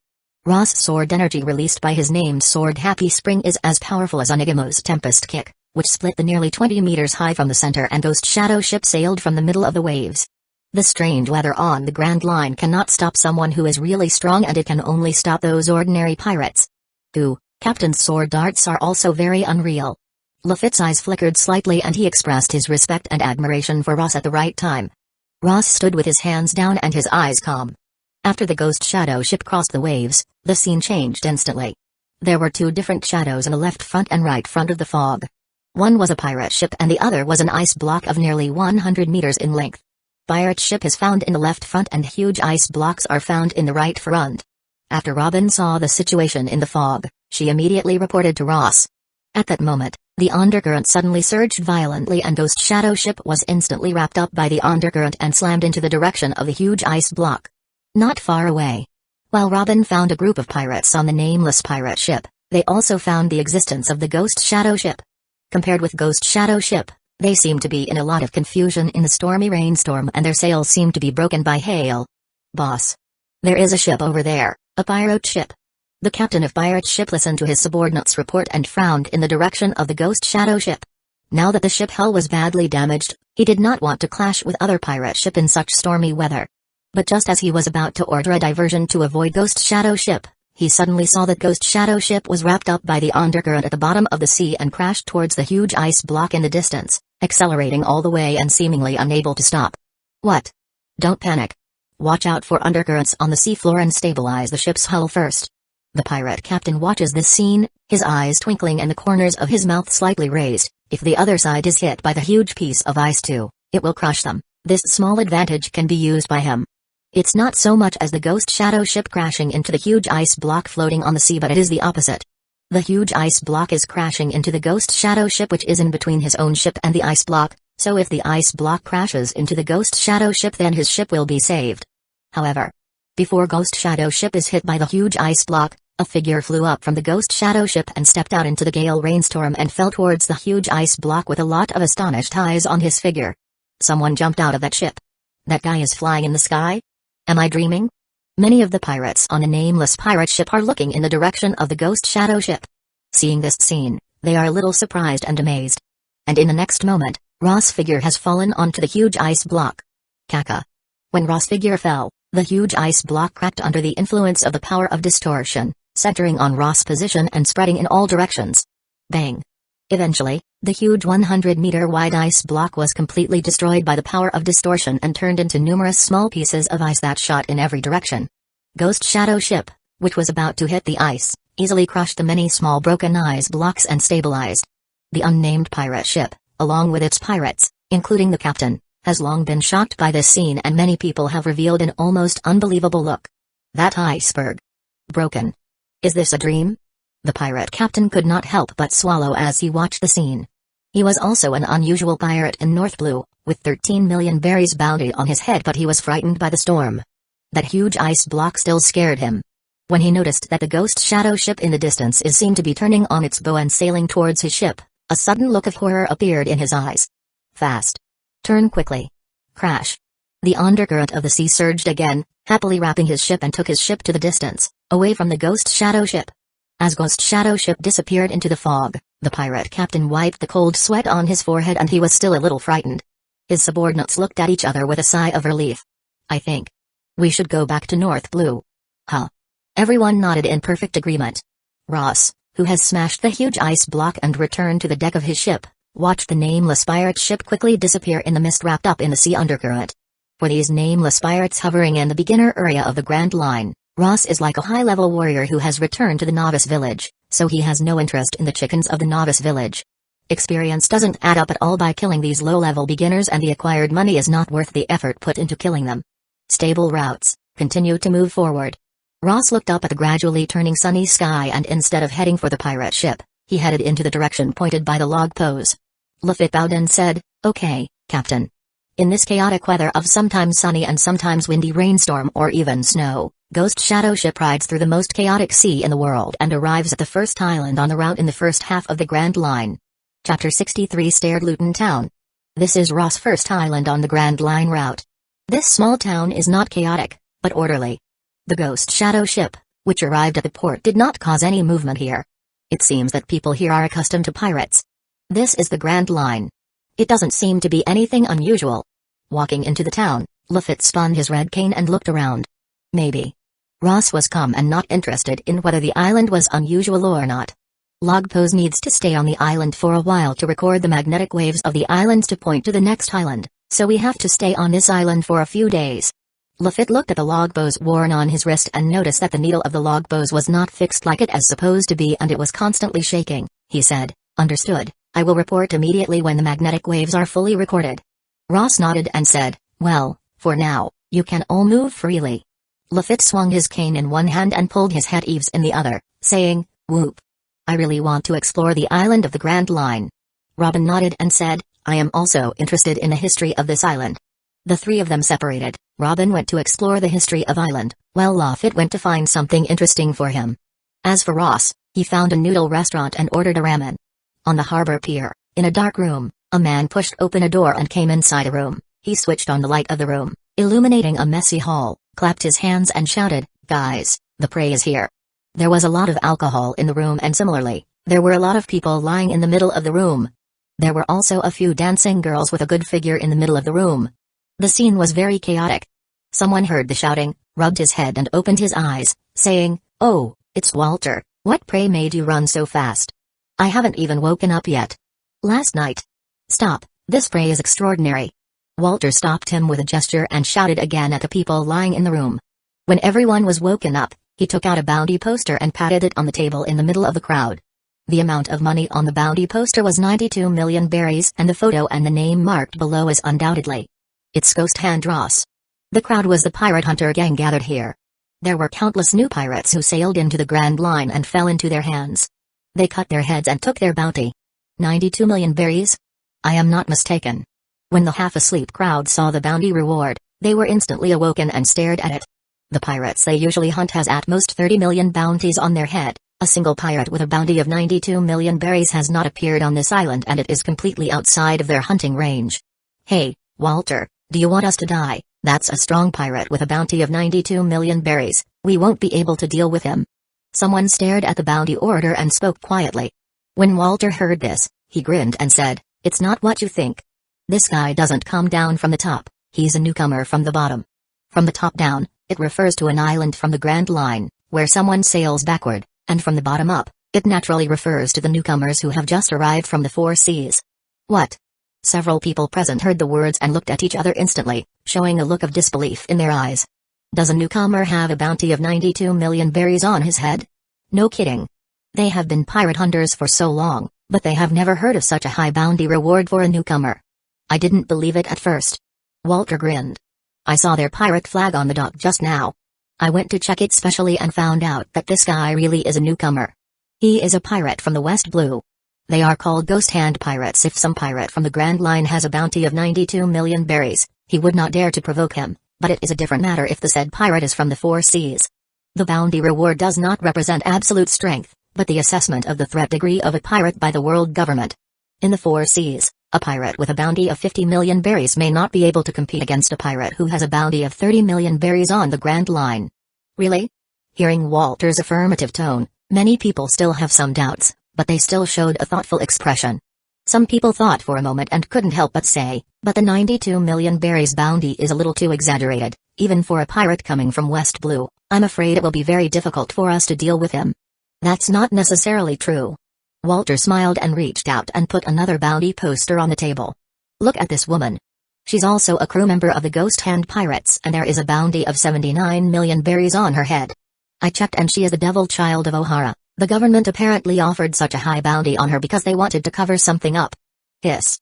Seeing another high bounty poster on the table, the people present were stunned for a moment and were left breathless. 92 million plus 79 million. This is more than 170 million berries. They had a busy year and the total bounty they gathered by hunting pirates together may not amount to this much money. I will tell you one more thing, Eileen's ladies are probably watching them and they won't let them go either. If we're late, such a large amount of bounty will slip away from our hands. Once, there was a pirate who had a bounty of more than 60 million berries on his head and he arrived at their island. They hesitated and did not go after him. As a result, Aileen Group took him down and they were only slightly injured. Turned out that the pirate's strength was very low and the reason the guy had such a high bounty was that he killed many civilians in the South Blue. Hearing the other pirate hunter gangs such as Aileen's and others had been eyeing the 92 million berries pirate, several people's eyes finally turned red as they looked at each other and then clapped the desk and stood up. Yes. This time we must not let Aileen's and others take the lead. More than 170 million berries bounty, killing these two pirates will be enough for them for a few years. At the same time, several other pirate hunter gangs who lived in the town almost all stood up at the same time and the eyes were greedy and excited as if they were a shark who has smelled blood. An invisible storm is brewing over the town. Chapter 64 Quarrel. The history of this island has been completely destroyed by the war. Robin walked on the edge of Luton Town and inspected the small town and shook her head. After all, it was one of the first islands on the Grand Line. There are always pirates here and conflict is a common thing here. Unless there were something unspoiled things like the Poneglyph stone tablet, there would be no history left. After exploring the town, she returned to the original road, where she met Lafitte. It looks like you're going back, Miss Robin, but some of the guys on this island don't seem very friendly to us. Lafitte leaned on the red cane and smiled at Robin. Robin calmly said, yes, I've found out, so I'll go back to Captain as soon as possible. As an intelligence officer on the ship, she was naturally aware of those spying eyes on them, but she did not want to deal with them, but still in line with the duties of an intelligence officer, unless they had to deal with the situation, they would first report to Ross. Lafitte still had an elusive look, smiling and nodding at Robin. Whether it is Robin or Ross, or Lafitte, their emotions and psychology are always hard to figure out, except that the first two faces mostly remain calm in most situation, while Lafitte remains weird. Quickly, Robin and Lafitte found Ross at the harbor pier and Ross was watching a group of handymen carrying fresh water and food on board. Ghost Shadow ship has a large bottom cargo hold. Fully stocked freshwater and food are enough to support them for more than a few months. They only used about half of their cargo to reach Luton Town from Barrows Town, but stocking the ship with more freshwater and food is definitely not a bad thing. Every time the ship arrives at an island, they have to try their best to fully stock essential things. Some of the ingredients purchased were noodles from the noodle shop, which tasted good. Ross thought Robin could learn from it and cook for him later. Captain, I have a message for you. Arriving at the dock, Lafitte waved his red cane and smiled at Ross. There seems to be a lot of pirate hunters on this island. We're already being targeted. It turned out to be pirate hunters. Ross nodded. He had long noticed that someone was staring at him in secret, but he didn't know whether it was pirate or a marine scout and he never paid attention to it. I know, don't worry about it. Seeing that Ross wasn't very worried, Lafitte whirled his cane and said, I hope these poor pirate hunters don't come over to find trouble, or they will be in big trouble. However, for the many pirate hunters gathered on Luton Town, a bounty like Ross is very enticing and he is a newcomer who has just stepped on the Grand Line from West Blue. He is like a fresh fat fish on a chopping board, which can't be let go easily. Just as the freshwater and food supplements got stocked in the ship, a group of about a dozen pirate hunter came out of the west side of the pier. In this group of pirate hunter, the leader was a woman of unusual appearance, with a huge machete on her shoulder. An unusual rough face is not enough to describe her face that makes people unable to look straight at her. Immediately afterward, another group of people came over from the east side of the dock. It was also a personal gang of about 10 people. The leader was a fat man carrying a heavy machine gun, wearing a leather cap and smoking a cigarette. Seeing the two groups gathered together, the handymen carrying things on the docks showed fear. They put down the things in their hands and quickly hid. Hey, Aileen, this fat sheep was first discovered by us. Get out of here. Walter, carrying a heavy gun, grinned at the rough-looking Aileen, with a wicked look on his face. He. Aileen opened her scarred eyes and sneered at Walter. When did you first find out? If you don't want to die here then scram. Walter's eyes were exposed to the cold, and the tone was harsh. Smelly women, just because we let you go the last time don't think of us as weak, we are not afraid of you. Eileen's eyes were cold when she heard the words. Both sides pulled out their weapons and prepared to confront each other at the wharf where Ghost Shadow ship was located. When the situation was in a deadlock, another group of people came from the south of the pier, led by two middle-aged men, one tall and one short. They were unequal in height but looked alike and they brought more than a dozen people with them. Hey, what a lively scene. Corbelow, Barths. Are you also going to join in when you came so late? Walter looked coldly at the newcomers. Although we usually have a first-come first-serve rule, this is not the case right now. The tall man Corbelow grinned. Ghost hand pirates have a total bounty of 170 million berries. It is already very extraordinary. You just want to eat it all, aren't you afraid that you will break all your teeth? Barth stood beside him and smirked. That's it. There is a pirate with such a high bounty, I'm afraid, it will not be so easy to deal with him. If you can deal with him, you will suffer heavy casualties. Can you survive on this island afterward? Corblow and Barth's words made the tension in the field a little smoother. Eileen and Walter also loosened their weapons. I think it's best to cooperate. 170 million berries, even if the three of us divide it equally, it will still be a lot of money, and if someone isn't satisfied, we can just wait till we have the money and fight again. Corblow grinned. However, Walter snorted and said, you can cooperate with me, but you can't cooperate with this smelly lady. We'll work together to kill her first. When Eileen heard this, she suddenly showed a dangerous expression and said coldly, Walter, I think you really want to die right now. The situation in the field once again changed. However, just then, a voice came into the arena with a slightly weird note in it. Lafitte was standing on the guardrail of the Ghost Shadow ship, spinning a red cane and looking down at the three groups of pirate hunter. I say, if you guys want to fight each other, can you do it someplace else? Our captain and we are getting a little bored. Walter, Eileen, and others have always taken pirates as prey, so they didn't care at first. But when they heard Lafitte's words, some people turned their heads. Who are you? It seems that there is no bounty on him, a worthless fellow. Several pirate hunters looked at him with disdain. Others grinned at Lafitte and said, don't worry, you won't need to be bored soon, because your journey ends here. Chapter 65 showing their strength for the first time. Ah, that's terrible news, but my journey has just begun and I don't want to end it here. What do you think? Lafitte was not angry, but he showed a strange smile. As soon as the first half of the sentence was finished, he disappeared silently. When he appeared again, he had already come behind the person who had just spoken, and there was a gun in his hand. The people present stared at first as they were shocked because no one noticed how Lafitte suddenly came to their side. It was as if he used magic to suddenly disappear and then reappear at their side. Having a gun pointed at him, the pirate hunter's forehead overflowed with a cold sweat. He did not expect a worthless Lafitte to suddenly disappear and then instantaneously reappear next to him. So, do you think that's the end of your journey? Lafitte still has a weird expression on his face. Bang! Almost as the cold sweat on the forehead of the pirate hunter slipped down from his cheek and the crowd reacted, pointing the weapon at Lafitte, Lafitte fired his gun. There was a bang sound as blood splashed and the pirate hunter shook, with a look of panic on his face, and he fell to the ground. Damn! Kill him! Many pirate hunters watched the scene, looking furious. After aiming at Lafitte, they open-fired, and for a time the only sound that was heard was that of guns firing. But each person only fired for 2 or 3 times and then stopped pulling the trigger because Lafitte's figure had disappeared again like a phantom. I am sorry about Captain. It seems that they will not kill each other.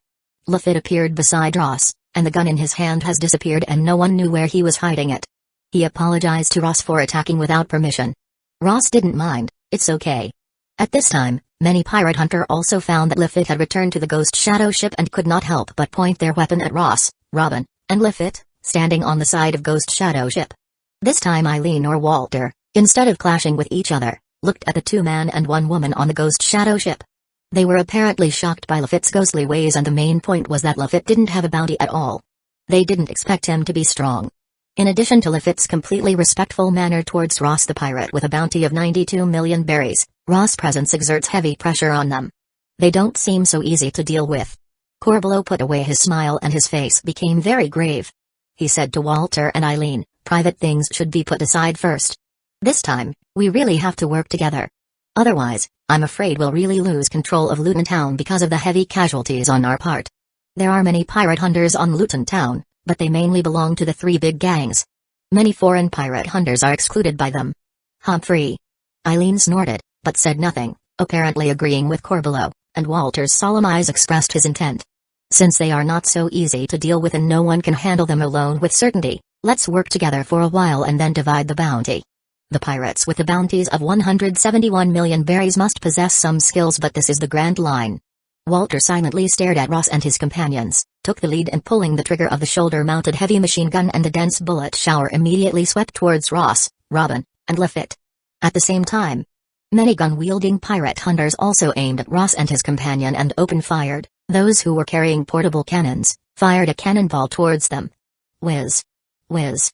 Robin and Lafitte both retreated toward each side. Lafitte pulled out his gun to fight back and Robin crossed her arms, intending to launch an attack using her powers. However, at this time, Ross's voice was heard. Stand back, I will deal with. Although Robin and Lafitte worked together to deal with this group of pirate hunters, Ross did not intend to stand by, but to solve it quickly. He did not like to watch a useless farce. Dense bullets were fired on Ross, all of them fixed there, all of which showed signs of distortion. Ding ding dong. Ross' hands were empty and the bullets that were stuck on him were all twisted and squeezed by a strange force. The bullets were instantly gathered in front of him and were crushed into lumps of iron. He's a devil fruit user. Walter and others stared for a moment and were immediately shocked. Although devil fruit users are common on the Grand Line, they still have a strong deterrent. Ross threw away the pieces of iron made from the bullet and shells. He flashed and jumped off the side of the ship and landed on the dock. Come on, let's fight together.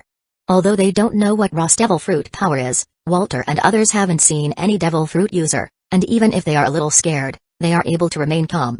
Among the crowd's shouts, countless people pulled out their swords and rushed up to Ross. The shining swords fell fiercely on Ross. But a strange scene appeared. All the swords touching Ross' body were like mud. They twisted and bent directly and become L-shaped. The swords that stab at Ross were like snakes. Ross calmly walked forward, all the swords falling on him were twisted silently. He stretched out his fingers and stroked them gently. All the people who had been touched by his fingers showed strange twists in their bodies and their upper and lower bodies were directly separated. Damn! What kind of ghost power is this?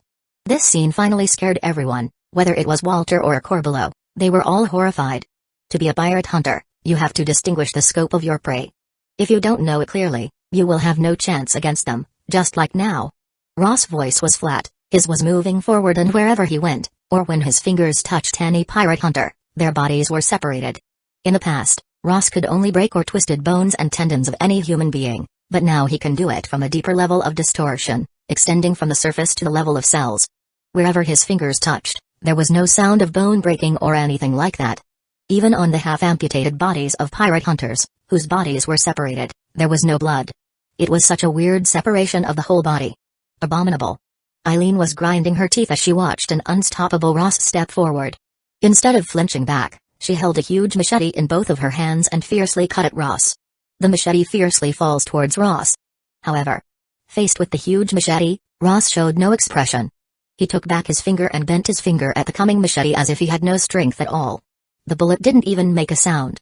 The huge machete seemed to have turned into mud and Ross' finger passed directly over it, dividing the whole machete into two parts. That's really ugly. Ross' eyes showed a rare look as he could not bear to look straight at it.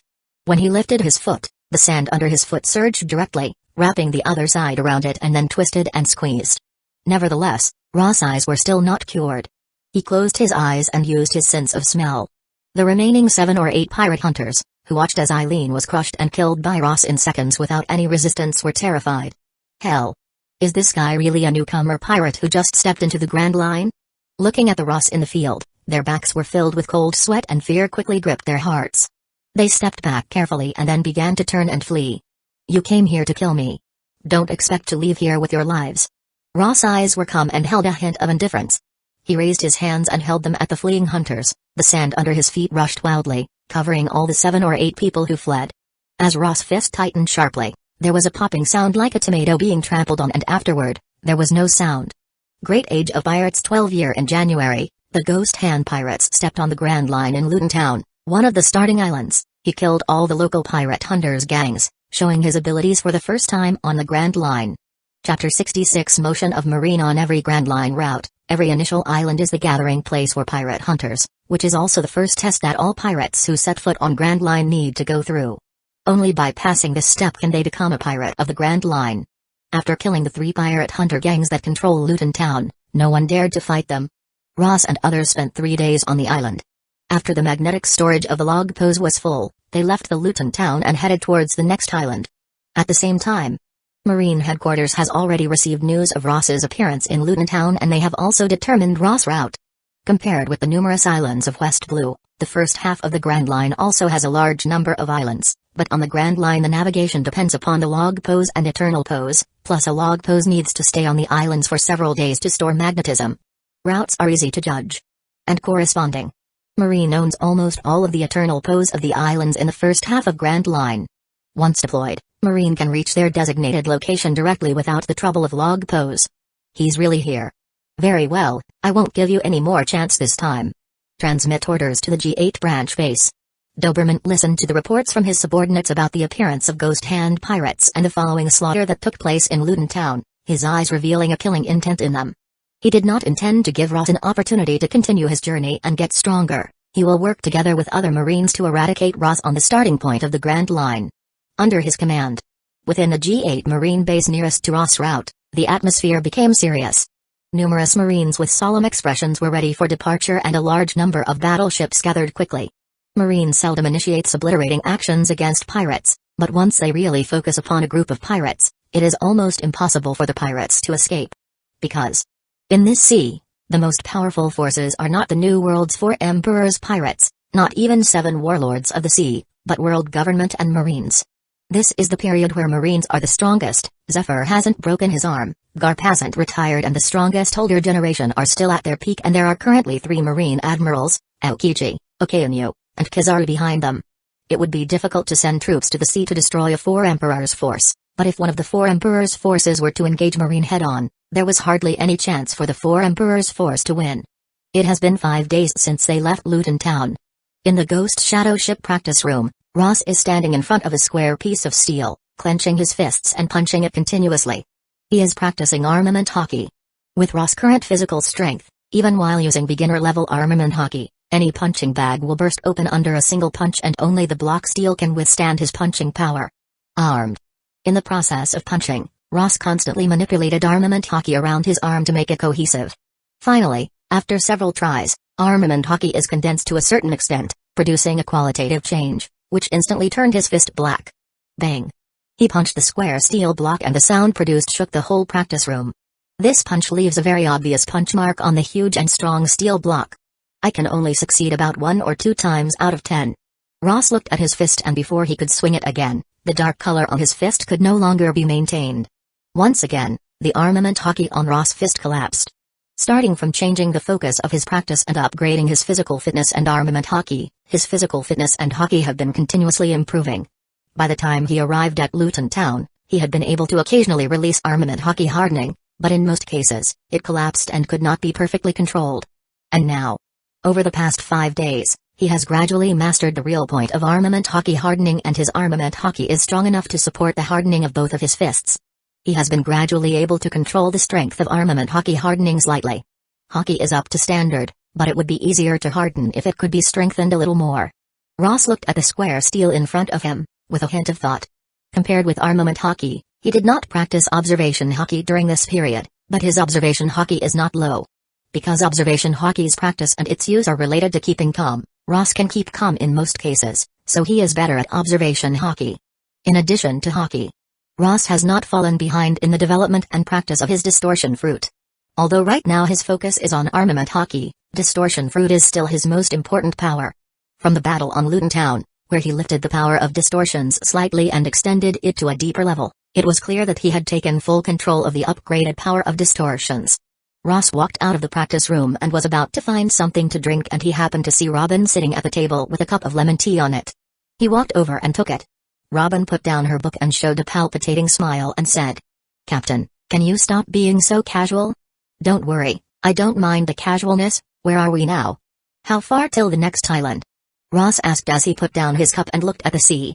The distance between Luton Town and Elias Island, at the speed of Ghost Shadow Ship, it should be about 10 days. Lafitte's figure appeared this time, responding to Ross. Ross nodded, looking at the sea and thinking. Robin's eyes paused for a moment on the cup Ross put back on the table, put down the book in her hand and said to Ross, "We may be blocked by the Marines on the next island." "Oh?" Ross turned to Robin. Robin said in a positive tone, "Before, on Luton Town, I gathered information about several islands in the nearby sea and found that Marines' G8 branch base is very close to our route. It's almost impossible for the ordinary pirates who has just set foot on the Grand Line to attract an all-out encirclement and suppression from a Marine branch, but the Ghost Hand pirates are different. It is impossible for Marines to not move against them. The Marine branch on the Grand Line is not comparable to the West Blue branch. Here they are equipped with at least 2 Vice Admirals branches and a large number of battleships. The heavy cannons loaded on the large battleships are far more powerful than the small cannons. It will not take them long to destroy a ship like Ghost Shadow Ship in the case of concentrated bombardment. Chapter 67 Arrival G8 Branch. Ross's eyes flashed lightly and said, "We can only follow the log pose, we can't bypass the next island. This kind of thing can't be avoided. If they want to come and fight us, let them come." Robin gently smiled and sat back in the chair, saying, Captain is still so confident. Although she had a smile on her face, her tone was not relaxed. Ross' actions have angered Marine executives and she is also wanted by the world government, and before entering the Grand Line, they have already turned the West Blue upside down, attracting a lot of attention. In this case, once their whereabouts are revealed, Marine will inevitably go all out to encircle and suppress them and will not give them the opportunity to grow up, because they are obviously far more dangerous than other pirates. Compared with other pirates' crew, their crew recruited people along the way and grew up slowly. As soon as they stepped into Grand Line's second island, they will be faced with the full encirclement and suppression of the Marines' massive forces. This will be an unavoidable and most dangerous encirclement and suppression. Only by escaping from this siege and suppression can they really stand firm on the Grand Line without any fear of capsizing at any time. Since they are coming for us and we can't escape, then let them come, I am not afraid of them. Ross responded calmly. As he said, since they can't avoid the Marines, then they must be prepared to face them, and this is not a desperate situation. On the contrary, this will be the beginning that will make the Marine headquarters fear him. I didn't want to become a pirate. You made me one. Now, I'm here. I don't know, but... Are you ready? Ross looked at the moving sea in the distance, his eyes flashed slightly, then he went into his cabin and went back to the practice room and began to exercise again. 5 days later.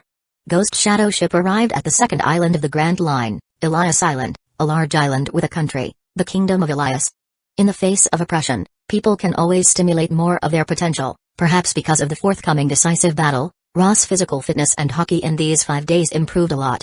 The otherwise unstable armament hockey has gradually stabilized and the failure rate of armament hockey hardening has become very low. As long as Ross is absolutely calm and focused, there will be almost no failure. This is only a short distance away from mastering armament hockey hardening thoroughly. And if he encounters a battle, this line will be quickly crossed. In the One Piece world, fights are always one of the most effective ways to stimulate your potential. It will take at least 1 week before the log pose can record and store the magnetic waves of this island. Looking ahead at the Elias Island, Luffy glanced at the log pose worn on his wrist. No problem. Ross stood in front of the deck and looked at the island in front of him, instructing everyone to drive the ship to the west side of the Elias Island, below a cliff, and to drop the anchor there. The purpose of not stopping at the port is to avoid the direct bombardment of the Marines after the direct exposure of their ship at the port. Although he is not afraid of the bombardment, the Ghost Shadow ship is different. Although the ship is very strong, but if the ship is bombarded with a large number of big cannons on the battleships, even if it is not sunk, it will be badly damaged. Can you go up? Ross looked up at the cliff about 30 meters above and asked Luffy and Robin.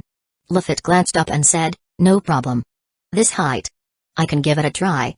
Robin judged and responded slightly slowly. Oh. After Luffy finished, he flicked his stick lightly and 2 white wings appeared behind him. With a flicker, he flew over the cliff. Devil fruit, what ability is it? Ross wasn't surprised to see this. It was Luffy's ability in his memory, but he had no intention of asking. Wings. Robin watched Luffy fly up. She took a deep breath, crossed her hands in front of her and started her ability. Suddenly, countless arms gushed out with the petals, joined together on her shoulders and formed 2 wings, and she flapped them hard and flew up.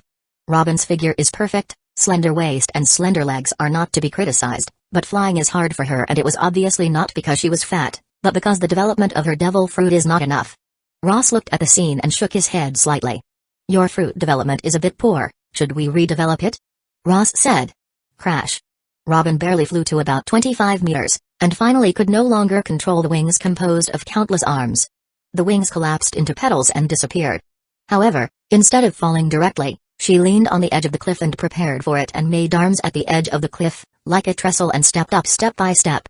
Ross watched as Robin walked up like this, feeling that the plot seemed a little wrong, but he still silently retrieved his slightly open arms.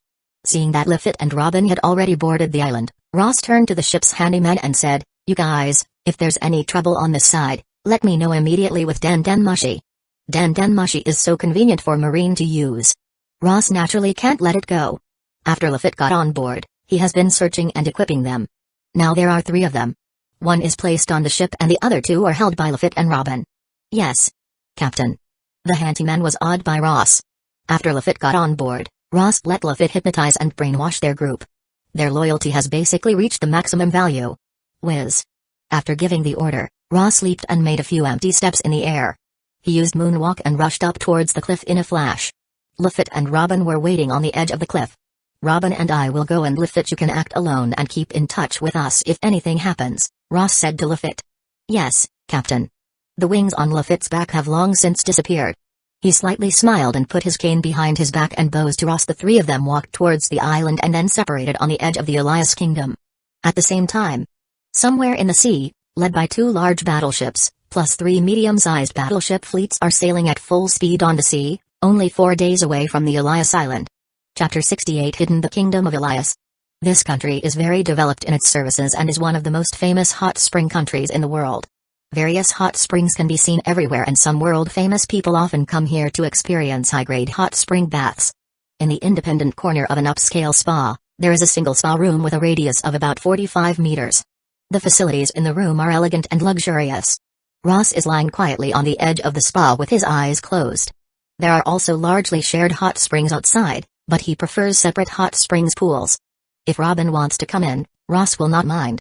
Since he became a pirate, he has rarely enjoyed leisure. When he was a pirate hunter in West Blue, he used to relax between hunting pirates, but now he spends most of his time on his ship sailing at sea. While Ross was relaxing and stretching, there was suddenly a depressed sound. Purr purr purr. Ross opens his eyes and walks out of the water. He grabs a clean towel and wipes himself, then he goes towards his clothes and pulls out a dendenmushi from the pocket. After the connection was established, Lafitte's voice came from dendenmushi. Captain, I've found something that might be very useful here. Oh? What is it? Ross asked as he dressed. Lafitte hides in a corner and speaks into the dendenmushi in a slightly low voice.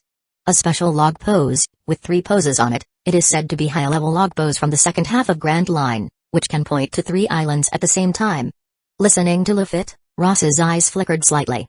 He naturally knew about this kind of log pose, but he didn't expect to find one in the first half of the Grand Line. The question is, can this log pose be used in the first half of the Grand Line?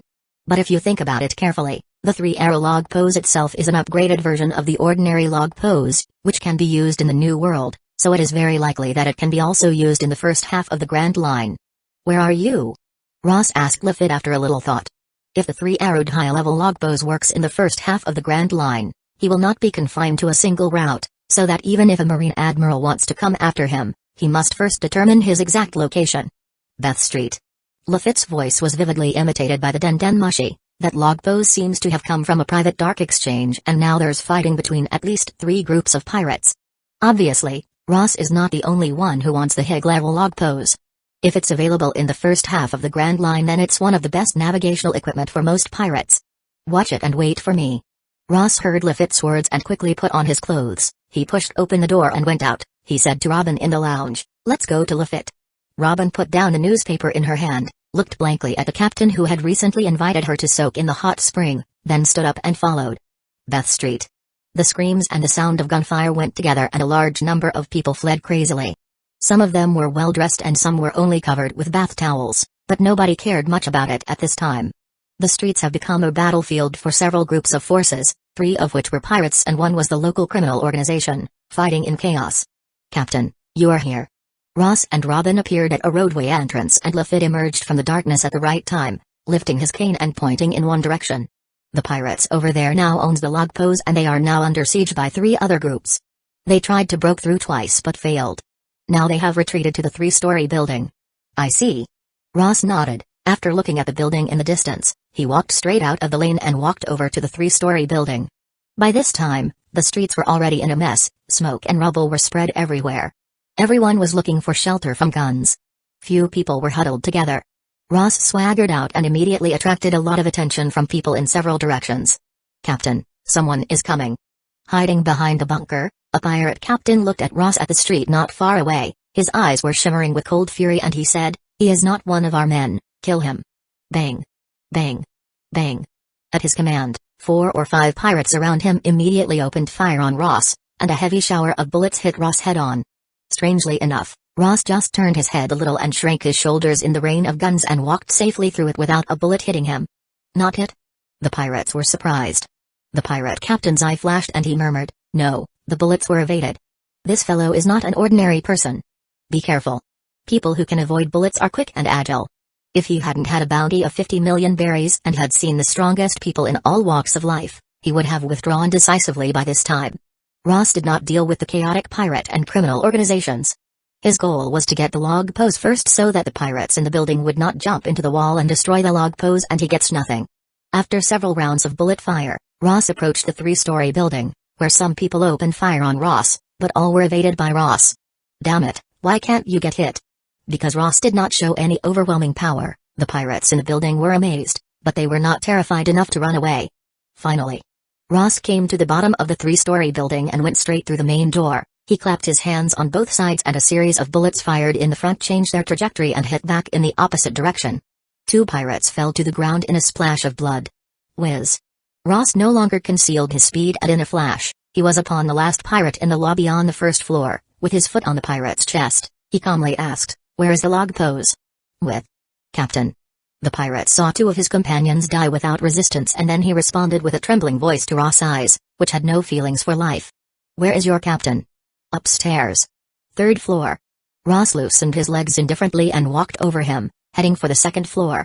When pirates saw Ross walking past him, his unprepared back was facing him and his fear subsided slightly. Instead, he gritted his teeth and grabbed the guns on the ground. Bang! But before he could aim the guns at Ross, the floor on the 1st floor was suddenly overturned by some strange force. From the 2 sides to the middle, it was instantly closed together and everything in the middle was squashed together. Ross did not look back, nor did he stop, and went up to the 2nd floor. Chapter 68 New World's Log Pose Chapter 69 Successfully acquired. There were 5 people on the 2nd floor. 3 guns and a portable cannon were all aimed at the stairway. At the moment Ross appeared, they fired at him. Bang! Bang! Bang! More than a dozen bullets, together with a fist-sized cannonball, swept towards Ross, but strangely, all of them were fixed in the air at the moment they touched Ross. Is the ability? Hell! Several pirates on the 2nd floor were shocked when they saw this scene. One of them gritted his teeth and waved his sword and slammed into Ross. Bang! Ross raised his hand, his wrists leaving afterimage after them. He strokes the fixed bullets and cannonball and all the bullets and cannonballs were reflected back. Before the man's sword hit Ross, more than 10 bullets hit him, leaving 10 holes in his body. The sword in his hand was blown up by the cannonball and he was left there bleeding. When the remaining 4 pirates saw this scene, they were all shocked. Ross' strength was incredible. They were not his opponents at all. Without waiting for the 4 pirates in front of him, Ross kept walking towards the stairway leading to the 3rd floor. When he came to the stairway, the ceiling on the 1st floor surged under his feet, twisting violently and squeezing toward the center. Puff! The 4 pirates were wrapped up in it without any resistance and 4 popping sound was heard at the same time. Blood stained the walls and ceilings on the 2nd floor. Ross went towards the 3rd floor. "Captain, that guy is coming up." The 3rd floor is already in chaos. Although there are many people here, they have to deal with the guns and cannons firing at them from outside, and now they had listened to the terrible news from downstairs with shock and terror. The leader of the pirates, a man with a brown beard and a triangular cap, he calmly listened to the motions on the 2nd floor. He pulled an axe from behind him and said, "Don't panic." Whiz. Just as Ross walked up to the 3rd floor, the pirate captain held the axe in his hands and tried his best to attack him. An axe slammed down towards Ross. Before the axe fell, a strong wind that seemed to tear the flesh of human beings and make their skin crawl appeared.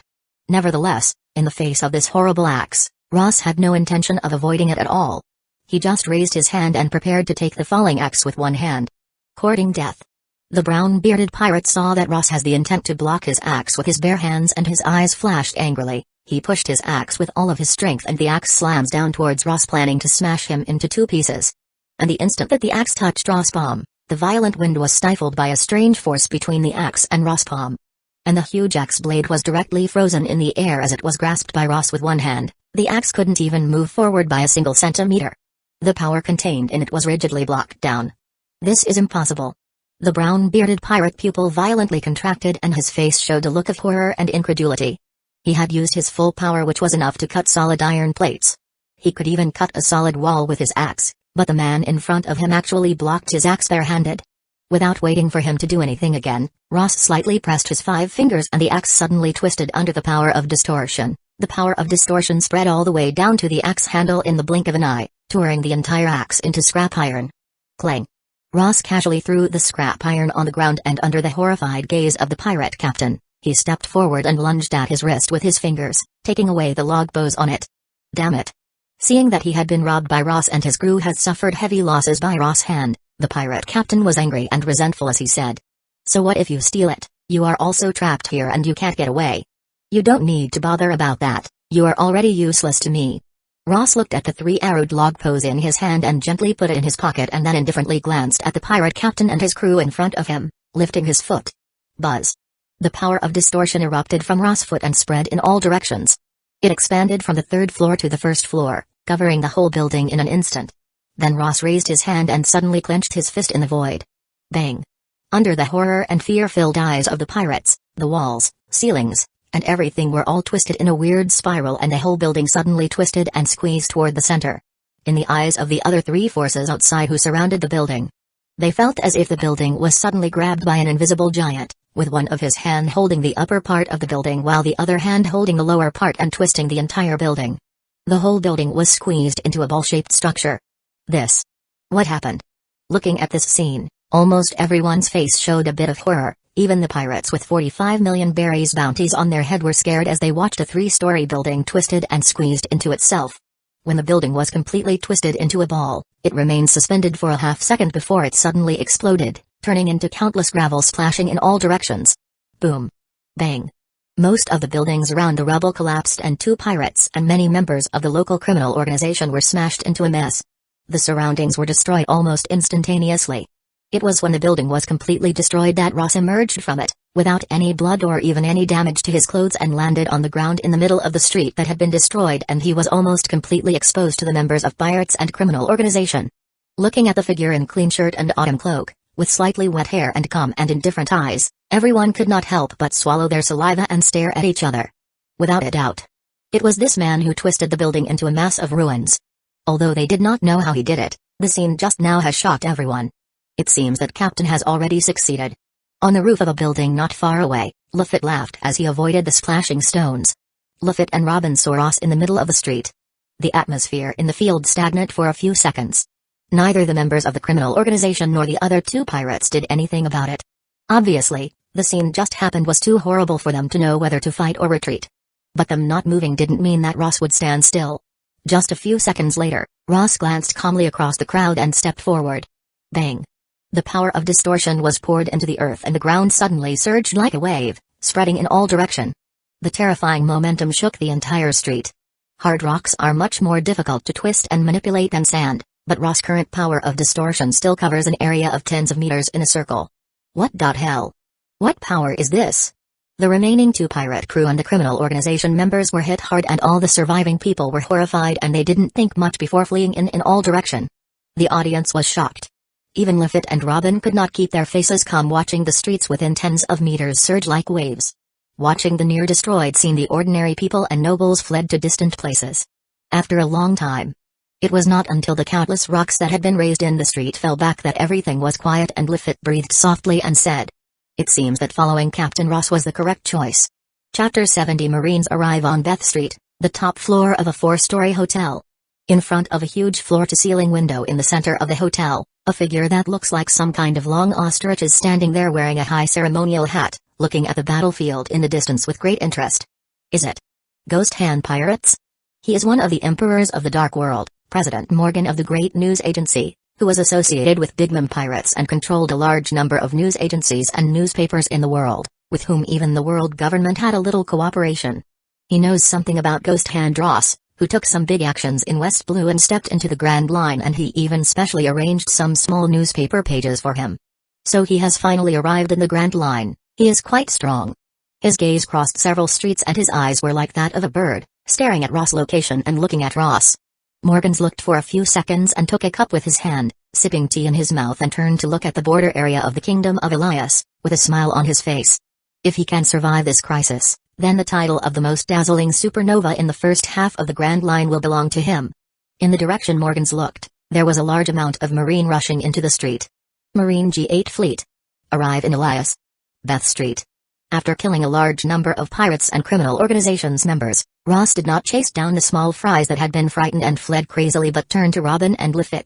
After finding Luffy and Robin on a roof, Ross took the log pose out of his pocket and threw it at Luffy. See if it works. Luffy accurately reached for it and looked at it and murmured, "It's impossible to judge it just by looking at it like this.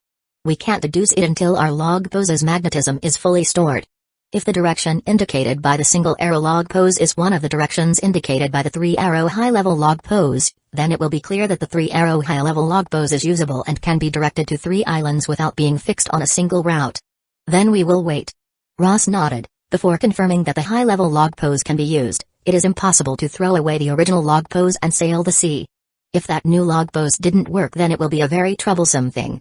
Just as Lafitte picked up the new log pose and put it on his other wrist, Robin, who was standing a little far from the building, suddenly rushed forward with a heavy face. "Captain. Marines are here." When Ross and Lafitte heard Robin's words, they looked in the direction Robin was pointing. They saw that there were a lot of Marines on the streets. The original chaotic streets were restored to order because of the arrival of Marines, but these Marines obviously did not come for the outbreak of battle here. Looking at the scale and level, they obviously had only one goal. That is Ghost Hand Pirates. They are quite fast. Ross stood there, his eyes calm and indifferent as he looks towards the streets where a large number of Marines quickly surrounded the Beth Street. "Captain?" Lafitte turned to Ross, revealing a look that asked fight or retreat. Ross looked at the large number of Marines that surrounded him and his eyes flashed. He quickly made a decision and said, "You and Robin will go back to the ship. Let me try out the strength of these Marines. The Marine base on Grand Line is planning to attack him. They will most likely be led by a Vice Admiral, followed by Marine Rear Admirals and a large number of Marines elite and powerful lineup. Lafitte and Robin may be able to cope with a group of Marine elites, but the situation is bound to become very unfavorable in the face of the siege of Marine Rear Admiral and countless elite Marines.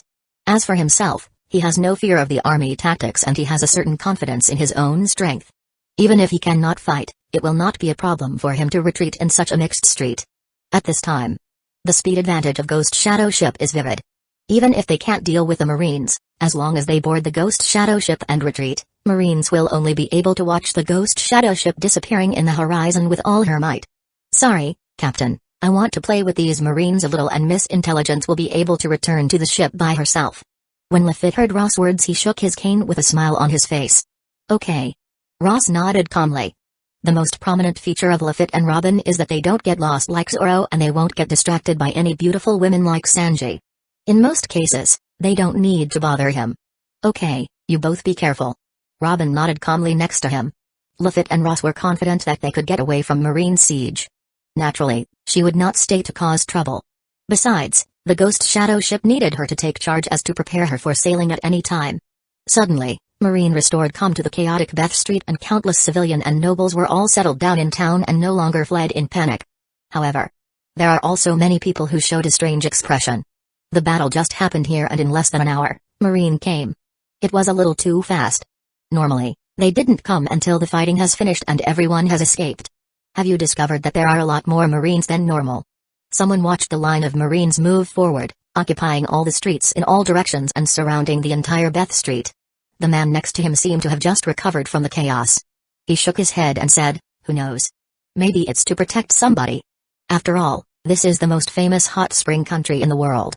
Apart from Tenri Ubito, who disdains to live with ordinary people, many nobles like to come here for vacation and leisure." "No." Someone shook his head and the light in his eyes twinkled. He said, "I'm afraid it's not as simple as protecting someone. Look over there. There is a Vice Admiral here." Looking in his direction, they saw a man in Marine Justice cloak with Vice Admiral's epaulets embroidered on his shoulders. He was walking in front of all Marines with a fierce face. He is the Vice Admiral Dalmatian of Marine G8 branch. Behind Dalmatian, there were 3 Marine Rear Admiral Ithias, you lead the second team from the west, Rear Admiral Hez, you lead the third team from the south, Rear Admiral Roma, you lead the fourth team from the north. You must lock all the Ghost Hands pirates in Beth Street area.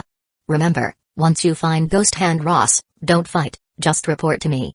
Chapter 71 Fighting. Following Dalmatian's orders, the 3 Rear Admirals responded and swiftly turned around and sped away with their Marine ranks without any hesitation. Dalmatian watched the 3 Rear Admirals go away calmly and then led the first team to the east entrance of Beth Street District, closing the last gap. Ghost Hand Pirates. The pirates that gave so many headaches to Doberman, let's see if you are worth the effort. Dalmatian rubbed his fist as he walked with a slight grin on his face. He and Doberman became Marines at the same time. Doberman made more contributions than him and he became a Marine Headquarters Vice Admiral before him. But he was not far from that position. It will take him a year and a half at most to become a Vice Admiral of the Headquarters. He had heard about Ghost Hand Ross and he knew that one Headquarters Rear Admiral Onigamo had fallen by Ross' hands, So even if Ross only has a bounty of 92 million berries and he has just entered the Grand Line from West Blue, he would not be careless. There are 4 Rear Admiral in the base and he had bought 3 of them with him, together with a large number of elite troops. He had bought nearly 3/4 of the forces of the G8 branch base with him. He will not give Ross an opportunity to escape and grow. At this time, Marine's goal is to wipe out the Ghost Hand pirates, and they quickly spread out and covered the entire country. Ghost Hand pirates? Never heard of them. There is such a big movement to capture some unknown pirates? Someone looked at Marines and frowned. Someone snorted alongside him and said, "Do you think Marines are that idle and has nothing to do but deliberately deploy such a huge force? I have read about the Ghost Hand pirates in the newspaper. They are said to be the most ferocious pirates of West Blue. Even the fleet led by Headquarters Rear Admiral was defeated by him." Headquarters Rear Admiral's fleet was defeated? That's a terrifying guy. This piece of news surprised many people in the vicinity. Even ordinary civilians know that the rank of the Rear Admiral is a very high position and some can attain it. I'm afraid that it was the Ghost Hand pirates who made such a big move just now. The news spread everywhere. A large number of civilians and nobles were evacuated from Beth Street under Marine's escort. They had already run out because of the sudden outbreak on so the evacuation was extremely easy. Bounty of 92 million berries. I did not expect that this level of pirate will appear here. It's a little scary, but fortunately I already got out. A Marine Vice Admiral has been dispatched. With such a huge force, these Ghost Hand pirates may not be able to live for long, so we don't need to worry about it. Some businessmen and aristocrats gathered together to talk about it. For them, pirates are their most hated existence, especially this level of pirates. Once the pirates attack them, they will be robbed and killed. Marine sent such a huge force, which undoubtedly made them feel calm. The scene of thousands of Marine soldiers surrounded the entire block is very shocking. Although the power displayed by Ghost Hand Ross was somewhat terrible, Marine has Vice Admiral with them. Even a pirate with a bounty of 200 million berries will not attract such force. Beth Street area. The people here have been already evacuated and the entire block has become oppressive. Marine, armed with swords and guns, keeps pushing along the street in a carpet-like manner. Rear Admiral Ithias pulled out his sword and walked in front of the team with a solemn face. Keep your spirits up. Don't be careless. The pirates we are dealing with this time are not ordinary. Even if we have a large force, we may suffer heavy casualties. Yes. Many Marine soldiers responded. All of them knew about the Ghost Hand pirates, but they were not too afraid to walk behind Rear Admiral and many Marines captains. As they walked for a while to a slightly darker block, Ithias stopped at the front and stared sharply at a figure in front of them. Haha, Rear Admiral? There's such a huge force. Get out here with your hands up. Ithias pointed his sword at Lafitte. The official crew of the Ghost Hand pirates had a total of 3 people. Although Lafitte did not have a bounty, his appearance has long been photographed. Pointed at by countless guns, Lafitte did not show any signs of panic. Instead, he showed a strange smile and said, "What if I say no?" Then, execution on the spot. Ithias's eyes flashed and he used flash step to rush towards Lafitte. If he met Ross, he would immediately let his subordinates notify Dalmatian and be alert and delay for a time, but when he met a guy who didn't even have a bounty, he didn't have to be so cautious. However, Lafitte's method was somewhat unexpected. When he rushed to Lafitte and thrust a sword through Lafitte's body, he realized that he was only stabbing a piece of cloth. Huh? Ithias stared a little and turned his head and saw Lafitte's figure behind the Marines, spinning his mahogany cane. Then something unexpected happened. Marines fired the guns in their hand at each other and killed them. Some of them rushed towards him and shouted, "Damn it! What did you do?" Ithias looked angry as he didn't expect Lafitte to have such methods. He avoided the bullets from his subordinates and rushed towards Lafitte. Lafitte smiled and said, "Whoop, just a little hypnosis." Lafitte is entangled with Marines led by Ithias, while Rear Admiral Hez, on the other hand, meets Ross, who is waiting quietly at an alley entrance. Seeing Ross, Hez's face showed vigilance and alertness. He also signaling his subordinates to inform Dalmatian, then he pulled out 2 exquisite guns and pointed them at Ross. "Ghost Hand Ross, you are under arrest, don't resist. Or you will be executed here." Ross looked at Hez with a blank expression. If Kizaru was in this position, he might raise his hands in surrender, but he remained calm. Ross didn't have much interest in fighting a Rear Admiral. A meaningless threat. He spoke calmly and gently and did not rush over. Instead, he opened his hands and pointed them towards Hez and the Marine while making a strangling motion with them. Bang! Suddenly, the earth cracked under the influence of the distortion fruit and spread far away. In Hez's area, several buildings on both sides collapsed and squeezed towards the center like rubber under the actions of the power of distortion. Chapter 72 to Rear Admiral, what the hell? Looking at the buildings on both sides of the street twisting and collapsing, many Marines holding guns in their hands showed a look of horror and a trace of fear in their eyes. Block. Block it. Even though the Marines were terrified, they still pulled out their swords, or some even went barehanded and charged into the collapsed building in an attempt to destroy and prop it up. However, even if they worked together, they still couldn't stop the collapse of the building. And the power of distortion was transmitted through the building and into their bodies, causing a sharp pain in their bodies. They felt as if their muscles have been separated. Rumble. As the building was twisting, the walls gradually collapsed and countless stones splashed down. The entire street seemed to squeeze into a ball. And at this moment, sword energy suddenly burst from the end of the street, splitting the squeezed street and leaving a crack on the ground. Whiz. A figure rushed into the street. He was short and stout, dressed in Marine Justice cloak, with Rear Admiral's shoulder band embroidered on his shoulder. It was Rear Admiral Roma of Marine Branch. Are you okay? After Roma cut the collapsed building and rushed in, he shouted at Hez, who was trying to block the collapsed building. Hez rubbed his wrist and shook his head as he looked towards Ross in the distance with fear and said, "I'm all right. What about Vice Admiral Dalmatian?" "Almost here." Roma responded quietly and turned towards Ross, holding the handle of his sword in both hands and saying, "Let's stop him until Vice Admiral comes." Hez nodded as his expression returned to seriousness. He stood with Roma. Ross killed Headquarters Rear Admiral Onigamo. They also know that they were not as strong as Onigamo, much less Ross who killed him, but if they work together, they should be able to block him for some time. As long as Vice Admiral Dalmatian arrives, Ghost Hand Ross will be stopped. Escape? Ross looked at Roma in the rescue field with a calm expression. He didn't want to talk, but when he heard Roma's words, he couldn't understand something. He said, "What makes you think that I'm going to run away?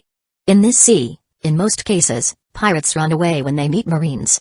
Even if the Marines' force is not enough to defeat them, there are few pirates who would want to confront Marines. The reason for this result is that in this sea, pirate forces are as many as stars, and like stars, they are scattered, while Marine forces are a single entity. Even if some pirate kills the Marine who pursued them, it will only irritate Marine and they will chase him relentlessly, and the pursued pirate will lose his opportunity to fight with other pirates. Apart from the Revolutionary Army, there are few pirates who are confronting Marine and the government.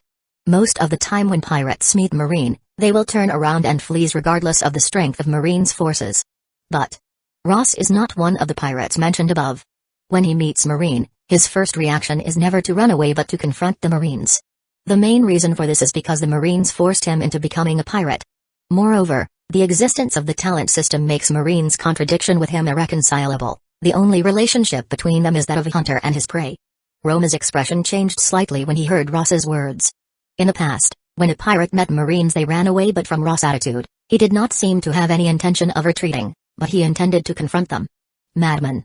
This is Roma's evaluation of Ross, and his confrontation with Marine can no longer be described by the word rampant. In Roma's view, it is simply incomprehensible behavior. The next moment, Ross moved.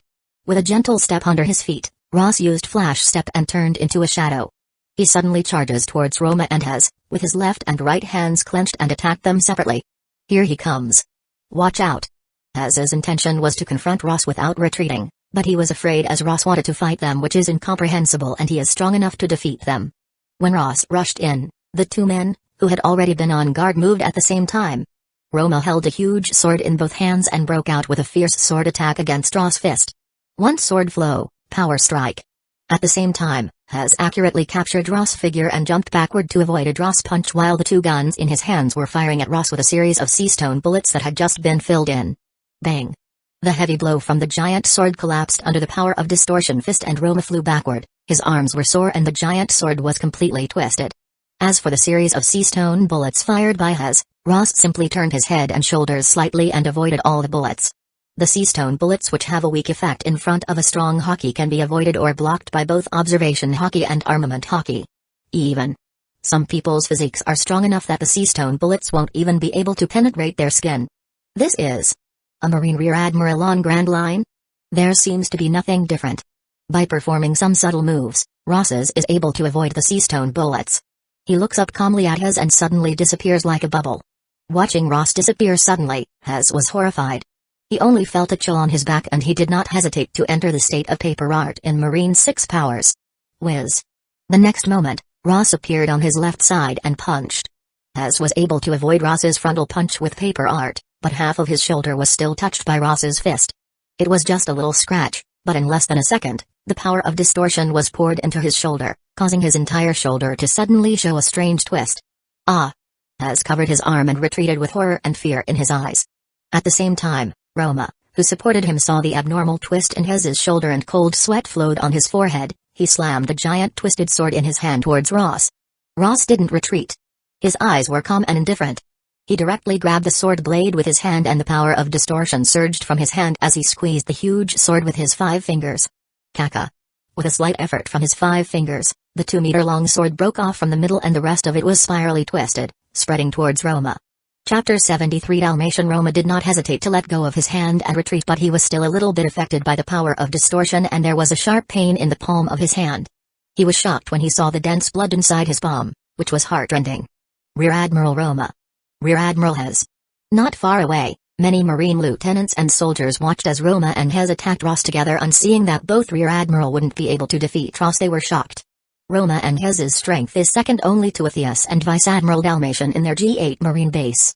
In the past, even if they had more than a dozen elite Marines lieutenants working together against them, they were not Roma and Hez's opponents in training. Even a headquarters Rear Admiral won't be able to defeat them when they work together, but now they are being suppressed by Ross. The gap in strength is far too wide. In the panic, the Marine captain reacted and ordered the Marines to pull out their weapons and attack Ross. Quickly give them cover fire. Support Rear Admiral Roma and Rear Admiral Hez. Under orders, the Marines rushed up with weapons to attack Ross even though their hearts were filled with fear and horror. After all, they were the elites of the G8 branch base. Ross calmly looked at the Marines who were rushing toward him. For Marine, he can remain neutral as long as they are not monsters in human form or provokes him, but all those who try to attack with him will be regarded as enemies. Ross will kill his enemies. Bang! Ross raised his legs and stepped on the ground under his feet. A power of distortions poured into the ground and spread in all directions with him as the center. Ross spread the power of distortion to the limit. Distortion. Whirlpool strangulation. In the next moment, the ground beneath Ross's feet suddenly moved and the thick blue stone bricks broke apart inch by inch, centering on Ross and began to twist and rotate. 10 meters. 20 meters. 30 meters. The range of rotation expanded in all directions at an extremely fast rate until it becomes a circular area centered on Ross with a radius of nearly 50 meters covering all the Marines who were trying to attack Ross. In a short period of time, the entire area, whether it was stone, mud or building, is turned into a wave-like whirlpool which rotated counterclockwise. What happened? What did that guy do? The ground. The ground is moving. After Marine noticed the abnormality of the ground and the buildings around them, their hearts began to feel a kind of inexplicable fear. The initial speed of the ground rotation is not fast, but it gradually becomes faster. In a short second, many Marines can't keep standing up and they fall on the cracked and moving ground. 2 seconds. Many buildings in all directions began to collapse one after another. 3 seconds. With Ross as the center in the circular area of 50 meters, everything is completely turned into a mud-like whirlpool. The earth is cracked and no good road can be seen. All the stones are broken into small pieces and surged like debris flows. 5 seconds. All the buildings collapsed and turned into rubble. Many Marines couldn't even scream out as they were buried in the mud-like ground and many broken limbs and bones could be seen. Some lieutenants struggled reluctantly in the whirlpool but they could not escape it at all. As for the 2 Rear Admiral, Hez and Roma, although they have the intention to stop Ross, both of them have an injured arm. In this whirlpool, they are only able to protect themselves. They can only watch as this piece of land become a grinding disc that smashed everything and took many lives away. 50 meters away. There were also many Marines gathering here, but at this moment all of their faces were fearful and frightened and no one dared to step into the whirlpool at all. How short is the time of 5 seconds? All the Marines watched as everything in the 100-meter area turned into ruins, crushing and rotating everything, which is a shocking scene that is difficult to describe in words. 7 seconds. The vast majority of Marine captains and soldiers died, leaving only 2 or 3 Marine captains and Roma and Hez who still had some strength to support themselves.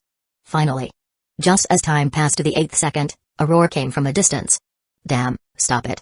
Almost at the moment when the roar fell, a figure rushed into the whirlpool and attacked Ross with his black fist which was coated in armament hockey hardening. Marine Vice Admiral Dalmatian is here. Faced with armament hockey-coated punch, Ross wasn't surprised and he remained calm. As early as Dalmatian roared, his observation hockey had accurately captured his every action. Ross retrieved the power of distortion that had been poured into the ground beneath his feet and quickly shifted the power of distortions to his arms. His fingers clenched into a fist as the power of distortions converged on them, faintly showing a visible twisted curve, and he confronted Dalmatian. Bang! The armament hockey-coated punch and the power of distortion-coated punch clashed with each other. Almost instantly, a sonic boom was heard and the turbulent waves swept away in all directions, covering the entire Beth Street area and even affecting the battlefield where Lafitte and Atheus were fighting.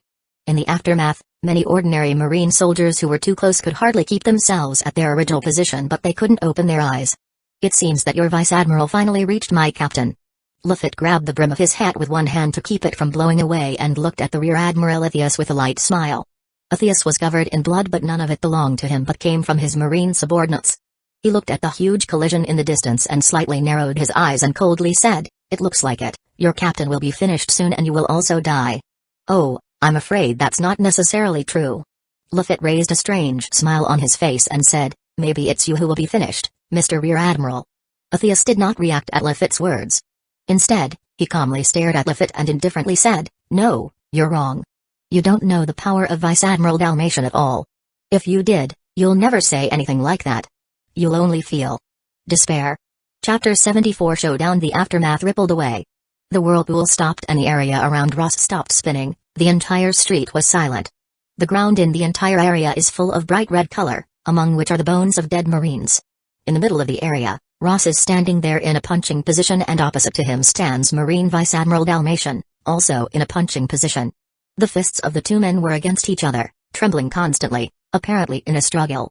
Finally, Ross swayed and stepped back 2 steps while Dalmatian also stepped back, his arms shaking slightly and he could not see who had the upper hand. Dalmatian came angrily and tried his best to interrupt Ross's slaughter, but in the end, he could only interrupt Ross's whirlpool strangulation and he did not gain any advantage, which made him a little surprised.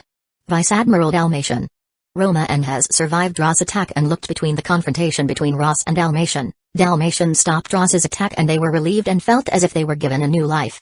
Dalmatian stared coldly at Ross, signaling Roma has to step back. Roma has looked at each other and quickly stepped aside to deal with their injuries. Vice Admiral. Ross, who had stepped back 2 steps, looked calmly at the Dalmatian in front of him and glanced at his shoulders, which held a high-level badge representing a Marine Vice Admiral. Coming from a small area of West Blue, it took him nearly 2 years to face a Vice Admiral. He relied on his own efforts and worked step by step to reach this stage. Dalmatian looked around and he saw a startling sight. Even though he had chased countless pirates and seen many villages slaughtered by pirates, he could not keep his calm when he saw this scene. It is reasonable that headquarters will define you as the most ferocious and dangerous pirate. Such cruel means. I will never let you go to sea again. Dalmatian's heart was burning with anger and he coldly stared at Ross. Listening to Dalmatian's words, Ross has no fluctuations in his heart. Those who dare to attack him will be regarded as enemies by him and he will not give any kindness to his enemy. It was Marines who brought me to this point, isn't it? Ross looked at Dalmatian calmly. Upon hearing this sentence, Dalmatian's face became gloomy. As a Marine Vice Admiral, he has access to much inside information. When he received orders to deal with Ross, he also received all the information about Ross. In fact, he did not think that Doberman's choice and judgment were wrong, but no one could have imagined that an ordinary West Blue pirate hunter that killed the Marines branch captain would grow up at unimaginable speed and become a more and more troublesome existence for Marine. It's no use talking more, let's just fight. Dalmatian did not want to think about it anymore. After he spoke calmly to Ross, he stepped down and rushed towards Ross. As a master of body and hockey, Dalmatian's speed is very fast. In only a few seconds he rescued Roma while crossing several streets and simultaneously attacked Ross and made him stop his whirlpool strangulation. Whiz. Almost in an instant, he closed the distance between him and Ross and punched Ross' face. Ross's heart is always calm, and in this calm state, observation hockey can be used to its limit. Although Dalmatian's speed is much faster than his, but with observation hockey, he can still react to it. Boom. This is the second confrontation between Ross and Dalmatian. Dalmatian used a full-speed raid, while Ross counter-attacked with frontal confrontation. When their fists collided, Dalmatian's hockey failed to reach the limit. Ross's power of distortion was able to mobilize a few points and the match was equally good. However, this time, Ross did not let Dalmatian take the initiative, but at the end of the fight, the power of distortion was completely stimulated and the fists were quickly swept out and directed at Dalmatian. Dalmatian snorted and did not have the slightest fear. Both of arms were coated with armament hockey, hardening as he faced Ross. Bang. Bang. Bang. In the fight, Ross gradually recovered from the state of an excessive explosion and the power of distortion began to play wantonly. After more than a dozen punches, Dalmatian's armament hockey apparently began to fail and completely broke by a stiff shook. Dalmatian's haki and strength are better than Onigamo, but since he is not a swordsman, his attack power is not much stronger than Onigamo. Compared to it, Ross's current strength is already a lot stronger than when he faced Onigamo. Even as he was attacked by Dalmatian, he responded in a hurry. Even standing still, he can still repel Dalmatian attacks. Dalmatian, who was repelled by Ross, felt a slightly sore feeling in his arm. His face changed. Looking at Ross, he revealed a thoughtful expression. Distortion fruit, I didn't expect you to develop this fruit to this extent. He had once seen the power of distortion fruit before. He had killed a pirate with this devil fruit when he was still a captain. At that time, this devil fruit has caused him some trouble, but it was only trouble and not something he couldn't deal with. Now, over the years, his strength is tens of times stronger than it was before, but when the fruit reappears and falls into Ross's hands, it exerts far more power than the pirate he once met. You seem to have seen the power of this fruit. Ross responded calmly, and his heart didn't seem to have any emotions. Devil fruit will reappear somewhere in the world within a few years after its last user had died, so it is normal for the distortion fruit to have previous users. Yes, that guy was a lot weaker than you. It's hard to develop such a weak fruit to this level. Dalmatian said indifferently. No. Ross said gently, you're wrong. There's no weak fruit. Any devil fruit can become strong, it just depends on the person who had eaten the fruit. Naturally, the ability to develop the power of distortion fruit to this level is inseparable from his own hard work. Whiz. The moment his voice fell, Ross suddenly charges into Dalmatian and launched a bold counterattack. Even though Dalmatian is faster than him, with the observation haki, he can catch his opponent's actions in advance, and even if his speed is lower than Dalmatian, he can still keep up. Distortion fist. Ross clenched his fingers and punched. Dalmatian coldly looked at Ross. Even though Ross's punch was more powerful than before, he did not show any fear. You aren't the only one who has eaten a devil fruit. Chapter 75 Powerful Suppression Buzz. Almost instantly, a force surged out of Dalmatian's body and his skin suddenly changed into a black and white speckle. His ears also lengthened downward, hanging on both sides of his cheek, and became two long strips of ears. At the same time, his upper body muscles also swelled for a half circle. Zone Divi fruit, model Inu, Dalmatian form.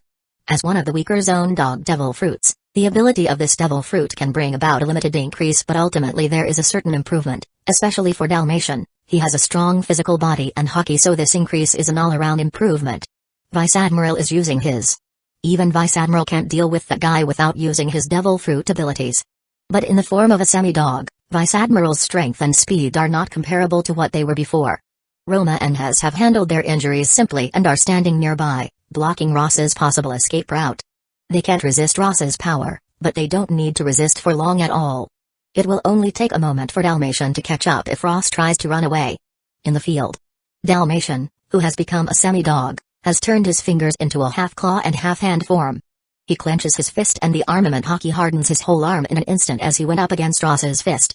The two fists suddenly collided in the air. This time, both sides went all out and exerted their strength to the limit. An explosion occurred and the fragmented land in the center of the two men once again cracked. This time, Ross didn't retreat and his body shook slightly, while Dalmatian staggered and took a step backward. Obviously, the full power of the distortion fruit is still higher than his half-dog form. This scene fell into the eyes of Roma and Hez and others, and they all a little surprised. They didn't expect Dalmatian to lose in this battle. No wonder that Onigamo was defeated by your hands, you really are skilled. Dalmatian opened his mouth and said in a deep voice, and his eyes were fierce. He retreated half a step, and at the moment he retreated, he bent his finger and snapped at Ross. Finger pistol. Puff, puff. Two holes appeared in Ross's shirt at the chest area instantly, revealing a pale skin inside, but the finger pistol, which is more powerful than bullet, was annihilated by the power of distortion when it touched Ross's body. Distortion. Flash. Ross ignored Dalmatian's finger pistol and swiftly shifted his fist and swung out. From his finger appeared a ray of light which instantly made Dalmatian close his eyes. Whiz. Ross rushed in close to Dalmatian and punched him. As a master of physical and haki, Dalmatian naturally has the observation haki, but this sudden flash caught him off guard and he couldn't avoid Ross's punch. He can only rush to put his fists on his chest and cast armament haki on them. Boom. Under Ross's punch, Dalmatian flies backward, and even under armament haki his arms stiffened and had soreness in them. Damn. He cursed as he could not open his eyes. He could only sense Ross's actions and respond to them by utilizing observation haki. Ross rushed up against Dalmatian and continued to punch him. Undoubtedly, The power of distortions used with his fists is the most effective way to deal with the strong opponent who had a strong body, and haki and the other means are more suitable for creating opportunities. Bang! Bang! Bang!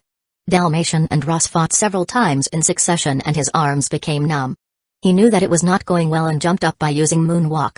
However, Ross snorted and also used Moonwalk and rushed up in the air and chased after him and continued to punch Dalmatian. Tempest Kick. Ross is stronger than Dalmatian expected. Although his eyes have recovered, he still has some headaches in the face of Ross's air pursuit.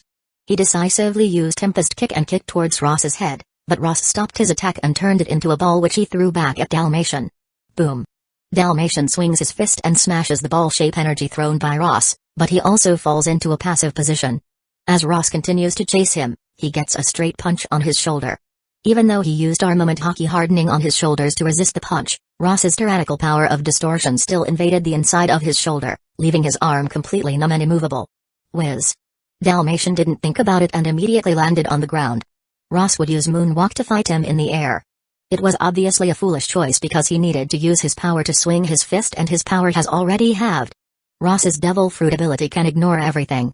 Whether it's haki or just simple strength, it can break them all, and the strength of his punch is similar on the ground as well as in the air. Whiz. Seeing that Dalmatian fell, Ross did not hesitate to follow him and both of them landed on the ground at the same time, and at the moment of landing Ross raised his foot and the ground under Dalmatian's feet suddenly collapsed in distortion.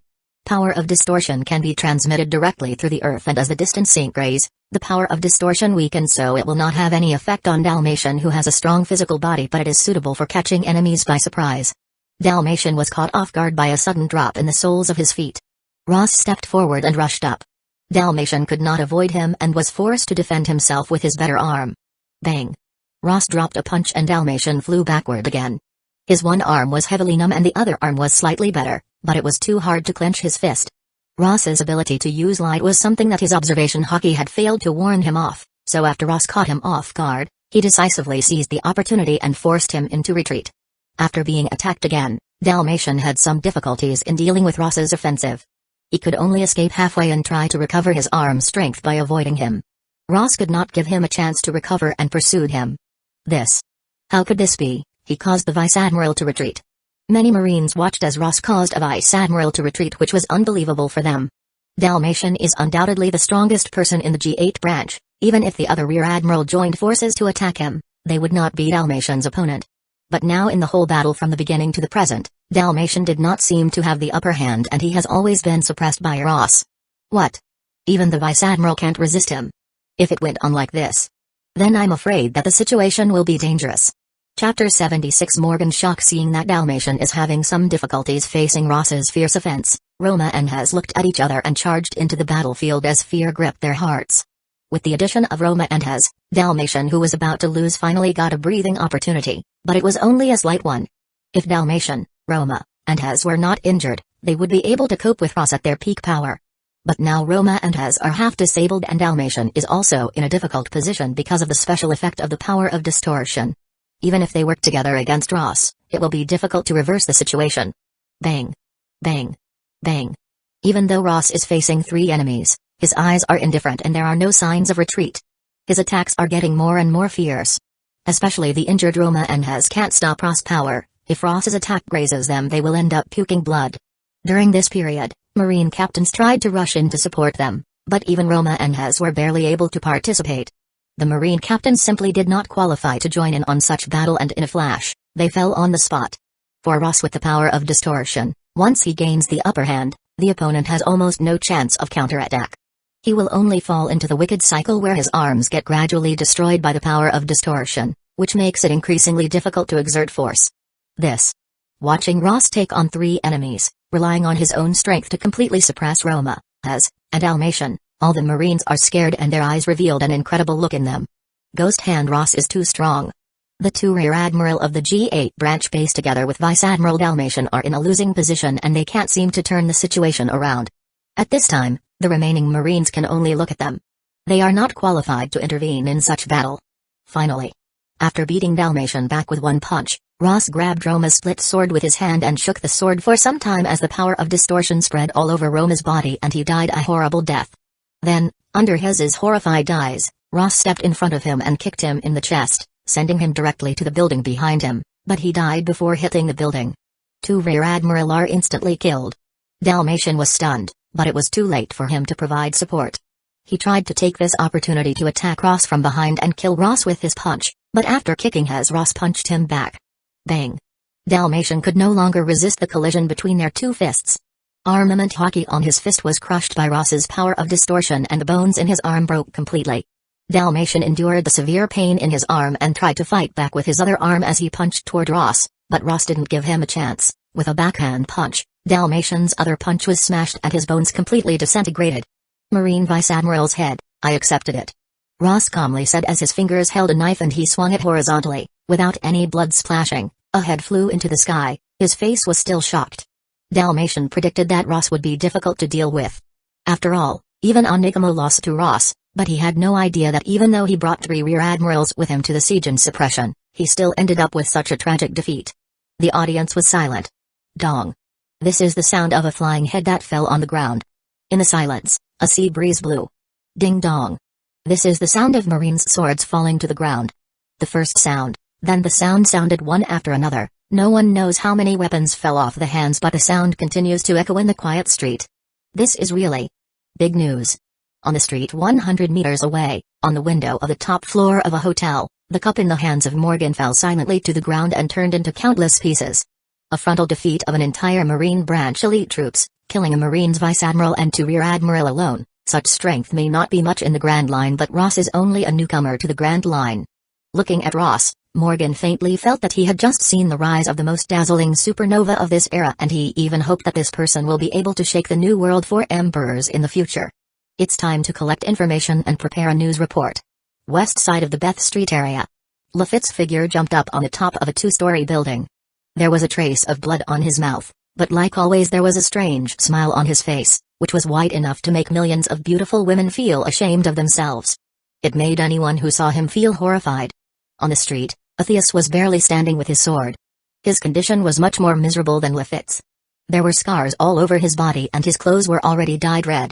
Other than that, the streets were full of Marines' bodies. Some of them died by Lafitte's hand, but most of them were killed by Atheus. Apparently, the soldiers were under Lafitte hypnosis. If Atheus had not been very similar to Onigamo, Doberman, and others, he would have already collapsed in this battle. Whoop, killing your men, that's a terrible Rear Admiral. Instead of wiping the blood from the corners of his mouth, Lafitte smiled weirdly and stared down at Atheus and whirled his red cane with ease. Atheus looked up at Lafitte, his eyes were cold and indifferent as he said, "They died in order to not let you continue to endanger the sea." Whiz. The moment his voice fell, Atheus jumped onto the roof and a sword fell on Lafitte, who had been prepared to dodge the attack. Nothing more had happened, the battle over there seems to be over. After avoiding Atheus's sword, Lafitte did not fight back but turned to look at the center of Beth Street, where Ross and Dalmatian and others were fighting, and the violent noise that has not stopped from the beginning stopped. Atheus did not turn around to look, but he also noticed that there was no movement there. He stared at Lafitte and said indifferently, "It seems that your captain has died. You are a little stronger than I expected, but you can't escape. It seems that you have a lot of confidence in your chief, but just like you, I am also very confident about my captain." Lafitte laughs. Chapter 77 Regretted? Atheus was actually worried about Dalmatian's ability to defeat Ghost Hand Ross, but Roma and Hez had not came to support him so far, which clearly showed that besides Dalmatian, there were Roma and Hez on the battlefield. Ghost Hand Ross is not a big pirate with a bounty of 200 million berries. His Vice Admiral is stronger than him and the 2 Rear Admirals are somewhat weak, but this lineup is enough to deal with Ross. The only problem is his side. Although Lafitte was not much better than him in the frontal battle, the other side used strange methods to make him consume his stamina faster, and he also suffered a lot of injuries. Now he was only fighting him to delay him and not to win. But the battle over there is over, and if he drags his fight a little longer then help will arrive and he is sure that he will be able to cope for a short time. With that in mind, he stared at Lafitte and continued to attack. But almost at this moment, a voice was heard. "You are not finished yet, Lafitte." "I am very sorry, Captain, but I am almost finished." Lafitte turned his head and apologized in the direction of the sound. Atheus's expression solidified. His head was a little stiff when he twisted it, and when he saw Ross, his heart could no longer remain calm and his eyes showed an incredible look. How can it be? How did Ghost Hand Ross appear here? Aren't Vice Admiral Dalmatian, Roma and Hez joining forces in the siege? How could he come here?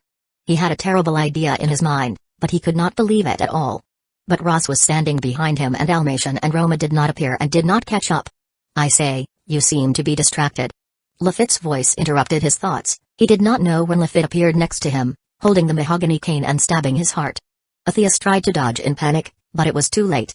Although he avoided the heart, he was still penetrated by Lafitte's mahogany cane. Atheus suddenly understood why the headquarters was so serious when it issued the order and even said that they could postpone the attack and unite the forces of the two branches for encirclement and suppression. At that time, Dalmatian and their group of Rear Admiral thought that it was unnecessary. Now it seems that they have miscalculated and underestimated the strength of the Ghost Hand Pirates.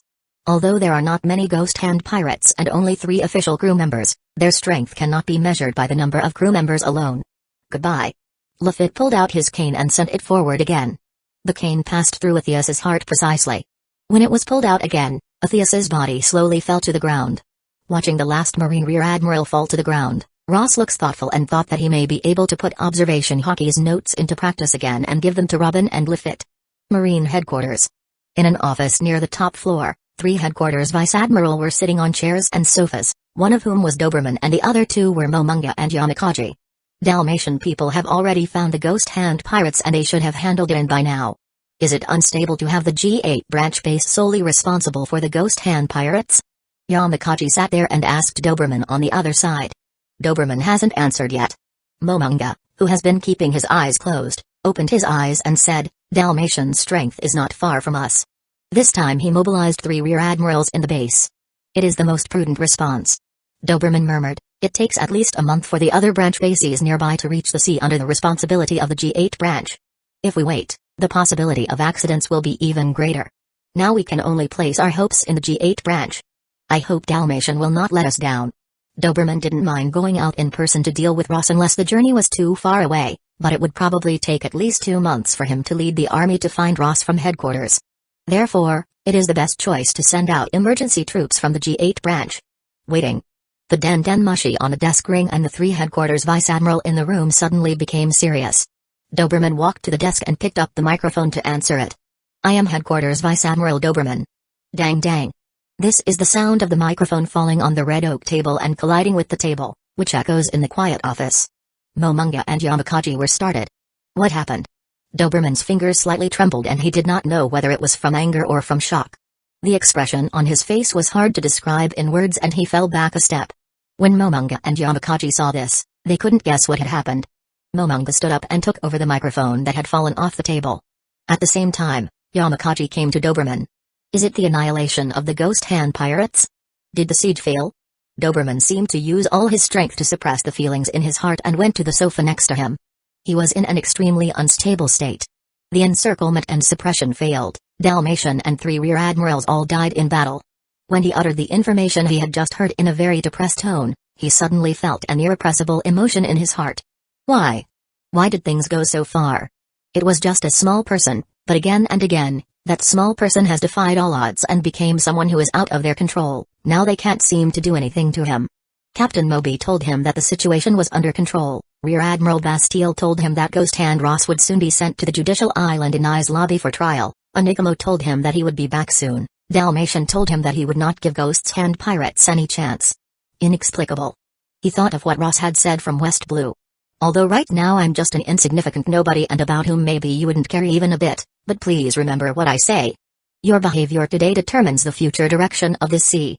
I hope that one day in the future, you would not regret the order issued today because by then everything will be too late. The sentence that was relayed by the division's lieutenant commander echoed in his ear, making him see Ross standing in front of him, stating it in a calm voice with a calm face. Regret? Doberman was in a trance for a moment, but he was a headquarters vice admiral after all. The next moment he recovered and his eyes became clear again. Yes, there are some regrets that he did not pay attention to it earlier. He did not send Onigamo to West Blue earlier. He did not destroy the Ghost Hand Pirates in the sea earlier. Doberman. We need to initiate a conference. When Momonga heard the report from the Den Mushi on the other side, he hung up the Den Mushi and was silent for a moment. He turned to Doberman, took a deep breath and said with a serious expression. Doberman and Momonga looked at each other and finally nodded and Yamakaji sighed and nodded. I will report it. Usually, only at 7 warlords of the sea's pirate level can headquarters be eligible to hold separate meetings for them. But now the situation is that the G8 branch base is almost completely extinct. The reconstruction and reassignment of the G8 branch base alone involved too many problems, not to mention the follow-up treatment of the Ghost Hand pirates. Chapter 78 Promoting Strength The Kingdom of Elias.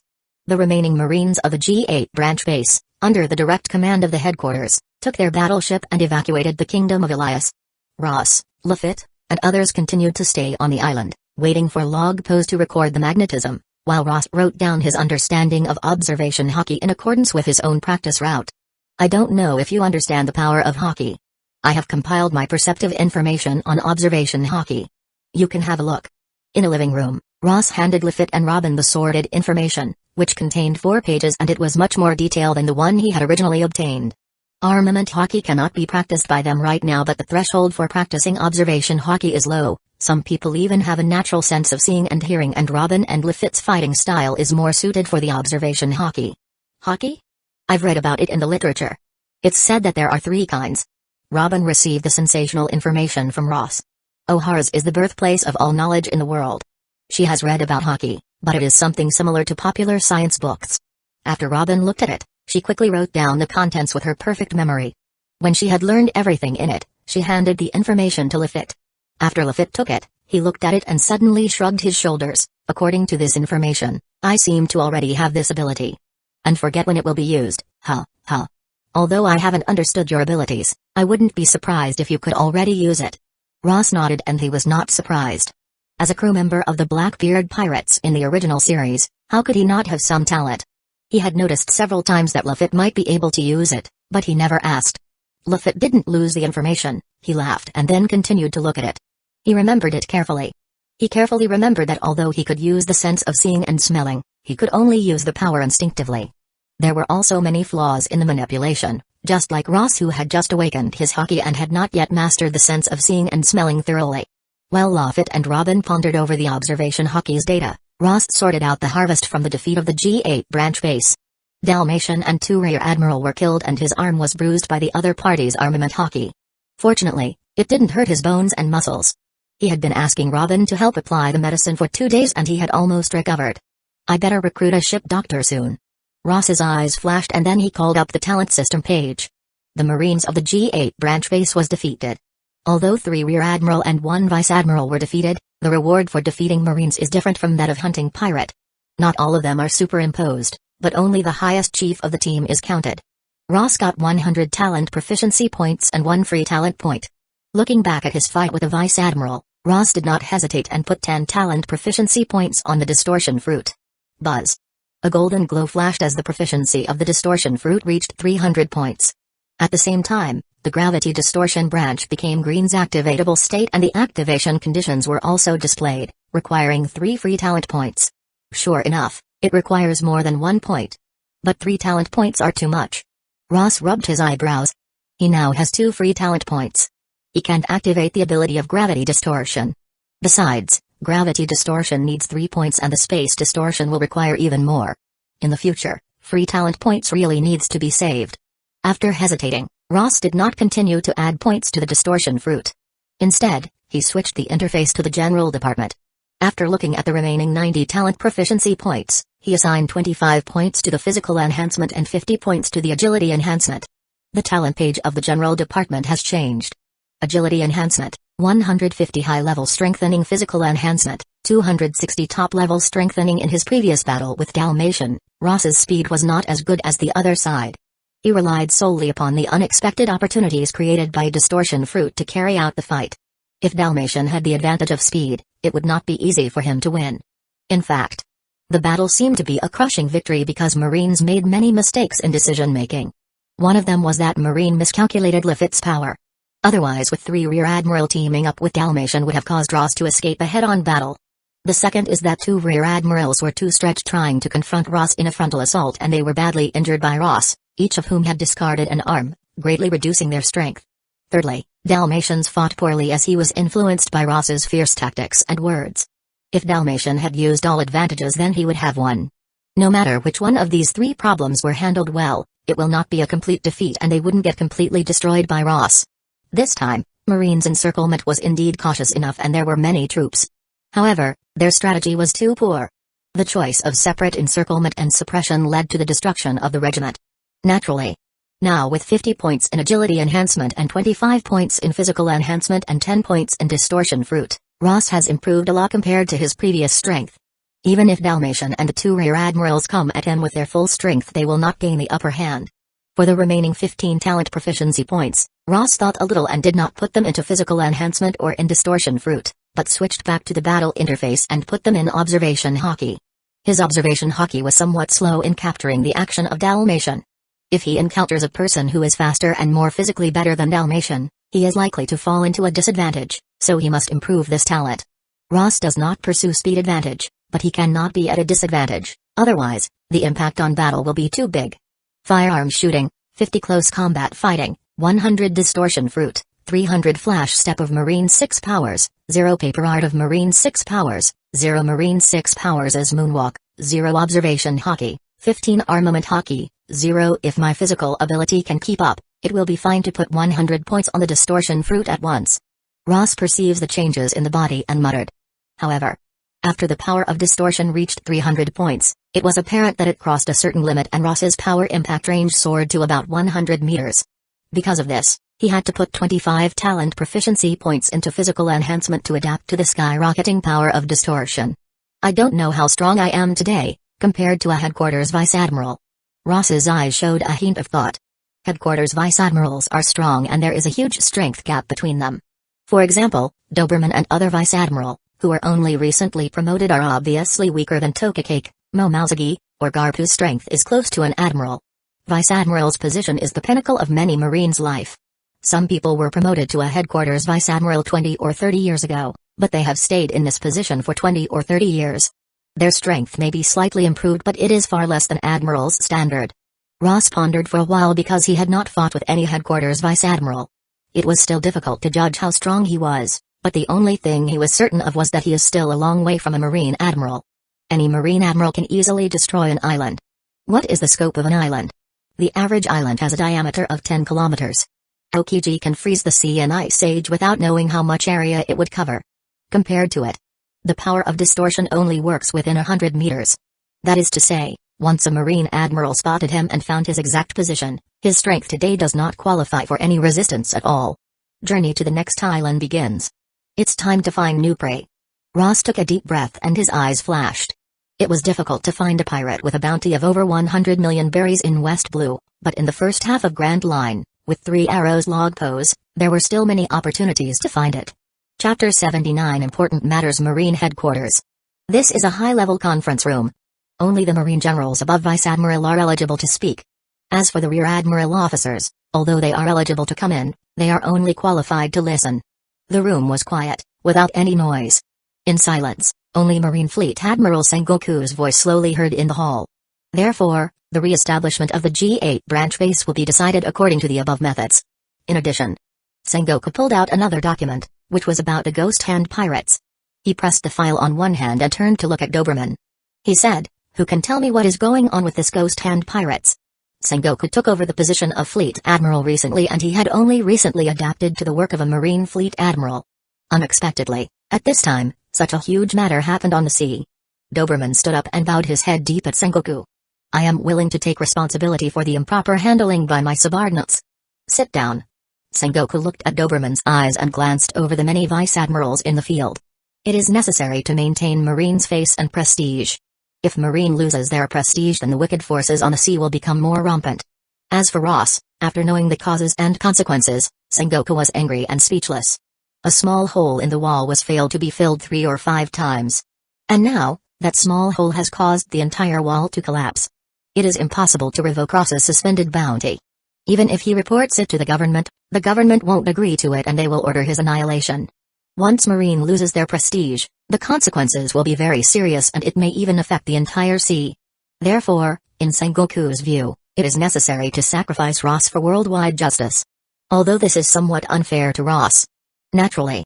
Since Ross killed the Marine captain of West Blue, the so-called injustice has ceased to exist. Whatever the cause, the cruel killing of a Marine is an unforgivable crime. Sengoku also heard about Onigamo accident when it happened. After all, it was the defeat of a headquarters rear admiral, but he didn't take it seriously. He just ordered KNU to take full responsibility for it. As a Marine admiral, Okay, and you can't even look at a pirate of West Blue or even make a special trip to the sea, so it's still up to Doberman to approve the dispatch requests and provide their documents. The order to mobilize the G8 branch to encircle and suppress Ross was also issued by AKNU. But neither Vice Admiral Doberman nor AKNU expected the G8 base to suffer a tragic defeat. A Vice Admiral, along with 3 Rear Admirals, were killed in battle.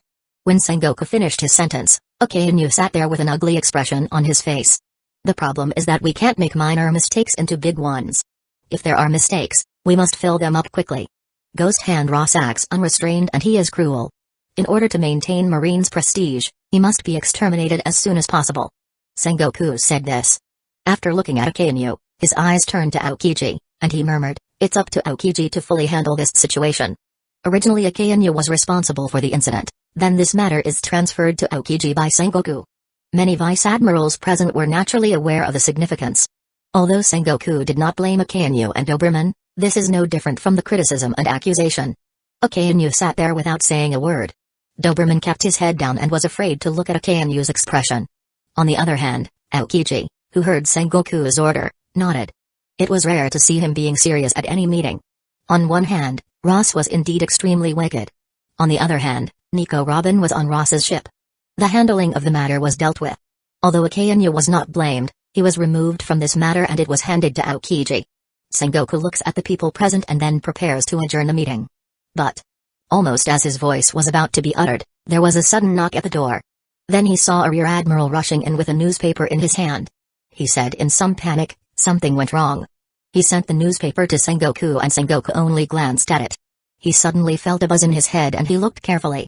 His fist was already tight without him knowing. He saw that in the newspaper, an entire page was dedicated to the Ghost's Hand pirates and Ghost Hand Ross. The most important issue is the content of the report. A pirate born by Marines?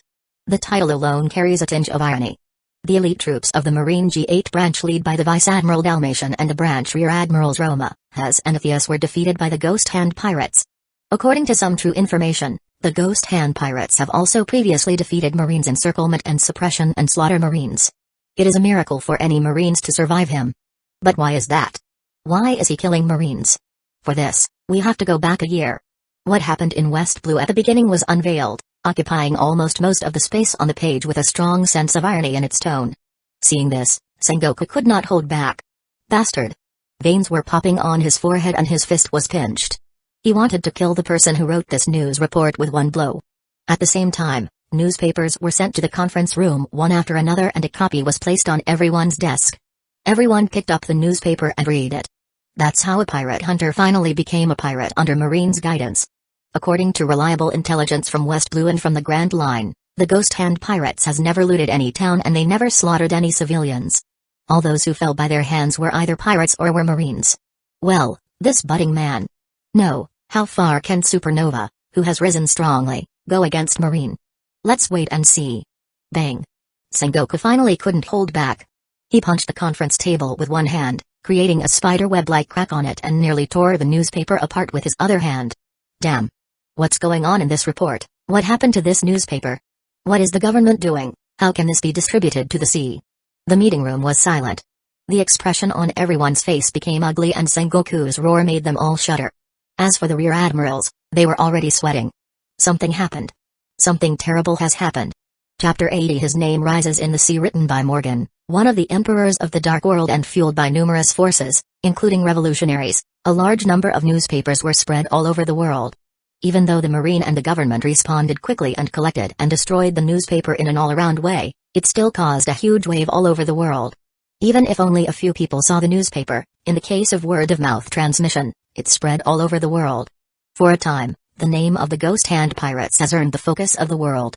The government made every effort to cover up and published newspapers in succession, stating that the story about Ghost Hand Ross was tactics of some wicked forces had secretly discredited Marine, but it was still difficult to completely eliminate the impact. World government and Marine headquarters were all overwhelmed. Marine. The anger of the government poured down and Doberman was almost dismissed directly. Sengoku and Akainu came forward to retain Doberman's vice admiral position, but still removed most of his power. This unexpected newspaper pushed Ross to the top of the storm. Hunting pirate? Confronting Marine? It's a crazy fellow, but I'm afraid that's the end of it, as he had completely angered the government and Marine. On the deck of the Don Quixote family pirate ship, Doflamingo lay on a lounge chair and looked at the newspaper in his hand, laughing strangely. Just entering Grand Line and he is pushed to the top of the wind and waves. It will be hard for him to survive, but if he can survive. Somewhere on the sea, Hawkeye looked at the newspaper in his hand and took a sip of red wine. East Blue, Fuusha Village. Boss, read this newspaper. The news on it is very interesting. Lucky Roo, who held a piece of meat in one hand and a newspaper in his other hand, came to Shanks and handed it over. Shanks smiled and took it. After looking at it, he was surprised and said, "This kind of news. The government and Marine must be busy." Beckman sat next to Shanks, with a newspaper in his hand and a cigar in his mouth and a slight discoloration in his eyes. "This kind of newspaper can't appear in the sea. The author is really bold. I'm afraid there is a force like the Revolutionary Army behind the scenes. Ghost Hand Pirates, Ghost Hand Ross. This name is also somewhat familiar." Looking at the pirate flag in the newspaper, Beckman quickly remembered the encounter in West Blue. It was the same pirate flag pattern. It's not an ordinary fellow, but the government should have labeled him as a must-kill person. Marines and the government will only be able to solve this problem and free up their hands by killing him. There's still a long way to go for him to see us in the New World. Beckman dropped the newspaper and glanced at the Shanks next to him. He shook his head and laughed, feeling that this kind of thing was still too illusory. For the chaos caused by the Ghost Hand Pirates, the world's major forces have all cast their eyes, some gloating, some ridicule the government and Marine, and some have noticed Ghost Hand Ross. However, most people hold a negative attitude towards the development of the Ghost Hand Pirates, because the government and Marine are undoubtedly thoroughly enraged by them. How terrible will the government and Marine, who are outraged, be? Nobody knows. Because the people who know it have long been hidden in the dust of history. On the shore of Elias' kingdom, Ross has returned to the Ghost Shadow ship. Luffy continues to stay on the island and waits for the magnetic storage to be full, while Robin re-enters the island after Ross returns and enters the underground world of Elias to collect more intelligence. The intelligence of the Grand, especially for the pirates who have a bounty of over 100 million berries. Ross was sitting on the sofa in a wide lounge on the Ghost Shadow ship. His eyes were closed when a knock came at the door and Ross opened them. "Come in." Robin, wearing a lavender-colored jacket and shorts, came in through the door. Her figure was almost the same as that in the original series, but she looked younger. Ross sat up straight and smiled at Robin, saying, "Coming back so soon, I thought that you would be slower than Lafitte. After the Marines were defeated by you, the dark forces of the Elias Kingdom became afraid of us and it became much easier to collect all the information." Robin walked over to Ross and said, "In the first half of Grand Line, counting Captain, there are 7 pirates with over 100 million bounties on their head. I have collected information about some of them." "Counting me?" Ross captured the extra content of Robin's words. Robin tilted her head and gently smiled. She placed 2 bounty orders on the coffee table in front of Ross. One of them was Ross's bounty order, which had a bounty of 200 million berries on it. In addition, another is Lafitte's bounty order, which amounts to 80 million berries. "My bounty hasn't changed much, but with Captain and Navigator, our overall bounty has reached 359 million berries. If you improve your strength and fight some famous opponents, your bounty will increase too. However, as an intelligence member, you can try to not participate in battles." Ross took the bounty poster and looked at it and Robin smiled faintly. The more hidden the intelligence members are, the less they are concerned and they are safer that way. And Ross didn't say that to protect the only eye-catching girl on board. Robin nodded slightly and put a few bits of information on the table, along with a bunch of bounty posters. "This is the first half of the Grand Line. Except Ross, there are 6 pirates who have bounties over 100 million berries. Naturally, some of these data are detailed while others are missing a lot.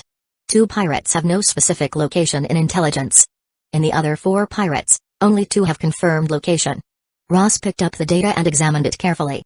He put aside the 4 missing and inaccurate locations of intelligence and continued to look at the remaining 2. Bounty of 230 million berries, Blood Wolf Pirate Captain, Blood Wolf Ren, appeared in Water 7 half a month ago. This distance is a little too far. Ross shook his head when he saw it. He had just arrived at the second island on the Grand Line and Water 7 was close to the Sabati archipelago. Putting this information aside, Ross looks at the last piece of information. Bounty of 180 million berries, Iron Wall Pirates appeared at the port of Alpha 7 days ago, the port of Alpha. Ross's eyes glimmered with thought, and if he remembered correctly, the place should be on their route and not very far from the Elias Kingdom. Although the log pose on Grand Line is a fixed channel, if there is an eternal pose pointing to other islands, one can easily change their route or retrograde. Ross also collected an eternal pose pointing to the Kingdom of Elias, One can never have too many eternal poses. Among the information collected by Robin, even the captain of the Iron Wall Pirates, Iron Wall Ravero, have some special abilities. He has eaten a Parimsha devil fruit barrier fruit. If he remembers it correctly, then this devil fruit will belong to a newcomer after 10 years, that is to say, even if he does not kill Ravero, he will not survive for long. Captain. Compared to the information of other pirates, I think you need to look at this newspaper. Just as Ross confirmed that the Iron Wall Pirates will be his next target, Robin suddenly interrupted his thoughts and put a newspaper in front of him. Huh? Ross took a look at the newspaper and his eyes changed dramatically. It's really something that I didn't expect. This newspaper will push us in an unpredictable direction. Robin's tone was a little heavy. The government and Marines will be totally enraged, and once they suppress this matter, we will be treated with a bloody pursuit. Ross stared at the newspaper for a moment, put it aside, and suddenly gave a light laugh. But isn't it pleasant? Such news has been distributed to the sea, the Marine and the government are probably in a mess now. Although the report will lead the situation into an uncontrollable direction, there is no doubt that it is as refreshing as the appearance of a public toilet in front of you when you have an upset stomach. Captain. Robin's eyes flashed a trace of anxiety and she sighed softly in her heart. It was pleasant that the truth was revealed, but the situation that followed might become extremely difficult for us. The situation of originally defeating the G8 base who had a firm foothold on Grand Line would be completely destroyed. Marine and the government are bound to do something next, and once they strike, they are bound to wipe out the Ghost Hand Pirates completely. Chapter 81 Devil Fruits and Hockey. 2 days later. Log Pose's magnetic force was finally full and Lafitte returned to the ship. One of the directions pointed by the single arrow log pose is same as one of the directions pointed by the 3 arrows log pose, which is undoubtedly good news for Ross. The previous robbery was not in vain, and the future routes will become flexible. Let's first go to Alpha Port. Ross gave his instructions to Lafitte. It's very difficult to lock a pirate in West Blue, but on the Grand Line, every pirate needs to stay on the island to record and store the magnetic force, and their route is limited to a large part. With the speed of Ghost Shadow ship, it's much easier to catch up with a pirate ship. Okay, Captain. Lafitte responded by putting the old single arrow log pose in his pocket and looking at the 3 arrows log pose and sea map to navigate the Ghost Shadow ship. 7 days later, Ghost Shadow ship arrived at the next island. It took only 2 days to store the magnetic force and then they set sail again. It took them 5 days to reach another island. Ghost Shadow ship's speed advantage combined with Lafitte, a navigator, was fully utilized. It took only 20 days to cross 3 islands and arrive at Port Alpha. Ghost Shadow ship practice room. Bang. Bang. Bang. Continuous bang sound was heard. Ross's hands are clenched into fists, as if wearing thin black gloves, punching one punch after another on a piece of square steel. Dents continuously appeared on the steel. In his fight with Dalmatian, although he did not use armament hockey, he was always observing Dalmatian's armament hockey until the end of battle.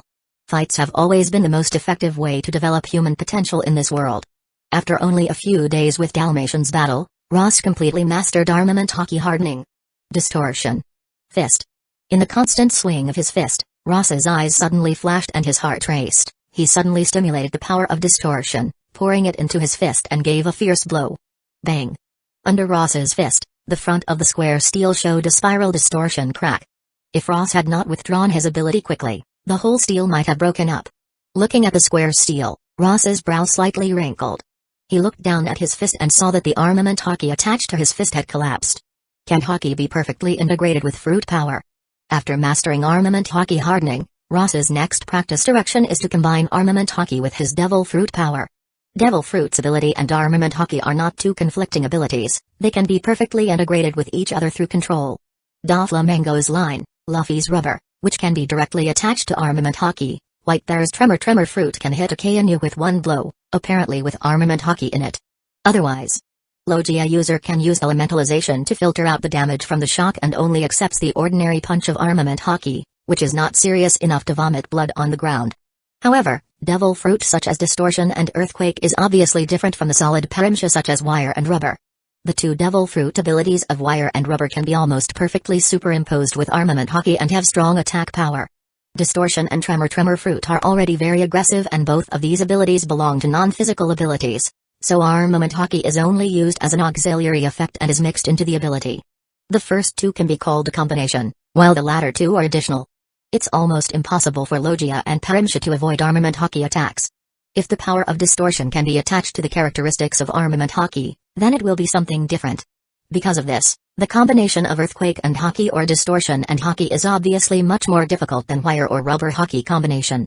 Ross has been trying for more than 10 days, but he cannot attach armament hockey to his distortion fruit capability.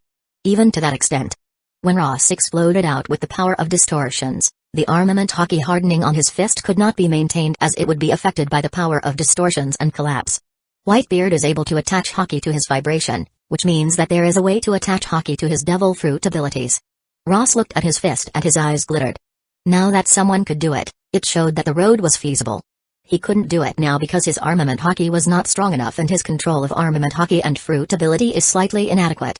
Maybe his control and development of distortion fruit will surpass Whitebeard in the future, but now he is still far from Whitebeard, who stands at the top of this world. Just as Ross was about to continue his exercise, a knock on the door came from outside, followed by Robin's voice. "Captain Ross, we have reached Alpha Port." "I see."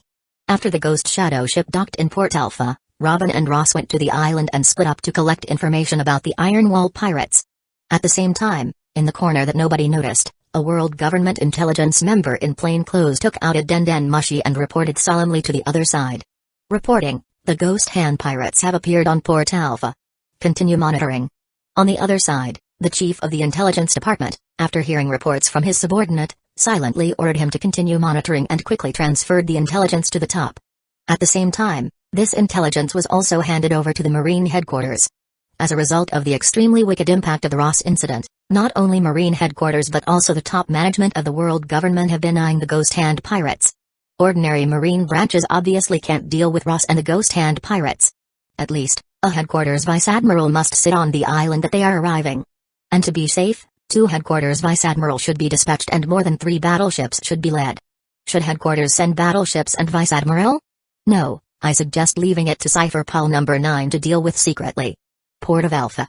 If I remember correctly, there are 2 more islands on this route, which is Crocodile's territory. Is that right? In that case, it would be possible to postpone the deployment of troops. It would be a better choice for Crocodile, who had just signed the 7 Warlords of the Sea Treaty, to deal with the Ghost Hand pirates than for Marine to send out heavy troops to encircle and suppress the Ghost Hand pirates. If the Crocodile can kill the pirates, then his 7 Warlords of the Sea's position will remain fixed. If Crocodile is killed, then his position on 7 Warlords of the Sea is obviously not enough to balance the Grand Line. They can just change the members to avoid big trouble in the future. Chapter 82 Alcaria. Inside a luxurious building, in a room on the top floor, Crocodile was sitting on the sofa, holding a cigar and watching the den mushi, which he had just hung up, and he smirked and snorted. Ghost Hand pirates. They are really taking me for a casual squad. I don't have time to deal with your troubles for you. He is not interested in the Ghost Hand pirates. As for the Ghost Pirates, who seems to be hunting other pirates, he did not care much either. He had been to the New World and he returned, he even challenged Whitebeard. Although he lost miserably, a pirate with a bounty of 200 million berries is undoubtedly not in his eyes. Just as Crocodile put the den mushi back in his pocket, a knock on the door was heard and a man with his chin covered came in. The man with his jaw covered came in the front of Crocodile with a respectful look and whispered, "Mr. Crocodile, Iron Wall pirates appeared in Alpha Port 10 days ago. They seem to be coming here on their own." "Huh? After looking for them for more than a month, I didn't expect them to come here on their own." Crocodile indifferent eyes flashed with a ray of light. He was more concerned about the Iron Wall pirates than about Ghost Hand's pirates, because Iron Wall pirates had what he needed. Previous efforts to deal with the Iron Wall pirates were also aimed at robbing him of what he needed. As a result, he was escaped by his opponent. "Keep an eye on the Iron Wall pirates and report to me as soon as they appear." Alpha Port.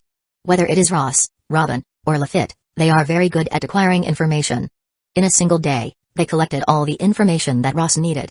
The Iron Wall pirates with a bounty of 180 million berries left Alpha Port 10 days ago.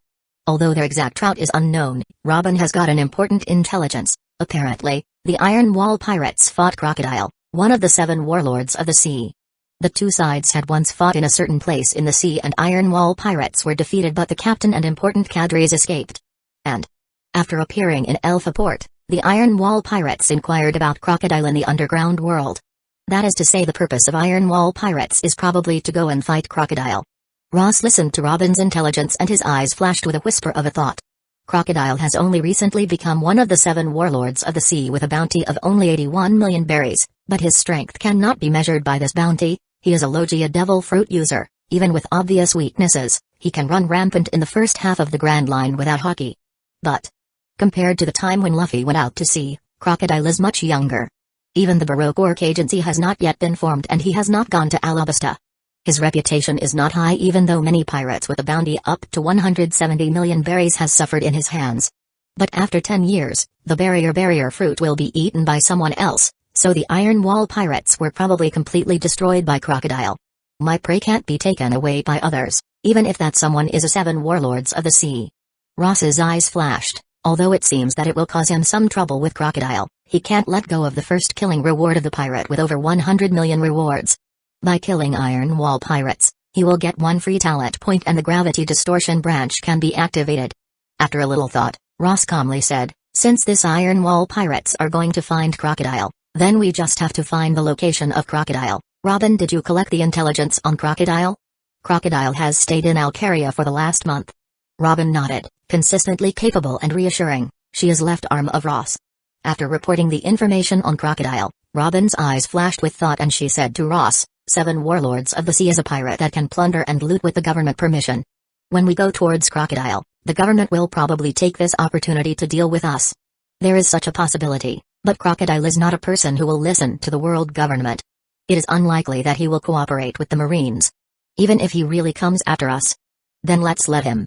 Ross's gaze is flat. Even if he was the original 10-year-later Crocodile, Ross was not afraid of him, not to mention that he has just become a 7 warlords of the sea. If he comes after him, he would just deal with him.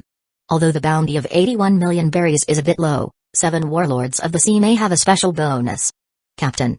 While Ross and Robin were talking, Lafitte also returned with the intelligence, carrying an umbrella handle-shaped mahogany cane in one hand and Curtia said, the information you need has been collected. The Iron Wall pirates is on their way to Alcaria. They should not have reached there yet.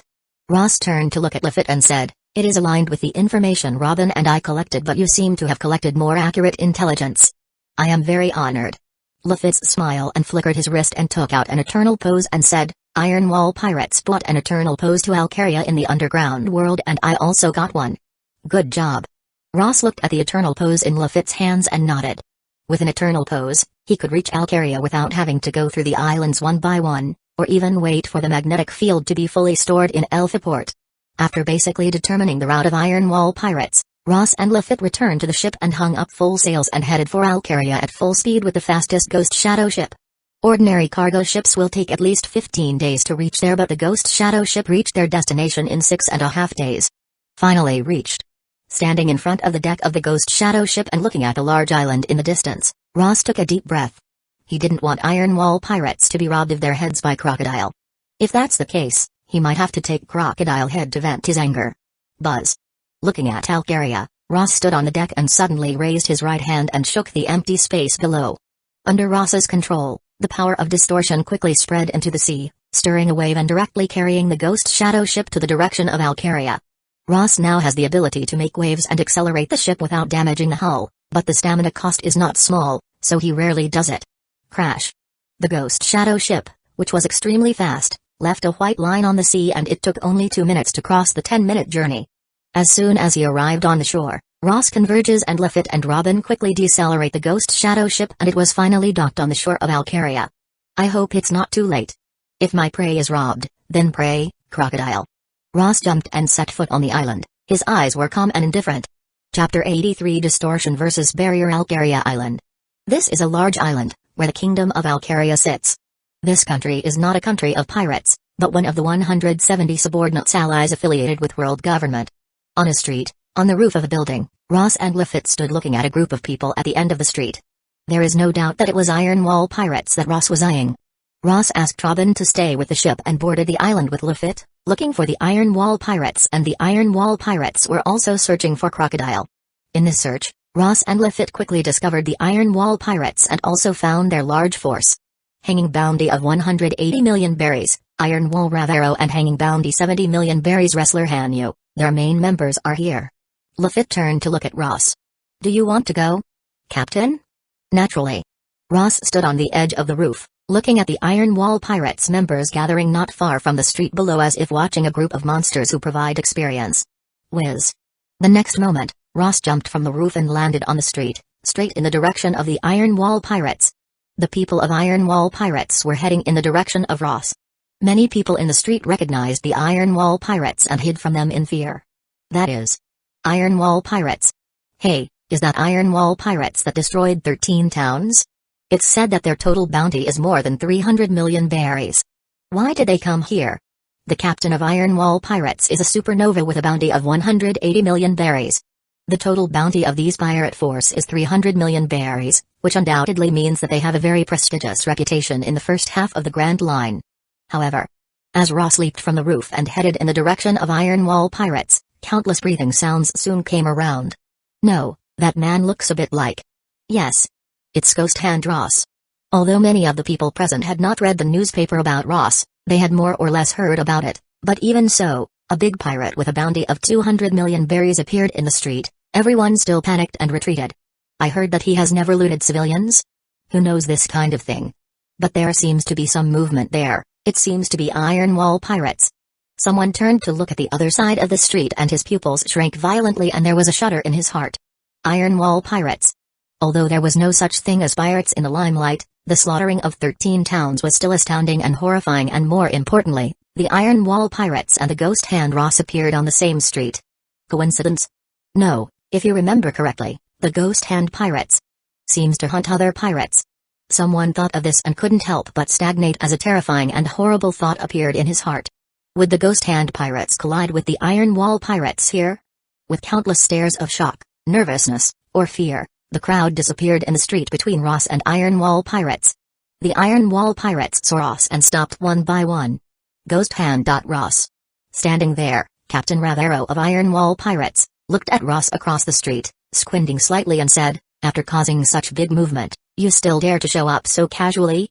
No, it's not a casual appearance, but a show for you. Hanging bounty of 180 million berries, Iron Wall Ravero, I heard. You are strong. Ross took 2 more steps forward, stopping only 10 meters away from the Iron Wall Pirates. Ravero slightly raised his mouth and said to Ross, you've beaten up an entire marine branch and your strength is good, but it's not wise to block my way. I'm looking for someone to settle accounts and I don't have time to play with you. Really? Ross gently lifted his foot and said, I really want to play a game with you. Only one person can survive the game. Bang. Ross's raised foot slammed down and the earth in front of him slammed into a distortion, showing a wave of terrifying ripples, rolling toward the mighty crowd of Iron Wall Pirates. It seems that you are tired of living. Ravero's face turned cold in an instant. He is famous for exacting vengeance. Otherwise, he would not put together a large force and came here to fight Crocodile. Anyone who dares to provoke him has been sent to hell by him. Protection. Barrier. His forefinger and middle finger were curved and folded together. A transparent glass barrier appeared in the middle of the street, inserting into the underground fiercely. Bang. The power of distortion surged along with the earth and hit the barrier, letting the glassy barrier suddenly show a strange distortion and depression. For the first time, Ravero met a person who could shake his barrier and his eyes flashed, but he didn't panic and raised his hand and pushed forward. Barrier impact. The barrier that was distorted and bent like rubber bounced back into the original shape and a repulsive force bursts into the front, colliding with the power of distortion released by Ross. Bang long. Suddenly, the earth in front of the barrier cracked and spread to both sides. Instantly, a deep ravine about 10 meters wide was split and the ground in front of Ross was all fragmented. It was similar to the aftermath of a magnitude 10 earthquake. The buildings on both sides of the street were completely smashed in the aftermath of the attack and the countless people were shocked. This. Is it still human? Without even moving, they destroyed a large street and 2 buildings. This scene falls in the eyes of many people. They were undoubtedly amazed by them and they were shocked. Can't it be destroyed? Ross looked at the barrier that was deformed by the power of distortion, but it suddenly bounced back to its original shape. His eyes were calm and he did not show any surprise. Devil Fruit's ability, in many cases, is also restrained. For example, the Surgeon Fruit can almost crush the barrier Fruit, making the barrier completely obsolete, but if his own fruit faces the barrier Fruit, it can't do anything. A single punch that can destroy a town will not be able to break this small barrier. And his Distortion Fruit works against the barrier Fruit. Although it can't destroy the barrier, it can deform the barrier like rubber. It really scared me. You are the first person who can shake my barrier. But, that's it. Ravero looked at Ross indifferently and his eyes flashed with ferocity as his hands raised and he waved violently. Barrier impact. Whoosh. The two-sided barrier appeared silently in the position where Ravero's hands were closed in the middle, sandwiching Ross in the middle and squeezing toward the center at a very fast speed, intending to squeeze Ross into a meat paste. Chapter 84 Ultimate Move. Faced with the incoming two-sided barrier, Ross raised his hand and pressed it on both sides. Buzz. Under the influence of the power of distortion, the glass barrier with almost unbreakable characteristics instantly distorted like dough. Distortion fruit and barrier fruit, regardless of the relationship between the two, their powers are purely based on the degree of development of the fruit. If barrier fruit development is strong enough, it can withstand the power of the distortion fruit, and if distortion fruit is stronger, it can naturally distort the barrier. In terms of fruit development, how can a single Ravero be comparable to Ross, who has been working hard since he acquired the distortion fruit? That devil fruit is very good, unfortunately, its development is too poor. After the barrier was forcibly torn apart, Ross rushed straight toward Ravero, and in a single moment, he was already in front of Ravero. Ravero was shocked and did not hesitate to retreat to the rear. Although he was cruel and sly, he was not a fool. Since Ross could make dough out of his barrier, he could probably make dough out of him. Ravero raised his hands and shouted angrily as he retraced toward the rear. Barrier ability hammer. The fluid-like barrier emerged from his palm and turned into a glass-like giant hammer that hammered down on Ross under his control. Ross was expressionless, raised his hand and punched towards the sky. Bang! His fist collided with a barrier hammer and a loud sound broke out in an instant. An air wave centered on the impact site rippled in all directions. Ordinary people who have retreated or fled, even outside a few streets, are struck by the loud sound which left their ears ringing, and even members of Iron Wall Pirates are stunned. How can it be? That guy actually distorted Boss's barrier and also caught the barrier hammer. Many Iron Wall Pirates watched the brief confrontation between Ross and Ravero and they were shocked. Since they followed Ravero, they have never seen Ravero's barrier destroyed. Whether it's a powerful swordsman, a spring fruit man, or Vice Admiral of the Marine Branch, all of them are helpless in front of Ravero's barrier. Not to mention that when a distortion is formed on the barrier disappeared. Ghost Hand Ross. No wonder he's called Ghost Hand. He must be quite strong. Can those hands break Captain's barrier? Iron Pirates Deputy Captain, Wrestler Hanyu looked at Ross and Ravero's battle and suddenly yelled at his subordinates, "Aim at Ghost Hand Ross." They are ferocious pirates that run across the sea. There is no such thing as fighting alone. When confronted with an enemy, it is natural to kill the enemy by all means. Under Hanyu's order, the Iron Wall Pirates crew members who were immersed in the fight woke up and picked up their weapons, some pulling out swords and some pulling out the guns. It was then that they heard a voice coming from the building next to them. "Haha, please be quiet and don't disturb our captain's battle." Lafitte was sitting on the sign of a store, holding a mahogany cane with a strange smile on his face, looking down at the Iron Wall Pirates. With a bounty of 80 million berries, in the Ghost Hand Pirates, he is currently second only to Ross, so his name is quite famous. Demon Sheriff. Lafitte. Hanyu recognized Lafitte and his face sank in an instant. He shook his arms. His muscles relaxed and tightened. He showed a ferocious look and said, "How about wrestling?" Lafitte, Hanyu, and other members of Iron Wall Pirates on this side, while Ross and Ravero's battle on the other side, have shown a nearly one-sided situation. Whiz. Ross's figure flickered as he came to Ravero's side. His right hand clenched into a fist and he punched Ravero's head. Ravero did not hesitate to launch the barrier fruit ability, creating a small barrier between his face and Ross's fist. However, Ross's fist hit the barrier and the direct distortion caused the small barrier to hollow out like a dough and his fist hit Ravero's face. Caca. Ravero's mouth was bleeding and he spits out two of his teeth and his right face was swollen, which was the result of a barrier that counteracted most of Ross's strength, otherwise, he would have been killed. Bastard. Die. Ravero was beaten by Ross and lost several teeth. His eyes were bloodshot and he was furious. He screamed as his hand slammed toward Ross. Instantly, numerous fluid-like objects emerged from the void, which did not form a barrier but they were separately transformed into a glass-shaped sword, suspended in the air, which then attacked Ross frantically. Because the toughness of the barrier is almost impossible to break, even the King Punch which can smash an entire kingdom could not shake this barrier, so the sharp blades formed from this abilities needs no other words. However, in front of Ross's distortion fruit, this toughness doesn't exist as the development of his fruit is far ahead of barrier fruit. Crash. Ross put his hands out and grabbed them. He pulled the swords together and then smashed them into a glass ball. He threw it out with his backhand and ripped the remaining swords away. Then Ross took a step and he rushed forward again towards Ravero. His right hand was clenched into a fist as he punched it out. Bang. Although Ravero once again created a barrier between Ross's fist and his chest, The barrier was still turned into a dough under the influence of the power of distortion. It was deformed by the distortion power and Ross's fist collapsed on his chest. Ravero flew backward and ribs on his chest made broken sounds as blood gushed out of his mouth. Even if the barrier counteracts most of his strength, his ribs were almost broken by the blow. I take back what I just said. You have developed this fruit well. It's just that you're not as strong as I am. Ross spoke calmly to Ravero, who had vomited blood and flew backward. Looking at Ravero's tactics today, it's much better than the green-haired guy 10 years later. The bounty of 180 million berries looks a little lower to Ross. Ravero's back slammed into the distant building, but at the moment of touching the building, a barrier appeared between his body and the building, blocking most of his impact. His body fell to the ground and he covered his chest with a violent cough. You are the first person to hurt me. Ravero raised his head and stared at Ross with palpitating, cold eyes and said in a chilly voice, but if you want my head, you have to have the courage to bet your life on it. Buzz. He lifted his legs and stepped forward. The fluid barrier emerged from beneath his feet and spread rapidly. He pushed the size of the barrier he was currently able to stimulate to the limit. Almost instantaneously, a giant barrier of about 3 meters high appeared in the field and the glassy barrier wrapped Ravero's body. Looking at this scene, Ross narrowed his eyes. Oh. He probably knows why Crocodile couldn't kill Iron Wall Ravero before.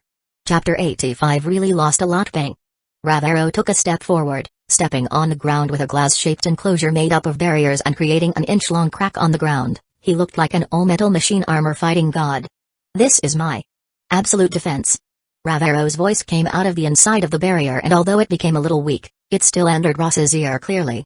So, despair. With a fierce smile on his face, he rushed towards Ross as his huge fist was wrapped in a barrier. He hammered towards Ross's head, wrapped in terrifying momentum and tried to beat Ross into a bunch of meat pies. Ross looked at the fallen fist, his eyebrows gradually wrinkled and he retreated to the rear. What's wrong? Didn't you have a good fight just now? Ravero grinned fiercely and continued to chase Ross, punching continuously, while Ross kept avoiding his fists and showing a slight unwillingness. Chop. Ravero pushed Ross back with his fist and closed his hands together. The barrier flowed into a glass sword, which fell sharply at Ross. Ross took a step toward the side and the sword fell into the street creating a 10-meter wide crack in the street instantly splashing gravel and mud. Not far away, members of Iron Wall Pirates, who are fighting Lafitte, saw Ravero's ultimate ability that forced Ross to retreat and their confidence boosted. That Captain's absolute defense. No one has ever been able to destroy it and it has crushed all enemies. Many pirates were amazed. Once Ravero used this trick to defeat the Marine fleet led by a branch vice admiral, and there was no resistance. On the field, Ravero swung a sword that cut off a house on one side and walked to Ross with a mighty grin. What's wrong? He muttered. Do you feel despair? With a cruel grim expression, he controlled the close of the barrier and raised the transparent sword, intending to end the battle quickly. But it was at this time that Ross spoke up. It's a big loss. Did you finally realize that it was a mistake to provoke Iron Wall Ravero? Ravero held a high-spirited posture and looked at Ross, coldly saying, unfortunately, it's too late. The moment his voice fell, he turned his power to the utmost, wrapping the sword with unprecedented terrifying power and boldly split against Ross. It's really a big loss this time. Looking at the power of Ravero's sword, Ross repeated what he had said before. He closed his eyes slowly and clenched his fingers into fists that trembled slightly. Such strength and he only have a bounty of 180 million berries, it is. Too bad. Ross's fist swayed upwards and slammed at the sword in Ravero's hand. The strength of this Ravero is enough for him to have a bounty of 300 million berries, but his actual bounty is only 180 million berries, 2 grades lower. Ross was angry. After bending the sword of the barrier, he grabbed it with his backhand and pulled it violently. He pulled the whole barrier together with Ravero and smashed it with one punch. Bang! The punch hit the glass-like barrier and water-like ripples appeared on it. The entire barrier was made into a paste by the power of distortion that broke out from Ross. Bang! Ross raised his foot and kicked Ravero's barrier armor, slamming it into the side of a building. Whiz! Ross disappeared and appeared in front of Ravero, his fist slamming down and hitting the pasty armor that had not yet recovered.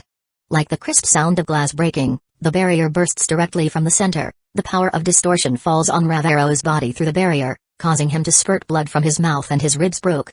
After the series of attacks, he couldn't react at all and his face was filled with horror and fear. All the barriers disappeared instantly and Ravero's body fell on the ruined streets. The wrestler Hanyu was expressionless. Members of Iron Wall Pirates, too, were expressionless and there was no noise in the air. Lafitte also stared for a moment, then gently smiled while reaching up and lifting his hat. Cough. Cough. Ravero was still alive. He coughed twice and tried to get up, but the severe pain in his chest made him unable to even flip his body. Ross walked toward Ravero, step by step to his side, stepping on his chest and saying, "Why is there a bounty of only 180 million berries?" Cough. Cough. Ravero vomited blood violently, blood spilled from his nose and mouth. He looked at Ross's face and listened to Ross's inexplicable words. Fear spread in his heart. What is this man talking about? Is he a madman? But how can a madman have such strength? Your bounty should be a lot higher, even if it was 20 million higher. Ross spoke to himself. Listening to Ross, Ravero's inner fear spread and gradually occupied his whole heart. He suddenly coughed violently and said to Ross, Don't kill me. If you want money, I have many precious things here." Ross looked at him without any emotions. Ravero cried, No, I have ancient weapons. Maps. His eyes were full of fear.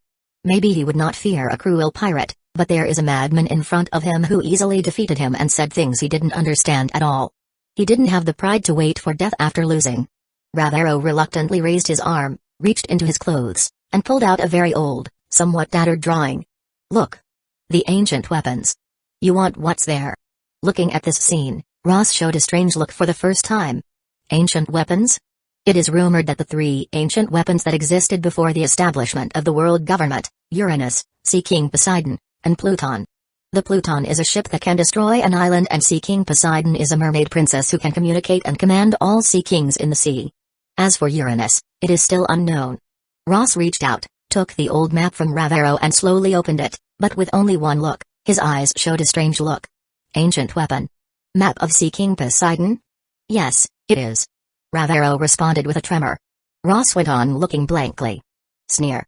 The power of distortion in Ross's body was activated, ripping the old map into numerous fragments in an instant and scattering everywhere.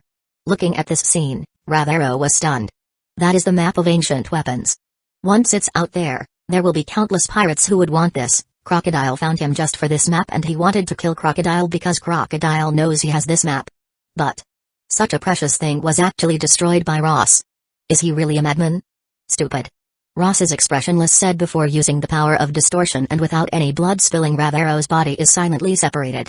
Looking at the fragmented body with a trace of despair on his face, Ross spoke in a voice that only he could hear. My eyes have the ability to understand all the truth in this world. The mermaid princess Shirahoshi, who lives in the fisherman's island, is the ancient weapon, Sea King Poseidon. As for this treasure map, it may be a graffiti that the ancients people used to paint hundreds of years ago. I am afraid I don't know how many people have been turned around by it. When they search for it, they die without finding any trace of ancient weapons. They don't know the truth. Chapter 86 Crocodile hanging bounty of 180 million berries. Iron Wall Ravero has been killed, receiving a reward of 80 talent proficiency points and 1 free talent point. The familiar system sounded in his ear, and Ross, who had previously been annoyed that Iron Wall Ravero's reward did not match his strength, finally shook his head. The level of bounty is undoubtedly affecting the level of reward. The bounty orders of this world are not something that is sent out casually, but it will be based on the degree of harm caused by someone. Then that person will be discussed by the government and marine at various levels before the final result. Perhaps a pirate with a bounty of 150 million berries may not be able to win against a pirate with a bounty of 180 million berries, but the bounty of tens of millions or billions of berries is obviously incomparable. The bounty may not represent strength, but to a certain extent, there are still standards of strength in it. Naturally. Apart from 7 warlords of the sea's bounty that was fixed at the time of signing the agreement. Ross also thought about whether 7 warlords of the sea would have a special reward, but the system did not give him an answer. Now, gravity distortion can be activated. Ross's face reappeared with a smile. In fact, he also considered his ability to develop gravity distortion, but he could not even touch the edge of gravity. Perhaps without the talent system, distortion fruit development limit would have been same as tremor fruit of Whitebeard. The tremor fruit can only produce pure material distortion effect, which is the limit of the world. After all, it is difficult to shatter space even with the Whitebeard's strength.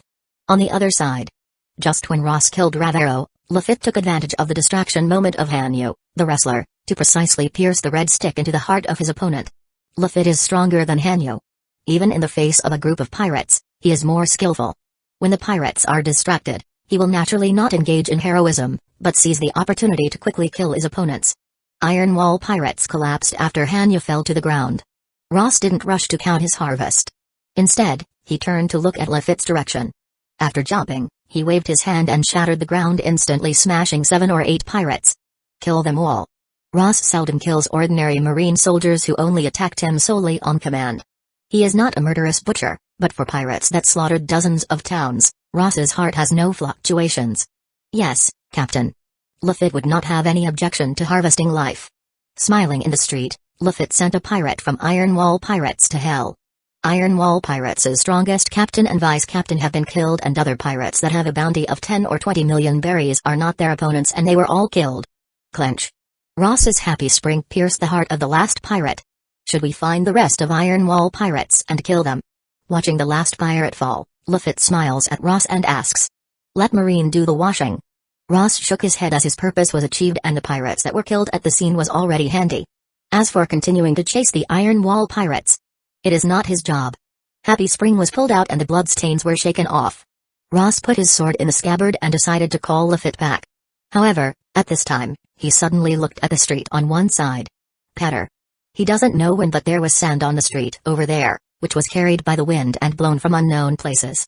At the next moment, a dark shadow appeared from the deep part of the street, which was slowly coming towards his direction. He wore a gray fur coat with a cigar in his mouth and a scar across his cheek beneath his eyes. 7 warlords of the sea, Crocodile.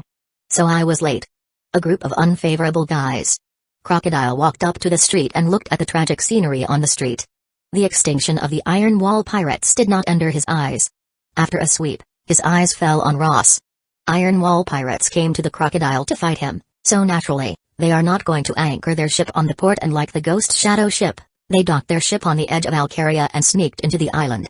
By the time Crocodile's men found Iron Wall Pirates, Ross had already fought with Iron Wall Pirates, and when Crocodile heard the news, he immediately came here, but he was still a step late. The battle between the Ghost Hands Pirates and Iron Wall Pirates ended much faster than he expected. 7 warlords of the sea, Sand Crocodile. What are you doing here? Ross looked at Crocodile and asked in a quiet tone. Crocodile indifferently looked at Ross. At the end of the cigar in his mouth, a thin wisp of smoke drifted upward, forming a silk thread and escaping over his head. Not far away, besides Iron Wall Ravero's body, sand quietly poured into his clothes, rolled up and explored inside and outside. No. Crocodile looked at Ross and his gaze gradually became cold. He knew about the ancient weapon map. Ravero would definitely not place it anywhere else and will carry it on himself. After all, his name was Iron Wall, which was supposed to be never broken. And Ravero has nothing now. The map. It was taken away by you. Crocodile stared at Ross and said in an indifferent voice, "No wonder you're still bold in your current situation. You also want that power." Ross heard Crocodile's words and his eyes showed a glimmer of light in them. No wonder Crocodile would attack Iron Wall Pirates. No wonder Iron Wall Pirates would come to his door again. Neither side wanted to let the news out. Unfortunately, the map was fake. If it was a map of Pluton and Uranus, it may have been true. But it can't be true about the Sea King Poseidon. Moreover, Crocodile went to Alabastan a few years later to acquire the ancient weapons Pluton, which clearly proved that. You mean that fake map? It's been ripped off by me. Crocodile narrowed his eyes and showed a dangerous expression. To deceive him, he should make up a better reason than that, destroying the map. Even fools won't believe it. The government recently told me to take away your head. I didn't intend to pay any attention to it. I didn't expect you to come to my place and take what you shouldn't take. His tone became cold and indifferent as if he were speaking to a dead man. Ancient weapons are something that the more people know, the more accidents will occur. It doesn't matter if Ross has the map or not, the outcome is already decided and he is doomed to die here. Chapter 87 Distortion vs. Sand Rustle. At Crocodile's feet, sand spreads out constantly, and the broken earth is gradually transformed into fine sand under the influence of his ability. Looking at the hostile and murderous Crocodile, Ross's eyes were calm. He could completely guess Crocodile's inner thoughts, but he would not explain his own words. He had already said the truth and it was the other side's business to believe it or not. He will not bother to explain the qualification of ancient weapons. You can defeat the Marines and destroy Iron Wall Pirates. You are very strong, but I am not the idiots of the government and Marines. Crocodile slowly walked toward Ross. The place where he passed was covered with a layer of sand. Just as his voice fell, his eyes flashed as he suddenly moved forward and his right arm turned into sand, attacking Ross. Crescent-shaped sand dune. A crescent-shaped blade of sand appeared with the swing of his arm and swept towards Ross. The blade of sand contains a dangerous atmosphere. It will not split the human body, but it will drain all the living things it touches. In the face of this move, Ross's response is also very simple, his 5 fingers clenched into a fist as he punched the coming attack. Distortion Fist. Bang. Ross's punch hits the crescent-shaped sand blade and the sand blade instantly bursts apart. Before the dry force of the sand blade and the sand edge penetrated Ross's body, it was blocked by the power of distortion. He sighed. Why is it that no one believes the truth? After punching Crocodile's sand blade, Ross's eyes gradually calmed down and he said, now that you've done it, you can bet your life on it. Since the truth is not believed, then whoever has the biggest fist will speak the truth. Their strength is the sole factor for testing the truth. For this kind of thing, life is really a good bet. It seems you are ready. Crocodile is not surprised that Ross has blocked his attack. He can make Marines suffer from losses. He is someone who has completely destroyed the Iron Wall pirates. It will not be this easy to defeat him. He extended his right hand and slammed into the underground. Bang. The ability of Logia Sand Fruit was fully launched by him. In the original broken ground, countless cracks appeared in an instant, centered on the place he pressed and spread in all directions. The black soil with water changed from black to brown and finally yellow to at a visible speed. Almost instantaneously, the earth within a few tens of meters of the radius was completely turned into sand. This sand wrapped Ross in it and strangled him. Changing the terrain. You want to create a more favorable battle environment? Ross looked calmly at the street that had turned into a sandy field in a flash, without any fluctuation in his eyes. But you're not the only one who can control the sand, he said. Bang. In the next moment, Ross lifted his foot and the sand that swept over him exploded instantly under the influence of the power of distortion.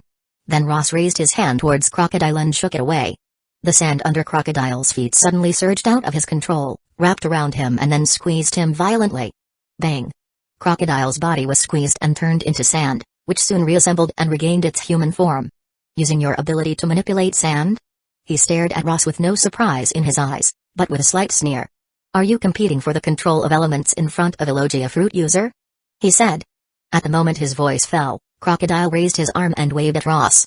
In an instant, the sand under Ross's feet suddenly rushed toward Ross with lightning speed, turning into sharp sand blades and intending to cut Ross off from waist. This attack was already captured by Ross's observation haki. He raised his hand and directly pressed it on the sand blade. Bang. Ross's power of distortion can no longer control the sand, but under the power of distortion outbreak, Crocodile can no longer maintain the shape of the sand. The whole blade of the sand pops open, turning into countless sand particles and drifting in all directions. Just as the dust and sand drifted away, Ross stepped on his feet and he left a residual image as he charged towards Crocodile. He clenched his right hand into a fist and punched. Humphrey. Crocodile snorted and struck with the same unafraid fist.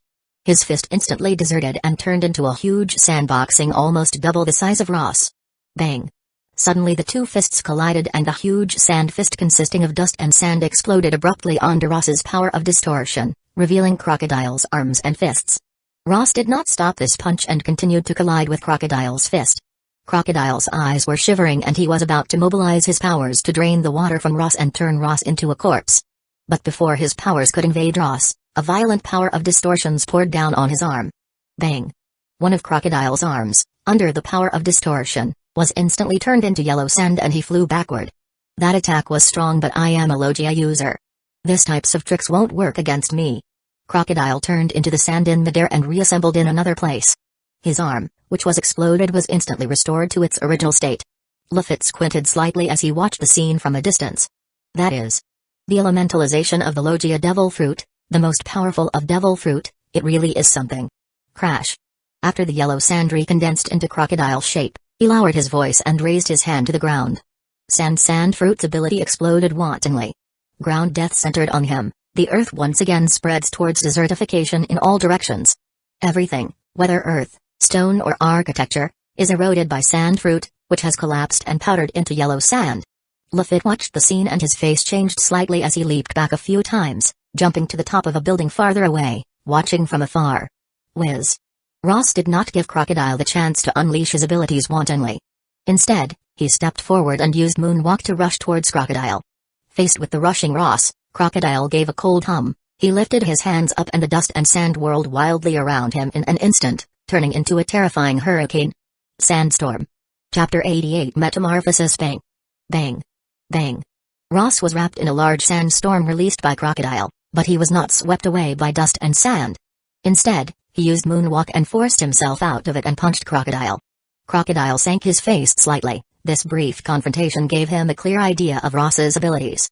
His physical strength was extraordinary and his fruit development was extraordinarily powerful. Almost no trick could stop Ross's steps. Even though he is a Logia user, it is not easy to fight Ross. But, as an elemental ability, it will always be invincible. Crocodile did not think that his Logia would lose to Parimsha. After all, the consumption of stamina by Logia was lower than that by Parimsha. Faced with Ross's punch, Crocodile's right arm folded into a knife made from sand and slammed it towards Ross. However, just as Ross's fist was about to collide with Crocodile's sand knife, a strange force suddenly gushed out of his fist and instantly covered it. Armed. Crash. Although this punch does not release the power of distortion, it still breaks Crocodile's sand knife with Armament Hockey's hardening strength and his physical ability which he never neglects to exercise. Crocodile went to New World and even challenged Whitebeard. It was impossible for him to not recognize Armament Hockey. He was so shocked that he could hardly escape. He could only clench his fist and wrap himself in the sand. Bang! Ross's punch shattered Crocodile's rushed sandbox shell and collided directly with Crocodile's fist. Even though Armament Hockey's attack was far less powerful than his full-blown power of distortion, the punch still caused severe pain in the phalanges and numbness in Crocodile's fingers. Damn! Hockey? Ross used Armament Hockey, which was obviously beyond Crocodile's expectation. He was shocked. All the contempt against Ross had disappeared, replaced by a very dignified expression. To be able to use Hockey and or not are two completely different concepts against a Logia user. Without Armament Hockey, a Logia user will not have any obvious weakness and they will be able to defeat their opponent. But once someone is able to use Hockey, he will have a basic strength against any Logia user. Even the weaker Armament Hockey still has the effect of capturing the Logia competent entity. The thing about Logia user is that they always think that they know everything and will always remain superior to others. Unfortunately, you know nothing about my strength. Armament Hockey attached to Ross's fist disappeared, avoiding a sand knife that Crocodile counterattacked with. At the same time, the power of distortion suddenly rushed out and he punched the coming sand knife, scattered it. If Ross's Hockey had been able to attach to the power of distortions, then this blow would have been enough to hit Crocodile hard. Crash. Crocodile turned into the yellow sand and recoagulated dozens of meters away. His face gradually restored calm and the surprise just disappeared. It seems that you still can't use Hockey very well. He once challenged Whitebeard and was seriously injured by Whitebeard's punch. The power of the shock is somewhat similar to the power exerted by Ross's fist, but it is clear that Ross cannot attach Hockey to his fruit ability. After all, it was Crocodile and he judged Ross's weakness by his attacks. It is enough to deal with you. Ross did not deny Crocodile's claim that he did not use Hockey well enough, but Crocodile did not develop his fruit ability to the level of a marine admiral who could easily destroy an island. Whiz.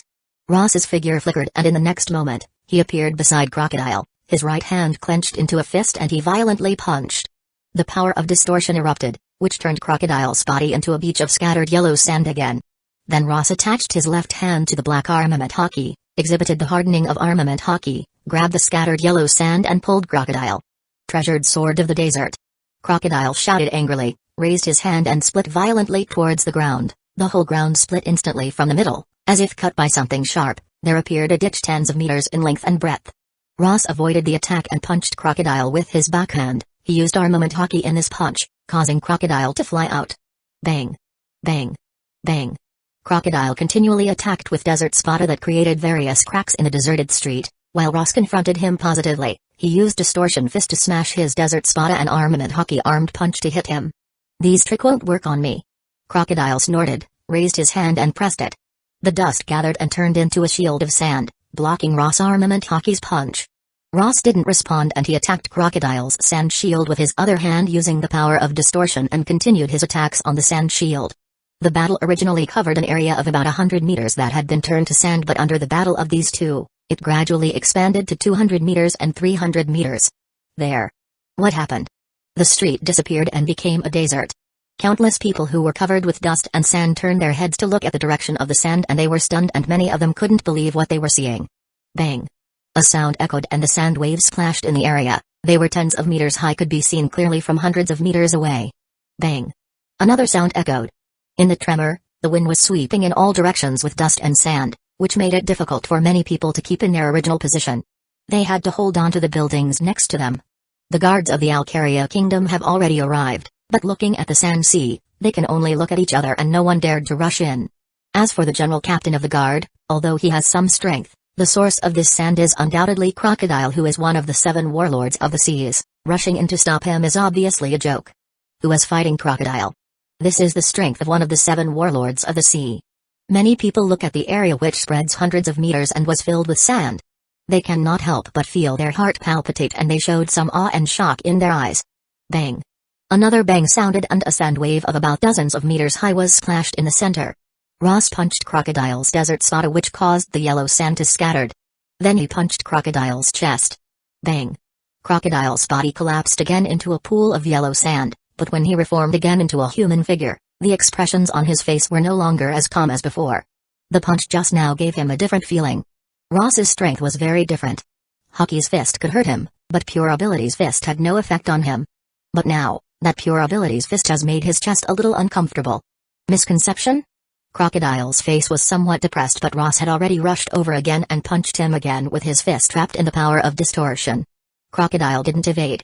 He had tried to evade Ross several times before, but Ross has caught him. There is no doubt that Ross also has observation Haki. With a shout of anger, he turned his arms into 2 huge blades of sand and swept towards Ross. Bang! Crocodile's blade of sand failed to hold for a second, and it broke apart under the bang of the power of distortion, while Ross's fist was once again on Crocodile. The punch fell and Crocodile's face finally changed. If it was a misconception before, then this time, the pain in his chest cleared that misconception. Chapter 89 Hidden. What's wrong? You seem surprised? Ross calmly looked at Crocodile. It's a common phenomenon to make progress in battle. You don't think I'm spending stamina meaninglessly? In this world, fights are always the best catalyst for improving strength. Before, Ross could not combine armament Haki with the power of distortion perfectly, but in his confrontation with Crocodile, he gradually touched the key point of coexistence between the two, Haki with one hand, distortion with another. Ross was going to look for opportunities to activate gravity distortion and use his new abilities to crush Crocodile, but it's not fair for him to use it in this fight, and it's not in line with his direct and straightforward style of doing things and his principle of working hard on his own. So he only made preparations for the temporary addition method but did not implement it. Crocodile's face became ugly. Ross's Haki and fruit ability can't be perfectly combined. This is a big flaw and weakness. It is also because of this that he was able to stand against Ross until now. But now Ross is gradually overcoming this defect, and the final result of this battle is clearly flying in a direction beyond his control. Adamant treasured sword of the desert. Crocodile's face was twisted in anger, and he used his sand fruit to its limit. Countless dust and sand rolled up, gathered in the air into various huge blades which surrounded Ross in the center. Under his control, these huge sand blades suddenly attacked Ross from all sides. Crocodile planned to make a quick and large move to finish this fight as soon as possible. Bang! Bang! Bang! Ross did not have any fear, and he did not avoid any coming blade. He just waved his fist in front of him and punched them one after another, and with every punch a sand sword fell, and this attack did not affect him. Crocodile guides the sand in underground with both hands and tries to form a spear to penetrate Ross, but before the spear could come out of the sand, Ross raises his foot and the power of distortion pours into the sand, instantly destroying the unshaped spears. In front of sand fruit, Ross can hardly compete for control of sand, but in the same way, Crocodile can hardly manipulate sand on the ground at will. Don't you understand yet? Crocodile's offensive was disrupted, and Ross stepped out of the sand and rushed towards Crocodile. From the beginning, I was fighting against you to exercise my abilities. Bang! As his voice fell, Ross's fist suddenly punched Crocodile's sand shield and broke his arms and shattered his head. Crocodile, who was shattered into yellow sand by Ross's punch, escaped from the underground and reformed his body dozens of meters away. This time, when he recovered, there was a blood spilling from his mouth and nose. Obviously, Ross's last fist had caused some considerable damage. This arrogant guy. Crocodile gritted his teeth and his eyes were filled with killing intent, but by this time, he knew that the battle's balance of victory and defeat had begun to tilt. If he continues his fight against Ross, then the chances of winning are very low. Crocodile's mind flickered, and eventually, he chose to withdraw. But by this time, he can't walk if he wants to. I seem to have said from the very beginning that since you have started, you have to gamble your life as I do with mine. Ross looked at Crocodile indifferently and he ran after him. Sandstorm. Crocodile whispered, and a dust storm appeared in his palm and he threw it at Ross. At the same time, he turned into yellow sand and flew away with the wind. Ross stepped on the foot and shot out like an arrow. His right hand was instantly covered with armament Haki hardening, and it was inserted into the yellow sand. Crash.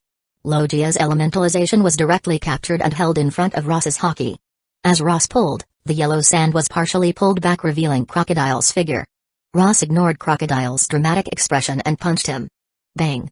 This time, Crocodile's body didn't even break up into yellow sand. Instead, it broke up a small part of his body. Crocodile flew backward and bled out of his mouth. Violent. Sandstorm.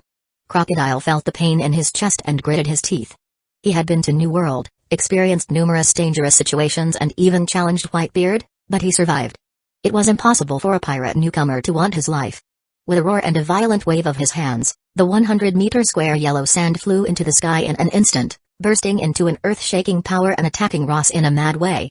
Far away, many Alcaria civilians and guards saw this scene and were shocked. In the desert, such a scene is nothing, but here is the kingdom of Alcaria. This scene was something out of a fantasy.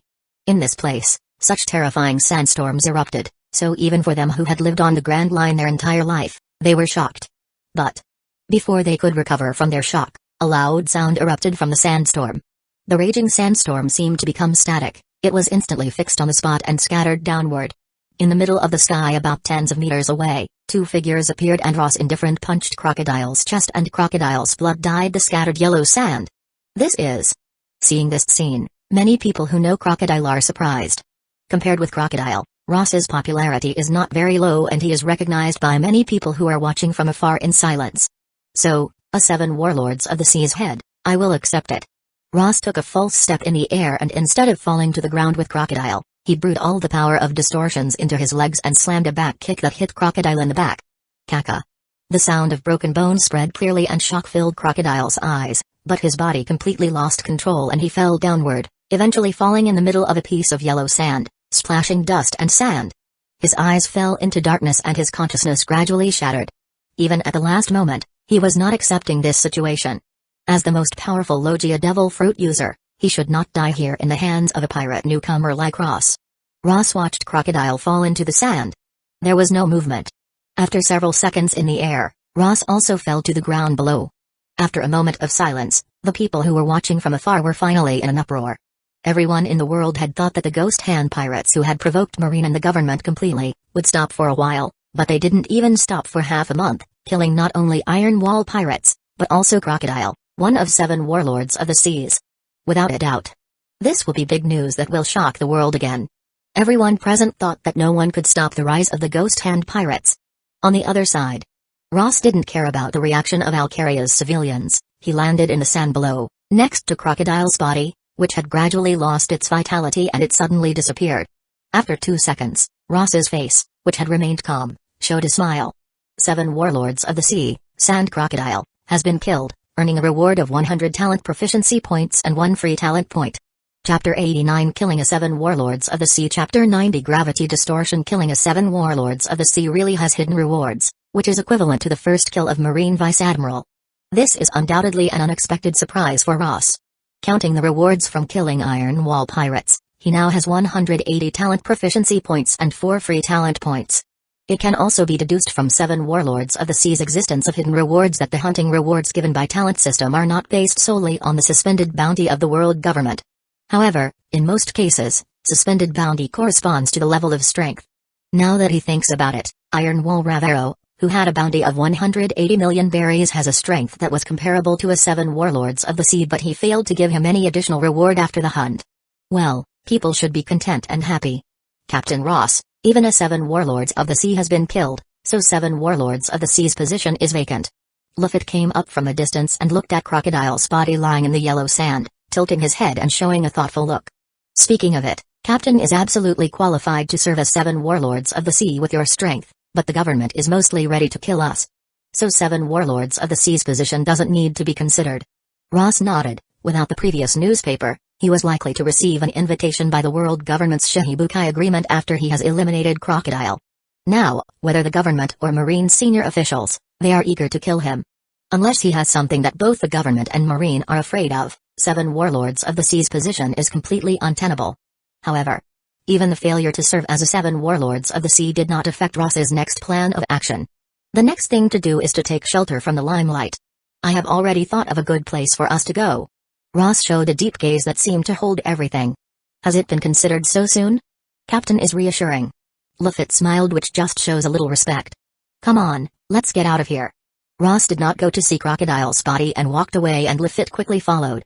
After destroying one of the 7 warlords of the sea, plus the previous events, in Ross's vision, he will encounter the following situations. One is the assassination by Cypher Paul from the government's intelligence agency, and the other is in the form of encirclement and suppression by at least 2 vice admirals from Marine headquarters. Finally, and worst of all, a Marine admiral. Even if he has 180 talent proficiency points and 4 free talent points, and his strength can be greatly improved, it is impossible for him to cross the huge power gap between Marine Admiral and escape once he encounters him. In the first case, the whole crew must be on high alert at all times. No matter which Cypher Paul unit is, their strength will not be weak. If they ambush and assassinate their crew, the situation will be very dangerous. He may be able to deal with it, but Robin's situation will become very dangerous unless she stays with him all the time. As for the second case, it's not going to be good either. With this harvest, Ross's strength will surely surpass those of Doberman's headquarters Vice Admiral. But when 2 Vice Admiral and even 3 Vice Admiral join forces, strength is not as simple as 1 + 1 = 2. Lafitte and Robin are not strong enough to fight against headquarters Vice Admiral. Although relying on talent system all the way to come here, all the enemies encountered were defeated by him, but Ross never regarded himself as Straw Hat Luffy. Luffy could overcome any dangerous situation, including Kizaru's attack, Aokiji's attack, and he survived Garp's crazy training and came out even stronger. For Ross, despite the smooth journey so far, as long as he encounters a real dangerous situation, maybe he will never be saved because no one will save him, he can only depend upon himself. So from the beginning to the present, before every action, he tried to take everything that would happen into account in advance. The news of Crocodile's defeat at Ghost Hand Ross's hand quickly passed back to the Marine headquarters and the world government, and was also uncontrolled as the news spread to the entire sea. For a time, countless people moved. Every 7 warlords of the sea is a well-known strong man on Grand Line. People may not be able to name vice admirals, but as 7 warlords of the sea, even the 4 emperors of New World, will pay some attention to them. Many of the top powers judged that Ross would be pursued by the government and Marine crazily when the previous news spread across the sea. He will be silent for a long time or may even die. Unexpectedly, just over half a month later, Ross reappeared and defeated one of the supernovas, offering a $180 million berries bounty in the first half of Grand Line and a 7 warlords of the sea. The rising trend seems to be true, as the news said. Unstoppable. At the same time, the government and Marine also issued an order urgently, and all eyes were gathered at Alcaria. The whole sea was in turmoil, and Ross, who was in the center of that turmoil, was standing alone on the edge of a cliff in Alcaria Island, looking at the boundless sea. In the 2 battles with Crocodile and Iron Wall Ravero, he was not seriously injured. He was only chopped by Crocodile's sand blade on his shoulders, and the scars were not deep. He was slightly bandaged and almost had recovered in 3 days. If he had a ship doctor, he might recover faster. Ross touched the bandage on his shoulder and gently pulled it off, revealing the dark brown scab inside. He stretched out his hand and the scab slowly fell off, revealing the tender skin inside. It seems that there will still be a little scar left. I should really recruit a doctor for the ship. As One Piece world's most decisive and handsome existence in his own view, a scar on his body is something Ross can't tolerate. Putting aside the messy ideas, Ross stretched his arm and felt that there was no problem at all. Then he moved his mind and evoked Talent Systems interface. Finally, gravity distortion. Ross took a deep breath and made a decision. He immediately placed 3 free talent points into the second branch of distortion fruit, gravity distortion. Buzz. A golden light flashed and the branch of gravity distortion was instantly activated, turning from emerald green to golden yellow, and at the same time, a warm current instantly rushed out of Ross's body. This warmth did not enhance Ross's body, nor did it enhance the power of distortion fruit, but it gave Ross a very strange feeling. The world that was originally in front of him had only the sky and the sea, the air and the earth, but at this moment, he seemed to see something different. Chapter 91 Sustainability Whoosh. This strange feeling lasted only a few seconds, then completely disappeared, but Ross's perception has become completely different. He can clearly perceive the existence of gravity and can use the power of distortions to directly interfere with it. Ross's mind moved, triggering the power of distortion, turning his body's direction of gravity from downward distribution to upward, and his body immediately flew towards the sky. The first time he used gravity distortion, Ross seemed to be somewhat uncomfortable. As soon as he flew into the sky, he made an Armstrong 720-degree spiral motion in the air, just like a headless fly. Bang! Ross dissipated the power of distortion, lifted his foot and cast Moonwalk, which barely stabilized his body, but he was still a little dizzy. On the deck of Ghost Shadow ship, anchored at sea, Robin was looking strangely at Ross in the sky tens of meters away, just in line with Ross, who was holding his body. Ross was silent for a moment and asked earnestly, "Robin, do you see God?" Robin silently regained her gaze and did not pay any attention to her own captain that has clearly gone mad. When Ross thought that this world did not have some kind of insecticidal and mosquito-repellent liquid, he stopped and did not continue to think in depth, but continued to try gravity distribution, his new ability. After a few minutes, Ross is suspended over Ghost Shadow Ship, flying from left to right and from right to left. Robin, who sat on the Ghost Shadow Ship, remained expressionless all the time. If she can, she would like to exert her ability to pull her captain from the sky, but the consequences of doing so are probably beyond her ability, so she can only think about it. A few minutes later, with the power of gravity distortion, Ross has taken full control of the flight capabilities and has begun experimenting with the ability to combine this flight with moonwalk. Moonwalk is a means of walking in the air and it has to bear the limit of gravity at all times, but if there is no gravity, the speed of the moonwalk will be a lot faster, and if the direction of gravity can be changed as desired, in line with the movement direction of moonwalk, the speed can become even faster. Simply relying on moonwalk will become frustrating if he is to face an airborne battle with Doflamingo or Kizaru, and he will be at a great disadvantage, but if he has the ability to fly with gravity distortion, the situation will be completely different. Whiz. Whiz. It is difficult to combine gravity with moonwalk in terms of movement. After all, Ross has just got the gravity distortion ability, but Ross's constant practicing has led his aerial walking to become more and more skilled. With gravity distribution, Ross's moonwalk can be said to have become an upgraded version. Even if he didn't invest much proficiency in the moonwalk, his instantaneous speed in the air would not be much slower than those of Headquarters Vice Admiral, who are proficient in Marine 6 powers. Who. After exercising for about half an hour, Ross's stamina finally couldn't support it. The gravity distortion itself was not very expensive for stamina, but moonwalk was a real stamina consumer.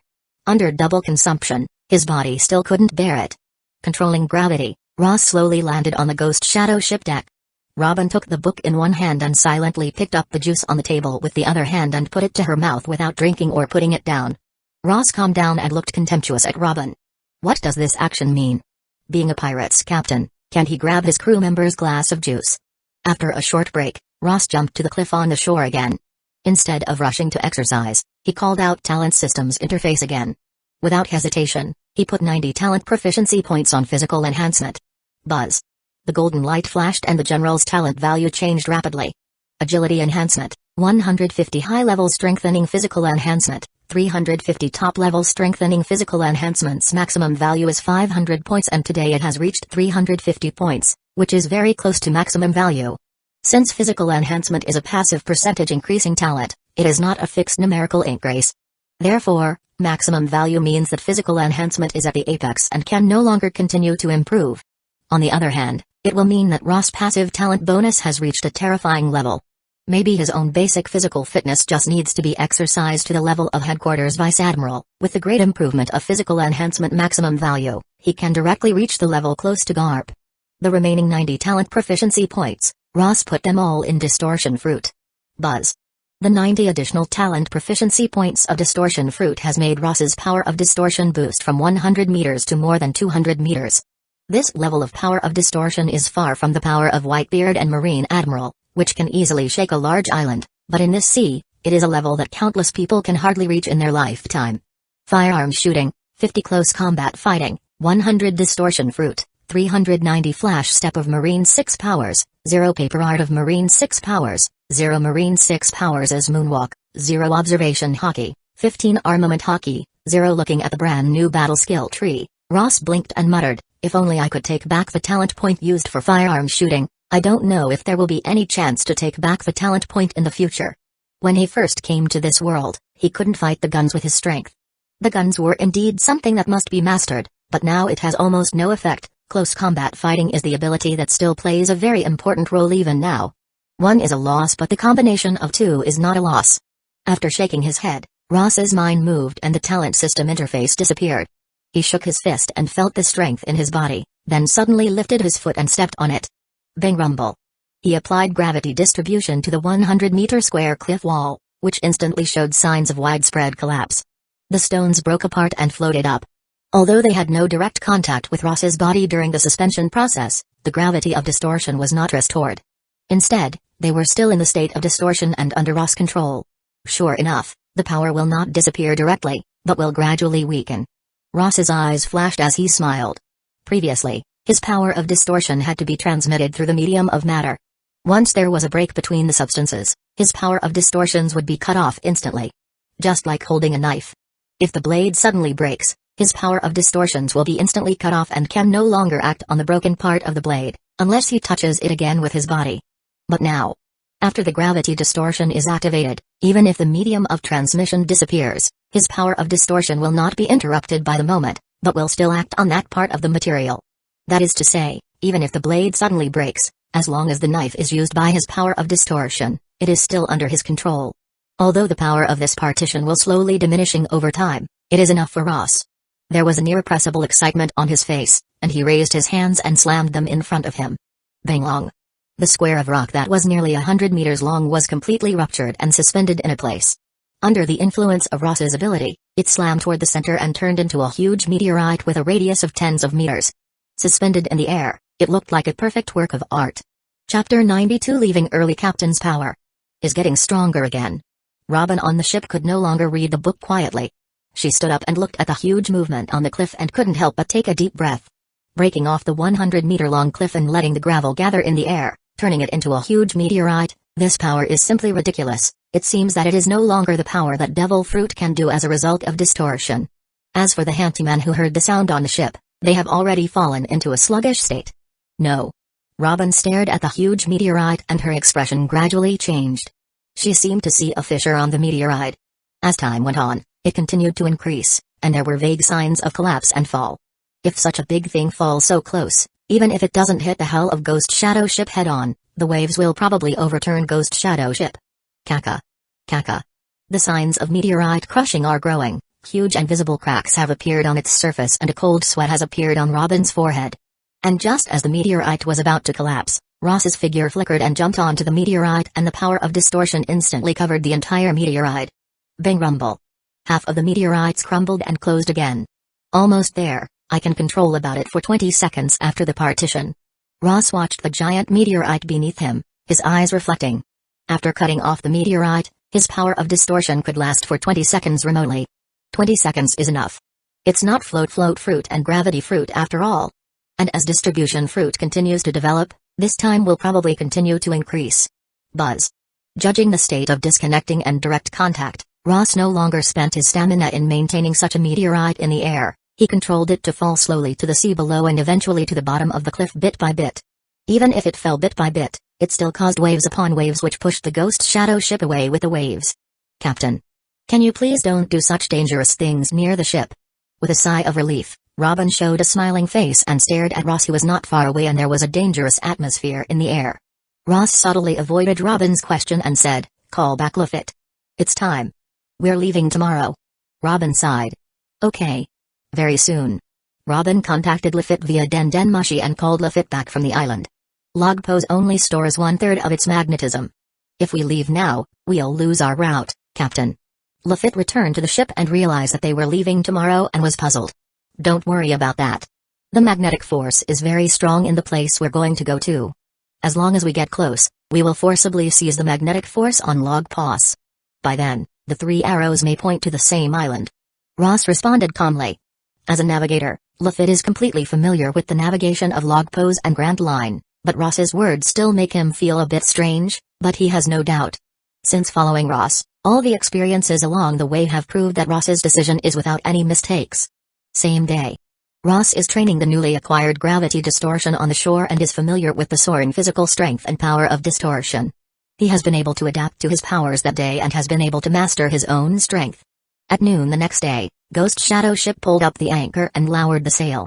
Captain, which direction do we go? Since Log Pose has not yet stored full magnetic force and the purpose of this trip is completely determined by Ross, Lafitte does not know the direction and asks Ross. It doesn't matter, just go in any direction. Ross stood on the deck, and when Lafitte and Robin were somewhat obscure, he continued, just go straight ahead, leave Alcaria's field of vision first. Lafitte and Robin looked at each other with a feeling of being unreliable, but the two still did not question Ross's decision. They controlled the Ghost Shadow ship and left Alcaria. When Alcaria gradually turned into a blurred black shadow on the horizon and finally disappeared from their line of sight, Ross, standing on the deck, looked up at the sky. So, The place we are going next is Sky Island. The moment his voice fell, Ross raised his arm and gently closed his 5 fingers in front of him. Power of distortion spread rapidly, covering the whole ghost shadow ship, and then he turned the direction of gravity. Crash. Nearly 40 meters long, ghost shadow ship, under Ross's power, rose slowly from the sea, causing waves to surge. All the people on the ship were stunned. Several handymen looked around in horror. Lafitte was a little shocked. Only Robin showed a sudden look and looked up at the sky. As an archaeologist of O'Hara's, she is naturally aware of the existence of the Sky Island. The Sky Island is indeed a good place to take shelter from the limelight, but it is really unexpected to be able to send a whole ship to the sky. After Robin stabilized herself, she smirked.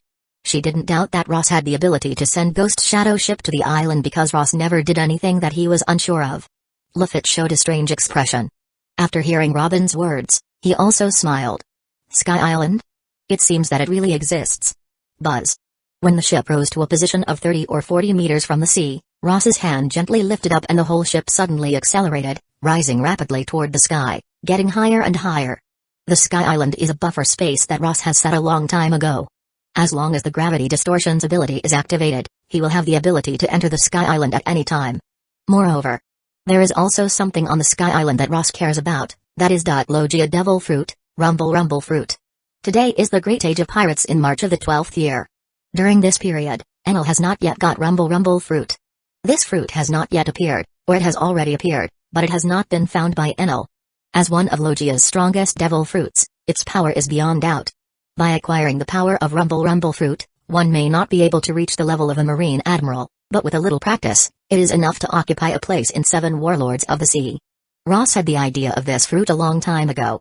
Knowing it was on Sky Island and leaving it to Enel was like seeing a pile of money by the roadside and not picking it up. Whether he has a chance or not, he has to take a look. Even if he already has the distortion fruit, he can have one of his crew members eat it to create a powerful battle power.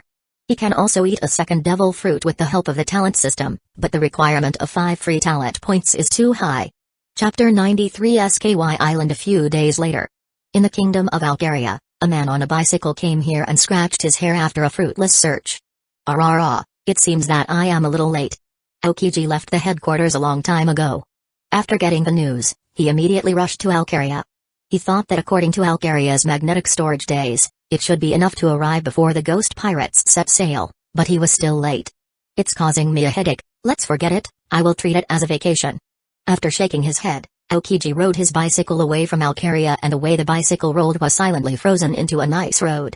A few days later, the fleet of the nearest marine base in the kingdom of Alcaria arrived and confiscated the body of Crocodile and reported the situation to the seniors of the marine headquarters.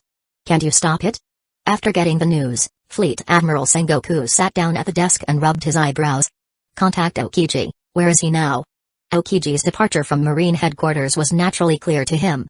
Although Marine Admiral's personal move for a $200 million pirate was a little over the top, Ross's influence was too bad for them. Aokiji was secretive and acting alone. Nobody knows. Just as Sengoku was about to contact Aokiji and ask questions, a den-den-mushi on the table suddenly sounded. This den-den-mushi was used by the secret agencies of the world government. Hello? I'm Sengoku. Sengoku frowned and answered the phone. There was a low voice on the other end of the phone. Fleet Admiral Sengoku, the government has given us full responsibility for the Ghost Hand pirates. If necessary, marine battleship may be mobilized. I hope you marine will cooperate fully. I see. Sengoku, after a little silence, responded by hanging up den-den-mushi. He wasn't surprised that the government took over the matter of the Ghost Hand pirates directly. Compared with Marine, today's top government officials are much more intense at killing Ross. And Ross's affair is already boiling. It's really not suitable to make a big move. Aokiji will travel alone. That's why, it's a good choice for the Cypher Pal to deal with it secretly. In Sengoku's view, it is indeed a suitable choice. The time went slightly forward, 6 kilometers above the sea. The speed of the Ghost Shadow ship is fixed to a certain extent, rising rapidly toward the sky. The sea below has become somewhat out of reach and there are plenty of clouds around it.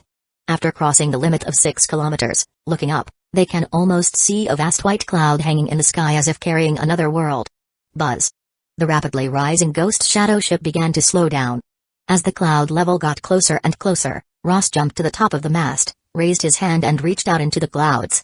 The power of distortion under Ross's control was fired up against the sea cloud. In a crash, the sea cloud swung to both sides and was torn apart by Ross as he created a huge crack. Ghost Shadow Ship abruptly accelerated, crossing the sea clouds onto Ross's open road and continuing to ascend upwards. A lot of fish and large monsters could be seen in the sea clouds. These monsters found the existence of Ghost Shadow Ship, but before they could come, Ghost Shadow Ship rushed to a higher place. Crash.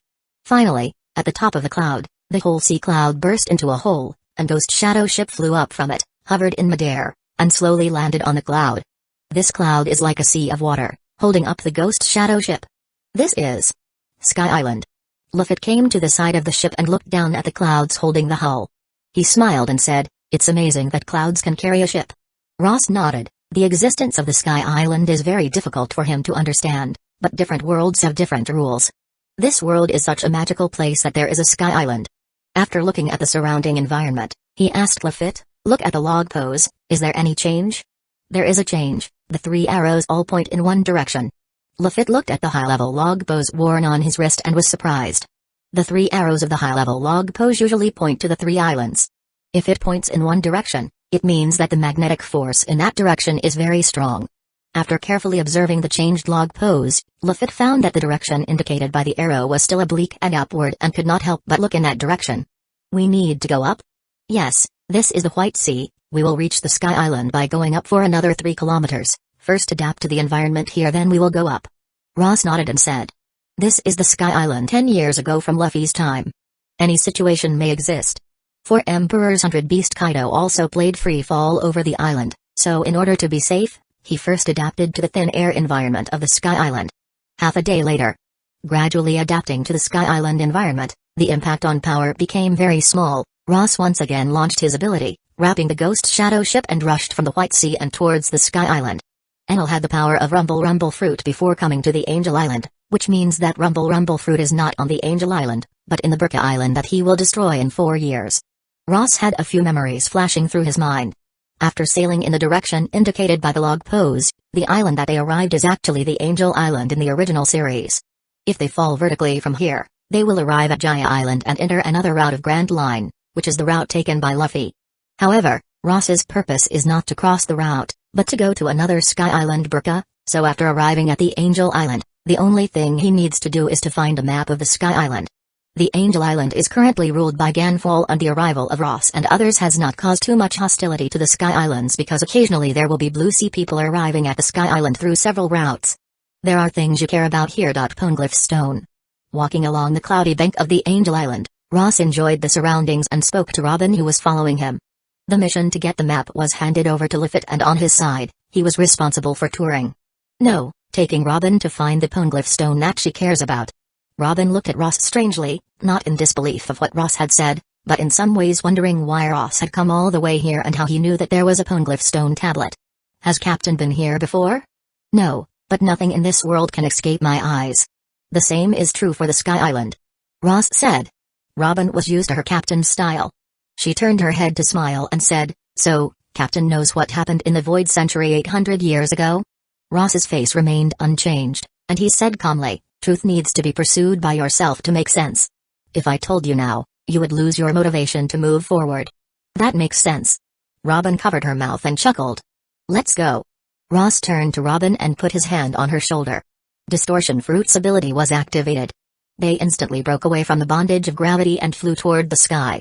Chapter 94 Ancient Weapons. The feeling of being wrapped up by inexplicable power was strange.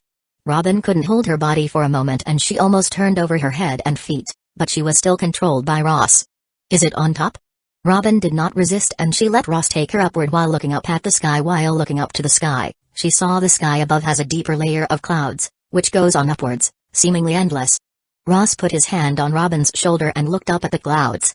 400 years ago, a part of an island on Grand Line was taken to the sky by the Knock-Up Stream. It was called the ancient city of Shandora. This island was later called Holy Land Skypia by the Sky Islanders.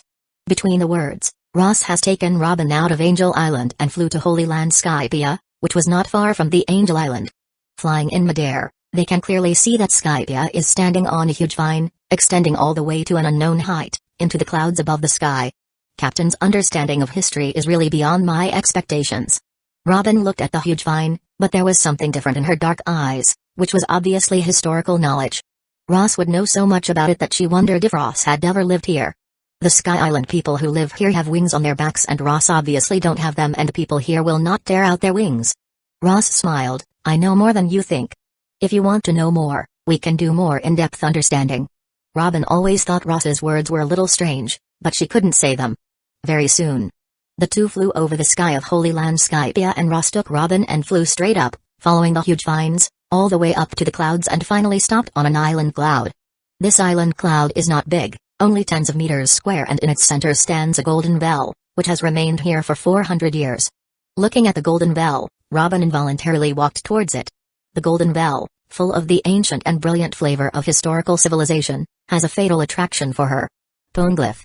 Near the golden bell, Robin saw the Poneglyph branded on the base, or the whole golden bell, built with a stone tablet of Poneglyph. Robin's hand gently stroked the words on the stone tablet, suppressing the emotions in her heart, silently reading the text on it, and her eyes gradually became illusory. Ross came over and said, "Can you read it?" Robin's eyes flashed. She paused for a second and whispered, "This is Log. The ancient weapon with the name of God, the seat of Sea King." When he heard Robin's words, Ross smiled a little and took over her words. Guide to the junction of Red Line and Grand Line, the island of the mermaid deep in the sea. Ugh? Robin looked at Ross with astonishment. Ross' explanation behind the Poneglyph stone tablet was almost the same, or almost the same in translation. If Ross had known so many hidden histories before and could explain them, it would be incredible for him to be able to read Poneglyph. In this world, only O'Hara's scholars can understand Poneglyph, and she should be the only survivor of O'Hara's. Poneglyph, it's not that hard to read. Ross calmly looked at the Poneglyph stone. The Sky Island Poneglyph stone, which logs the location of the ancient weapon Sea King Poseidon, clearly exists in Ross's memory. Before he asked Robin if she could interpret it, he just wanted to see if she would tell him the message of the ancient weapon Sea King logged here. However, although Ross knows the existence of Sea King Poseidon and that Pluton's location is hidden on the Poneglyph stone tablet in Alabaster, he does not intend to touch ancient weapons prematurely. In the absence of a certain strength, it is meaningless to acquire ancient weapons. The government can easily take them away by sending a marine admiral. At least, the real deterrent of these weapons is only when he has the strength to confront a marine admiral. Robin bowed her head and was silent. At this moment, she had countless thoughts in her heart. Never had she experienced such a confusing moment. Does Ross really know the truth about the Void Century? Should she ask Ross? But if she really gets the answer, as Ross said, her life goal will completely disappear, and then she wouldn't know what to do. Look here. Ross went to the base of the golden bell and pointed at another string of words inscribed there, interrupting Robin's thoughts. Robin looked up and looked in the direction of Ross's fingers. Her eyes flashed with a trace of amazement again, and her face showed a rare look of shock. I made it here. I will guide this text to the end of the earth. Pirate Goldie Roger. Pirate King Goldie Roger. Did he come over the Sky Island? Why did he write this kind of text?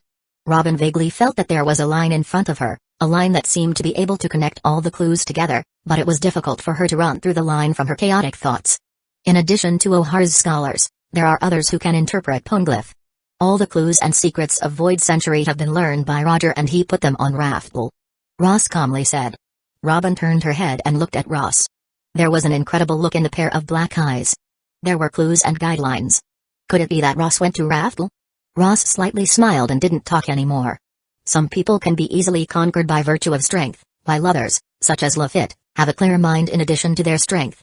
As for Robin, in the case of these two conditions, there is a third one, that is, to surpass her in knowledge. After all, Ross did not want a partnership like with the Straw Hats, but a relationship between captain and the crew. Let's go. The depths of the island below are deep, and there are ruins from hundreds of years ago. Ross didn't let Robin's brains fill up for too long, and he interrupted her thoughts and walked to the edge of the clouds, looking down at Holy Land Skypia. After a little silence, Robin went to Ross and hesitated again and again. But she did not ask her questions. She felt that Ross was right and she should personally pursue the truth. Kai. Ross did not grab Robin's shoulder this time.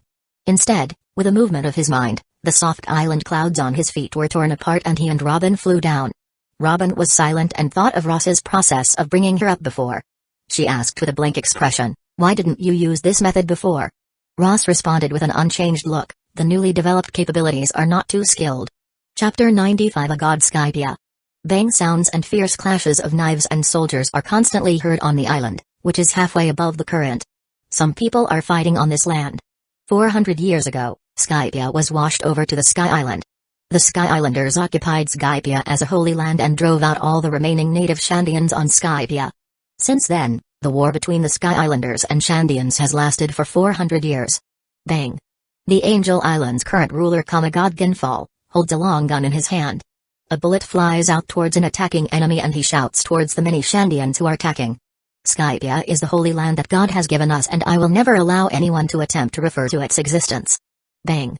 The leader of the Shandians was a slightly younger warrior, Wiper, who carried a burn bazooka that used breath dials and flew towards a Sky Islander and shoots at him before saying, "Those who have taken away our homeland are saying that God has given it to them. That's ridiculous. Skypiea belongs to us." Many of the Sky Islanders heard Wiper's words and shouted at him.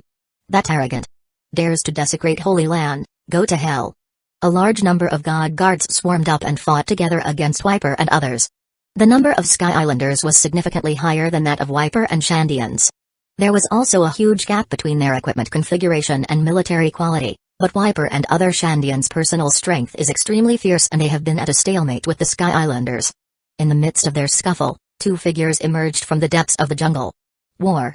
Robin watched the fight between the Sky Island army and the Sandian people. Although she had struggled for years in the underground world and had seen countless fights and war results, it was undeniable that deep in her heart, she still yearned for peace.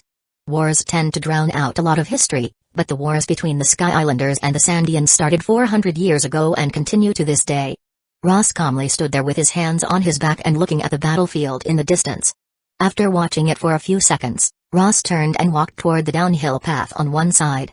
This is the upper part of Skypiea. The ruins below have been hidden for hundreds of years. No one has found them. Let's go down. Robin looked back at the war in the distance. However, before she could follow Ross for a few steps, a sharp arrow shot suddenly from a distance and towards her body with great precision. Robin's face changed slightly. The arrow came so suddenly which made it impossible for her to escape. But just as the arrow was about to hit her body, a hand approached her, grasped the middle of the arrow and stopped it. Looking at the slightly trembling arrow in his hand, Ross shook his head. One thing he ignored was that the Sky Island people could use observation haki. Observation haki is also known as the mantra in the Sky Island. People in Sky Island are really unusual in their ability to see and hear. Some people are even born with mantra, that is observation haki. It would be strange not to be found at such a close distance. Who's over there? Is it the reinforcement of sinners? Don't hide. A Sky Islander guard with a bow and arrows looks towards the bushes and stared at the position where Ross and Robin were and squinted sharply. Ross shook his head when he heard a cold cry from the other side of the battlefield. He had no intention to meddle between the Sandians and the Sky Islanders, but the other side almost hurt Robin with an arrow. His eyes flashed with indifference as he went out in the open. "I'll teach them some etiquette. You stay here and don't move around?" Robin's eyes flashed with doubts and she breathed. The arrow just came suddenly. If Ross wasn't there, she would probably be injured. Observation haki is something that she should master as soon as possible. In the rustle of bushes, Ross's figure emerged, holding an arrow in his hand as he heads towards the battlefield. He asked calmly, "Who shot the arrow?" In the battle between the Sky Islanders and Shandians, Ross's appearance is extremely conspicuous, because whether they are Sky Islanders or Shandians, there are white wings behind them, but Ross has nothing behind him and his image is quite different from that of everybody on the scene. Looking at Ross, someone frowned and thought of something. Blue Sea people? Without wings and feathers, this dress is also strange. It is not uncommon for Blue Sea people to appear over the island. Many people quickly identified Ross. Holding the bow and arrow was the vice captain of the Sky Island White Beret Army. After a little amazement, he quickly responded with a sharp look in his eyes. Did the Blue Sea people sneak into the Holy Land? It is strictly forbidden to enter the Holy Land Skypiea without permission. It is a felony of grade 3. The Sandians looked coldly from a distance. A clergyman, second only to Ganfall, looked at the situation from a distance and ordered the few soldiers next to him, "Kill him." Whiz. As he ordered, various arrows and a number of spears cut through the void and flew toward Ross's body and blocking his escape routes. Faced with this spear with strong wind, Ross did not mean to escape at all. He flexed his finger and flicked it lightly. The spear began to distortion from the tip of the spear. The rest of the spears were all scratched against Ross's body and all were lost. "It seems that I don't have to ask." Ross calmly looked at the vice captain of the White Beret Army and walked toward him, ignoring the rest of the chaos in the battlefield. Many Sky Islanders and Shandians, seeing Ross destroying the spears with a weird force, were surprised. As they watched Ross coming towards them, a few people nearby hesitated and rushed up with their own weapons. Crash. However, before they could reach him, the ground under the feet suddenly rolled up like a mire and instantly surged up, wrapping them all in one, revealing only their heads. Ross's footsteps didn't stop at all. He walked forward step by step. The speed and the distance has taken with each step was almost identical. He looked calmly through the field and saw the shocked Sky Islanders and Shandians nearby. Generations pass and generations come again, but the earth lasts forever. Like the fish in the water, they can't live without water. No matter if they are Sky Islanders or people from the Blue Sea, they can't live without the earth and soil. Bang. Bang. Bang. As Ross's footsteps progressed, the earth of 100 meters seems to be turned into seawater and it surged crazily, embedding the Shandians and the Sky Islander in it. The faces of Ganfall and several priests changed dramatically, and even Wiper and others looked at this scene with a somewhat shocked and incredible look. As Ross came step by step, the whole earth seemed to obey him, and it had paved a path for him, and everyone was bound and wrapped up by the surging earth and rocks. Holy Land. Skypia? All the land in this world is created by the gods. I gave it to you 400 years ago, but you have forgotten prayer and piety. Ross went on, raising his hand to the lightly floating emptiness of the priests and Ganfall, who struggled in the surging soil. Crash. The whole earth suddenly collapsed and rolled up like a wave and wrapped everyone in it. Distortion circled and turned into a mountain of about 100 meters wide. Everyone was wrapped in rocks and mud, and it was difficult to get out of it even though they struggled. At this moment, everyone's eyes to Ross changed, showing horror and fear, and some of the Sky Island people were shocked, their body trembled and they kneeled down. God. No, impossible. There is no God in this world. In the 400 years of war, God never appeared. Burning guns. Wiper gritted his teeth and roared as he fired at Ross with the cannon on his shoulder. The blue and white flame burst out from it and shot towards Ross. Ross had no intention of avoiding it and took no visible actions as the ground suddenly surged with countless stones and mud, swallowing the cannon in an instant. Humanity's greed led to war, which lasted for 400 years. God was never your guardian, just as mortals would not care about the war between ants. Why would a god care for a fight between you? It all started with a snap of the finger 400 years ago. Ross stood there calmly, raised his left hand and gently snapped a finger. Crack. In an instant, the earth screamed and swelled, and countless gravel mud wrapped around Wiper flew into the air, turning into a huge meteorite, flying toward the sky. With the passage of time, fine cracks gradually appeared on the rising meteorite, and eventually, in front of countless people, it suddenly collapsed.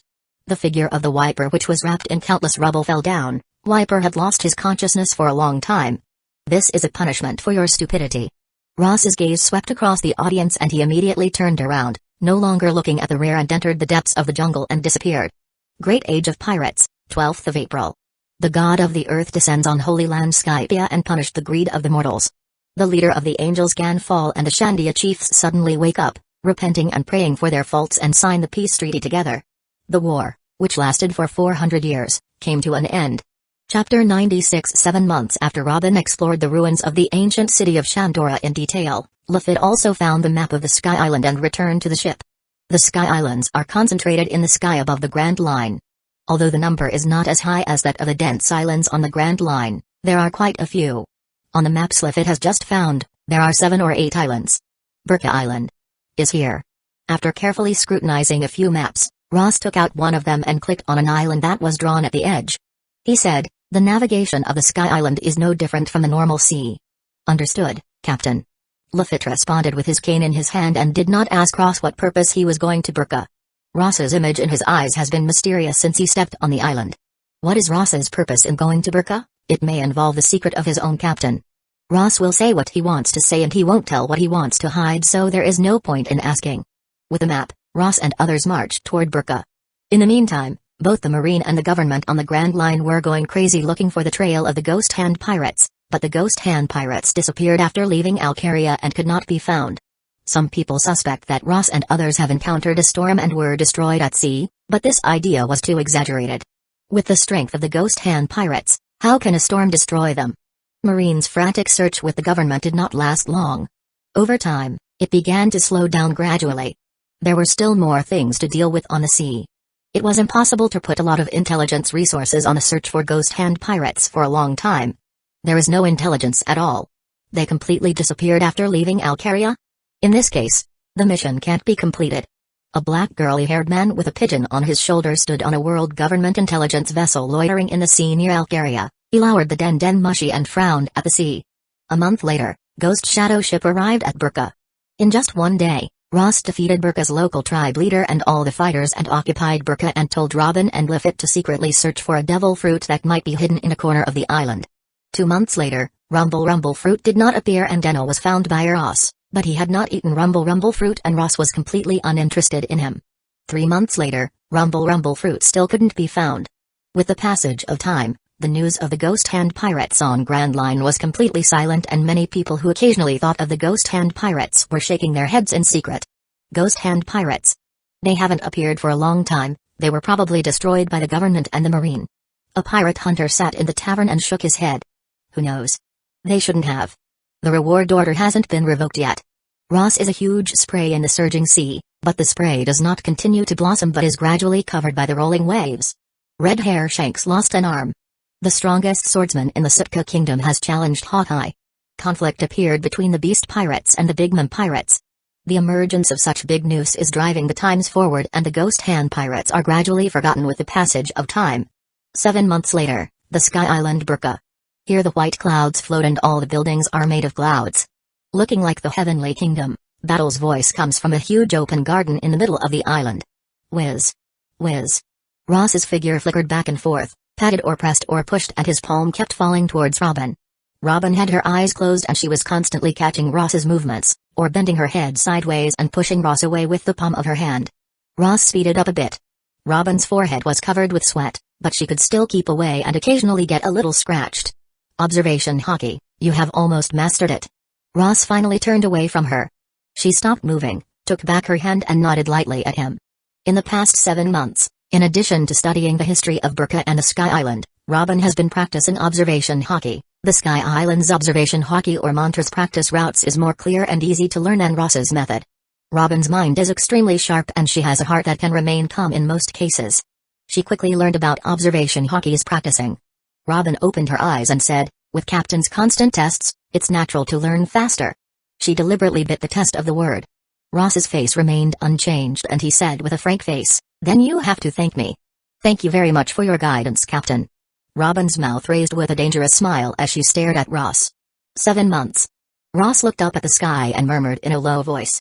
He had stayed in the Sky Island for 7 months. For him, it was a little longer than expected. He had planned to stay for 3 to 5 months before leaving, but Rumble fruit wasn't found and the time was constantly prolonged. It's because he took various things for granted. Even if he had guessed the location of the Rumble fruit in his memory, it is not so easy to get it. Over the past 7 months, he has been practicing all the time. He has mastered the ability of gravity distribution and has improved his physical fitness a lot. However, this practicing speed is obviously far less effective than galloping on the Grand Line, killing all the pirates and defeating marines. It's time to leave. Ross breathed softly. Without ant fights for 7 months and only practicing repeatedly has become somewhat intolerable for him. He is bored now. Fortunately, Robin was here and he could test her for observation Haki and the scenery on the Sky Island was also good. Blackbeard has been attached to Whitebeard pirates for more than a decade to acquire the Yami fruit, but Ross will not do so because Rumble fruit is not so valuable to him. Moreover, if Rumble fruit appears years later and falls into the hands of a Sky Islander and is eaten directly, it will be a waste of time. For him who has the distortion fruit and the talent system, Rumble fruit is not a must-have, not to mention the ability of gravity distortion. He can come back to the island at any time, without having to bind himself here. And last but not least, he didn't want to make the name of the Ghost Hand Pirates disappear in the ears of those high-level marines for too long. At Ross's side. When Robin heard that Ross was ready to leave after 7 months, she couldn't help but blink. Living in the Sky Island is much gentler than the sea. They don't have to think about the pursuit of marine. She doesn't have to think about collecting intelligence. But staying here is impossible if she wants to collect the Poneglyph Stone and know the truth of the Void Century. It is indeed time to leave. Chapter 97 Returning. So, are we leaving? Lafitte still looks as he did 7 months ago and nothing changed. After being recalled by Ross, he pinched the edge of his hat and asked with a smile. For him, the 7 months of the Sky Island can be said to be very boring and the devil fruit that Ross asked him to search was not found by him. Naturally. The main purpose of the Sky Island was to avoid the extremely dangerous situation that the government and marine will create, so although Lafitte was bored he understood the truth. 7 months without navigation, your level of navigation should not have declined, right? Ross smiled at Lafitte. Lafitte's strength has also improved slightly over the past 7 months. Even though he is still not an opponent of Headquarters Vice Admiral, he can handle a branch Vice Admiral for a while. As for Robin, she's a little stronger now than she would have been in the original series when she set foot on New World. Even if she's not as good as Lafitte, she's still capable of fighting a branch Rear Admiral. Oh. Captain, will see it soon. Lafitte opened his arms slightly with his cane, revealing a smile. Give an order to the Burka tribe to continue to search for the devil fruit, and as soon as they find it, they have to hand it to the chieftain for safekeeping. Ross gave a command. The people of Burka Island has been given a wave of deep hypnosis and brainwashing by him and Lafitte, especially the chieftain and many priests, who have been deeply hypnotized and brainwashed by Lafitte. Even if Rumble fruit appears, as long as it falls into the hands of these priests and chiefs, they will immediately hide it and wait for his return. All right. Lafitte made an aristocratic etiquette and turned to go outside.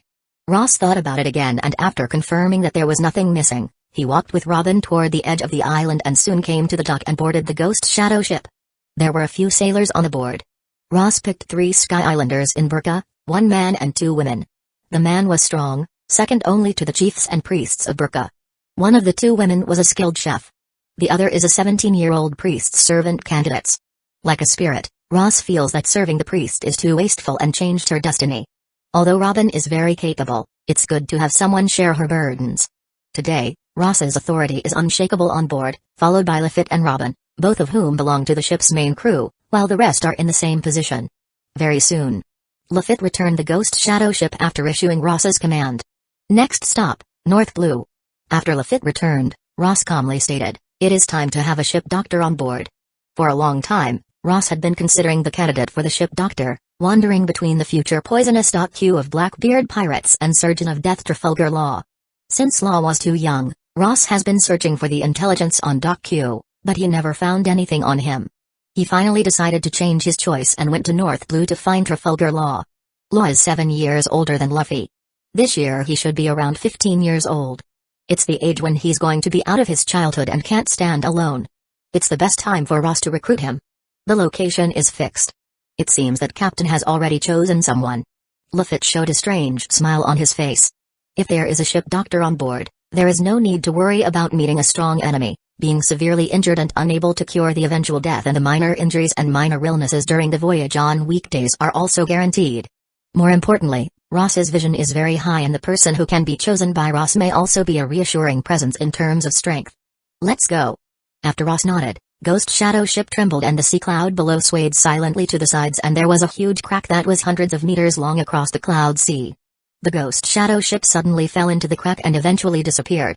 A few days later, on a ship sailing on the sea and flying the flag of the world government, a man in a top hat and a parrot standing on his shoulder was connecting Den Mushi to the other side. He is the world government subordinates, known as the strongest Cypher Pol No. 9's member in 800 years, Rob Lucci. More than half a year ago, the mission of the world government concerning the secret assassination and execution of Ghost Handross and the secret arrest of Devil Child Nico Robin was given to him. 7 months. They finally appeared, but how can they appear in North Blue? Lucci listened to the intelligence reported by Den Mushi on the other side and frowned. Did the goddamn Ghost Hand pirates finally appeared? Standing next to him, Spandam listened to the conversation between Lucci and Den Mushi at the other end, with a hint of irritation in his eyes. The government-supplied mission could not be completed directly because the Ghost Hand pirates disappears, but if they failed to succeed, it will be hung on their heads no matter what the circumstances were. As the current chief of Cypher Pol No. 9, he has been delayed by a mission for more than half a year and cannot get half the credit. He is very angry with the Ghost Hand pirates. In the past, with the efficiency of Lucci and others, a lot of credits was earned, which is why his father specifically mobilized his authority and assigned him to Cypher Pol No. 9 to serve as chief. As long as he stays in the Cypher Pol No. 9 for 8 or 10 years, it would be a natural thing to rise to the top of the government, and then he would be able to overlook the whole ocean from the top. Lucci hates Spandam more than the pirates he defeated. He believes in the dark justice and sees weakness as sin, and Spandam's battle power is as powerful as a soldier with brass in his hand. But as chief, he was trained to obey orders when he was young, and he could only press down his hatred of Spandam. He hung up the Den Mushi, turned to Spandam and said, "Ghost Hand pirates are in North Blue. I think we should go to North Blue now. What do you think?" Spandam hesitated for a moment and finally gritted his teeth and nodded. Although he didn't want to run that far, the world government's mission, which demands speedy completion, has been delayed for half a year. Now the Ghost Hand pirates has appeared. If the government knows he's doing nothing on this side, It's possible that condemnation orders will come down. Get the Marine Fleet of the North Blue ready for support. No, let the branch base on the Grand Line send battleship directly to North Blue. Ghost Hand Ross killed the elites of the Marine branch and destroyed one of the 7 warlords of the Sea Crocodile. Spandam is very clear about his strength, and although he trusts the strength of Lucci and others, but for those who are afraid of death, the more secure it is the better. Lucci shook his head and was very unhappy with Spandam, but Spandam was the chief of Cypher Pol No. 9, making the decision that Cypher Pol No. 9 must abide by unless he betrayed the world government. Unable to vent his frustration on Spandam, Lucci's mood quickly shifted to the target, which was the culprit of their wandering around the sea for more than half a year. There are still 4 months to go. It's the mission deadline of 1 year. Don't disappear again for no reason. Ghost Hand Pirates. Chapter 98 Trafalgar Law Great Age of Pirates, 13th year in January. North Blue.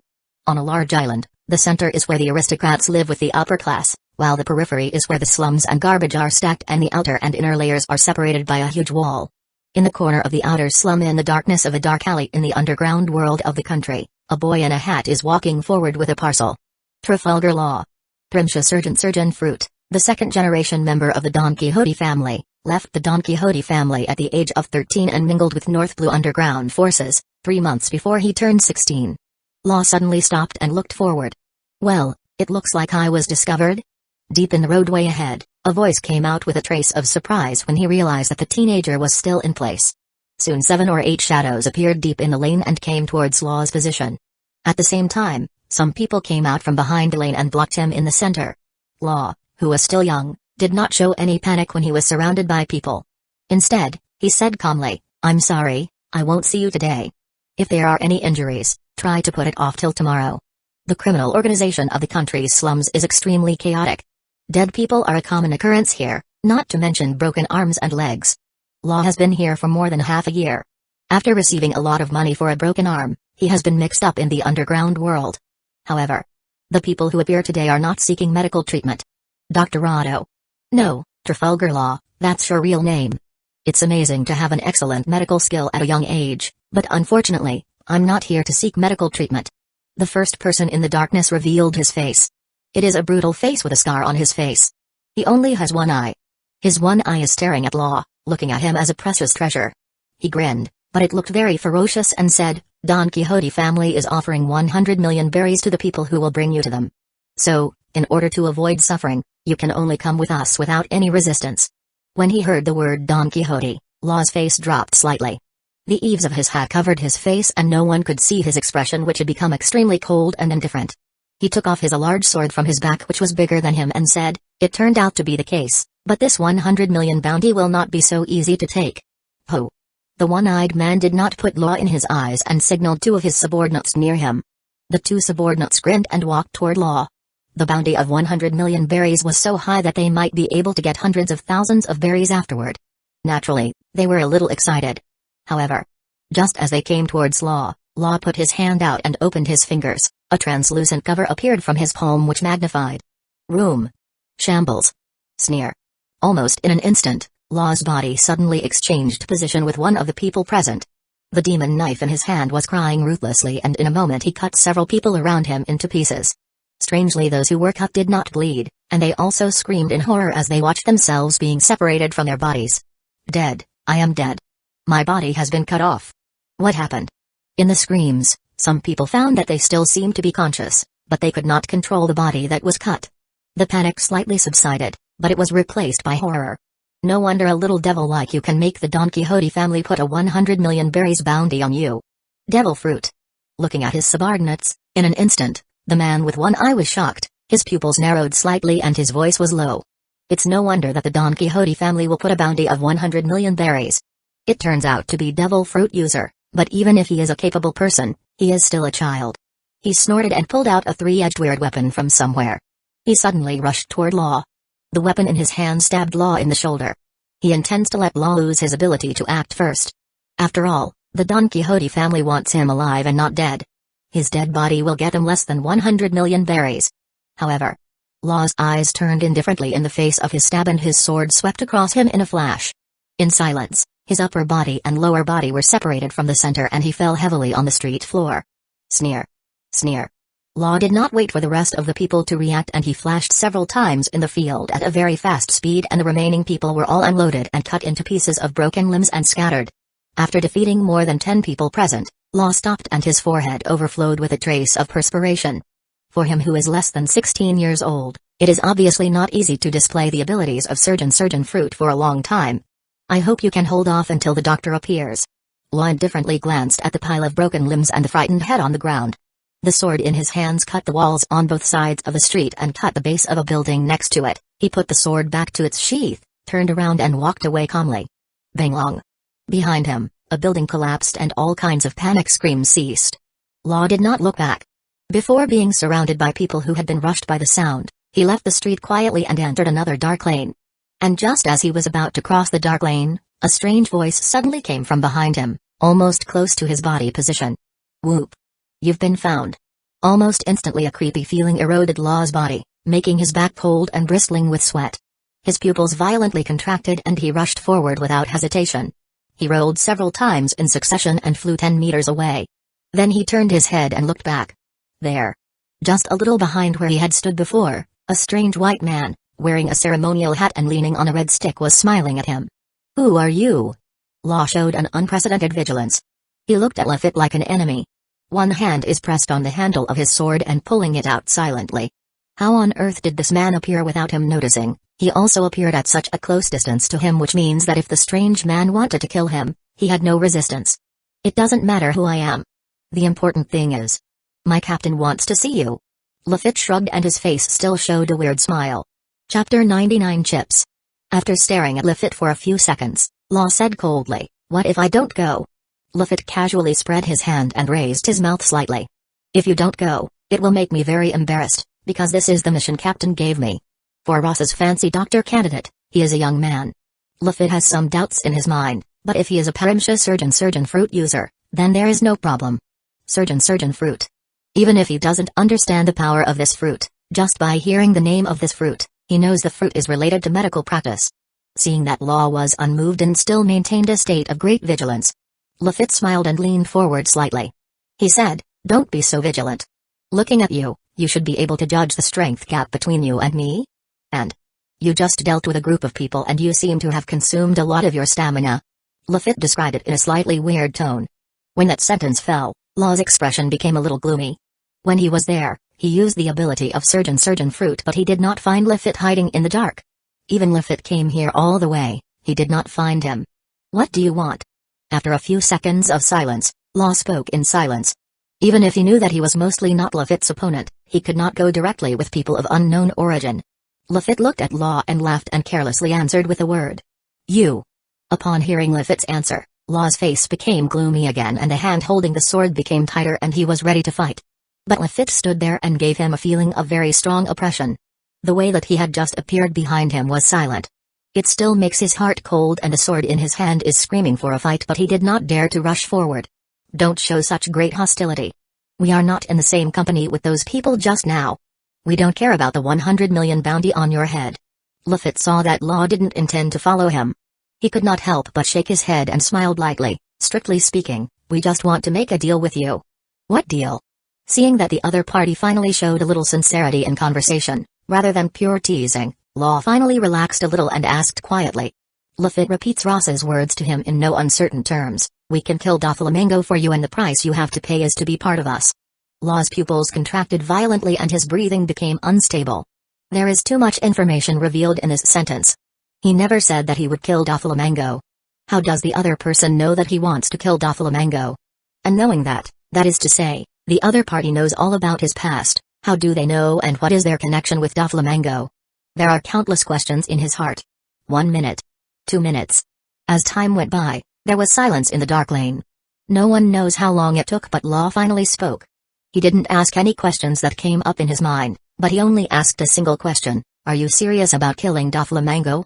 "Who is Doflamingo?" "He is the captain of the Don Quixote family. He is one of the 7 warlords of the sea, and before becoming a 7 warlords of the sea, he had a bounty of 340 million berries. Since Corazone's death, he has been gnawing his teeth and hiding the idea of revenge on Doflamingo deep in the heart. He knows that his strength is too weak. Doflamingo and Don Quixote family are like a mountain, crushing everyone beneath them. It will take him at least 10 years to kill Doflamingo. After hearing Law's words, Lafitte, who had been standing there calmly, finally smiled again. He knew that the mission had been completed. Instead of answering, he shook his wrist and from somewhere he suddenly pulled out a yellowish sheet of paper, which he lightly fluttered towards Law. It was a bounty poster and more specifically, Ross's bounty poster.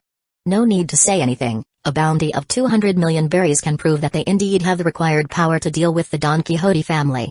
It turned out to be him. Law's eyes also glimmered at the moment he saw the bounty poster. Although he was in the North Blue underground world, he also had some information on the Grand Line. 7 warlords of the sea only has 7 people and Doflamingo is one of them. More than half a year ago, one of the 7 warlords of the sea was killed on the Grand Line. He still remembers clearly that the man who killed Crocodile was the one on the bounty poster. Ghost Hand Ross. In order to destroy Doflamingo, he does not care about his life. He is willing to die if he can take Doflamingo to hell with him. The only problem is that his life far less valuable compared to Doflamingo, so this deal seems to be a bit unreal. He doesn't feel that his existence deserves to be comparable with the Don Quixote family. If it wasn't for Lafitte's power that brought him great pressure, he would have already started to leave the room quickly, because who knows if the other party has cooperation with the Don Quixote family and intends to sell him to Doflamingo in a certain transaction. The value of the chips is comparable, so it's a transaction. Law's gaze moved away from the bounty poster and fell back to Lafitte and he murmured. I don't have the equivalent chips that I can trade with you. That's right. Lafitte nodded. Even if you are a surgeon fruit user, you can't be compared to a 7 warlords of the sea, but that's Captain's decision. He seems to think you're worth more than that 7 warlords of the sea. And, this is a deal you can't refuse, unless you are willing to destroy your own chips, hee. At the moment when his voice fell, Lafitte standing there suddenly seemed to melt into the darkness and disappeared. He silently appeared on Law's right side and the red stick in his hand was lightly put on Law's shoulder. Law slowly loosened his grip on the handle of the sword. Not that he did not intend to resist, but that when he responded, Lafitte had already appeared less than a foot to his right and there was no room for resistance, so resistance was meaningless. Moreover, that's when Law realized that he did have the same chips that he had in his hands and could use for trading, derived from surgeon fruit. That is to say, when his fruit ability is developed to the extreme, it can give eternal life to others. Chapter 100 The crisis is imminent. Coast. Lafitte walked ahead and Trafalgar Law followed in silence. They arrived at the Ghost Shadow ship, which was parked on the shore. Lafitte jumped up and landed on the guardrail of Ghost Shadow ship, turning his head to Law. Do you need help? No need to. Law's 5 fingers moved and a strained hemispherical cover emerged. It opened a range of more than 10 meters. His figure flashed and appeared on the Ghost Shadow ship out of thin air. Even if he had seen this ability in the past, Lafitte still clicked and this near-spatial mobility capability was not as powerful as it used in battle. Captain, the person you wanted to meet has been brought. Lafitte turned and looked at Ross standing in front of the deck. Ross responded, turned his head and looked at Trafalgar Law. There was no beating around the bush and he calmly said, become a ship doctor for the Ghost Hand Pirates and I will level the Don Quixote family flat for you. Law watched as Ross stood there, dressed in a plain shirt and covered in an autumn cloak. He took a deep breath. After all, Ross had killed 7 warlords of the sea. Even standing there, it brought him unprecedented pressure. After a few seconds, Law said, Doflamingo is not so easy to deal with. The power and influence of the Don Quixote family have penetrated both Marine and the government.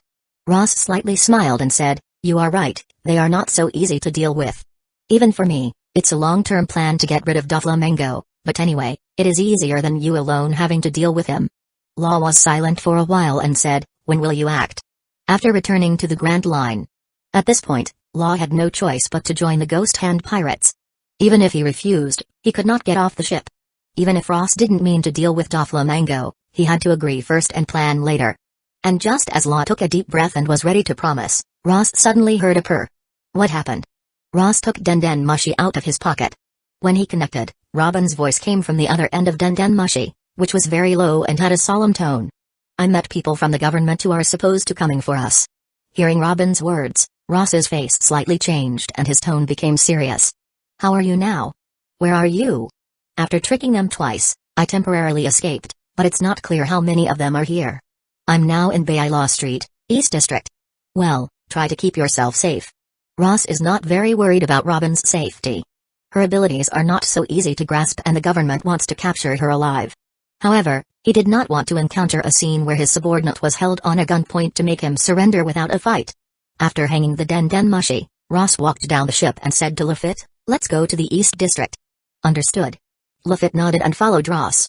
Law looked at Ross and Lafitte, who were walking down the ship without paying any attention to him. He was slightly embarrassed and had a feeling of being forgotten. Just when he wanted to ask, he heard Ross's voice. "One of my crew members is in trouble, please excuse me for a moment. You can stay here and wait, or you can leave at any time. It's not in the deal, but I will be responsible for every crew member I recognize and recruit, that's all." The voice echoed, and Law was slightly shocked. He looked ashore to find that Ross and Lafitte had completely disappeared. When he was coerced by Lafitte, his heart had already made some plans. He was not afraid of death, but if he died, no one would avenge Core's own, so he could not die.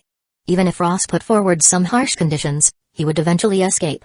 However, Ross's attitude toward him was not the same as he imagined. So, stay or leave? Law fell into deep thought. East District Bay Law Street. This is a more prosperous area in the outer slums of the Augusta Kingdom. It can be regarded as an entertainment area. Many criminal organization members, local gangsters, and pirates often appear here. In a dark lane in the block, Robin put the Den Mushi in her pocket and calmly used her ability to spy on the outside situation. The members of the government's spy agency are completely different from Marines. In most cases, they are hidden secret operatives. It is extremely difficult to find them out from the endless stream of people, and she is in a very disadvantageous situation. And she had a brief encounter with one person before and recognized Marine's 6 powers, which had been deployed by the other party, and immediately looked for an opportunity to dump the person, but the other party had no doubt confirmed her presence in the area. Robin did not act rashly. It was too dangerous to show up in this situation. It was better to stay where she was and wait for Ross and Lafitte to come and join her. 1 minute. 2 minutes. As time passed, Robin's nervousness did not ease, but grew stronger and stronger, because, for a few minutes, she could not find any spies from the world government from the crowd outside. The only advantage to her now is that she is hiding now and can use the ability of flower fruit to observe the street outside. However, about 7 minutes later, something happened that made her feel a little heavy. A young man with a cap and a long nose appeared in the laneway, staring at the dark lane, and suddenly said, "You are there, devil child." Nico Robin. The air sank into silence. After a moment of silence in the lane, Robin's voice came out of it. "How did you find me?" "Sound, I heard your breathing. You can fight against Blueno and you were able to seriously injure him. Your strength is stronger than reported in intelligence."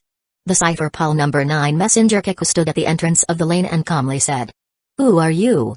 Seeing that the other party did not immediately start fighting, Robin did not rush but tried to get more intelligence. She also wanted to know who the government sent. Hueco has absolute confidence in his own strength and does not mind revealing information to Robin. In fact, he has reached this level and does not need to hide anymore. As he walks into the lane, Hueco calmly says, "World Government Intelligence Agency, Cypher Pol Officer Hueco." Sure enough, Cypher Pol Intelligence Agency. Robin did not show any surprise. She saw the other person coming towards her position.